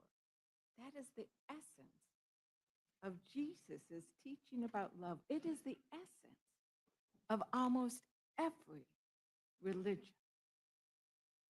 Actually, it's the essence of everyone I know. And I think that that is a key failing of what we are doing here. But I want to move on for a moment because I know we've given a lot of attention to ag, and I might come back there. But, you know, Ranking Member Pallone, many of the children that we're talking about might be both receiving SNAP benefits and receiving Medicaid, right? And is that right? You know, there many of the children, because this is, we're talking, and they are often working poor. Their families are working. We heard the Ranking Member Craig and so many stories. We have people, you know, congressmen and congresswomen here who've shared their stories about how their parents worked and received SNAP, and that's how they got ahead. But isn't that the case, that we have many children who rely on both SNAP and Medicaid? It's absolutely the case, and I don't know how much you wanted me to expand on it, but you know, I want to say really two things in response. First of all, you know, my colleagues and my chairman during the markup repeatedly said, and Mr. Norman said, you know, work, work, work. But the fact of the matter is that these people are working, right? The people that are getting SNAP, the people that are getting Medicaid, they're working, right? And it's the paperwork, it's the red tape that the Republicans are putting in place in this bill that is kicking people off. And I'm not suggesting that anybody's doing it intentionally, believe me. And I maybe shouldn't say this, but I'm going to, you know, Mr. McGovern he mentioned Marie Antoinette, right? And I was, for some reason, I guess it had nothing to do, 11 o'clock at night, a couple of nights ago, there was a movie on about Marie Antoinette, right? And she said to her husband, the King Louis, she said, I don't know why everybody out there hates us so much. You know, I care about the poor. But the problem is that at the time they were, you know, all the money was going to the nobility and nothing was going to the average person, right? And so then one of her advisors says, well, you know, Madam Queen, whatever, you realize that the people have no bread, right? And she says, well, let them eat cake, right? I mean, it's not that anybody here on the Republican side, you know, doesn't have moral values. They just don't understand. They just don't understand what's going on out there, right? And so they say, well, we're going to have work requirements. But then if you look at the states that had these work requirements, like Arkansas or Georgia, we find that almost everybody who was eligible for Medicaid, right, was working.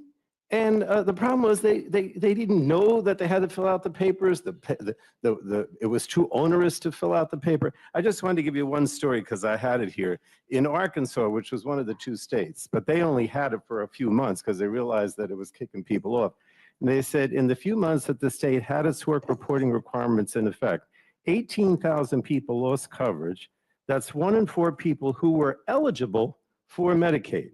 But research tells us that more than 95% of those people were meeting the requirements, but they were kicked off because they didn't even know that they had to meet the requirements. Even when they do, it's impossible to navigate. And they have one person here, Arkansas, attempting to document her work hours, shared that my mom said I need to go online and do this, and that I was on the phone with a lady trying to, and she said I needed to do something with my hours.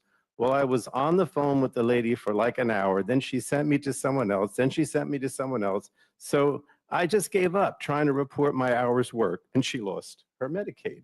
In Georgia, there were like 300,000 to 400,000 people that were eligible. The state admitted they were eligible, but only about 7,000 ended up with coverage. That's the one state that still has it. Not because they weren't eligible, but because they couldn't go through the red tape. And you know, I know, I'm not suggesting that anybody on the Republican side is intentionally doing this, But this is the reality, and this is what the CBO says is why all these people, millions of people under this bill are going to lose their Medicaid because of this red tape.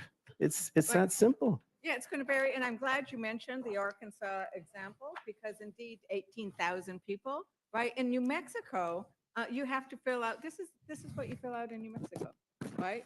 It's not like people aren't working or that they aren't filling out a lot of paperwork. This is before this bill, and it asks all kinds of stuff. Your immigration status, what you're doing, where you're working. They are filling out too much paperwork as it is. And for a party that's always complaining about paperwork, they're going to just put more on there because that's not the purpose. The purpose isn't to get people back to work.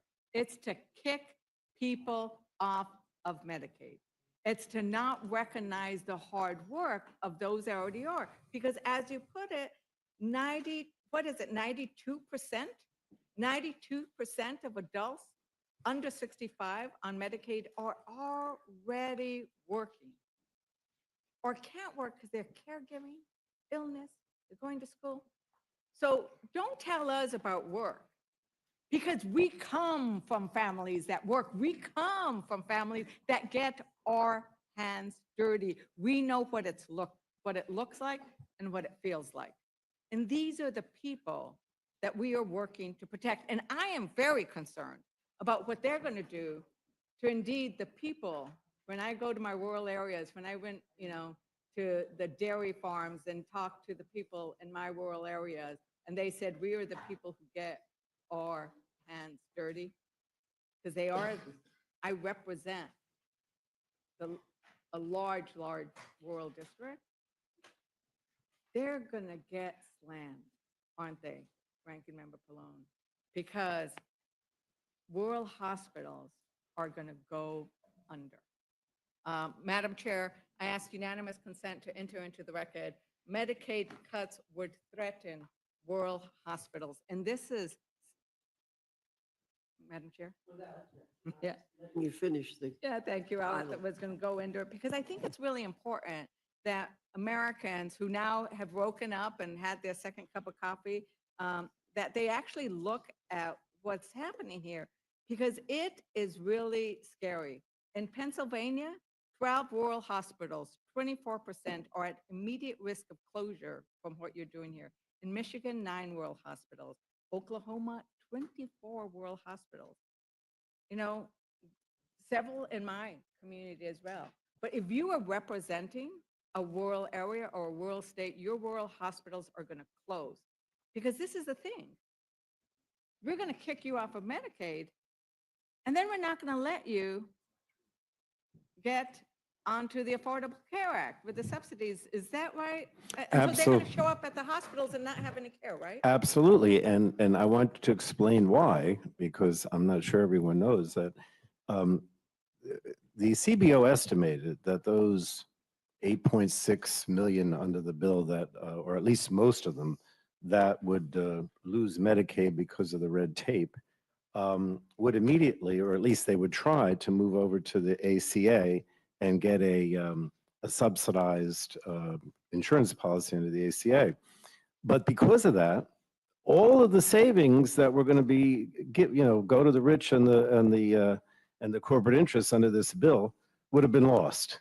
Because if those people moved over to the ACA and got a subsidized insurance policy, the government would have to pay for their subsidy, and therefore there was no savings or very, very little savings under the bill. And so then they put in the work, they put in the prohibition that if you were denied Medicaid, you could not go to the ACA and get a subsidy. You had to pay full freight, which of course none of them could afford to pay, right? So that is strictly to make sure that there's money saved to pay for the tax cuts for the wealthy and the corporate interests. That's the only reason that's in there. Again, it's not because, I think the GOP hate the poor. It's because they have to come up with this money to pay for the tax cut for the rich and the corporate interests. That's the bottom line. So I think it's also, once again, budgets reflect your values. Chairman Moore, I was wondering if you happen to have the bill, if you would mind reading the title of section 111106 on page 901, line 20 in the Rules Committee print. Oh, sorry, Chairman Guthrie. I was about to say, you had made me a chairman. I was just gonna say, I I didn't hear your accept. question then. I'm sorry. I didn't hear, I didn't know it directed at me. I'm sorry. Okay. What, you ask again? Okay, if you'd go to page 901. Mhm. Page 901, line 20 of the bill. Do you have the bill in I front don't of have you? the bill in front of me, but Yeah, read the, I'll pass this down to you. okay.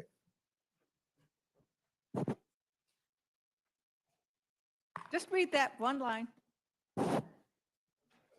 Line 20. I don't think, that's not in my jurisdiction. I'm sorry. That's why I didn't know Okay, about it. we can pass it. I think that was Ways and Means, actually. Yeah, I don't know. I don't know what it is. Chairman Smith, sorry. Okay, so what are you asking? Would you please, so that the American public knows what this bill does, one of the little things that it does, would you please read page 901, line 20? I think it'd be better if you read it. Oh, he doesn't want to read it. I've I'll read it. I know the Well, actually, legislation, but I'm not Ranking gonna be Member part Moore, of your little Ranking Member show Moore. here, so you can Ranking read Member, it. it was a question if you would read it, so I'll ask Ranking said Member no. Moore to read the text. This is in their bill. They don't want to read a line from their own bill. Ranking Member. I don't want to read the bill for you. I'll So, help you out. I am testifying about this legislation. I'm not going to read the bill to you. Okay, I am, Miss this is amazing. Miss We are Lager on- Fernandez, shall I pass this back or shall I No, read no, it for why don't you? you just read it? I am a member of this committee. I am the Line 20. ranking vice chair of the committee. It says section 111106, repeal of excise tax on indoor tanning services. So they're going to repeal, they're repealing an excise tax on tanning beds. They're repealing a tax on silencers. At the same, so they're going to, okay, so if you have a tanning bed, you get a little bit of a tax break. And if you need a hospital bed in rural America, I'm sorry, you're out of luck. Right? And I don't know where this particular provision came from. We do know that there are certain elected officials who appear to have a certain orange hue about them, that maybe they want to make sure that tanning beds get a little bit of special credit. But really, we are prioritizing tanning beds over hospital beds in rural America. So, I do want to talk a little bit about the tax credit, the child tax credit. Because one of the things that is sad about the child tax credit, I agree that it should have gone on for longer. We fought, Rosa DeLauro has been fighting for that expanded child tax credit for almost her entire time here, and she is joined by so many of us on the Democratic caucus, I think all of us. Now, sadly, it didn't get extended, but it didn't get extended because we could not get the Republican votes to extend it in the way it was. And right now, what they have in this bill would actually deny the full value of the child tax credit to 17 million children because their families don't make enough money to qualify for it. Now, I don't know if the chair wants to answer any more questions, but maybe I'll just ask Ranking Member Moore, is that what's going to happen with the child tax credit? Is the families who need it the most won't get it? Well, does the child tax credit extend to all the families So what of this America? legislation does of the 17 million children that you're talking about, they're going to make sure that their refundability is $1,700. At the end of this year, it drops to $1,000. So we're making sure that they are staying whole of where they are currently. If this bill does not pass, those 17 million children will only have $1,000 $1,000 child tax credit instead of a $1,700. But there is a discrepancy. Representative Moore. Thank you so much. And you know, Chairman Smith knows that that this is very important to me. This is the reason that I came to Congress. And so while I appreciate the fact that this committee has finally recognized that as an OECD country, we need to provide some kind of child supplement to children. I mean, everybody else has figured that out before we did. And while people want to give women $5,000 to have babies, I just think it's a lot more practical to take care of the children that we already have. I guess the thing that and we're going to get to talking about work requirements again, but as people have pointed out, about 96, 97% of people who are under the age of 65 and that receive any of these benefits they work. And if they're not working, they've worked the year before, you know, they received any of these benefits. They worked a year after they've gotten it. And the 6 or 7% of people who don't work, as Mr. McDermott has pointed out, they have very, Mr. McGovern, have very complicated lives. They're taking care of elders, they're taking care of children. So if a woman finds herself in a situation, for example, where she, for whatever reason, cannot work, you know, there are 17 million children who will get zero. And these are the poorest kids that there are. And they need support. It's, you know, a child supplement is supposed to recognize that child rearing is expensive. You know, the kids don't earn money particularly, but they need their Cub Scout uniform. You know, they have sports equipment. They can't participate. I can remember growing up when I couldn't go on a field trip because I didn't have $5 for the bus fare. And we're going to leave them out.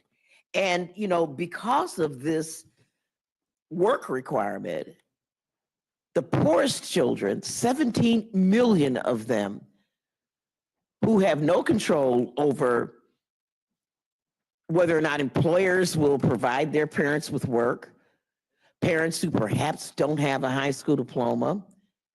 You know, I know people who wouldn't hire people because all their teeth were rotten. And that wasn't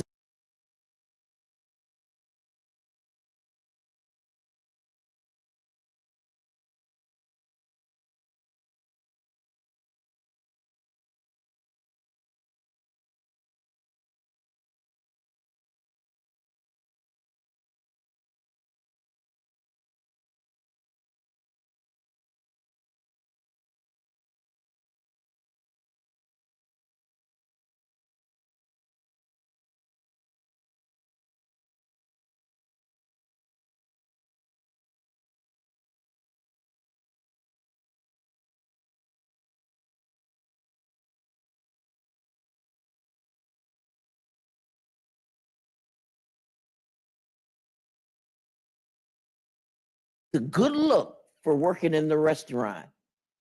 And these are children the most needy will not receive. In so many different areas, condemning the United States to be so far behind, condemning us to be, you know, second to China on renewable energy in so many different ways. But, you know, I think that we will just continue to talk about these other things because it's really important. But with that, I want to yield just a really quick few seconds to my colleague. Yes, I just wanted to seek unanimous consent on an article. My colleague mentioned the issues with respect to rural hospitals, but there's a Philadelphia Inquirer article from May 19th entitled "Pennsylvania Hospitals Like Crozer-Chester with a lot of Medicaid patients keep closing. Budget cuts would speed up that trend." And it discusses how half of our adult hospitals in southeastern Pennsylvania have closed due to lack of adequate Medicaid funding. Without objection. Thank you. And with that, Madam Chair, I yield back. Thank you. Ms. Houchin, you have a question? Thank you, Madam Comment. Chair. I appreciate the panel being here and for long hours and testifying. I do want to offer to my chairman of Energy and Commerce, Chairman Guthrie, to just touch on anything that you would like to cover out of the many accusations that have been leveled about the bill. But my one question to you, since high school diplomas were mentioned, if somebody doesn't have a high school diploma, then they might not be able to get a job per the work requirements that we have in the bill. Doesn't participating in some sort of education program count toward those requirements? If you're working towards a GED program, that would count towards your work requirement. So if you want to go through, I'll yield time to you to cover Well, thanks a the lot. many accusations. Thanks a lot. And I come from a product of hard work too. My whole life growing up, my childhood up to high school, my dad worked in a Ford foundry. That's pretty hard in Alabama. So that's pretty hard work when you're in the heat of the summer. So I come from that as well. And if you look at, they talked about the coverage loss. I always say, look at ineligible, illegal, and able. So if you look at the coverage loss that comes from the Medicaid requirement, it's people that aren't eligible to participate in the Medicaid program by the rules set up by people who voted for the Medicaid program. The other are the people that are not here in a legal presence. And the other is the able-bodied. And when we talk about able-bodied, well, one, I know that we talked about the maternal health program. That was actually bipartisan. I think Doc Burgess was really over the age of 64. If you're a tribe member, if you're a parent, guardian, caretaker, relative of a disabled individual, or have a dependent child. Veterans with a disability rated as total. Individuals who are medically frail, which includes, but is not limited to, people with the following conditions: blind, disabled, substance use disorder, disabling mental disorder, physical intellectual development disability, serious or complex medical condition, or other conditions identified by the state or approved by the secretary, or you're for compliance with TANF or SNAP, which SNAP's had them, we argue, since the 1970s. So we think we can do this. People have brought up Georgia and Arkansas. Those were problems. People were working and could not get Medicaid. And that is absolutely not what we want. That's why we took great pains to make sure we simplify the reporting requirements. People have due process rights. We want people to have Medicaid, but if they're not working and able to work, but we don't want to use the work requirement to deprive people of Medicaid. So we feel that is there. The other number, because they throw up 13 million, there's like over 5 million, but that comes from an expiring provision in the Inflation Reduction Act. And it was brought up by my friend from Wisconsin and others that, well, why don't we make all these other things permanent? That wasn't made permanent. It's expiring, and because it's expiring, that's where the 5 million comes from. So there were decisions that I don't know why y'all decided in the IRA to spend $32 billion or $27 billion on the Green Energy Fund when you could have made this last longer. And then my friend from Massachusetts talked about, well, this is for the well-connected. We had a hearing yesterday where there was a nonprofit that was started by a well-connected individual, had $100 in the checking account of the non-progressive forward, and got a $2 billion grant, which the CEO's salary of that is over $800,000. So she's getting paid 5 times a member of Congress to implement a grant appropriated by Congress. And if that's not well connected and run, that's money that could have been spent for these. And with rural hospitals, I'd love to see when that article was written, because we really sat down, all of us, we got a lot of energy and commerce people here. I went to rural hospitals. It's urban hospitals. It's any hospital that has a high Medicaid population, which typically also has a high Medicare population. So the low reimbursement rates for those programs affect those hospitals. That's what we're talking about here. And if you look at an item came up that I didn't know as much about, state directed payments. We sat down, and that's probably what they're writing about, because there were people saying that those should not stay where they are. And we sat down with hospitals. We all did. We looked and we said, yeah, this really ups the reimbursement for hospitals that have high Medicaid so they can stay open. So we held harmless that provision. Now going forward, there's reform in it, but they held harmless. State said that they had difficult times with their budgets, and the provider taxes helped them get through. You know, President Biden called them a scam. President Obama wanted to be 3.5. So a lot of people know this is sending money up to match federal money. But we said, okay, we realized it would be a big burden on states. if we took a big approach to it. So we held harmless. We said, we're going to freeze where you are. You can increase, but we don't want rural hospitals on the edge closing because we took away state directed payments, because we lowered the provider taxes for states. And so if anybody's closing tomorrow because of this bill, then it means they were already going to be closing anyway, because this bill doesn't affect that. And then there were people that are eligible for Medicaid. So on the ACA, so that was another one. So they said if you're on Medicaid and you fall off Medicaid, you can't go to the ACA. The ACA sets up the provision that if you have other coverage, you can't go on if you have other coverage. So if somebody has Medicaid, this is what our argument wasn't save money, but if somebody has Medicaid and the only reason they become ineligible because they are able-bodied under all the exemptions that I read, but they're able-bodied and they fall off Medicaid just because they won't work, then they shouldn't have the opportunity to go get a subsidized plan in another form. And so that's what that provision was there for.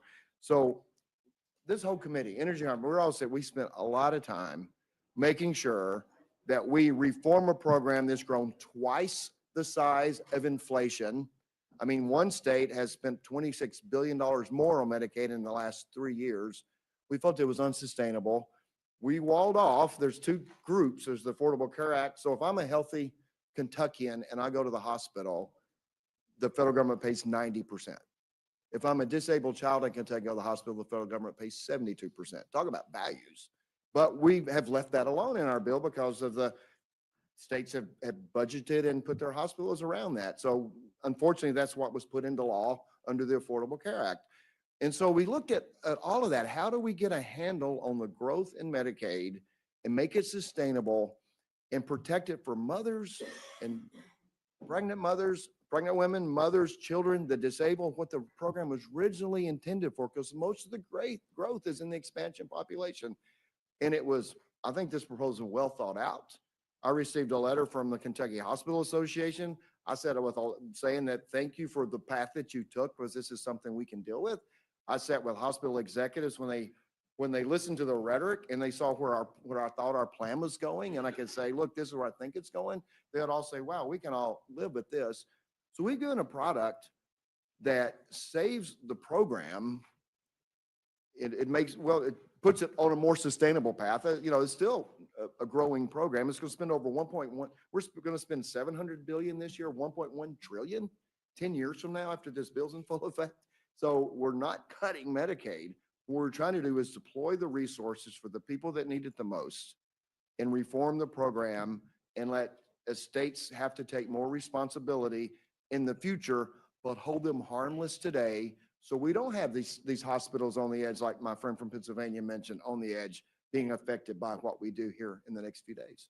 So, Mr. Chairman, I want to thank you. You did spend time with hospitals from my state, talking to them about what we were doing in this bill. I really appreciate the time that you took there with them and with many other members. Any member who had hospitals with questions, you took time to visit with, and we're grateful for that. I just want to make a few exclamation points on some of the things that you said. Medicaid alone is on pace to outpace defense spending. Medicaid alone is on pace to outpace defense spending. That's we'll going up from 700 billion out of 1.1 trillion under this bill. That is not sustainable. And Mr. Chairman, what happens to the Medicaid population when we can no longer afford that level of spending? Well, it's the fear when the interest on the debt just gets so big, it overcomes it all. And so I said to hospitals, a lot of hospital CEOs that I talked to, yours and others, and I said, look, this is a beginning to bend the cost curve. This will be a much different conversation when we get to the point that we can't borrow money anymore because our debt's too high. And we need to have this conversation now because we can do things that's sustainable and can keep everybody operating. But we get to a point where we can't borrow anymore. It's a different conversation. And we've been talking about safeguarding Medicaid for the people who need it most. Mm-hmm. You said it best. We are preventing the ineligible, the illegal, and the able from accessing benefits and taking dollars away from the very people who this program was designed to help. Pregnant women, children, the disabled, seniors. If we did nothing, would there be more or less money available to take care of the traditional population? Well, if you think about it, if you're a state program and you get 90 cents, in my state, you get 72.90. So 90 cents for one patient and 72 cents for the other. If the incentive is there, I don't think it was intentional, it was to get states to expand, but now the incentive is there to spend more, have more access and care for the higher reimbursement. And finally, we are saving approximately $700 million in Medicaid over the 10-year window because of making sure people who are ineligible, illegal, and able are not accessing benefits designed for the people who Well, need the it able most. access them if they work, but the If able they access- work, yeah, if that's they right. work. But we're saving money, but we're still increasing spending in Medicaid. So when Democrats say we're slashing Medicaid, we're still increasing our overall spend in Medicaid over the window. From Is about that correct? 700 billion to 1.1 trillion. Thank you, Mr. Chairman. I yield back. Thank you. Mr. Langworthy. Thank you very much, Madam Chair. A lot's been said here today. I would like to offer the opportunity for Chairman Thompson from my neighboring district to offer, in similar fashion, anything that he would like to rebut based on what's been said here today. Oh, I thank my neighbor to the north for yielding some time. I just want to start out by saying, contrary to the disparaging remarks we've endured today, based on fear, not facts, the goal is not to hurt those struggling in poverty. The goal is to fulfill the purpose that is in law of the nutrition title. And the nutrition title, as of the FRA, by the way, any of those who voted for the FRA were the ones that approved those benefits that we talked about for the homeless, those aging out of foster care, and veterans.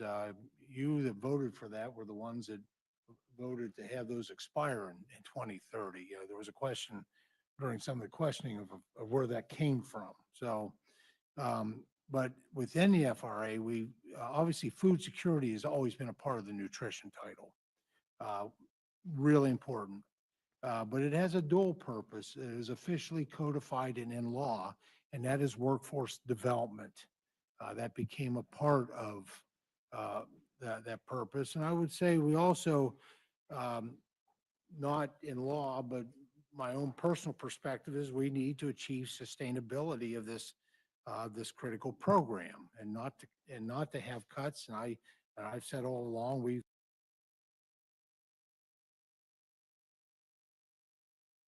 had that discussion in committee, and I read too often about cuts that are happening, and there are no cuts. The House Committee on Agriculture is leading efforts to restore integrity to the SNAP program, the Supplemental Nutrition Assistance Program. The committee's reforms ensure that SNAP works the way that Congress intended it to, going back to the 1970s. We're really proud of that program. It has been a program that has restored rungs in a ladder of opportunity for folks to be able to pull themselves out of poverty, while at the same time meeting their, providing supplemental nutritional assistance. And the goal is, and we do that in terms of the program integrity in areas by reinforcing work. Those who can work should.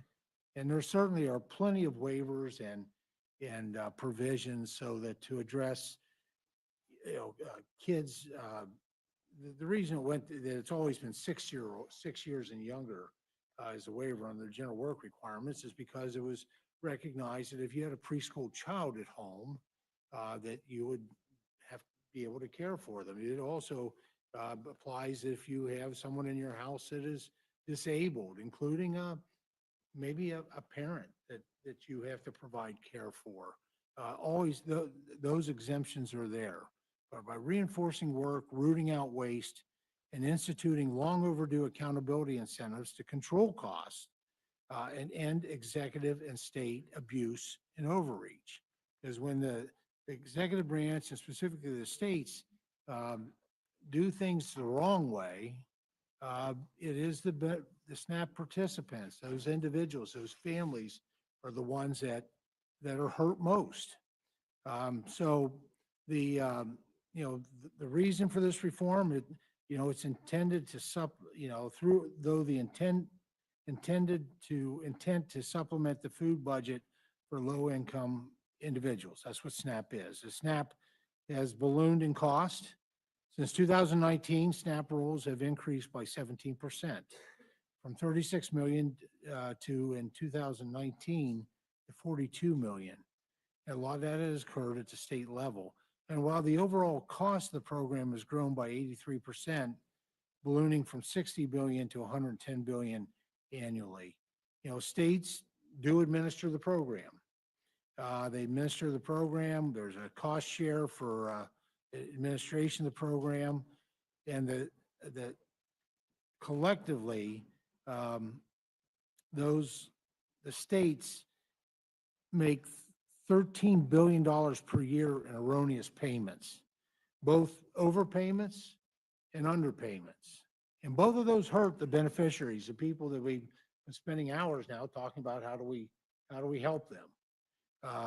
The national average error rate is 11.68%. That has nearly doubled just since 2019. So what is the impact? Obviously, we all know what the impact is when it's an underpayment. That single parent mom with two little babies the states are not providing sufficient assistance in putting money into their SNAP EBT card. And that's obvious how that hurts those families. But I will tell you that the overpayments, which there's more overpayments than underpayments based on the data, has even, I think, greater harm. If you're that single parent mom with two little babies and the card gets charged, you're going to use whatever's on that card. And that's fine, because that's the benefits you were given. And when you go, and by the way, SNAP beneficiaries use an average of 2 to 3 forms of payment when they go. They're not using just SNAP. That's obviously supplemental to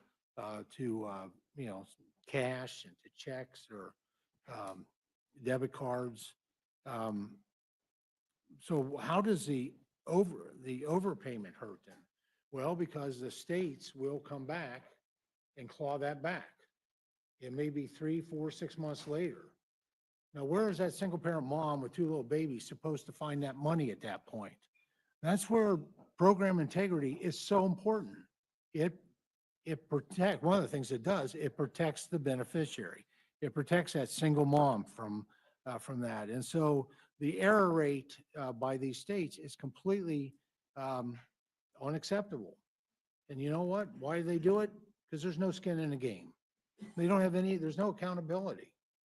They get the money, they execute the program, and if they don't do it right, which is with these error rates is a significant amount, I believe, Pennsylvania doesn't do it right. It's double digits. And there's a lot of Pennsylvanians that are hurt because of these error rates. And that's unacceptable. States have to do a better job. So what we provide is, we could have come in and just done a punishment, but we did a carrot and a stick. And we put it at just 5% cost share. But it's based on their error rates. And I happen to believe that looking over the past couple decades, every state can get their error rate down below to be at that 5% mark. Only 28% of able-bodied adults without dependents on SNAP have earned income from work. That's largely because of not because of the law that in the regulations that Congress passes and the executive branch writes, it's because of how it's poorly administered by the states. The USDA and states have intentionally limited enforcement of the SNAP work requirement for adult without dependent children, able-bodied adults, through waivers, leaving 40% of these work-ready individuals today under a waiver of the ABOD work requirement, and remaining on the SNAP rules long after the 3-month time limit for compliance with the work requirement. So because of the SNAP benefit, unlike other entitlement benefits, is 100% funded by the federal government, there is minimal, I would say no incentive for states to control costs, to enhance efficiency, and improve outcomes for recipients. The gentlelady showed the Medicaid paperwork. That is not paperwork that comes, I don't believe comes from the federal government, because I know in the SNAP program, it is the states determine that bureaucracy. And there are problems with states that will take months in order to process those applications under the nutrition title. That's unacceptable, and that's why we need to hold states accountable. And I don't believe that no state out there is going to cut SNAP benefits. You heard about the passion for that assistance on both sides of the aisle and here. And so I think you're being pretty much unrealistic and disrespectful to our colleagues that work in state capitals to think that this program would be any less important to them. And we're talking 5% that I believe that they can all get there. So with that, I thank the gentleman for yielding. Mr. Langworthy, would you yield a moment? I think, Mr. Thompson, you brought up a very significant word in your comments, and that's integrity. And what we keep hearing on our side is we want integrity in these programs to save them. But integrity, and we're hearing that these are moral programs. Well, integrity is moral too. And we want integrity in the programs so that we can save them. And I think you've just outlined that extremely well. And it's a word we have not heard enough of in this debate here, and I think probably in the committees, because we keep hearing about cuts when we're talking about having integrity in the programs. So thank you, Mr. If the gentleman from New York will yield just a few minutes. Certainly. We did not roll back the daily amounts that these recipients receive. There was an increase when the market basket analysis was done at the direction of the 2018 Farm Bill. And again, I agree, it's only like $6 a day, something like that. That amount was not rolled back within this, nor are we preventing going forward adjustments based on inflation, because that is the current law. And so I think those corrections are really important to make, and I thank the gentleman from New York for yielding. And I yield back to you, Madam Chair. Thank you. Mr. Griffith, you're recognized. Thank you very much, Madam Chair. Fake news, misinformation, it has long existed in human societies. And today we heard several folks reference Marie Antoinette and let them eat cake. She never uttered those words. As historians will tell you, there's no evidence that she ever said it. I understand the intent in which it was used, but she never said those words. In fact, the rumor, let me finish. I just say you guys The make Marie rumor- Antoinette look like she's down to earth. That's what I No, said. no, not going there. But the rumor that she said those words started circulating in the streets of Paris a couple of weeks after her head had been severed by the guillotine. And as everybody knows, the brain only functions for 2 seconds. Scientific data done at the guillotine by a French scientist showed the brain only functions for 2 seconds, 2 blinks of the eye subsequent to the head being severed. Misinformation is still out there, and sometimes it's both sides of the aisle that we start these stories or these rumors in the minds of people. And one of those that all of us have been guilty of is talking about work requirements related to this bill, because it's actually community engagement. So if you're going to school, as we've heard some testimony today, if you're engaged in your community in any way, going to school, getting a drug treatment program, it counts. Volunteering in your community for that 18.47 hours a week counts, or 80 hours. It doesn't have to all be done in a week. 80 hours over the course of the 4.33 weeks in a month counts. And so I heard, because we fall into that trap, I heard that, how can you work when you need daycare? Well, you could be volunteering with the local daycare and count as community engagement. So we need to try to get the facts straight in this point in history, or else 200 years from now, they're going to be talking about work requirements when in fact it's community engagement. Just as we have heard today that Marie Antoinette said, let them eat cake, which she never did. Now, we have also heard other disparagements today, which are not accurate. The gentleman from Missouri threw shade on the Energy and Commerce Committee earlier by saying that it didn't have great jurisdiction. Now, having heard some of this, I'm sure his opinion has changed. And knowing that in order for him to make final comments, he will need to be recognized by a member of the Energy and Commerce Committee. I'm sure his opinion has changed in the last few hours as we've been debating this. And I would now ask the gentleman from Missouri if he would like to correct any things that are misunderstood that have been said today or that somehow otherwise need correction, so the historical record will be complete. I want to thank the gentleman from Virginia for yielding, asking that question, and also for serving on a fairly decent committee. I appreciate the work that you all have been doing. You know, this bill is a bill for working Americans.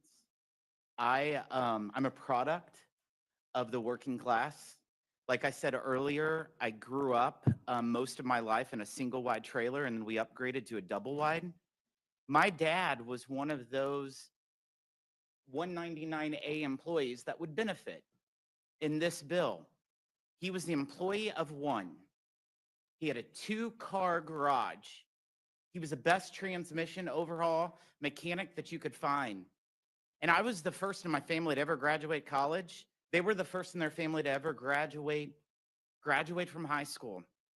And so the community that I represent, my hometown where I live today, is less than 5,000 people. The per capita income is just at $24,000. $24,000 a year. My grandparents never had running water on the farm that I live on. I was the first one to drill a well, so we didn't have to use an outhouse. I understand the struggles of working Americans, and that's why for over the last year, Chair Fox, we have traveled throughout this country.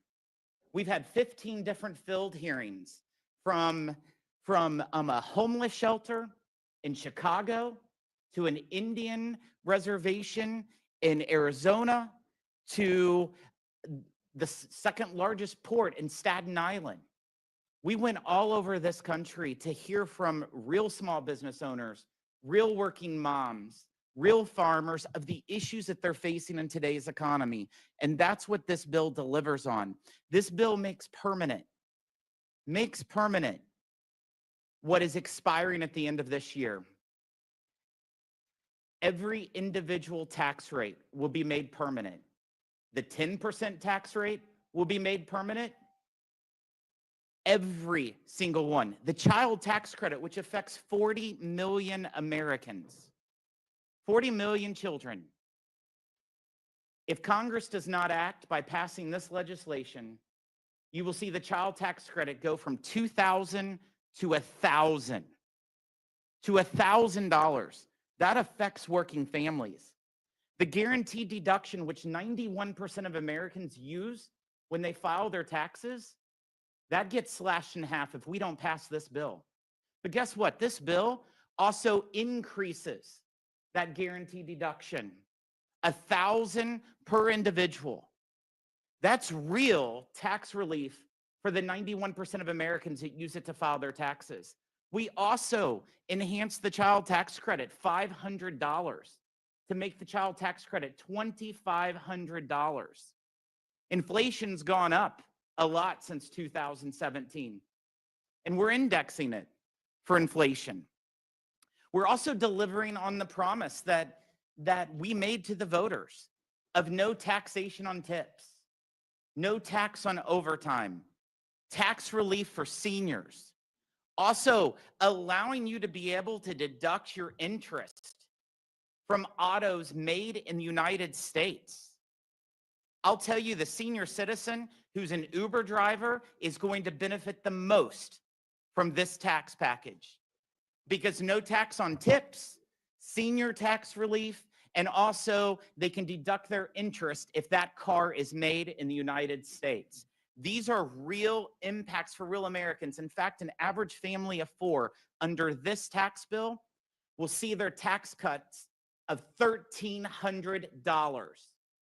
$1,300. Where I come from, $1,300 is a lot of money in the paychecks of working families who are struggling just to get by. In this tax bill, what it does for small businesses, there's 26 million small businesses right now that are wondering, is their tax rate going to be 43.4% next year or 23 to 28%? And these are those mom and pops on Main Street that are just surviving. That's my parents' auto repair shop in Southeast Missouri. They're deciding of how to invest, how to grow right now with the uncertainty, and this bill will provide that certainty. In fact, we also enhance the small business deduction to 23%, allowing them to have more parity with the big corporations with having a lower tax rate as a small business owner. We also go after special interest tax provisions that were passed in the IRA. We eliminate more than $500 billion of bad green scam policies. And those policies will be redirected for the working class Americans, those tipped employees, those linemen working overtime, those seniors who are living paycheck to paycheck. That's what we're going to do with those green credits.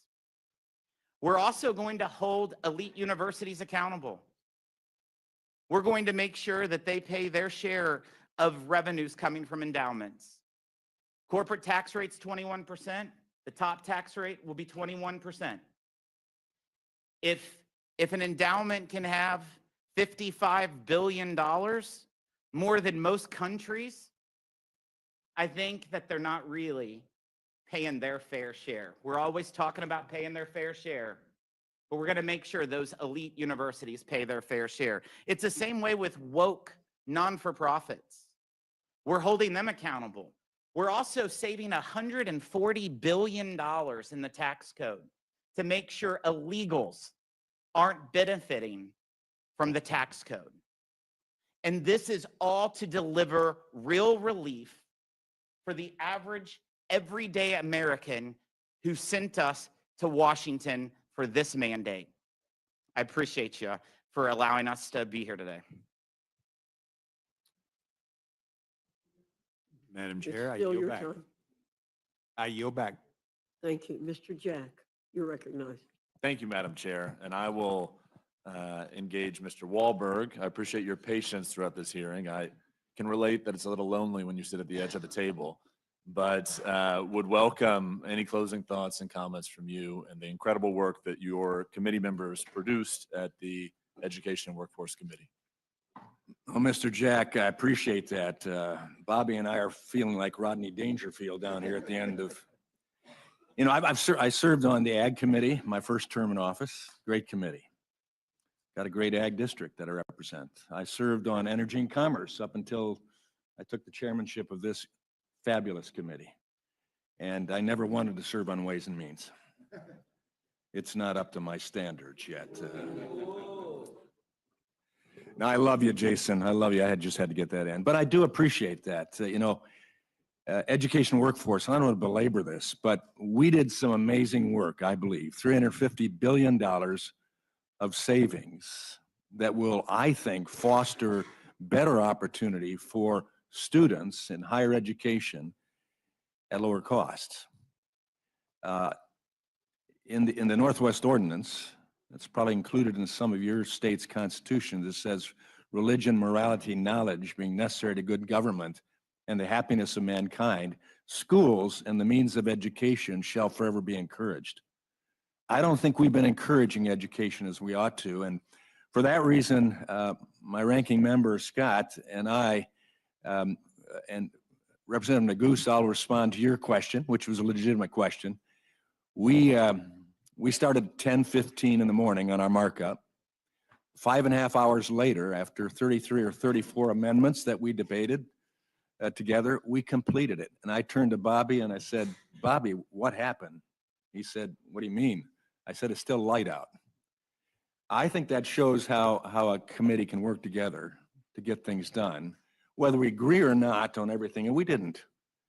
But I think the passion is there for education. So what we did in this bill, seeing that right now, 40% of master's degree programs and a quarter of bachelor's degree programs leave students worse off than if they never started in higher education because of the costs and the debt that they have. Within the next 10 years, if we don't do something, we have $300 billion of debt to the students that they're going to lose over the next 10 years. Taxpayers lose 20 cents on every dollar that they lend to post-secondary education right now. That's not a winning formula. So in our legislation, Mr. Jack, we attempted to reduce from 5 disparate loan programs, some without, well, most without any limit on them, down to 2. And we put reasonable caps in for undergrad, for grad, and for professional grad students. Why did we do that? To give incentive to colleges, universities, trade schools, community colleges, to live within their means, and ultimately we gave them something they've asked for many years, and now they have the opportunity to counsel their students on the basis of what their program will afford to them once they graduate, what they should take as a loan and no more. For that reason, we have a chance to give them skin in the game, that if students come out at the end of the pipeline and they are paying off their student loan, keeping on track to do that, and they have advanced in their ability to earn, we give them a special carrot called a promise grant. If they don't, and the students are defaulting and not achieving what they ought to achieve, then we give them a portion of risk sharing to contribute, that carrot and stick approach. Bobby and I agreed on a very significant portion of the bill, and that's workforce Pell, short-term Pell. We know our manufacturing entities, our trades need people in the jobs these days. And why not give them certification programs, apprenticeship programs, short-term degrees that we can use workforce Pell for, to bring them out of that pipeline with a skill, with a job, and without huge student loan debt. And Bobby and I are going to continue to work on other workforce programs to ramp up that deal, but we did get that into this bill as well. So I won't belabor the point, but that $350 billion of savings is all being put in to make it more accessible for students to come out of the end of the pipeline. We don't agree on all of that. I get that. But that's the approach, and I think in the end, we're going to see a better higher education system. I wonder if the gentleman might give the ranking member a chance to. Well, he already had a chance to address one of your concerns, You were but speaking a yeah. lot for him. I just heard a lot of references to Bobby. Respectfully, Mr. Magoo, respectfully, Mr. Nagus, I reclaim my time, and I appreciate your comments, Chairman Wahlberg, and obviously appreciated your testimony throughout this hearing, Mr. Scott. And with that, I yield back to our chairwoman, Ms. Fox. Madam Chair, can I publicly thank Rules Republicans for all those profound last questions? You just did. Just did.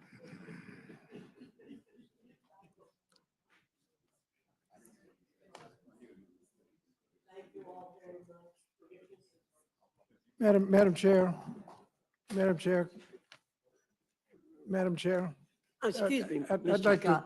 like to thank you and the gentleman from Colorado for your kind words about Jerry Connolly as the Dean of the Virginia delegation.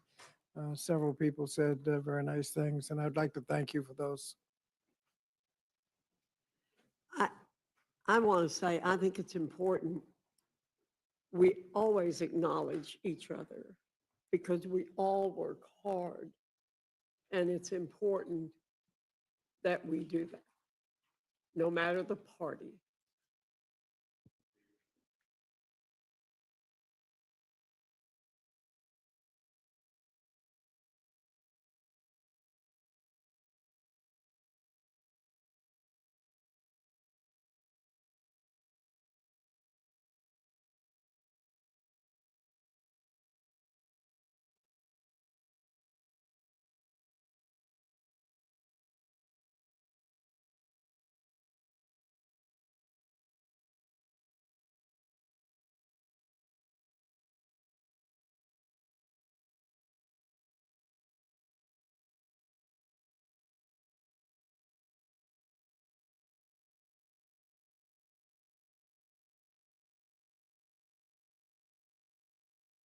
The next panel, thank you.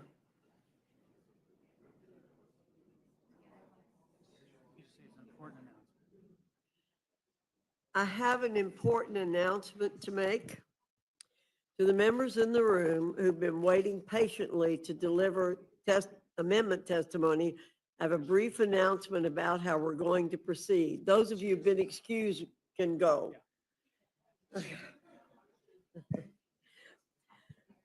We're going to begin with the leadership panel, but it will still be an amendment panel. Democrat leadership has asked to testify as a panel of 3 to begin with. But it's our understanding they will abide by the procedures of an amendment panel, meaning 5 minutes of testimony each. We will then move to calling up members to testify on amendments, 8 members at a time. We've been doing our best to monitor when members have arrived and are arriving.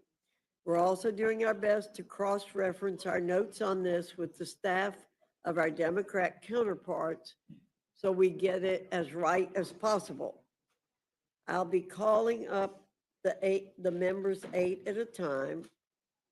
I've been patient this entire meeting and I ask for reciprocal patience here. If you just walked in, you may need to wait for a 3rd panel. And for those listening who aren't here, you may need to wait for a 4th panel and so on. Again, I'm asking everyone to be patient. We'll be identifying the members for each panel verbally. I believe if you are on the Democrat side, and I think everyone who wants to offer an amendment is on the Democrat side, you may talk to the Democrat staff outside about where you might be in the queue.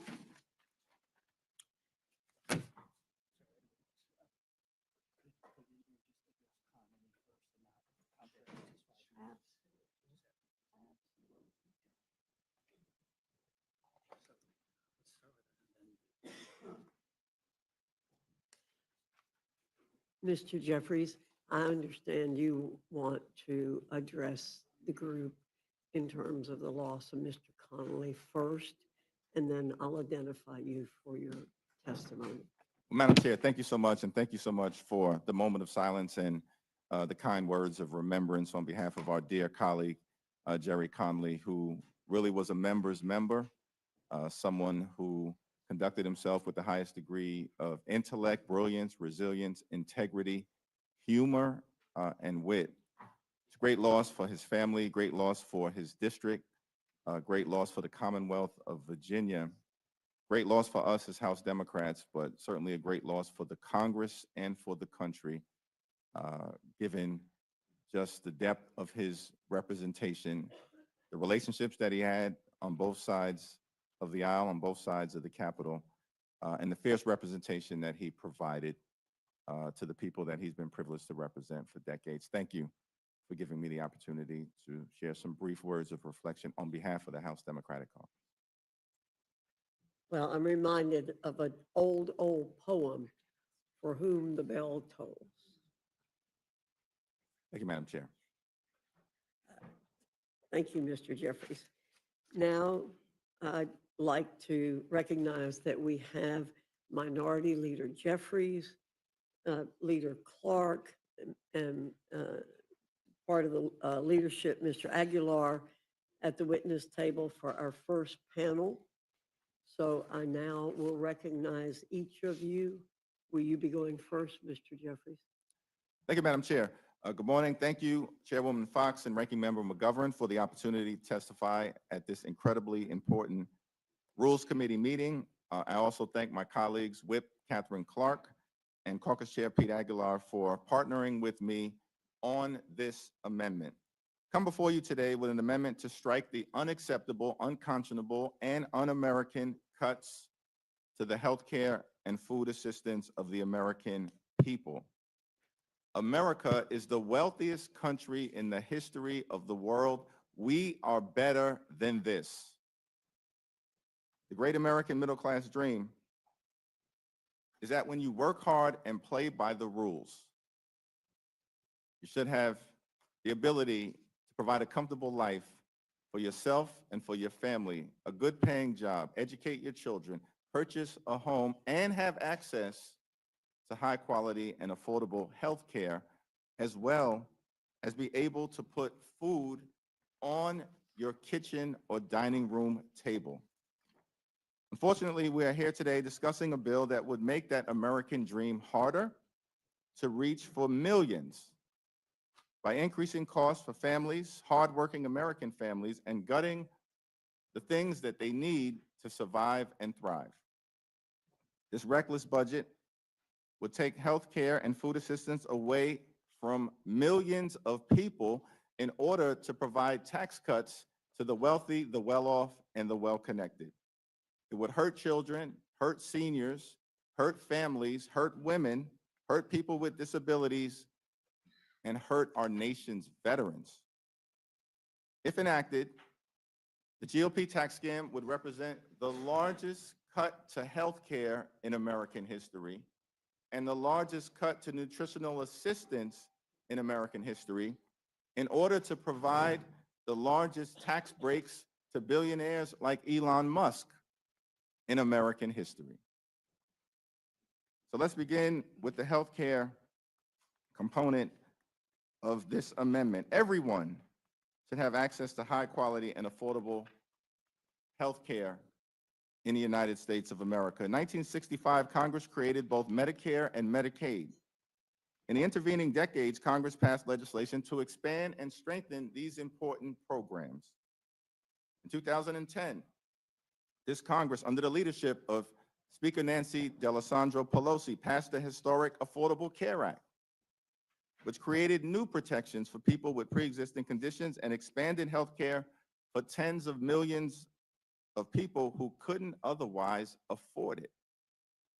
Since then, we have managed to achieve the lowest uninsured rate in history. Why would we go backward?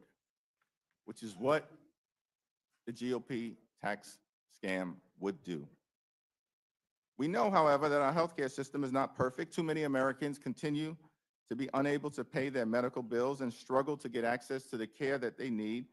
As Democrats, we are ready to work in a bipartisan manner to address these challenges, but we will never support any Republican effort to rip away health care from the American people.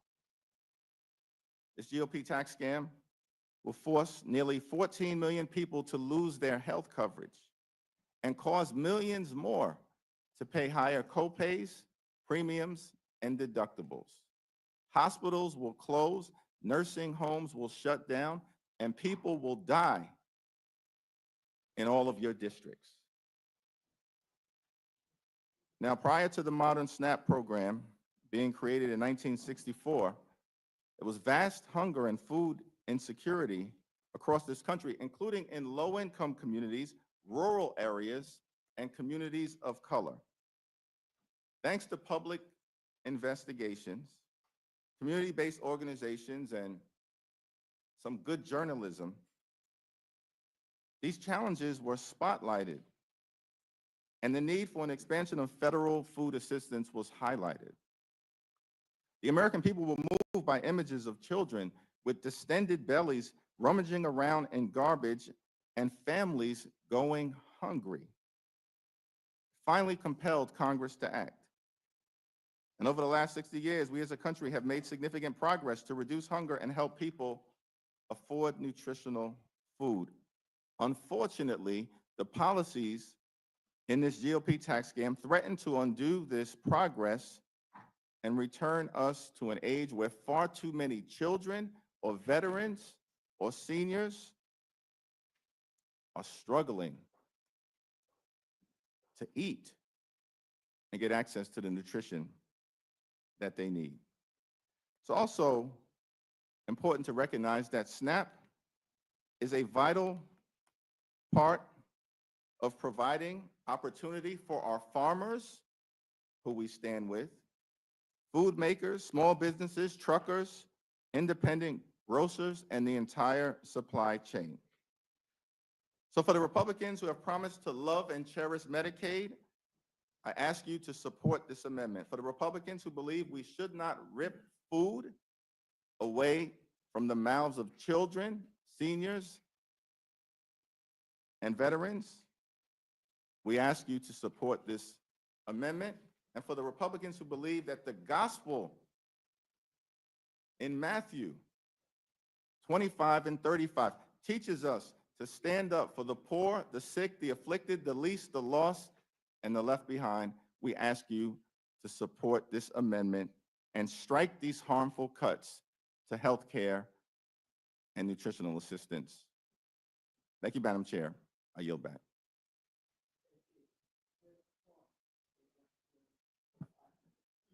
Thank you, Madam Chair, and the Ranking Member McGovern, members of this committee. I'm a proud co-sponsor of Leader Jeffrey's amendment. And my Democratic colleagues have done an excellent job laying out how taking medically and food from kids and seniors and veterans and moms to give tax cuts to billionaires while increasing our deficit is a triple threat to the American people. But unfortunately, it doesn't end there. I'm offering an additional amendment that strikes a provision that would defund Planned Parenthood. Speaker Johnson recently said about this provision, it is about going after, quote, big abortion. But he knows better than that. We all know the federal government doesn't pay for abortion care. We all know Republicans have already decimated access to safe abortions in this country. So what does this provision actually do? It further defunds women's health care. It defunds cancer screenings, prenatal care, postpartum services, fertility treatments, preventative care. 96% of Planned Parenthood's clinical work has nothing to do with abortion, but everything to do with serving millions of women, most of them overwhelmingly in rural and underserved areas, who are having a hard time finding reproductive care or any health care, especially in states with abortion bans. Faced with the choice of either breaking the law or breaking their oath to put patients, clinics are shutting down while maternal mortality is on the rise. Infant mortality is up for the first time in decades. How does this bill respond to this Republican manufactured crisis? It piles on. It makes it even harder for women to find health care. Without this amendment, it would shut down nearly 600 health centers run by Planned Parenthood, 64% of which serve women living in medical deserts. These are communities that don't have enough healthcare providers as it is. These are women who overwhelmingly live in rural areas. These are women that you represent. If Planned Parenthood is defunded, 7,500 South Carolinians will lose their doctor. All of them, 100%, live in a medical desert. 9,200 Georgians are on the edge of that same cliff. 75% in medical deserts. 22,000 Hoosiers, 82% medical deserts. 24,000 Virginians,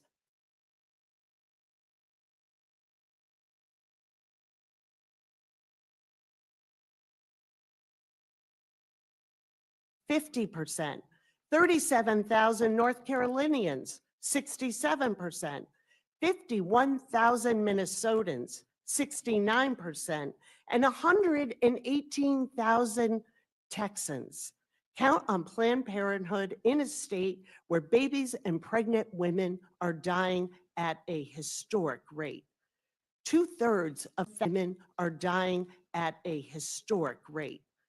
2/3 of Texans live in medical deserts, and 141,000 New Yorkers are about to see 47 clinics boarded up, 61% of them in the neediest areas in New York State. Millions of women are counting on their representatives to make the right decision. Women like Cheryl from North Carolina, who years ago was overdue for a pap smear, but she didn't have insurance and she kept putting it off. A friend mentioned Planned Parenthood would provide this free of charge. She booked an appointment, got checked, and it came back abnormal. They caught it early and the cancer was removed. Cheryl credits Planned Parenthood with saving her life. A lot of stories begin like Cheryl's. They should all end in the same way, with health care that saves lives. I hope this amendment gives you all pause. When the women in this country deserve health care, and I hope you will think about the moms struggling to get by and stay healthy for the sake of their children and their families. It is not too late. Do right by them.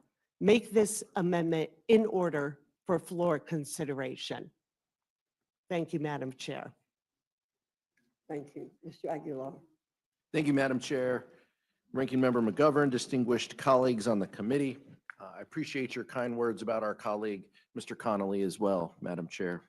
I'm grateful for the opportunity to introduce amendments that would strengthen SNAP, a program that helps families across the country meet their basic needs. I'm also proud to co-sponsor Leader Jeffrey's amendment.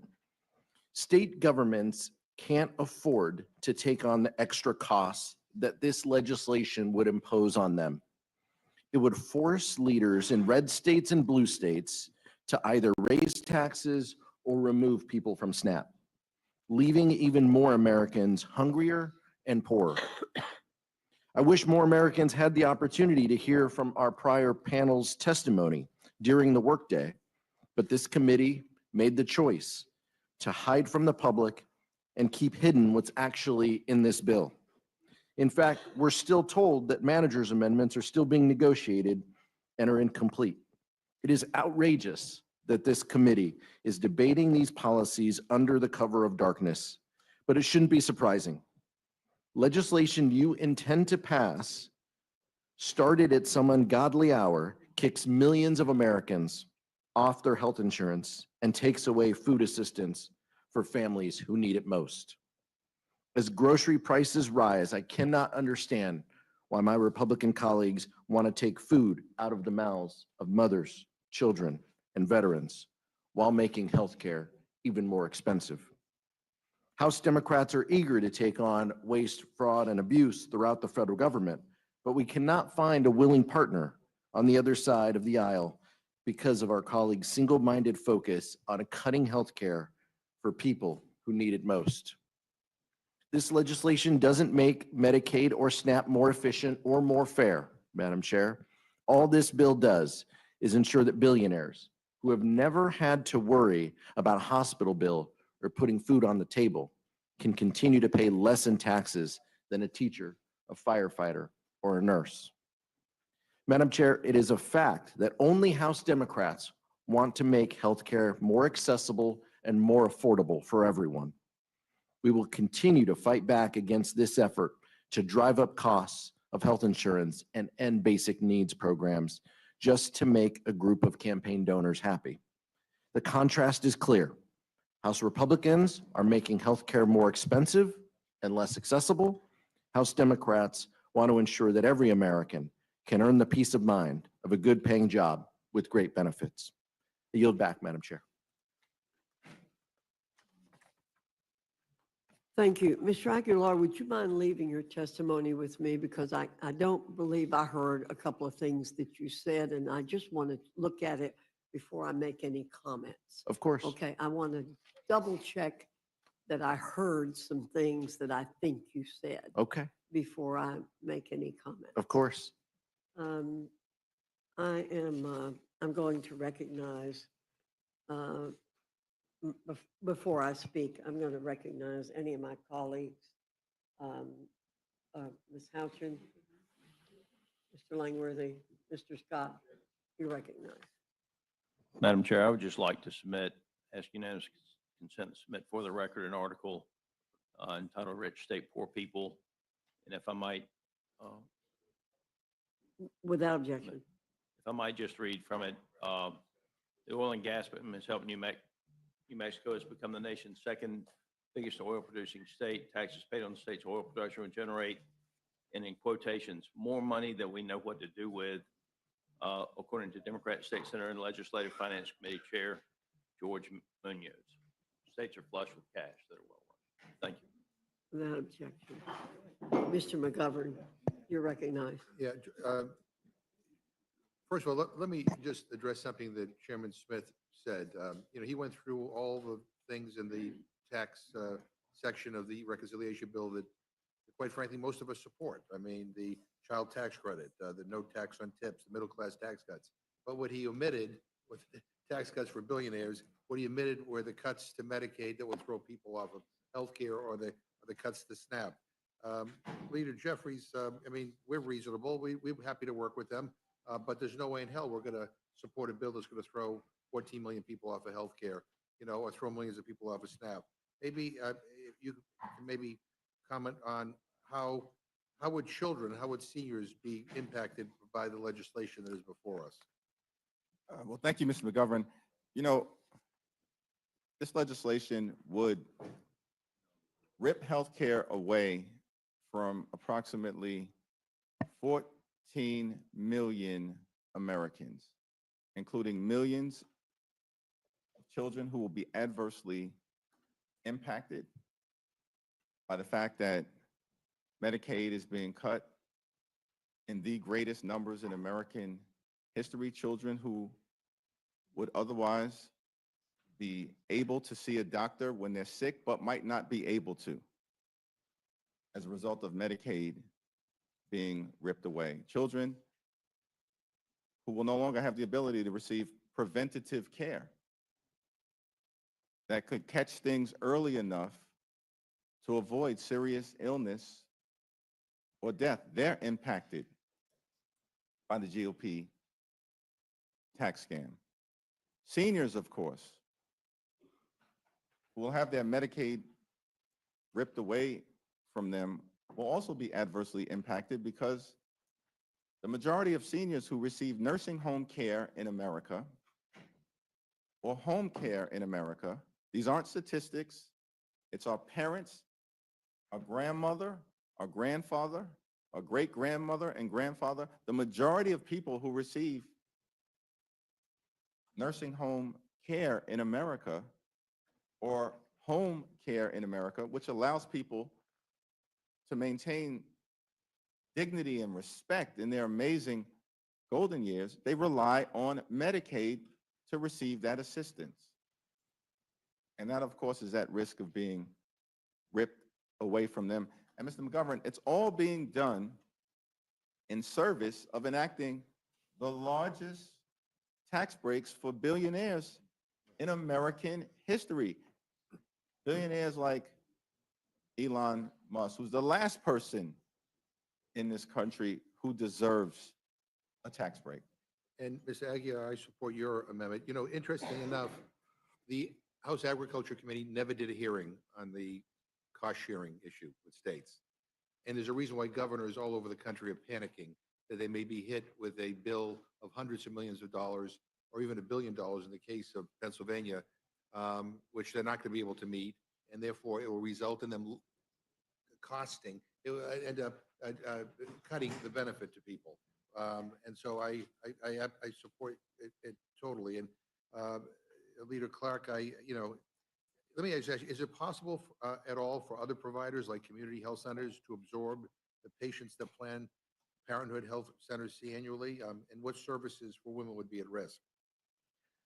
Thank you so much for the question, and let's bust this myth once and for all, because we have two things going on here. We have the nearly 14 million Americans, including many women, seniors, moms, pregnant moms, who are going to be have their health care taken away from them totally, and that impacts healthcare centers, FQHCs. They receive, Medicaid is the single largest source of payments, reimbursements for our FQHCs. And this is what's always pointed to by the right, as they will just pick up these services for women out of this defunded clinics for Planned Parenthood. It is impossible at the same time that you are cutting Medicaid to these clinics. In Massachusetts alone, that'll be a almost $1.2 billion cut to these health centers, and saying if you're going to pick up what Planned Parenthood provides, you would have to increase the capacity of our FQHCs by 56%. So we're going to take away Medicaid over here, and then we're going to say magically increase capacity by 56% to serve the women who will no longer have a place to get the cancer screenings, the prenatal care, the fertility treatments, contraception, reproductive health care that they need, and that is increasingly difficult to find. I regret that so much of what is done in this Congress and in this current administration around healthcare is so politically charged. Yeah. And again, going back to the SNAP issue, people are going to see their benefits cut. Again, on average of $2 a person, per meal. That's it. And if states can't meet their cost share, they have no choice but to cut the benefit. And no hearings on this, not one single hearing. And this is a major change. And not even the courtesy of a hearing. We weren't able to bring in governors or anybody from any states to be able to comment on what the impact of this would be, or whether even all the states could meet, their financial obligation. And I mean, that it's part of a reconciliation bill, and that nobody even cares enough to do a hearing on it. Is that the way you legislate around here? I don't know if you want to add anything before I yield back. Thank you, Mr. McGovern. I think that's incredibly important, and I just share that the cost share discussion really breaks a promise of 50 years of a relationship between the federal government and the states. This is shifting more resources so they can be the bad guys, and so they can reduce benefits, kick people off of eligibility. It's just an existential threat and would result in significant reductions in benefits to the people who need it most. And I'll just say finally, all this does is it gives my Republican friends some cover to be able to dodge responsibility. And when benefits get cut, say, hey, it's not me, it's the states. And again, that to me is very cynical. I yield back my time. Thank you, Mr. McGovern. Ms. Fishbach. Thank you. Ms. Scanlon, you're recognized. Thank you. I think we just heard a little bit about myth busting. So Leader Jeffries, I was wondering if you could address the myth which we have had thrown at us repeatedly throughout all the committee hearings on this bill, that somehow these proposals are going to be paid for by kicking undocumented immigrants off federally subsidized food and health care. Is that true? Are undocumented immigrants getting federal health care and federal food benefits? Yeah, it's a great Question, under current law, undocumented immigrants are already ineligible for Medicaid, the ACA exchanges, and for SNAP benefits. Not a single undocumented immigrant in this country gets a dime in federal taxpayer dollars for any part of comprehensive Medicaid coverage. Not one. And so when we're talking about nearly 14 million people who are going to be thrown off their health insurance, millions of others who are going to be jammed up by this aggressive cut to SNAP, the largest cut to food assistance in American history, we're talking about American children. We're talking about everyday Americans. We're talking about Americans with disabilities.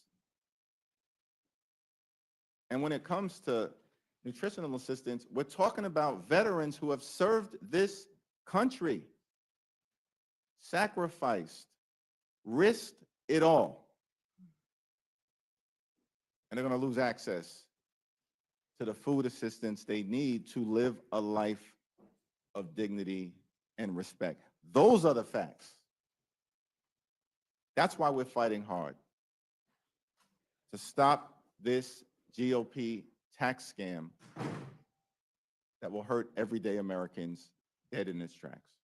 I appreciate that because we've heard this gaslighting, for weeks now, and we knew it wasn't true, but I appreciate your clarifying that as well. And of course, to the extent that anyone was trying to game the system and get benefits to which they were not entitled, we have inspectors general who were tasked with rooting out fraud, waste, and abuse, but unfortunately have been fired by this administration. So, don't preach about wanting to ferret out fraud, waste, and abuse when you're pulling the watchdogs whose job it was. Thank you. I yield back.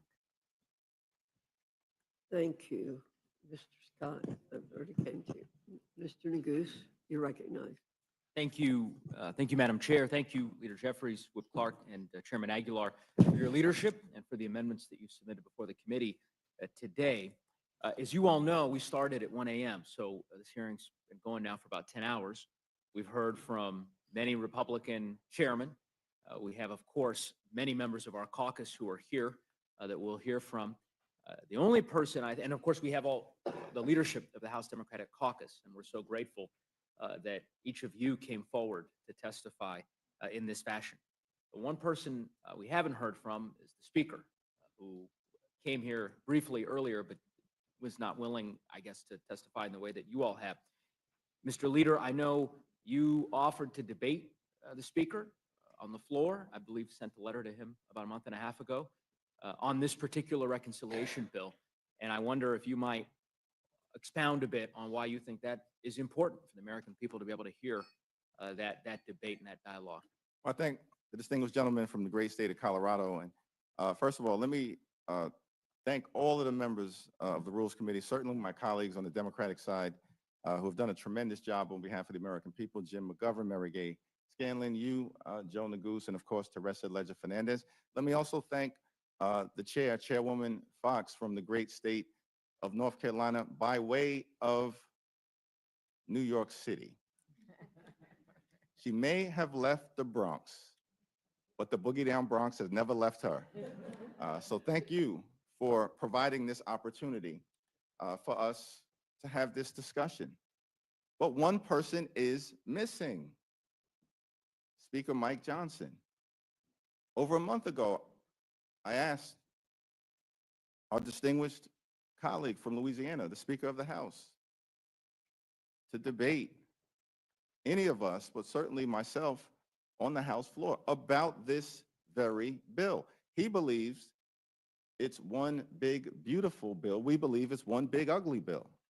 That's going to hurt the American people, hurt children, hurt families, hurt veterans, hurt seniors, cut health care, cut nutritional assistance, explode the debt by a minimum of $3.8 trillion. This is being done by people who claim to be the stewards of fiscal responsibility. $3.8 trillion, if not more. And so the offer still stands. I'd love to have the opportunity to debate Speaker Johnson anytime, any place, right here at the Rules Committee, or certainly on the floor of the House of Representatives. Not a duel, a debate of ideas. I couldn't agree more, and I thank the leader, the whip, the chairman, and I yield back the balance of my time. Thank you, Mr. Neguse. Ms. Leisure Fernandez, you're recognized. Thank you, Madam Chair, and thank you to each of you for coming and testifying. Rep. Clark, as you described the impact that the abortion bans have had on states across this country, the lack of reproductive health care in states around this country, and then that this bill would then add to that difficulty. I am reminded, and I've been sharing lately, a story that I didn't used to talk about because it was so hard, about how when I was pregnant, I almost bled to death. And I remember lying on that hospital surgery piece of metal. And they didn't put me to sleep because we were trying to save the baby.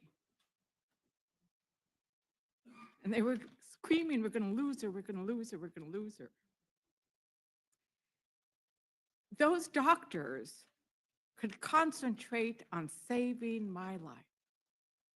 They did not have to worry about whether they were going to be criminally charged or whether they were going to have to shut down their practice because they were working on a complicated pregnancy.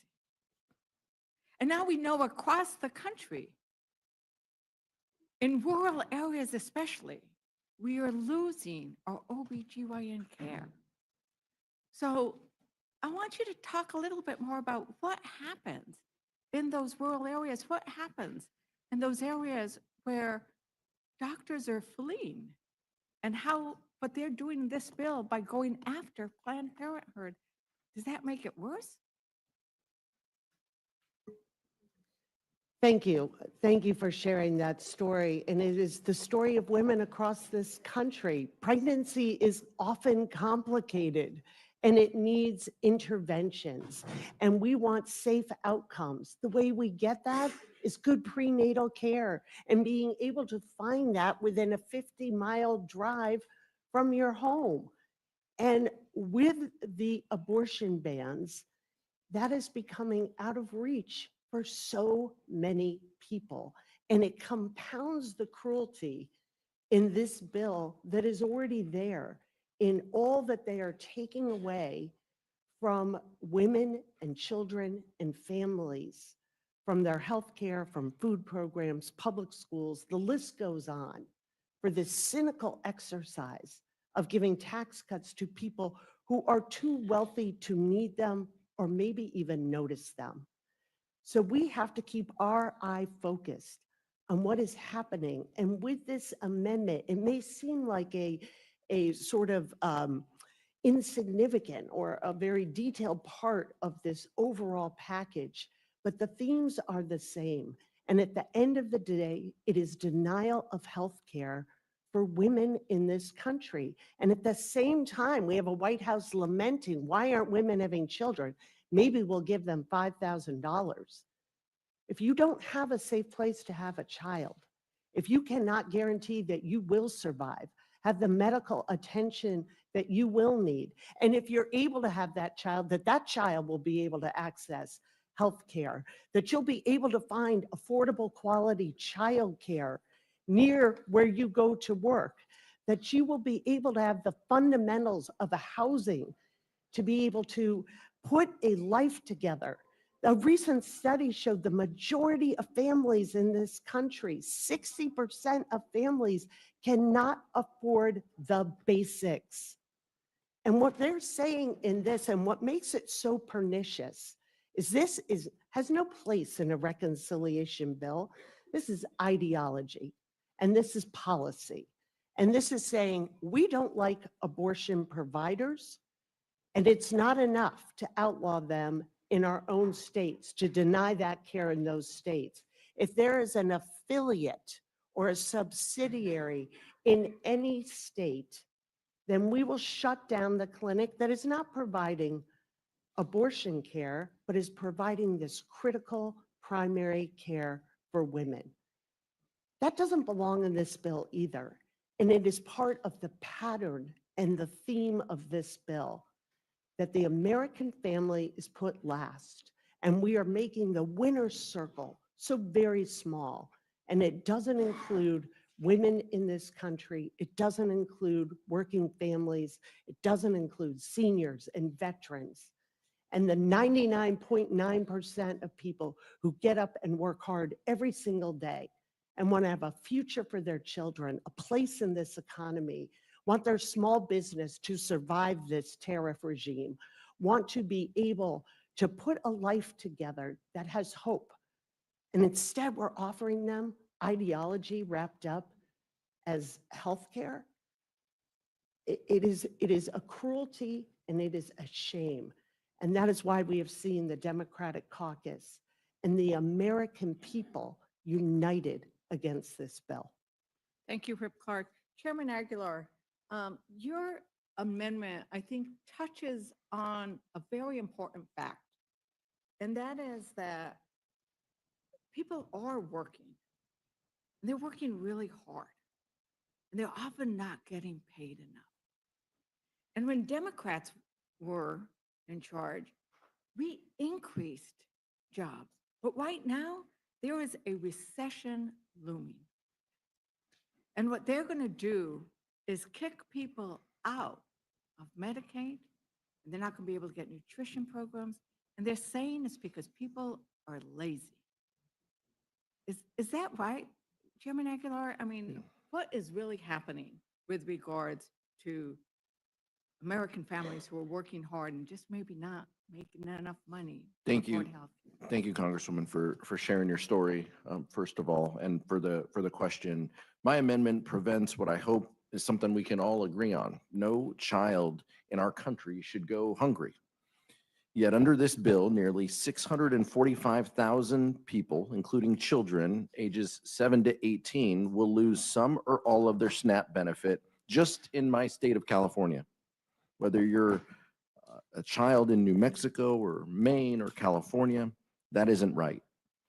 As cruel and failed as that 3-month time limit is, it has never been applied to parents and grandparents with dependent children. It's right in the name, able-bodied adults without dependents. So what is supposed to happen, the child turns 7 and now doesn't need to go to school by themselves.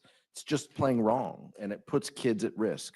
No one is staying home for SNAP benefits that are $6 per person per day. If my colleagues were serious, we wouldn't be providing childcare and transportation and fair wages to help families make ends meet rather than cutting these important benefits. Thank you, Chair Aguilar. And Leader Jeffries, thank you for painting the picture of what hunger looked like in America and what poverty looked like in America when we decided that that was not an acceptable picture for us.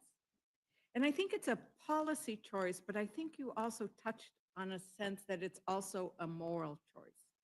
And I entered into the record earlier today a letter from 31 faith organizations who were opposing these kinds of cuts because they noted that it was against a principle, a moral principle, that government should provide for those who are in need. And I just wanted to give you the last word. I'm the last Democrat who gets to ask a question on these issues of how you see the values and the choices that are being made in this bill. Well, thank you again for sharing your powerful story in such a compelling way. And it really does illustrate the challenges that we confront here. When we make policy decisions, we are impacting the American people in ways that in certain cases could be questions of life and death. It's often been said, Dr. King made this observation, that budgets are moral documents. And I don't question anyone's faith in this room. There are people of faith on both sides of the aisle. But we do have to ask the question, can't simply be enough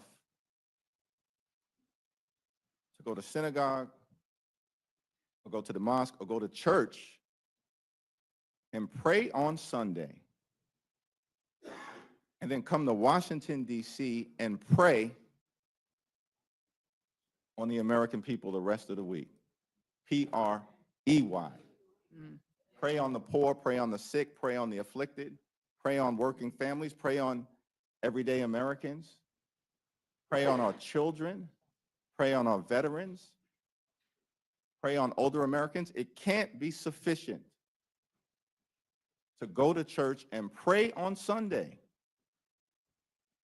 but then come to Washington, D.C., advance a bill like the GOP tax scam, and pray on the American people for the rest of the week. Democrats will never stand for it,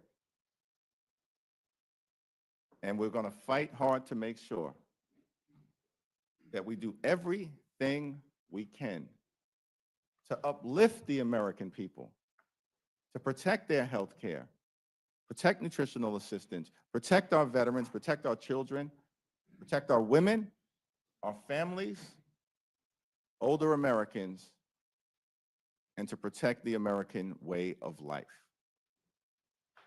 I yield back.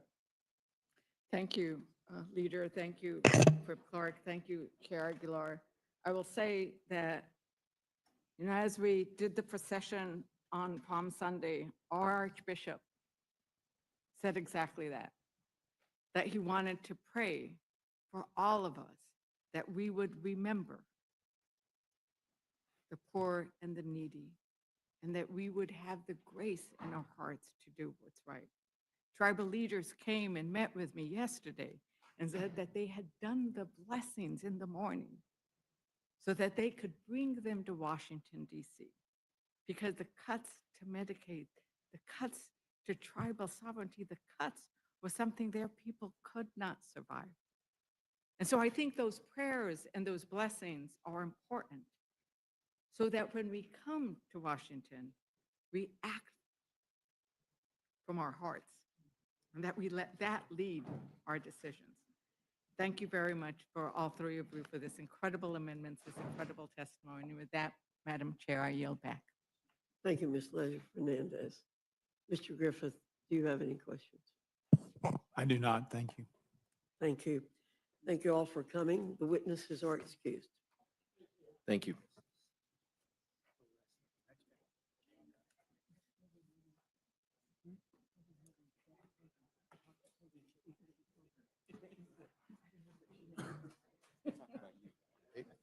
Madam Chair? Yeah, I'm well, going to announce the names. yeah, but before you do, can I make one statement? Please. I want to thank all my colleagues who have been here for an incredibly long time. Some of them have been here since 1 o'clock in the morning. And I feel very proud to be part of this caucus. And I feel very proud of all the members who are here who want to make their voices and their views heard. And I especially want to also thank Speaker Emerita Nancy Pelosi for being here for hours as well. And I want to thank our leadership team. But it means a lot to me personally, and I think to everybody on this committee, that we have so many colleagues that feel so strongly that they have waited for hours and hours and hours to be able to present their amendments. And I thank you, Madam Chair, for letting me say that. Okay, the next panel will be Tim Kennedy, Norma Torres, Al Green, Mr. Horsford, Ms. Beatty, Ms. Dingle, Mr. Gomez, and Ms. Robin Kelly. Oh, yeah. The leader. If you all would quickly get to the tables, please.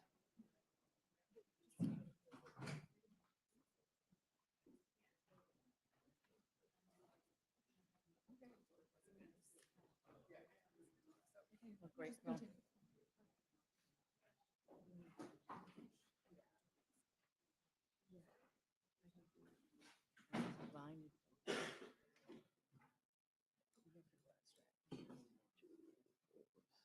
We can fit in one more.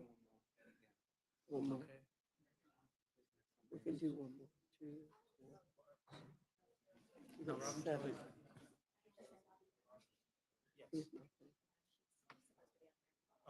Oh, yeah.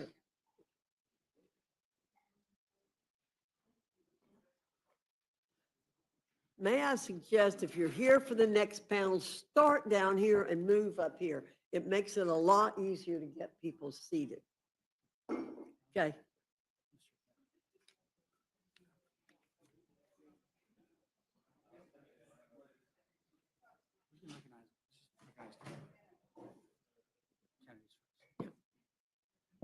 Mr. Kennedy, you're Thank you, Chairwoman recognized Fox. for 5 minutes.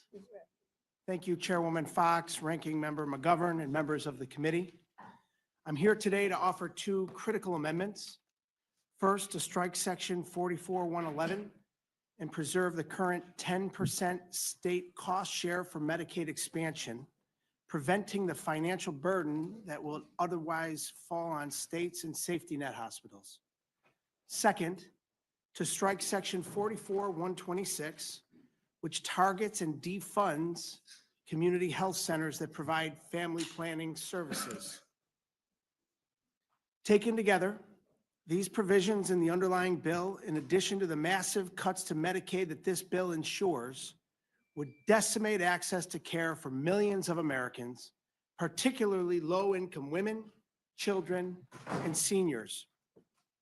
As members of the majority attempt to shove this bill down the throats of the American people, and frankly, some members of their own party, in a process that started in the middle of the night while America slept, my Democratic colleagues and I are here to stand up and shed light on what you're hoping to hide from the American people. As an occupational therapist myself, the husband of a physical therapist, the son of a nurse, and the representative of a community with 285,000 people who depend on these services, including 110,000 children, let me focus on what's at stake with the Medicaid provisions outlined in this bill. Since the passage of the Affordable Care Act in 2010, nearly 25 million Americans nationwide have gained access to care through the Medicaid expansion. That means moms have access to prenatal and postnatal care. Children can get regular checkups, and people struggling to put food on the table can still see a doctor before minor issues become emergencies. It means those in rural areas, often far from major hospitals, can visit clinics, access telehealth services, or get prescriptions filled without having to travel hours for basic preventative care. States that expanded Medicaid saw the uninsured rate among low-income adults decrease by more than half. It is so popular that even in states where the legislature and governor opposed it, like Oklahoma, when put to the voters, it was approved. In New York, the state I represent, expanding Medicaid has given over 1 million people access to care. With this bill, New York will face nearly $1 billion in new costs, while other states could see their expansions repealed entirely. As I've been here since the wee hours of the morning, participating in a broken process that started at 1 a.m., I cannot fathom why members of this majority would choose to rip life-saving care away from your own constituents in the name of tax breaks for billionaires, aside from the fact that the president told you to do so. As an occupational therapist, again, I've worked with patients, young and old, people who rely on Medicaid for necessary care. I've seen what happens when patients delay care because they cannot afford it. Minor conditions become chronic. Emergency room wait times lengthen, and hospitals cannot absorb the cost. As a result, our healthcare system becomes destabilized.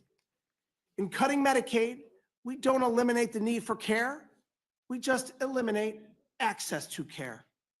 And for those who aren't on Medicaid, we only make care more expensive and harder to get. We force families to choose between medicine and groceries. We push more patients into overcrowded ERs, and we risk lives.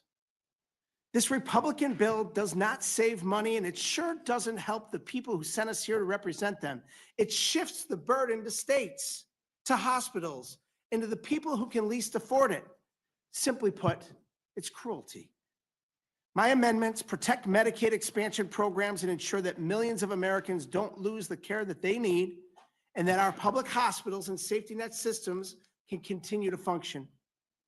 Without our Democratic amendments, this bill will make all Americans less safe and healthcare less accessible, particularly for our most vulnerable citizens. I urge my colleagues to support these amendments. Healthcare, we know, is not a luxury reserved for the few, and it shouldn't be.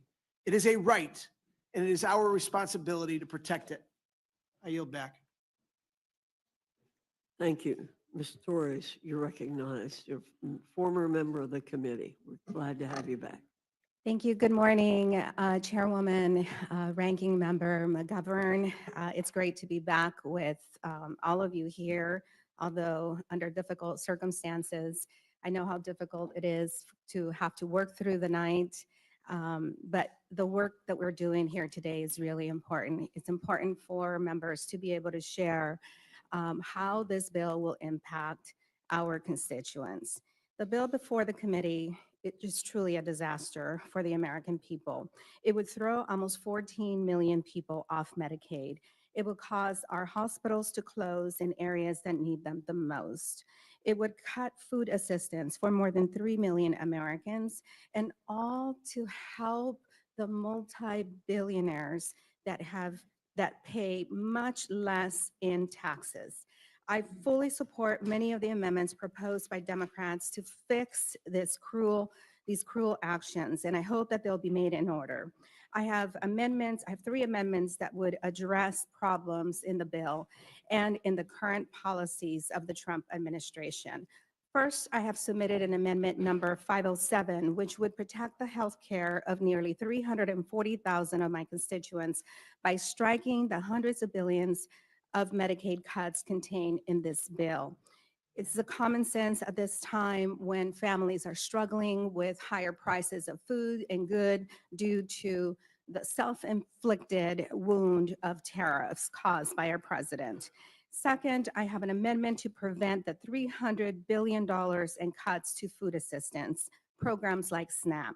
The Republican reconciliation bill would kick more than 3 million people off of food stamp assistance, again, while we are getting imported eggs from Turkey and other countries that are willing to help us in a time of need when our food prices are so high. Third, I have submitted an amendment to lift the SALT deduction cap imposed by the 2017 tax scam bill. The reality is that this simply shifts more federal taxes to Californians when California already contributes much more than many of your states. For example, California is a donor state. We send $692 billion to the federal government, and we receive back 609. That means we send $83 billion to many of your states to help fund the quality of life that all of you enjoy. Representative Griffin, Virginia they pay $107 billion. They receive more than in federal government that they give. Chip Roy of Texas gets back $71 billion more. Chairwoman Fox, North Carolina gets $53 billion more. Representative Norman of South Carolina, you receive $35 billion more. Representative Austin Scott of Georgia and Brian Jack of Georgia receives $35 billion more. And Representative Hutching of Indiana receives $30 billion more. So if we want to talk about welfare and welfare to the very poor, let's start with your states. Maybe your states should pay their fair share. Lastly, I have an amendment that would help stop the unlawful and dangerous firings of Federal Aviation Administration workers who maintain our air traffic control systems. They are the backbone of the air traffic control system. They are the unseen workers that help keep planes in the air and provide safe landings when we land. They support our air traffic controllers that ensure a safe flying public. While the administration is trying to recruit more air traffic controllers, they continue to fire probationary employees and reduce staffing for the people who maintain these systems. This is something that is critical that we need to address. Next and lastly, I have an amendment that would strike the 5% federal tax on remittance transfers in this bill. The tax proposal in this bill would disproportionately impact immigrant workers who already pay into a system that they cannot reclaim any of the Social Security or taxes, state, local taxes that they pay into. I'm sorry, lastly, I have an amendment that would disapprove of the U.S. Army Corps of Engineers work plan for fiscal year 2025. This plan isn't just flawed, it blatantly politicizes the project selection process in attempts to leave, once again, California, the state that all of you depend for welfare for your constituents, to have zero projects allocated by them. I think the American people should know what is in this bill. It's a tax giveaway to the filthy rich. Thank you, Chairwoman, for your patience, and I yield back to you. Thank you, Ms. Torres. Mr. Green, you're recognized for 5 minutes. Thank you, Madam Chair. Mr. Ranking Member, members all, I am here today because of SNAP and a concern. But first, I'd like to thank Ms. Grace Mang, for introducing the Fairness for Victims of SNAP Skimming Act. It has been reduced to Amendment number 30.